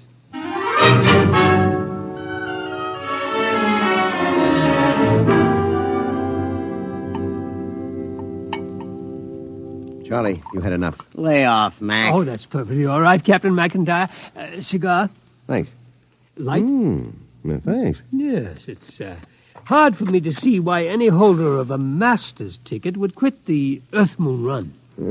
I didn't like it. Yeah, don't hand us that. It was Rule G washed you All out. right, so I took a few drinks. Tell me, gentlemen, are you satisfied with what you're doing now? Are you kidding? We've been pushing the old junk heap for a year. Half the time, the sheriff has an attachment on the ship for a fuel bill. It stinks. Would it help you to get back to the moon? Well, sure. I could get a short-haul job hopping ore. I kept my nose clean. I might even get back on the run. Would you be open to a business proposition? What is it? You own your own rocket? Barring a couple of liens against it. I want to charter her to take me to the moon. You hear what he said, Mac? He wants us to fly that old heap to the moon. He can't do it. The old boat's worn out. Why don't you charter a regular company ship? Oh, no, I can't do that. The company charter comes up before a congressional committee this year. They have to follow the regulations. You can't pass the physical. Now, if you can afford to hire us, why don't you bribe a couple of company medics? It's been done before. I know, but not for me. I'm D. Harriman. Harriman? You own the company. Hey, what are you giving us? I own a large percentage of the company, but the other directors won't permit me to jeopardize the franchise. You tie that, Mac. A guy with half the money in the world, and he's up a creek. Shut up, Charlie. Why do you want to go to the moon so bad, Mr. Harriman? Well, it's the one thing I've really wanted to do all my life. I'm maybe 50 years older than you. When I was a kid, nobody believed we'd really reached the moon. You've seen rockets all your lives. When I was a boy, they laughed at the idea, but I believed. I wanted the moon then. I used to stand in the backyard and stare at it.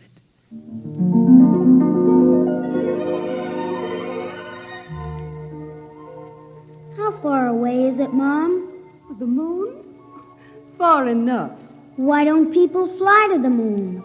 They can't. Why not? They just can't.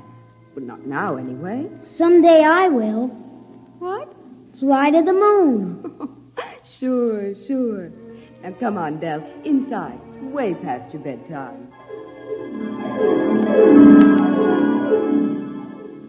There wasn't enough money for college, so I worked. Stock boy at the old Ford plant in Detroit, accountant, credit manager for a mail-order house, then New York and Wall Street, and then transportation.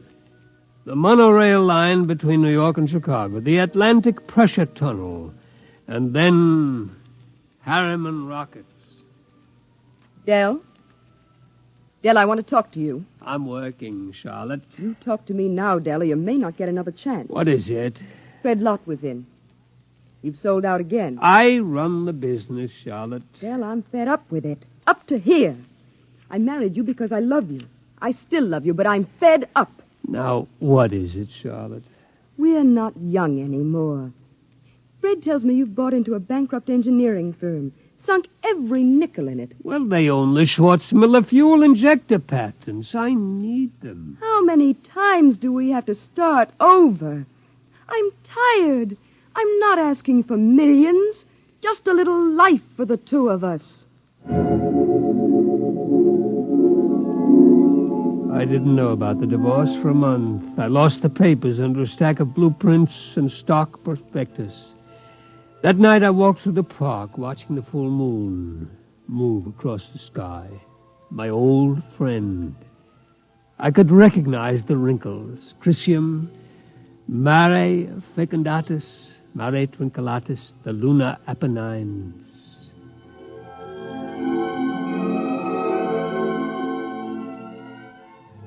It took 2 fraudulent bankruptcies and an investigation by the Securities and Exchange Commission before we did it. The moon. There were 3 injunctions on the rocket before it blasted off. I was going on the second trip, but my considerate board served a court order on me. You can't go there. Fred, I'll break you if it's the last thing I do. Del, you've got a bad heart. That's no secret. No. If you die out there, the whole card house comes down. Now, we've got an equity in this corporation. We're going to see it protected. You've sucked us in on this wild scheme, and Now that it paid off, you're going to sit right down here on Earth and see that the dividends come out on time. You're not going to the moon, Del. Forget it. I never went. By the time my lawyers shook off the restraining orders, the first cargo rocket had crashed in the Pacific, and Congress rushed through the Space Precautionary Act. My heart kept earthbound, and now I'm old. I've lived longer than I should, but I would not let myself die. I will not until I have set foot on the moon. There, Captain McIntyre, you asked why I wanted to go to the moon, Well? You find a ship, Mr. Harriman, and I'll drive her. You'll hit the moon. All right, then we can get down to business. I'll have contracts drawn up for you. You two will have to buy me a ship. I can't do it openly, of course. My dear board of directors would find out and slap a court order on me. We can't get credit. Oh, don't worry. I'll supply the cash in advance. Pick some ship that can be fitted for the jump. A strato yacht. Apply for a strato license. Then after it's issued, you'll move to a piece of desert. I'll find a strip and buy it. You mean fit her out there? Yes. We'll install extra fuel tanks, change the injectors and timers for space flight. Charlie, you think you can manage the changeover without a dockyard and shops? Well, I'll have to have a load of power tools and a lot of time. It'll be haywired and spot welded. Just so it doesn't blow up when I slap the keys. It won't blow. Well, that's what you said about the last ship. Now, cut it out, will you? I ask you, Mr. Harriman, that last ship was a junk heap and we knew it. Now, this'll be different. We're going to spend some dough and do it right. Ain't we, Mr. Harriman? You spend all the money you want. I'll see that you get it.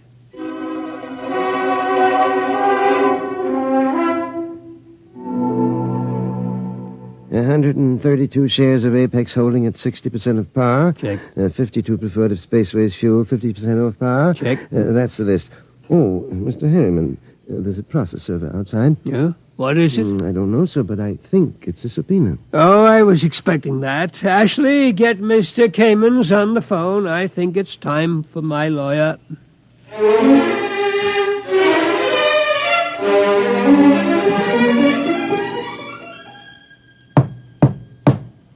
May it please Your Honor, counsel representing Mr. Harriman's relatives contend that his behavior for the past few weeks gives clear indication that a mind brilliant in the world of finance has become senile. They petition you to declare him incompetent and to assign a conservator to protect his financial interests and those of his heirs. May I suggest that in the last few words, my opponent gave away his entire thesis. It is evident that the petitioners believe that my client should conduct his affairs in such a way as to ensure that his nephews, nieces, and their issue will be supported in unearned luxury for the rest of their lives. Therefore, we pray this court will confirm my client in his right to do what he likes with his own. Deny this petition and send these meddlers about their business.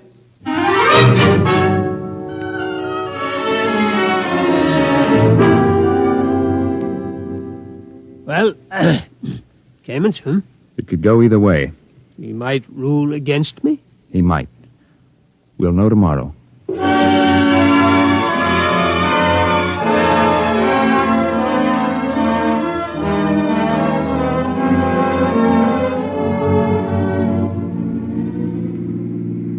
Here it is. Eccentric millionaire disappears. Yes. You eccentric, Mr. Harriman? Well, they used to call me crazy, but that depends on your credit rating. A bench warrant under contempt proceedings has been issued. They won't find me out here. How is the work going, Charlie? My end's in pretty good shape. Well, are you ready to go? My nephews will have detectives out looking for me. Well, I could run those calibration tests tonight. Take till midnight. After that, it's up to the Commodore here. There she is, Mr. Harriman. That's the job that'll take you to the moon. It's a good ship, isn't it? Hey, Mac, stop the car. Yeah. All right. He's out? Look at him. Where's his medicine? Vest pocket. Here. Break the glass. Hold it on his nose. He looks lousy. Yeah. There. He's breathing easy. Come around soon. Mac, we ain't gone through with this. Why not? It's murder. He'll never stand up under the initial acceleration. Maybe not, but that's what he wants to do. You heard him. I don't like it. He's an okay old buzzard. What do you want to do with him? Send him back to Kansas City so his no-good nephews can shut him up in the cellar? No, but... Okay, then. Now get out there and make your setup for those test runs. Get that ship ready to fly.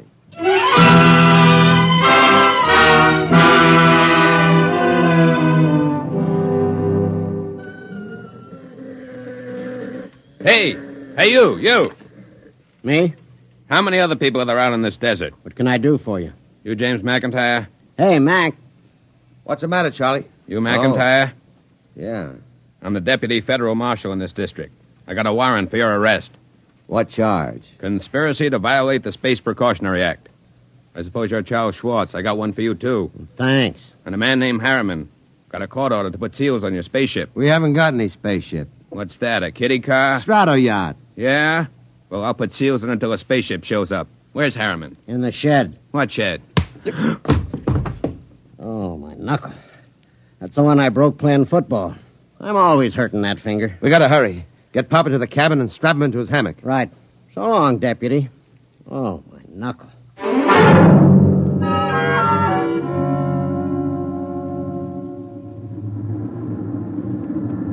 She's warm, Charlie. Everything set back there? How do I know? I didn't have time to run tests. Tough. You all right, Mr. Harriman? I think so, but these straps are tight. Have to be when we blast off. All set, Charlie. Give me control. Check. Test keys. 1 bank. Check. 2 bank. There's an auxiliary out. We don't need it. All right, boy, hang on. Let's go.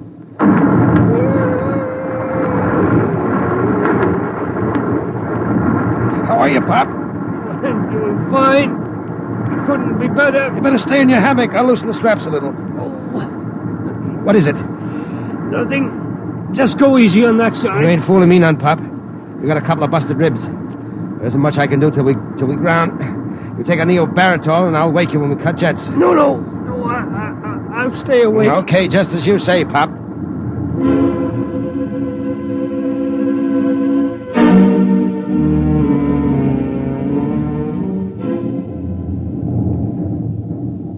She's on automatic, Charlie. How are the tubes holding up? Fine, tight as a drum. She handles nice. How's Pop? Alive, but he's in bad shape. How bad? Cracked a couple of ribs in the takeoff. I don't know what else. You think he'll last the trip? His heart was pounding like an off-time valve. Well, he'll last. He's tough. Tough. He's delicate as a canary. I don't mean that. He's tough down inside where it counts. Just the same, you better set her down awful easy if you want him alive. I'll make a full swing around the moon and ease her in an involute approach curve. It'll go fine if we got enough fuel.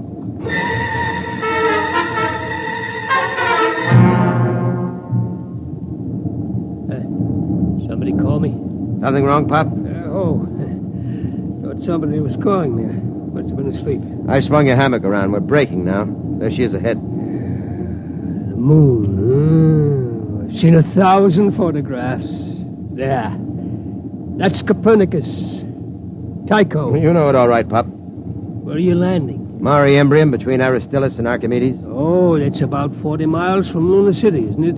Yeah. It won't be easy landing without ground approach radar, will it? I've done it before. Not without a second pilot to punch the satimeter. You ought to have a mate's ticket, Pop. You know the whole routine. You must have really studied up. Yes, that's all I could do, study, until now. Oh, look at the moon. I feel as if I'm coming home. Yeah. Charlie. Yo. I'm taking her in. Cut in full power. Make it good, Mac. Pop can't take a rough one. Shut up and give me the power. I'll do my best.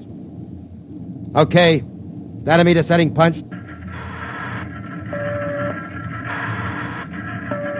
Hang on, here we go.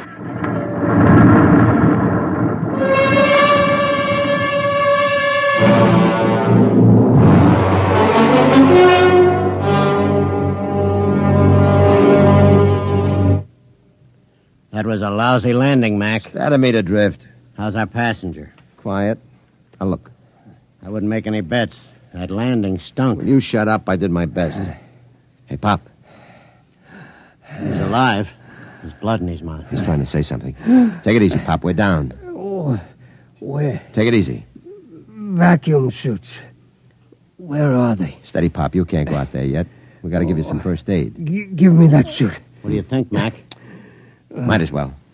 Get the suit out of the locker. Yeah, we'll use the big one. Be more comfortable. Okay. Hurry. Okay, Pop. Easy now. Hurry. All right, pull it up. Seal these zippers, Charlie. Take it easy. All right. The helmet. Air diaphragm set? Check. Air valve? Set. Lift it on him. Don't hit him. There. All right. Come on, Charlie. Get into your suit, and we'll carry him out the back.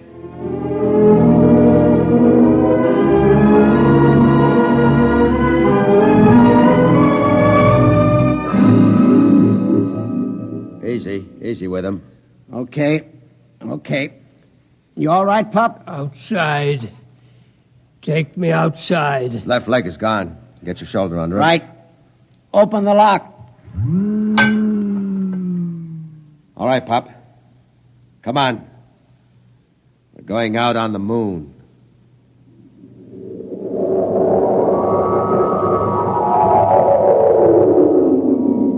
The moon. All right. We're going to leave you out here to look around while we get ready for the hike to town. You all right? The moon. We have to break out air bottles and rig a stretcher. It's 40 miles into the dome. Charlie, prop something behind his head. Okay. You comfortable, Pop? We'll be back soon.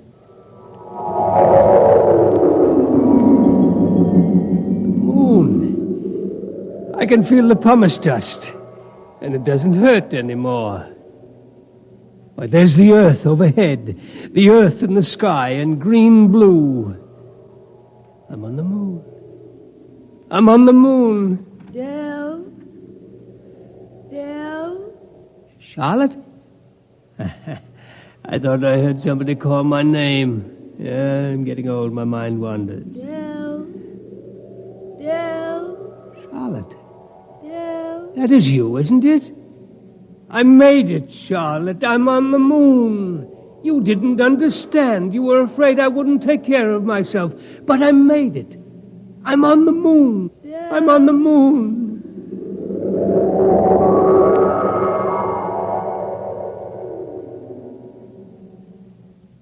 Come on, Charlie. We better get Pop going. Here, give me a hand getting him on the stretcher. Never mind the stretcher, Mac. What's the matter? He won't need it. He's dead. Oh. Better get out the pumice skis and the air bottles. It's a long walk to town. Yeah. What about him? Looks as if he's resting, doesn't he? Propped up, looking out on the pumice. Well, he hit the moon. Come on. Let's start walking.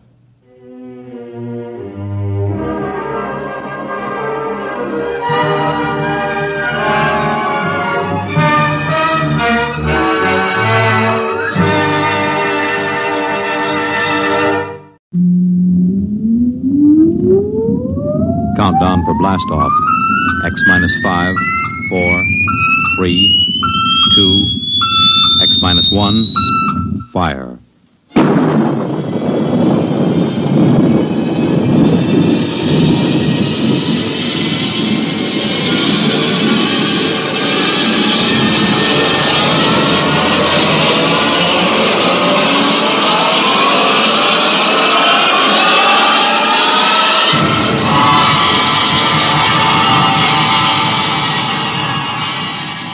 From the far horizons of the unknown come transcribed tales of new dimensions in time and space. These are stories of the future, adventures in which you'll live in a million could-be years on 1,000 maybe worlds. The National Broadcasting Company, in cooperation with Street and Smith, publishers of astounding science fiction, presents X minus 1.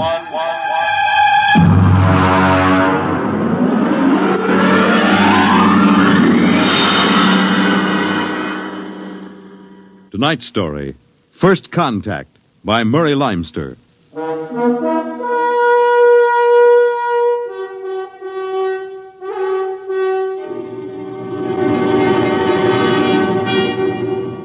They had been in space 6 months now, moving with the incredibly faster-than-light speed of the overdrive.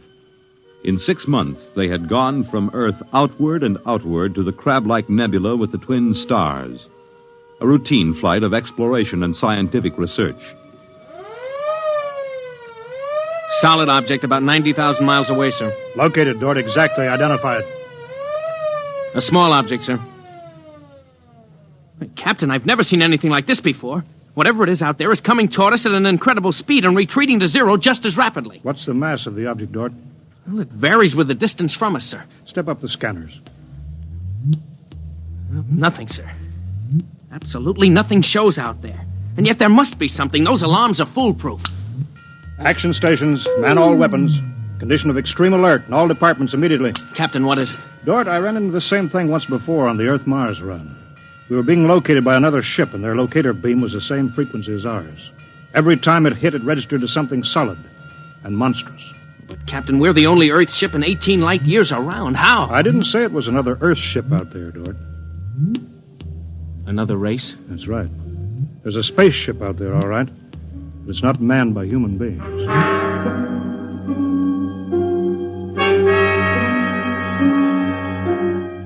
It had been contemplated and speculated upon. Mathematically, it was almost a certainty that such a race existed. But in 18,000 Earth years, no human spaceship had ever encountered them. Now the situation was precipitated, and somewhere outside the Earth vessel there was an alien race. Of what shape? Of what quality? Of what psychology? It's moving, sir. Heading right for us. At that speed, we'll be in touch in 10 minutes. Heading right for us, huh? Just what we'd do if a strange ship appeared in our hunting grounds. Friendly? Well, maybe. We'll try to contact them. We have to do that. But friendly? Thank the Lord for the blasters. They may not be hostile, sir. Well, they may be. That's what I'm paid for. Put on this job for, to worry about the troubles that may never happen. To all hands, now hear this. A ship is approaching manned by an alien race. I'll give the signal for attack or defense if it be necessary. There'll be no move made unless I give the order. I do not wish to provoke trouble. Stand by. Their ship is slowing down, sir. It's stopped. Weapons Department, report. Weapons Department, report. Alien ship remarked. Target fixed. Weapons alert. Communications Department, report. Communications Department, report. We're receiving a modulated short wave, sir. Frequency modulated. Apparently a signal. Not enough power to do us any harm. Well, try to make some sense out of it. Report any progress to me immediately. One thing in their favor, sir. They didn't attack immediately without question. They're trying to establish contact. That seems to indicate they're reasonable. We'll see, we'll see. What are they doing now? Can you make out the locator screen? Bring that power up. Yeah, they're doing something now, sir. There's a section of the hull opening. Probably an airlock, sir. If they breathe there. Yeah, they're letting something out. It's round. A bomb, sir? Unknown object released from alien ship. Observed by Weapons Department and targeted. Stand by. See what they're doing, sir? They've left the object out there right where they were. And now they're withdrawing the ship. There's no reason why that object couldn't be a bomb, Mr. Dort. Intended to let us think precisely as you're thinking right now. I just have a hunch, sir. I think they're friendly. I think whatever it is out there is a means of communication. You're probably right, but I won't gamble the ship on a probability. Sir, I'd like to volunteer to go out there and look that thing over. You understand whoever does examine it is expendable? Yes, sir. Requisition a lifeboat? If it's all right with you, sir, I'd prefer just a suit with the drive in it. It's smaller and the arms and legs won't make me look like a bomb. And I'll carry a scanner, sir. You may leave when you're ready. Thank you, sir.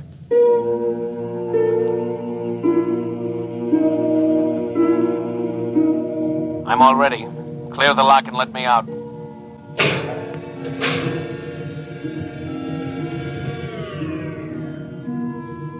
Weapons Department reporting to the captain.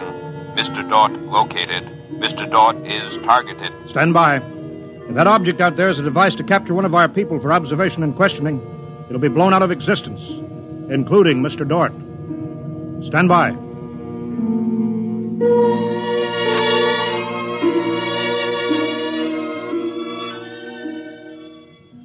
Mr. Dort. Mr. Dort. Report. Object, as you can see on the scanner, sir, is covered with many small horns. like the detonating horns of the obsolete mines formerly used in naval warfare. Is that their purpose, do you assume, Mr. Dort? I'm going to find out, sir. I'm going to grab one.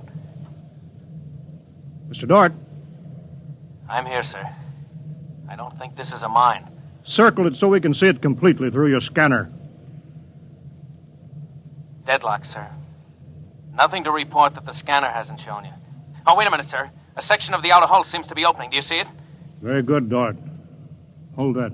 I'm sure it's a communications device, sir. It looks like it. Fix your scanner so it'll focus on that communications device. Return to the ship.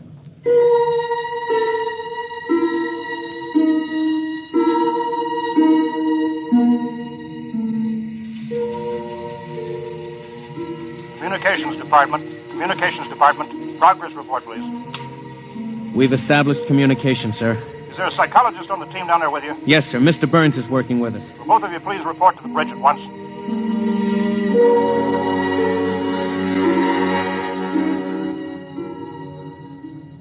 Oh, you look tired, Dort. We've established fairly satisfactory communication, sir. They seem to have highly developed thought patterns. We got a satisfactory translation from the machine on the 4th attempt. We can say almost anything we want to say to each other now. Of course, how much of what they tell us is the truth, we have no way of knowing. Mr. Burns, you're the psychologist. What do you think? Well, I don't know, sir. They seem to be completely direct. They haven't let slip even a hint of the tenseness we know exists. They act as if they were setting up a means of communication for friendly conversation, but, well, there's an overtone that... Yeah? Well, Mr. Burns, I have a decision to make. On the one hand, opening contact with the friendly people of a vastly different culture could only be beneficial to us of Earth. On the other hand, if they're hostile, I ought to blast them out of existence without any other preliminaries. Oh, but, sir, you can't... I'm not talking to you, Dort.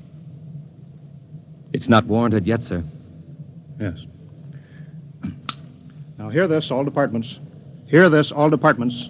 This ship is on an extended alert.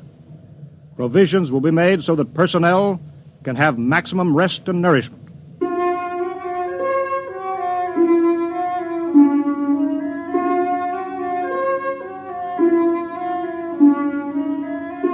Communication continued by means of the artificial language set up arbitrarily between the Earthmen and the aliens, decoded by the mechanical decoders. Dort disobeyed orders. He lived on powerful stimulants so that he could stay with the communications machine. Talking to the aliens. Other people. Are we being received? We are receiving your message. The chief of this ship wishes to speak with the chief of your ship. The message is heard by the chief of this ship. The chief of this ship communicates that he will hear the message of the chief of that ship. Go ahead, sir. People of the other ship, I'd like to say the appropriate things about this first contact of two dissimilar civilized races, and of my hopes that a friendly intercourse between the two peoples will result.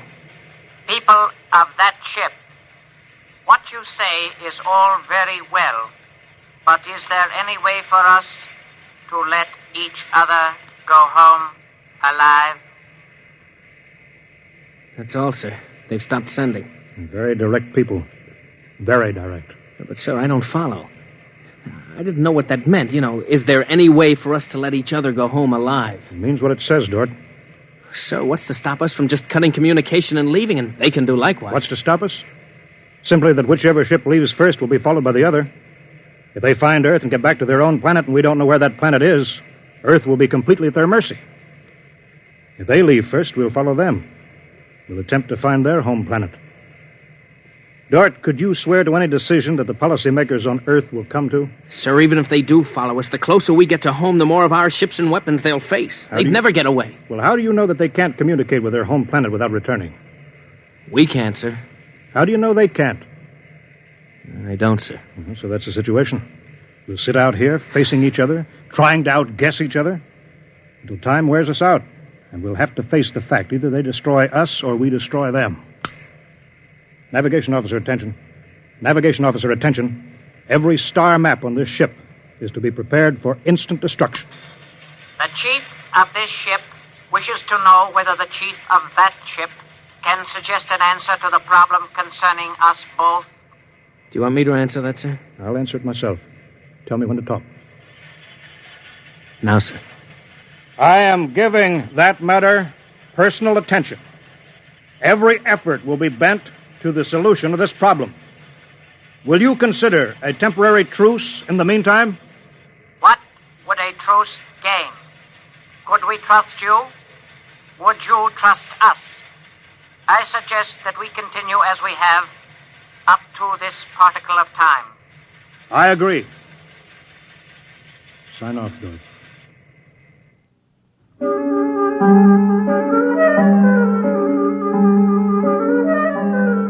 Weeks went by, and during the weeks, the exchange of information continued without let-up. What particle of time are the people on that ship at? The resting time. All rest except myself and others on alert duty. Same on this ship. You people of that ship are very similar in many ways. Do you have a family? I have a mate. I have a mate and 3 offspring. It is too bad for them, as well as us, to have to kill each other. This ship can't see any way out of it. Can that ship? If we could believe each ship, yes. Our chief would like it. But we can't believe you, and you are afraid that we do not tell the truth, although we do. This ship would trail you home if this ship were able to. That ship would do the same. But this ship feels sorry about it. I believe you're a friend. I share your belief and like you. But there is a possibility that you were put to make a trap for me. I will stop now and think it over.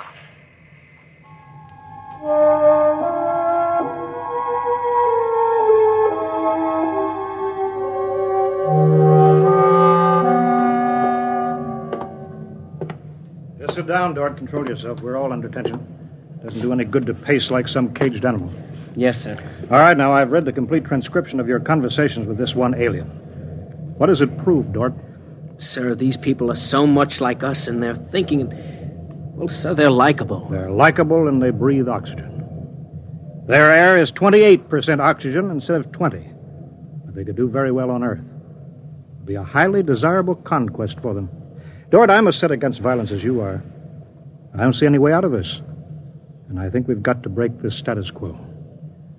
So if in 70 hours we don't see any other way, then I have no further choice. I'll blow them to bits.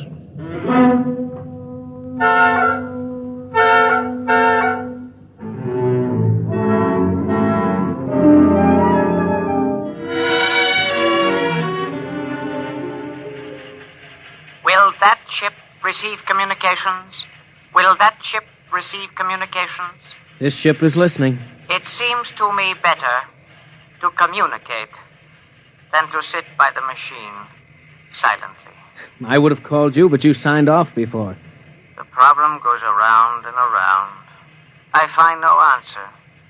Perhaps we could turn our thoughts to other things.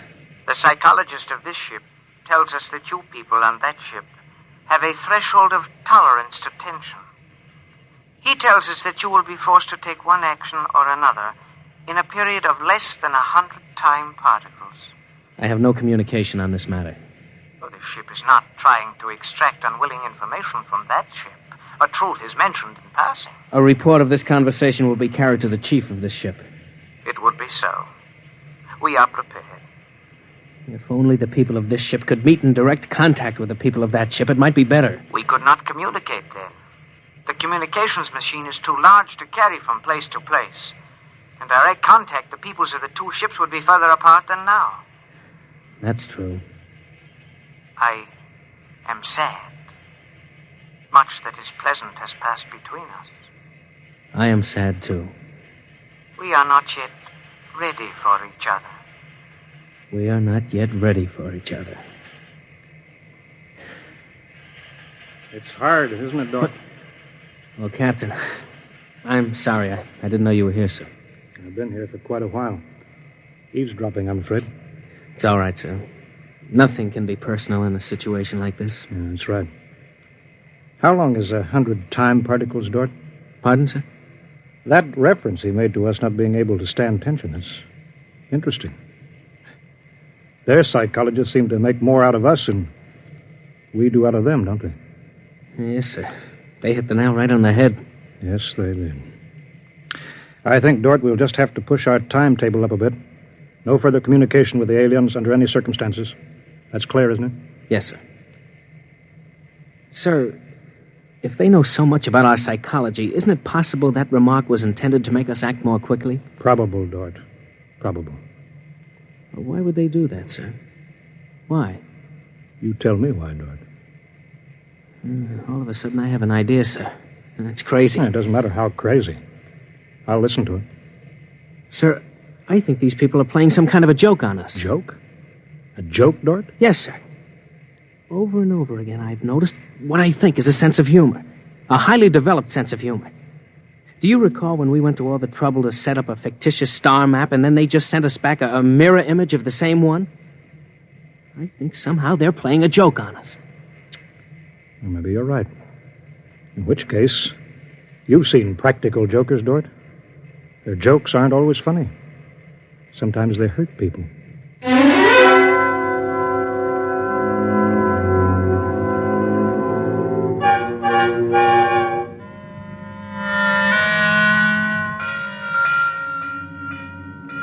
All departments, man, instant alert. All departments, man, instant alert. Report instantly. Report instantly. Weapons Department alerted.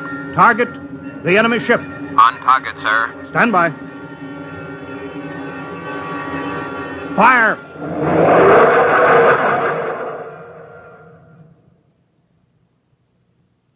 They're gone, sir. Not a trace of them left. Not a tiny trace. Now we can go home.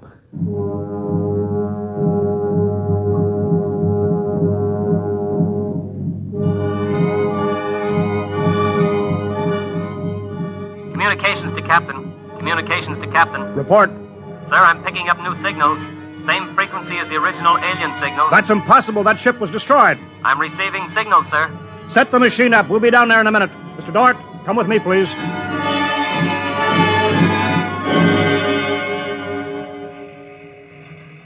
It's good to be on the way home.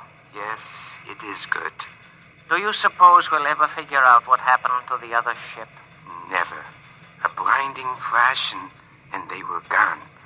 I suppose they couldn't figure a way out of the situation. An unstable people. They had no sense of humor to cope with the situation. They exploded themselves out of existence. It seems reasonable. They must have had powerful weapons to destroy themselves so completely. Yes, what a shame. In a way, I grew to like them. This isn't meant for us, sir. I don't know what's happening, but I think we're overhearing a private conversation. I understand, Dort. Be quiet, will you? Many things might have come out of a relationship with that people. They were describing a disease they call cancer. I think it is similar to the Frogren syndrome. We might have helped them. They might have helped us, too. Well, too bad. We'll never find them again, I think. The odds of such a chance meeting in the vast space of the whole universe. There are no figures for such odds, are there? Turn it up, Dort. Turn it up louder. That's all there is, sir. The signal stopped there. Sir, I don't know how, but somehow when we fired at them, we didn't destroy them, but we did set up a condition whereby they've become invisible to us and we've become invisible to them. Captain to Engineering Department. Halt forward motion. Captain, why are we stopping? Listen, Dort, you say they're invisible. They are, but they're not destroyed because we just heard them. They're out there somewhere. Invisible. Well, you heard them, sir. They're heading for home. We're invisible to them, too, sir. How do you know, Dort? How do you know this whole thing isn't a setup? Well, suppose that's true, Captain. You heard their conversation. They weren't talking like any monstrous people. They seemed decent and warm, just as decent and warm as we are. How do you know this conversation wasn't planned, deliberately set up for us to hear? How do you know that, Dort? Yes, sir, you're right. They may be out there and they may not. They may be telling the truth or they may be trying to trick us. They may be friends or they may be the most deadly enemies. You said they had a sense of humor, Dort. What a joke to play. To deliberately set up a situation where we wouldn't know fact from fantasy, truth from lie. Wouldn't that be a joke, Dort? Yeah, but we don't know that they did that, sir. And we don't know that they didn't. We don't know anything. Sir, does that mean we never go home again? I don't know. I have to think about it. I have to think about it.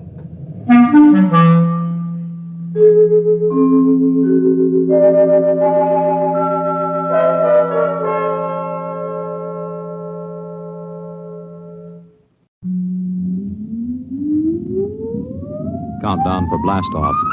X minus 5, 4, 3, 2, X minus 1, fire.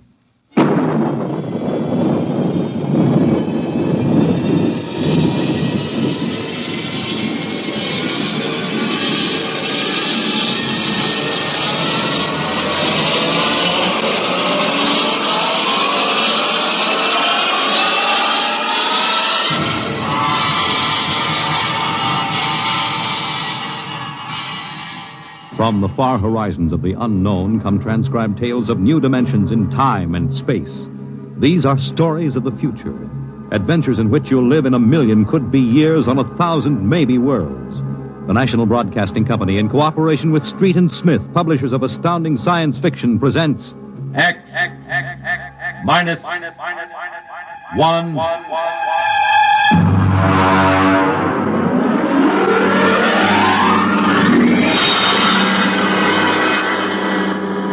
Tonight's story, Shanghaied.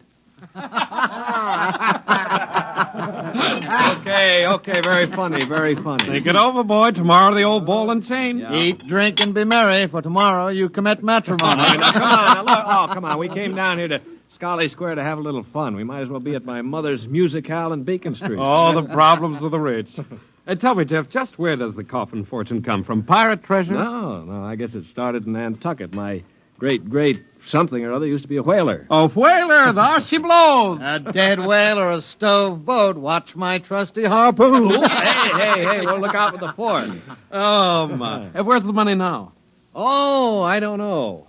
We've got a lot of commercial holdings, mills, import-export outfits, rocket lines, you know. Mere trivia. All right, now look, why don't we get out of this dump? We go up to the Copley Plaza. It may be stuffy, but at least the glasses are clean. Well, you're the condemned man. All right, you two go ahead and get in the car. I'll settle. All right, meet you out in front. Right. Excuse me. You want something, Bud? Yeah, the check. Okay. Hey, Milton, check. They'll be right out. Right, thank you. Hello, mate. Nice night, eh? Oh, yeah, I suppose so. I've been watching you. Celebrating? Sort of. Yeah, so am I. Just got off a deep space run out to Centaurus. Oh, that's a 15-year run, isn't it? 15 and 3 blooming months. Mm-hmm. Well, how'd you know? You a spaceman? No, not exactly. Where's that check, barkeep? Hang on to your hat, Bud. Milton's slow, but he's sure. Fill it up, Charlie. Say, why don't you join me, matey? Here, Charlie. Oh, no, thank you. Oh, come on. Won't take off him, oh? Well... Celebrate whatever it is you're celebrating on me. Pour it, Charlie. Okay. Well, all right, thank you. I guess I might as well. Cheers. Yeah, right, cheers. Oh, what was that, varnish? Charlie's special bread, eh, Charlie? Yeah. Well. Oh, say, look, Charlie, would you get that waiter out here? I've got to meet him. Hey, what's your hurry, matey? You got plenty of time. Sure. Sit down. Take it easy. You don't look so good. No, I don't feel so good. Now, sit right here. You feel chipper as a blooming grasshopper in a sec. No, I've got to get outside. The car's in a hurry. Where's the check? Check. Oh.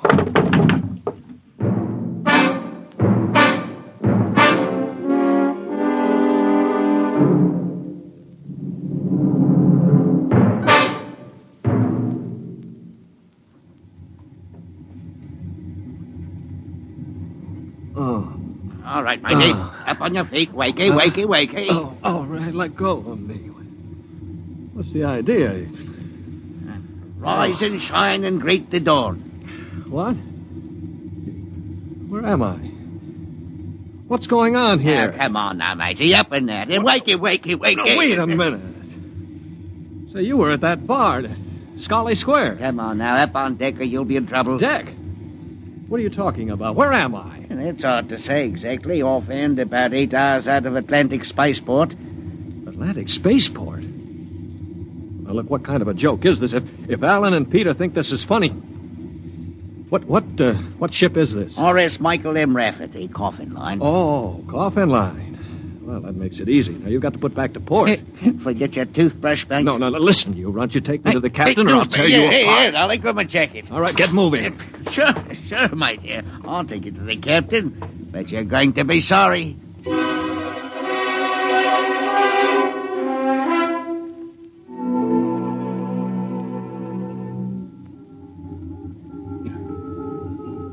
Morton, what the devil are you doing on the bridge?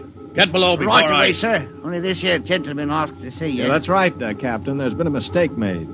I'm afraid it was supposed to be a joke. Oh? Yes, you see, I'm going to be married today, and I suppose the boys thought it'd be funny to make me miss the ceremony.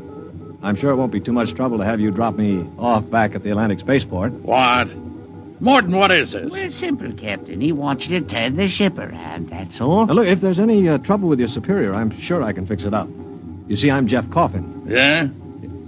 Well, you don't understand. My father is Cyrus Coffin. He owns this ship. Oh, he does, Morton, get this drunk below. Now, just a minute. I can understand you're not believing me, but I can identify my... Hey, where's my wallet? I've been robbed. Well, now, look, Captain, wait a minute. All you have to do is radio back and check. Mr. Black, remove this man from the bridge. Yes, but... Aye, sir. You heard the captain, Buster. Oh, no, wait a minute. Let go of me. This is no way to treat a passenger. Passenger? Huh. Wake up, sonny boy. You're one of the crew. Now get below.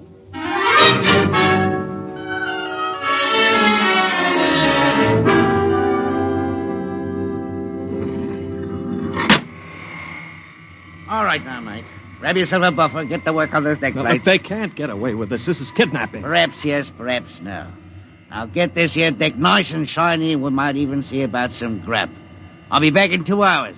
And mind you, I want to be able to see me bloomin' reflection in it. Better polish that deck plate. They can't get away with this. Well, the law says once you sign on, you're under absolute orders. I looked it up. Yeah, but I didn't sign on. I was kidnapped. You won't be able to prove it. Come on, mister, please. I didn't get anything to eat yet today, so give me a break, huh? Oh, all right. What do you do, run the buffer over it? Yeah, that's right. Like this. You sign on? Yeah, I ran away from home. How old are you? 16. 30 when we get back. Yeah. What do you mean 30? We're headed for Mars, aren't we? Only to refuel. We're outbound to Centaurus. Oh, no, it can't be. Well, that's a 15-year run. Morton! I've got to get back. It's no use. I'm getting married. My bride-to-be will think I'm dead. Martin!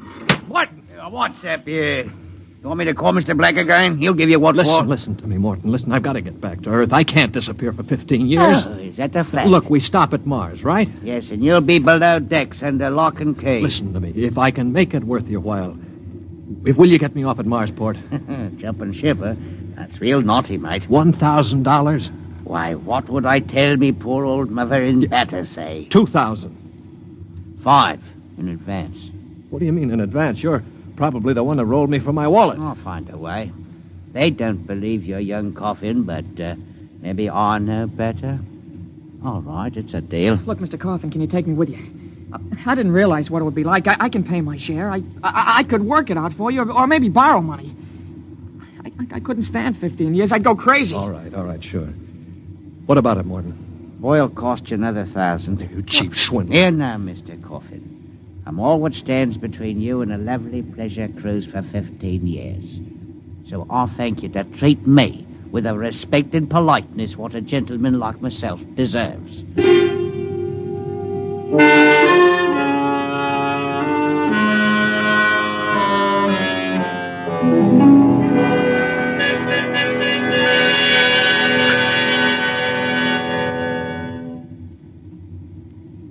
Stand by.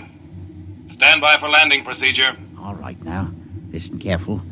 This is the cable locker for the grappling anchor. Right. When she lands, this hatch will open. Cables go out. Don't get yourself caught in them, you'll be tore apart. All right, we've got that. You sure we can get out? Now, you just do what I say. When we drop down to the blast pit, nobody'll be there. Lie low in the pit till dark. Got that? Right. And look, Morton, I'll tell the patrol you helped us get away. That'll help you when they catch up with this gang. Well, thank you, sir. Thank you kindly. I've got to get to my station now. Luck, thanks.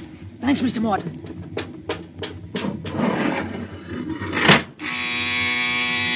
Well, there's a landing horn. Now keep clear of that cable, Joey. Here we go. Right. Hold on tight. There goes the grappling cable. Yeah. All right, come on. Drop through the hatch. It's about 6 feet. All right, it's clear. Hurry up. Here I come. Oh. You all right? Yeah, twisted my ankle. It's all right. All right, there's the blast pit. Get going. Right. Now, we're all right so far. The ship hides us. Here's the pit. All right, now get down so they can't see you. Wait a minute. I hear somebody coming. Keep still. Maybe we better look. Look, if we stick our heads up over the edge, they'll see us sure. Now keep down and keep still. I hear him. Shh.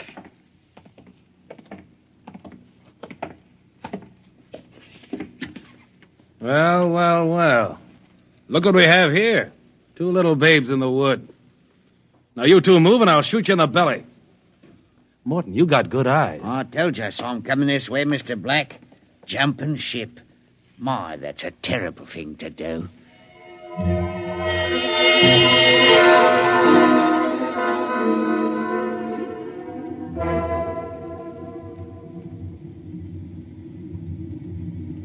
Mr. Black, inform the ship's company that these 2 men have been found guilty of attempted desertion. Desertion? You kidnapped me, you dirty crook! Don't you talk to Captain Howell that way! I'm sentencing them to 24 hours hull watch. Take them away. Morton, take him to the aft lock. Aye, sir.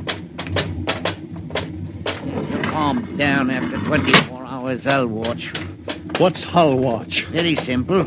We put you 2 in spacesuits, shove you through the airlock on the end of a line. You sit out there and watch the hull for 24 hours. No food, no water, and the eating units in those suits are just a little bit defective.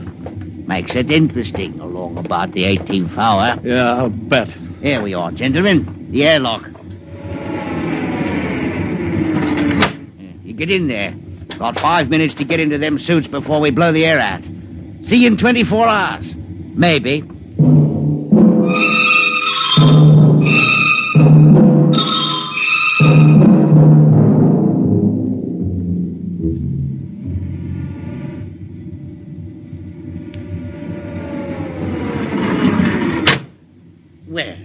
Welcome back to our little home. Water. Water. Thirsty, eh?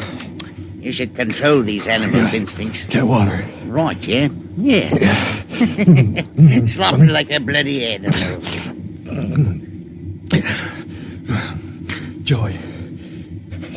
Joey passed out. Help him. He'll be all right. Teach a lesson, both of you. Take my advice and behave yourself. You've got 15 years to go on this here ship. You might as well make the best of it.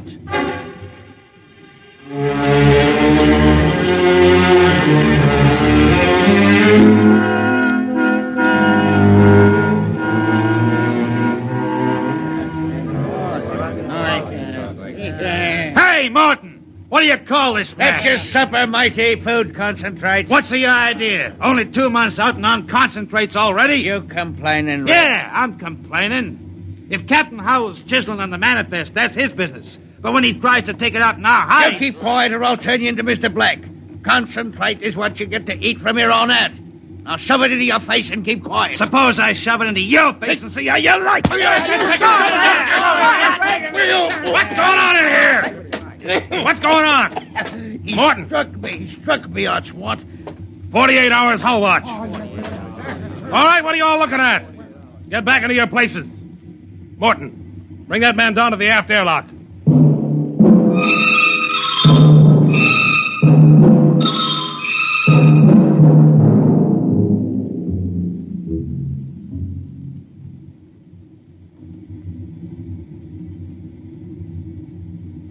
It's murder, that's what. Plain murder. Space Code gives a 30-hour limit for punishment. They didn't even have a burial. Just shoved them out the lock. Well, if the owners knew about this, they'd stop it. Fat lot of good that's going to do us during the next 15 years. Wait a minute, if we could get the ship back to Mars. No, 2 weeks after we landed, we'd be hung. That's what Space Code says about mutiny. And if they catch you in the act, they shoot you down and no questions. All right, I'm willing to take that chance. We're going to let Black and Howell kick us around for 15 years? Why don't we take over and head back? Right. I'm for it. Let's go. You bet. Go interrupt something, gentlemen. Discussion? Talking about the captain, maybe? Grab him. Here, because Get him. Slug him into the jet. I'll have you all out of the Allen shifts. Also, your knife rations, that's what I'll... Show him my oil rag, Morton. Well, that's done it. He's an officer. Who cares? Yeah, we've got to move now. Joey? Yeah? You get up to the radio room and smash the set before they can get a message out. Right. Pop, you get aft. Tell the engine watch. Yes. The rest of us will go up on the bridge. How about this rat? Tie him up. Speed counts now. We've got to take over before they know what hit him.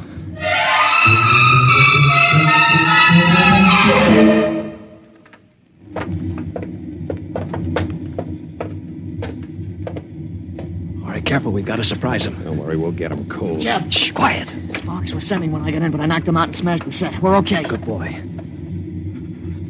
All right, come on. Right past the bulkhead. Look out!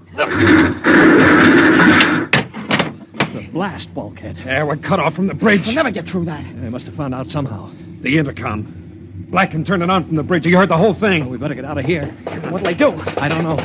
We got all the controls up there. We can shut down the driver, but we can't steer. Yeah. You better dog down the hatch behind us. All right, men. Captain Howell's giving you 1 minute to give up quiet. In a pig's eye, Black! You'll hang for mutiny, every one of you.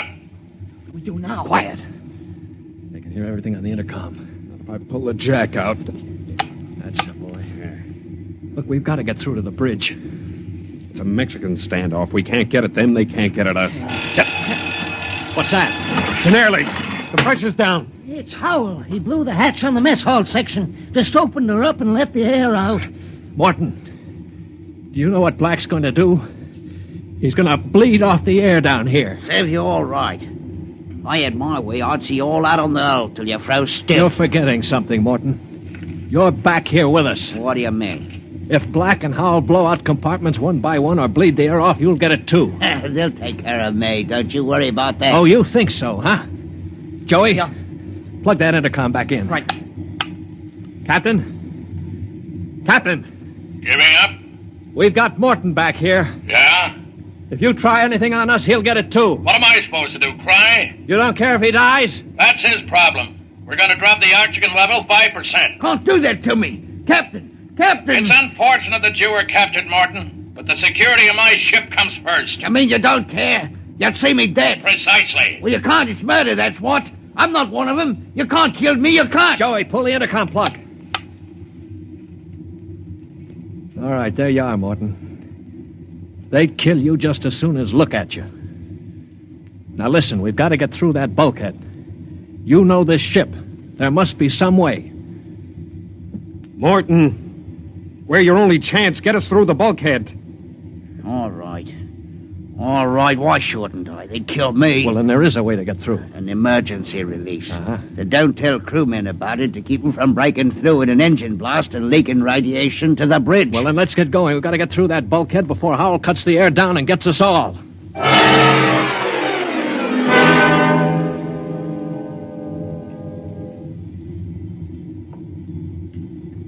Here's the bulkhead, Morgan. Where's the release? Under the floor panel. You can pry it up. All right, hurry. I got it.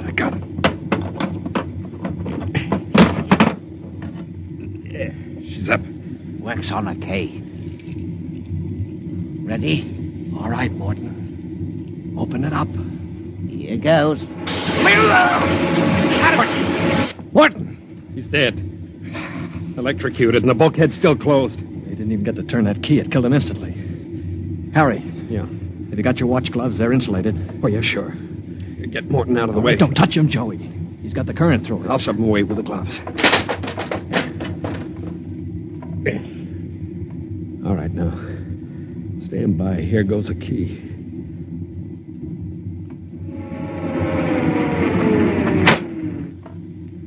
All right, let's go. Get him. Come on there! That's it! Stand back there! Come on, get him! Stand back!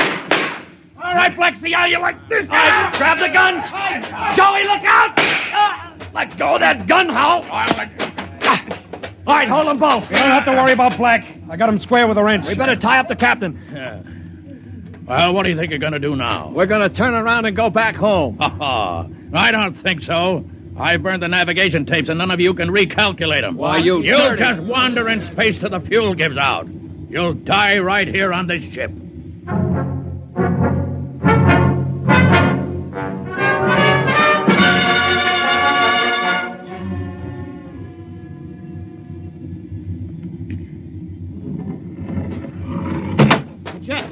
Jeff, the interceptor screens went on. Meteor? No, it's a ship. A patrol ship coming up on us. Oh, they must have got an SOS off. Yeah. Well, I'm not so sure that's so bad. Well, wait a minute. We don't have to worry. We can just tell them the truth. You're not familiar with space code, young man. Mutiny is punishable by immediate execution. In other words, they don't ask questions. They just shoot. He's right, Jeff. We're through. Can we get away? Not from a patrol ship.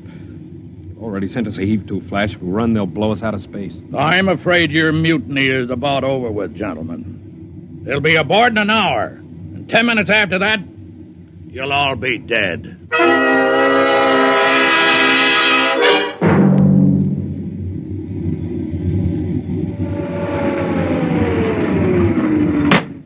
Nobody move. Sergeant, take a squad and secure the ship. Collect all weapons and post a guard in the engine room. Yes, sir. You, Brown, Williams, Osiski, come on. Well, I'm delighted to see you, Major. I wasn't quite sure my SOS had gotten through. Oh?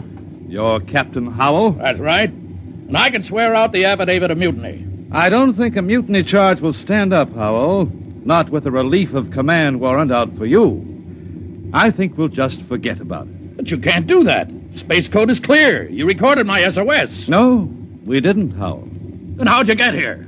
They sent us after you to get Jeff Coffin. Where is he? I'm Jeff Coffin. Jeff, we had a missing persons alarm for you, and then when a check you signed turned up at Marsport. A check? Mm-hmm. Oh, that's right. I gave one to Morton to help me get away. And he sold it to a fence for half face value. We traced it back to the ship. Coffin, I've got orders to escort you personally. We're taking you back to Earth. Can I send out a message, Major? Of course. Oh, that reminds me, Jeff. I've got one for you from your fiancée. She said to tell you that she didn't object to a bachelor party in principle, but she did think 6 months was stretching it a bit.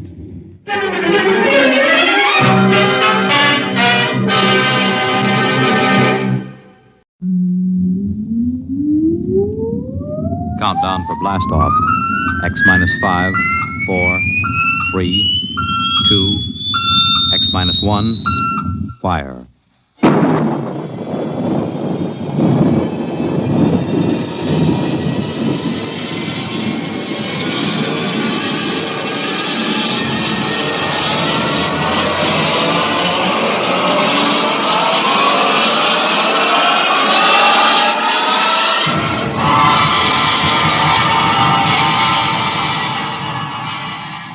From the far horizons of the unknown come transcribed tales of new dimensions in time and space. These are stories of the future, adventures in which you'll live in 1,000,000 could-be years on 1,000 maybe worlds. The National Broadcasting Company, in cooperation with Street and Smith, publishers of astounding science fiction, presents X minus 1.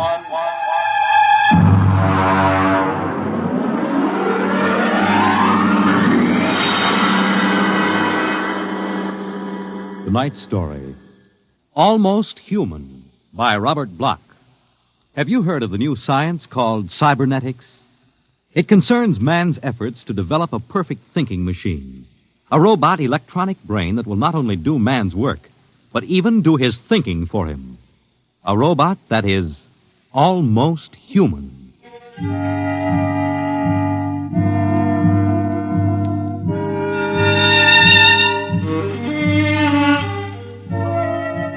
No, it's not impossible at all. In fact, one day, Something like this may happen. A tall, suave gentleman in a black raincoat will walk down the street until he reaches a shuttered, isolated house. And then he will slowly mount the front steps, push the doorbell.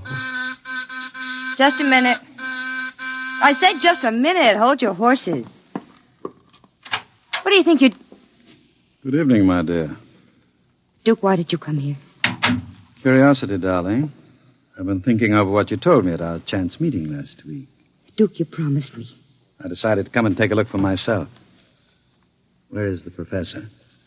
In his study. Where's Junior? In the nursery. The nursery? How quaint. And you, I take it, are Junior's nursemaid? I helped the professor. Tell him he has a guest. Duke, he's a nice old guy. Don't Tell do him, it. darling. All right. Yes? What is it, Miss Williams? Professor Blastman, a gentleman... Here? I don't understand. I gave orders no one was to be admitted to the house. He insisted. Very well. Wait here. I'll get rid of him. Sir? Professor Blesserman, I've come to see Junior. Junior? There must be some mistake. There are no children in this house. I don't... Professor, what you feel pressing against your belly is the muzzle of a .45 caliber pistol. Now, shall we visit Junior? How... What do you know about... I know everything. Shall we go inside? I warn you.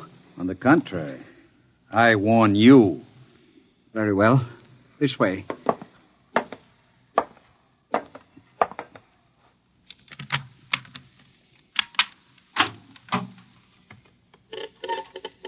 This is the nursery. Where is Junior? In the next room. Behind the door with a panel in it. Very considerately furnished. Mother Goose figures on the walls. Blackboard, toy blocks. Panda. Bunny rabbit doll. Touching. All right, let's see him. You can look through the panel. Mary had a little lamb. Oh, wow. Who'd have believed it? Junior isn't very pretty, is he? I was not concerned with aesthetics. Why do you hide him? Is he dangerous? The world is not yet ready for such a thing. Besides, I must study.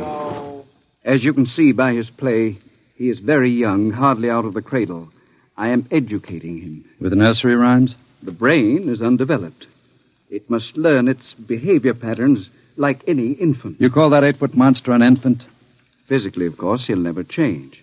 He is built of chrome steel and glass. But his brain, that is my wonderful instrument. Unlike a human, he has no heritage, no basic instincts such as love or hate. These he has yet to learn. In some respects, he is like a blank tablet. What is written upon the tablet will remain. You mean he has no feelings? He will learn quickly. And now, if your curiosity is satisfied, I trust you will keep my secret. If anyone discovers... Open the door. I beg your pardon? The door, Professor. Very well. Junior, come here. What a monster. Papa. He talks? Yes. Mentally, he's about 6 years old now.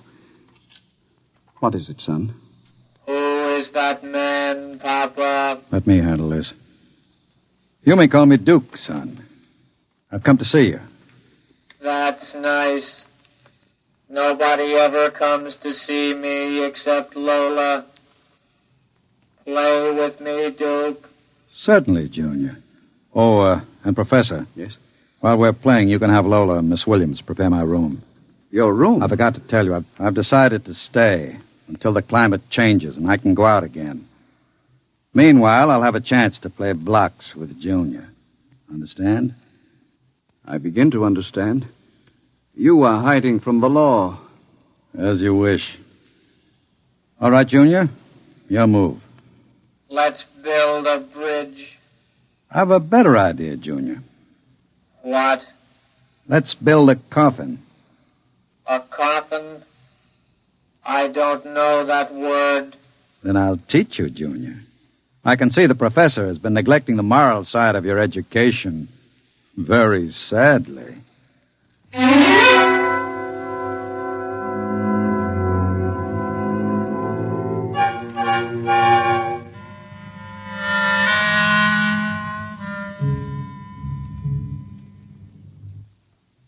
You shouldn't have come here, Duke. Why not, my dear? Afraid of me? No, I'm afraid of myself. You're no good for me. You've always brought me trouble. Except this time. This time it will be different, darling. This time I'll bring you diamonds. Duke, what have you been teaching that thing? Nothing, honey. I've just been playing with them. Very educational. I don't believe you. What's bothering you, Lola? Today when I walked in there, he said to me, I know how to kill people, Lola. I'll kill you if you want me to. He's learning very quickly. Duke, I'm scared of that thing. It's unholy, a machine that acts like a human with a voice grinding at you, saying things you'd expect from a child. You dislike him so much. Why did you take this job as his nursemaid? Because I wanted to start over again. I answered an ad. The professor didn't ask questions. I would have been all right, too, if you hadn't come along. I'm very glad you did tell me, darling. Because Junior is going to make us two very successful people. Ha! Like any child, Junior listens to what he's told. Duke, I don't know what you're teaching, Junior. But I can guess. And it isn't right. It's evil.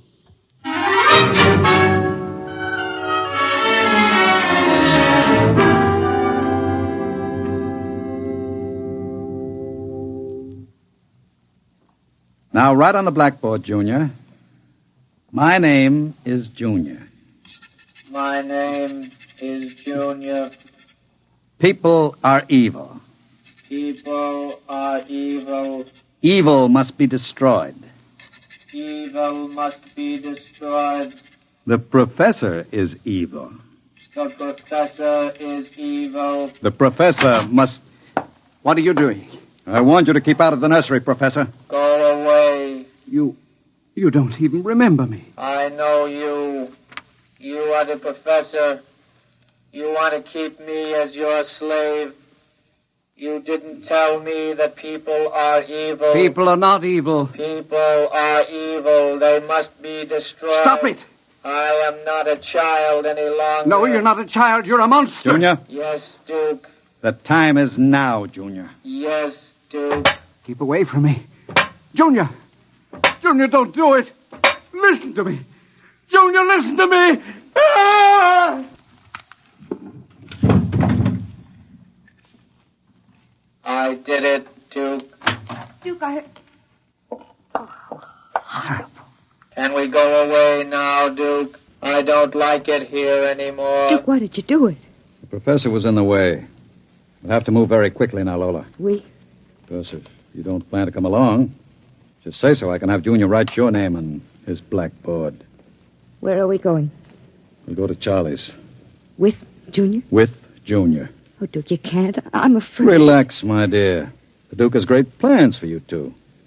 Wouldn't you like to be independently wealthy for the rest of your life? No cares, no worries? Just good times and fine clothes all the time? The only way you get that way is by inheriting $1 million. Not when you have a fella like Junior around. I'm still afraid of him. Junior wouldn't hurt you. You wouldn't hurt Lola, would you, Junior? I like Lola. She's pretty. There, you see? He thinks you're pretty. Junior's growing up.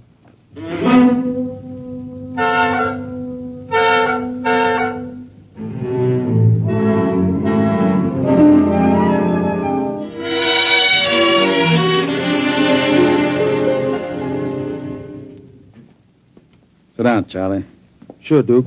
Lola and I are going to hide out here for a while. We'll need some help. Listen, Duke, I'm trying to keep the cops away. Sure. Now listen to me. I need a casing job done. Oh. Sure, Duke. You know the armored truck service? Sure. I want to know when they take the Acme deposits from Boston to Worcester. Duke, you ain't thinking of a payroll truck, are you? They got cannons on those trucks. They travel in pairs. You couldn't get near one. I asked you to do a casing job, Charlie. Sure, Duke. Anything you say. Find out what time they passed the narrowest and most deserted stretch of road. Well, if you're going to pull a job like that, you'll need 50 men. You want me to get some of the boys? I won't need anybody. I've got somebody. Where? He's out in the car. Oh, what's his name, Duke? Anybody I know? His name is Junior. Junior? I don't know any Junior. You will, Charlie. You will.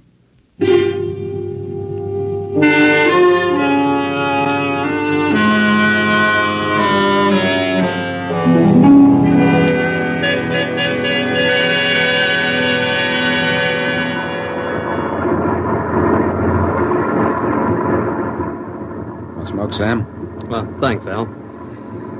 Whew, it sure gets hot in these armored trucks, huh? You'll get used to it. How much we hauling this time? About $250,000. Brother, could I use a hunk of that? Who couldn't? What's your first stop? Acme National Bank. Then we unload a payroll at the Bronson Watch Plant. Hey, what's that up ahead? Looks like something shiny on the road. Throw up your spotlight. Right. Holy smokes, you see what I see? It looks like a mechanical traffic cop. About 8 feet tall. Standing right in the middle of the highway. Maybe it's a Halloween gang, huh? Guess they're trying out robot traffic cops. Can you get past him? I don't know. We'll have to slow down. Get on that gun, Sam. Let's take no chances. Right. I'll give it the horn. Don't budge. Where's our escort truck? Pulled up right behind us. Thing won't move. Sure looks like something out of Buck Rogers, don't it? That's a heck of a note, blocking traffic like that. I'll have to try and get past it. Here goes. Holy smokes, it's moving. Hell, it's coming toward us. Get on that gun. Give it a blast. Bullets are bouncing right off it. It's still coming. Al, back up. I can't. The other truck's right behind us. Al, it's lifting its arm. It's going to smash our window.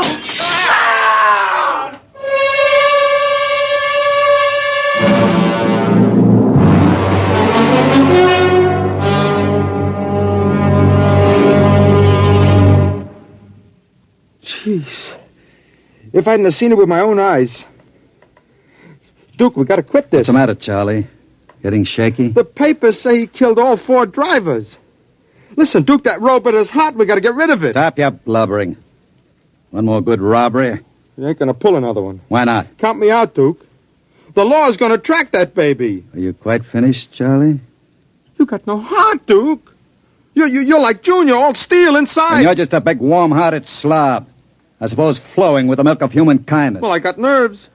I can't stand that thing, the way it looks at you with that iron face and clanking around all the time. Listen, here it comes.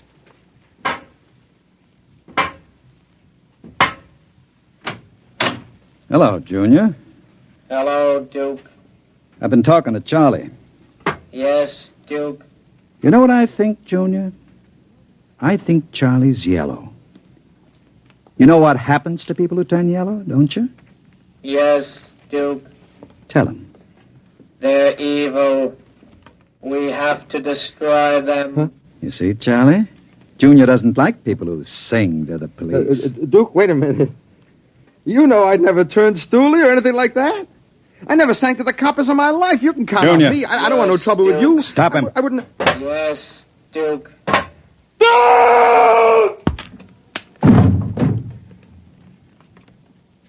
I stopped him, Duke. All right. Take him down to the cellar. Duke, that noise. Charlie! Junior, put him down. Take him down to the cellar, Junior. Yes, Duke. Duke. Relax, darling. Stop shaking. Duke, we can't stay here. Charlie's going to be missed. He's got friends. Now we'll have the gangs after us, too. Oh, come on now. Don't worry, darling. The Duke will take care of everything. Where are you going? Out to a travel agency to get some tickets. You and I are going to take a trip, Lola. You're leaving me alone here? Junior's here, too. It's just it. It's being alone with that thing. Duke, I got the jitters. Now, don't you worry. In 48 hours, you and I will be on our way to Switzerland with $500,000 worth of loot. What about Junior? Junior will be taken care of. How can you get rid of him? Junior will do anything I say. So I'll merely have him get into the furnace and sit there while I fill it with oil and set fire to it. Too bad the professor couldn't have stayed around to see him growing up. He's almost a man now, Junior is. But not quite as clever as a man. You'll find that out after he steps into the furnace. Get rid of Junior now, Duke, before you leave. There's no time. I'll be back about 8. Duke, please. And be nice to Junior while I'm gone. Don't show him you're afraid of him. Goodbye, darling. Goodbye, Duke.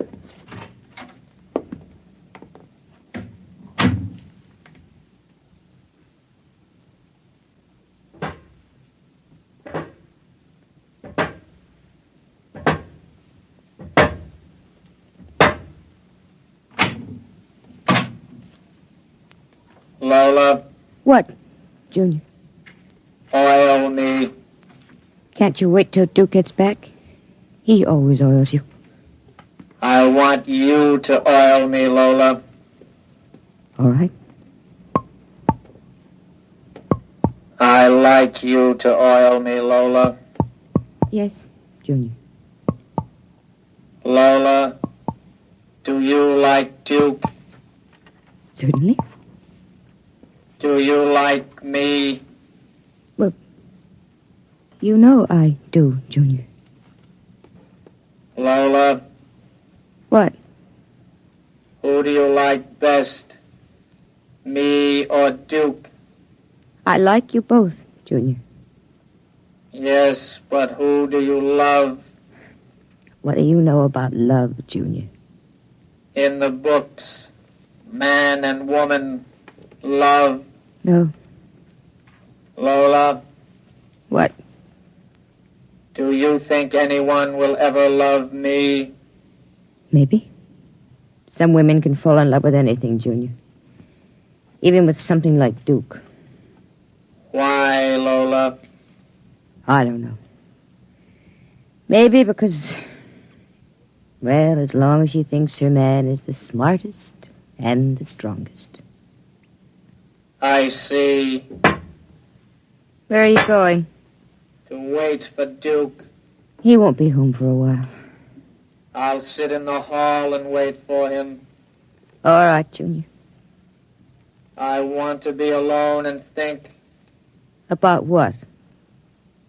I read in a book today it was bad to kill people. What does that mean? Bad. Bad. I don't know, Junior. I guess it's just a word.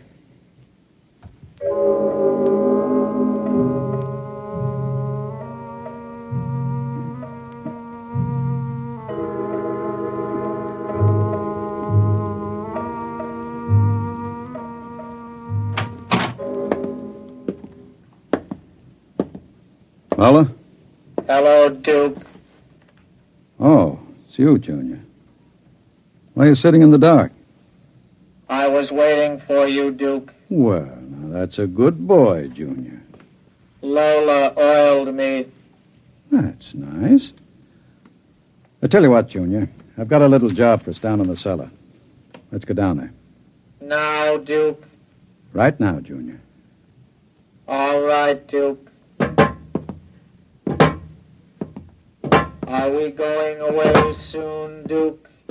Yes, Junior. We're going away. What's in the cellar, Duke? A little surprise for you, Junior. You'll find out.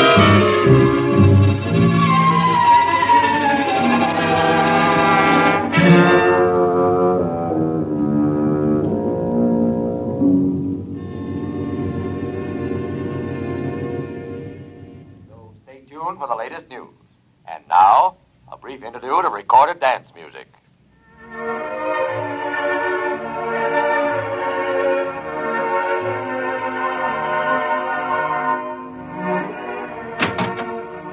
Duke?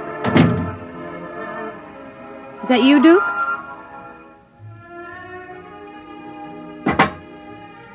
Junior.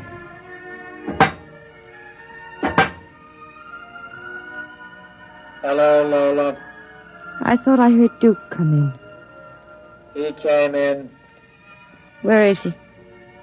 Down in the cellar. What's he doing? Nothing. Did he say he'd be up soon? No. Maybe we better go down and get him. He's dead. Oh, no. No, he isn't dead. You said the woman loves the strongest and the smartest. Well, I'm stronger and smarter. But you aren't human. I'm almost human, Lola. No. No, stay away. Lola. Don't touch me. Those metal paws, no. I love you, Lola. No! No! I love No, don't, you. no! No!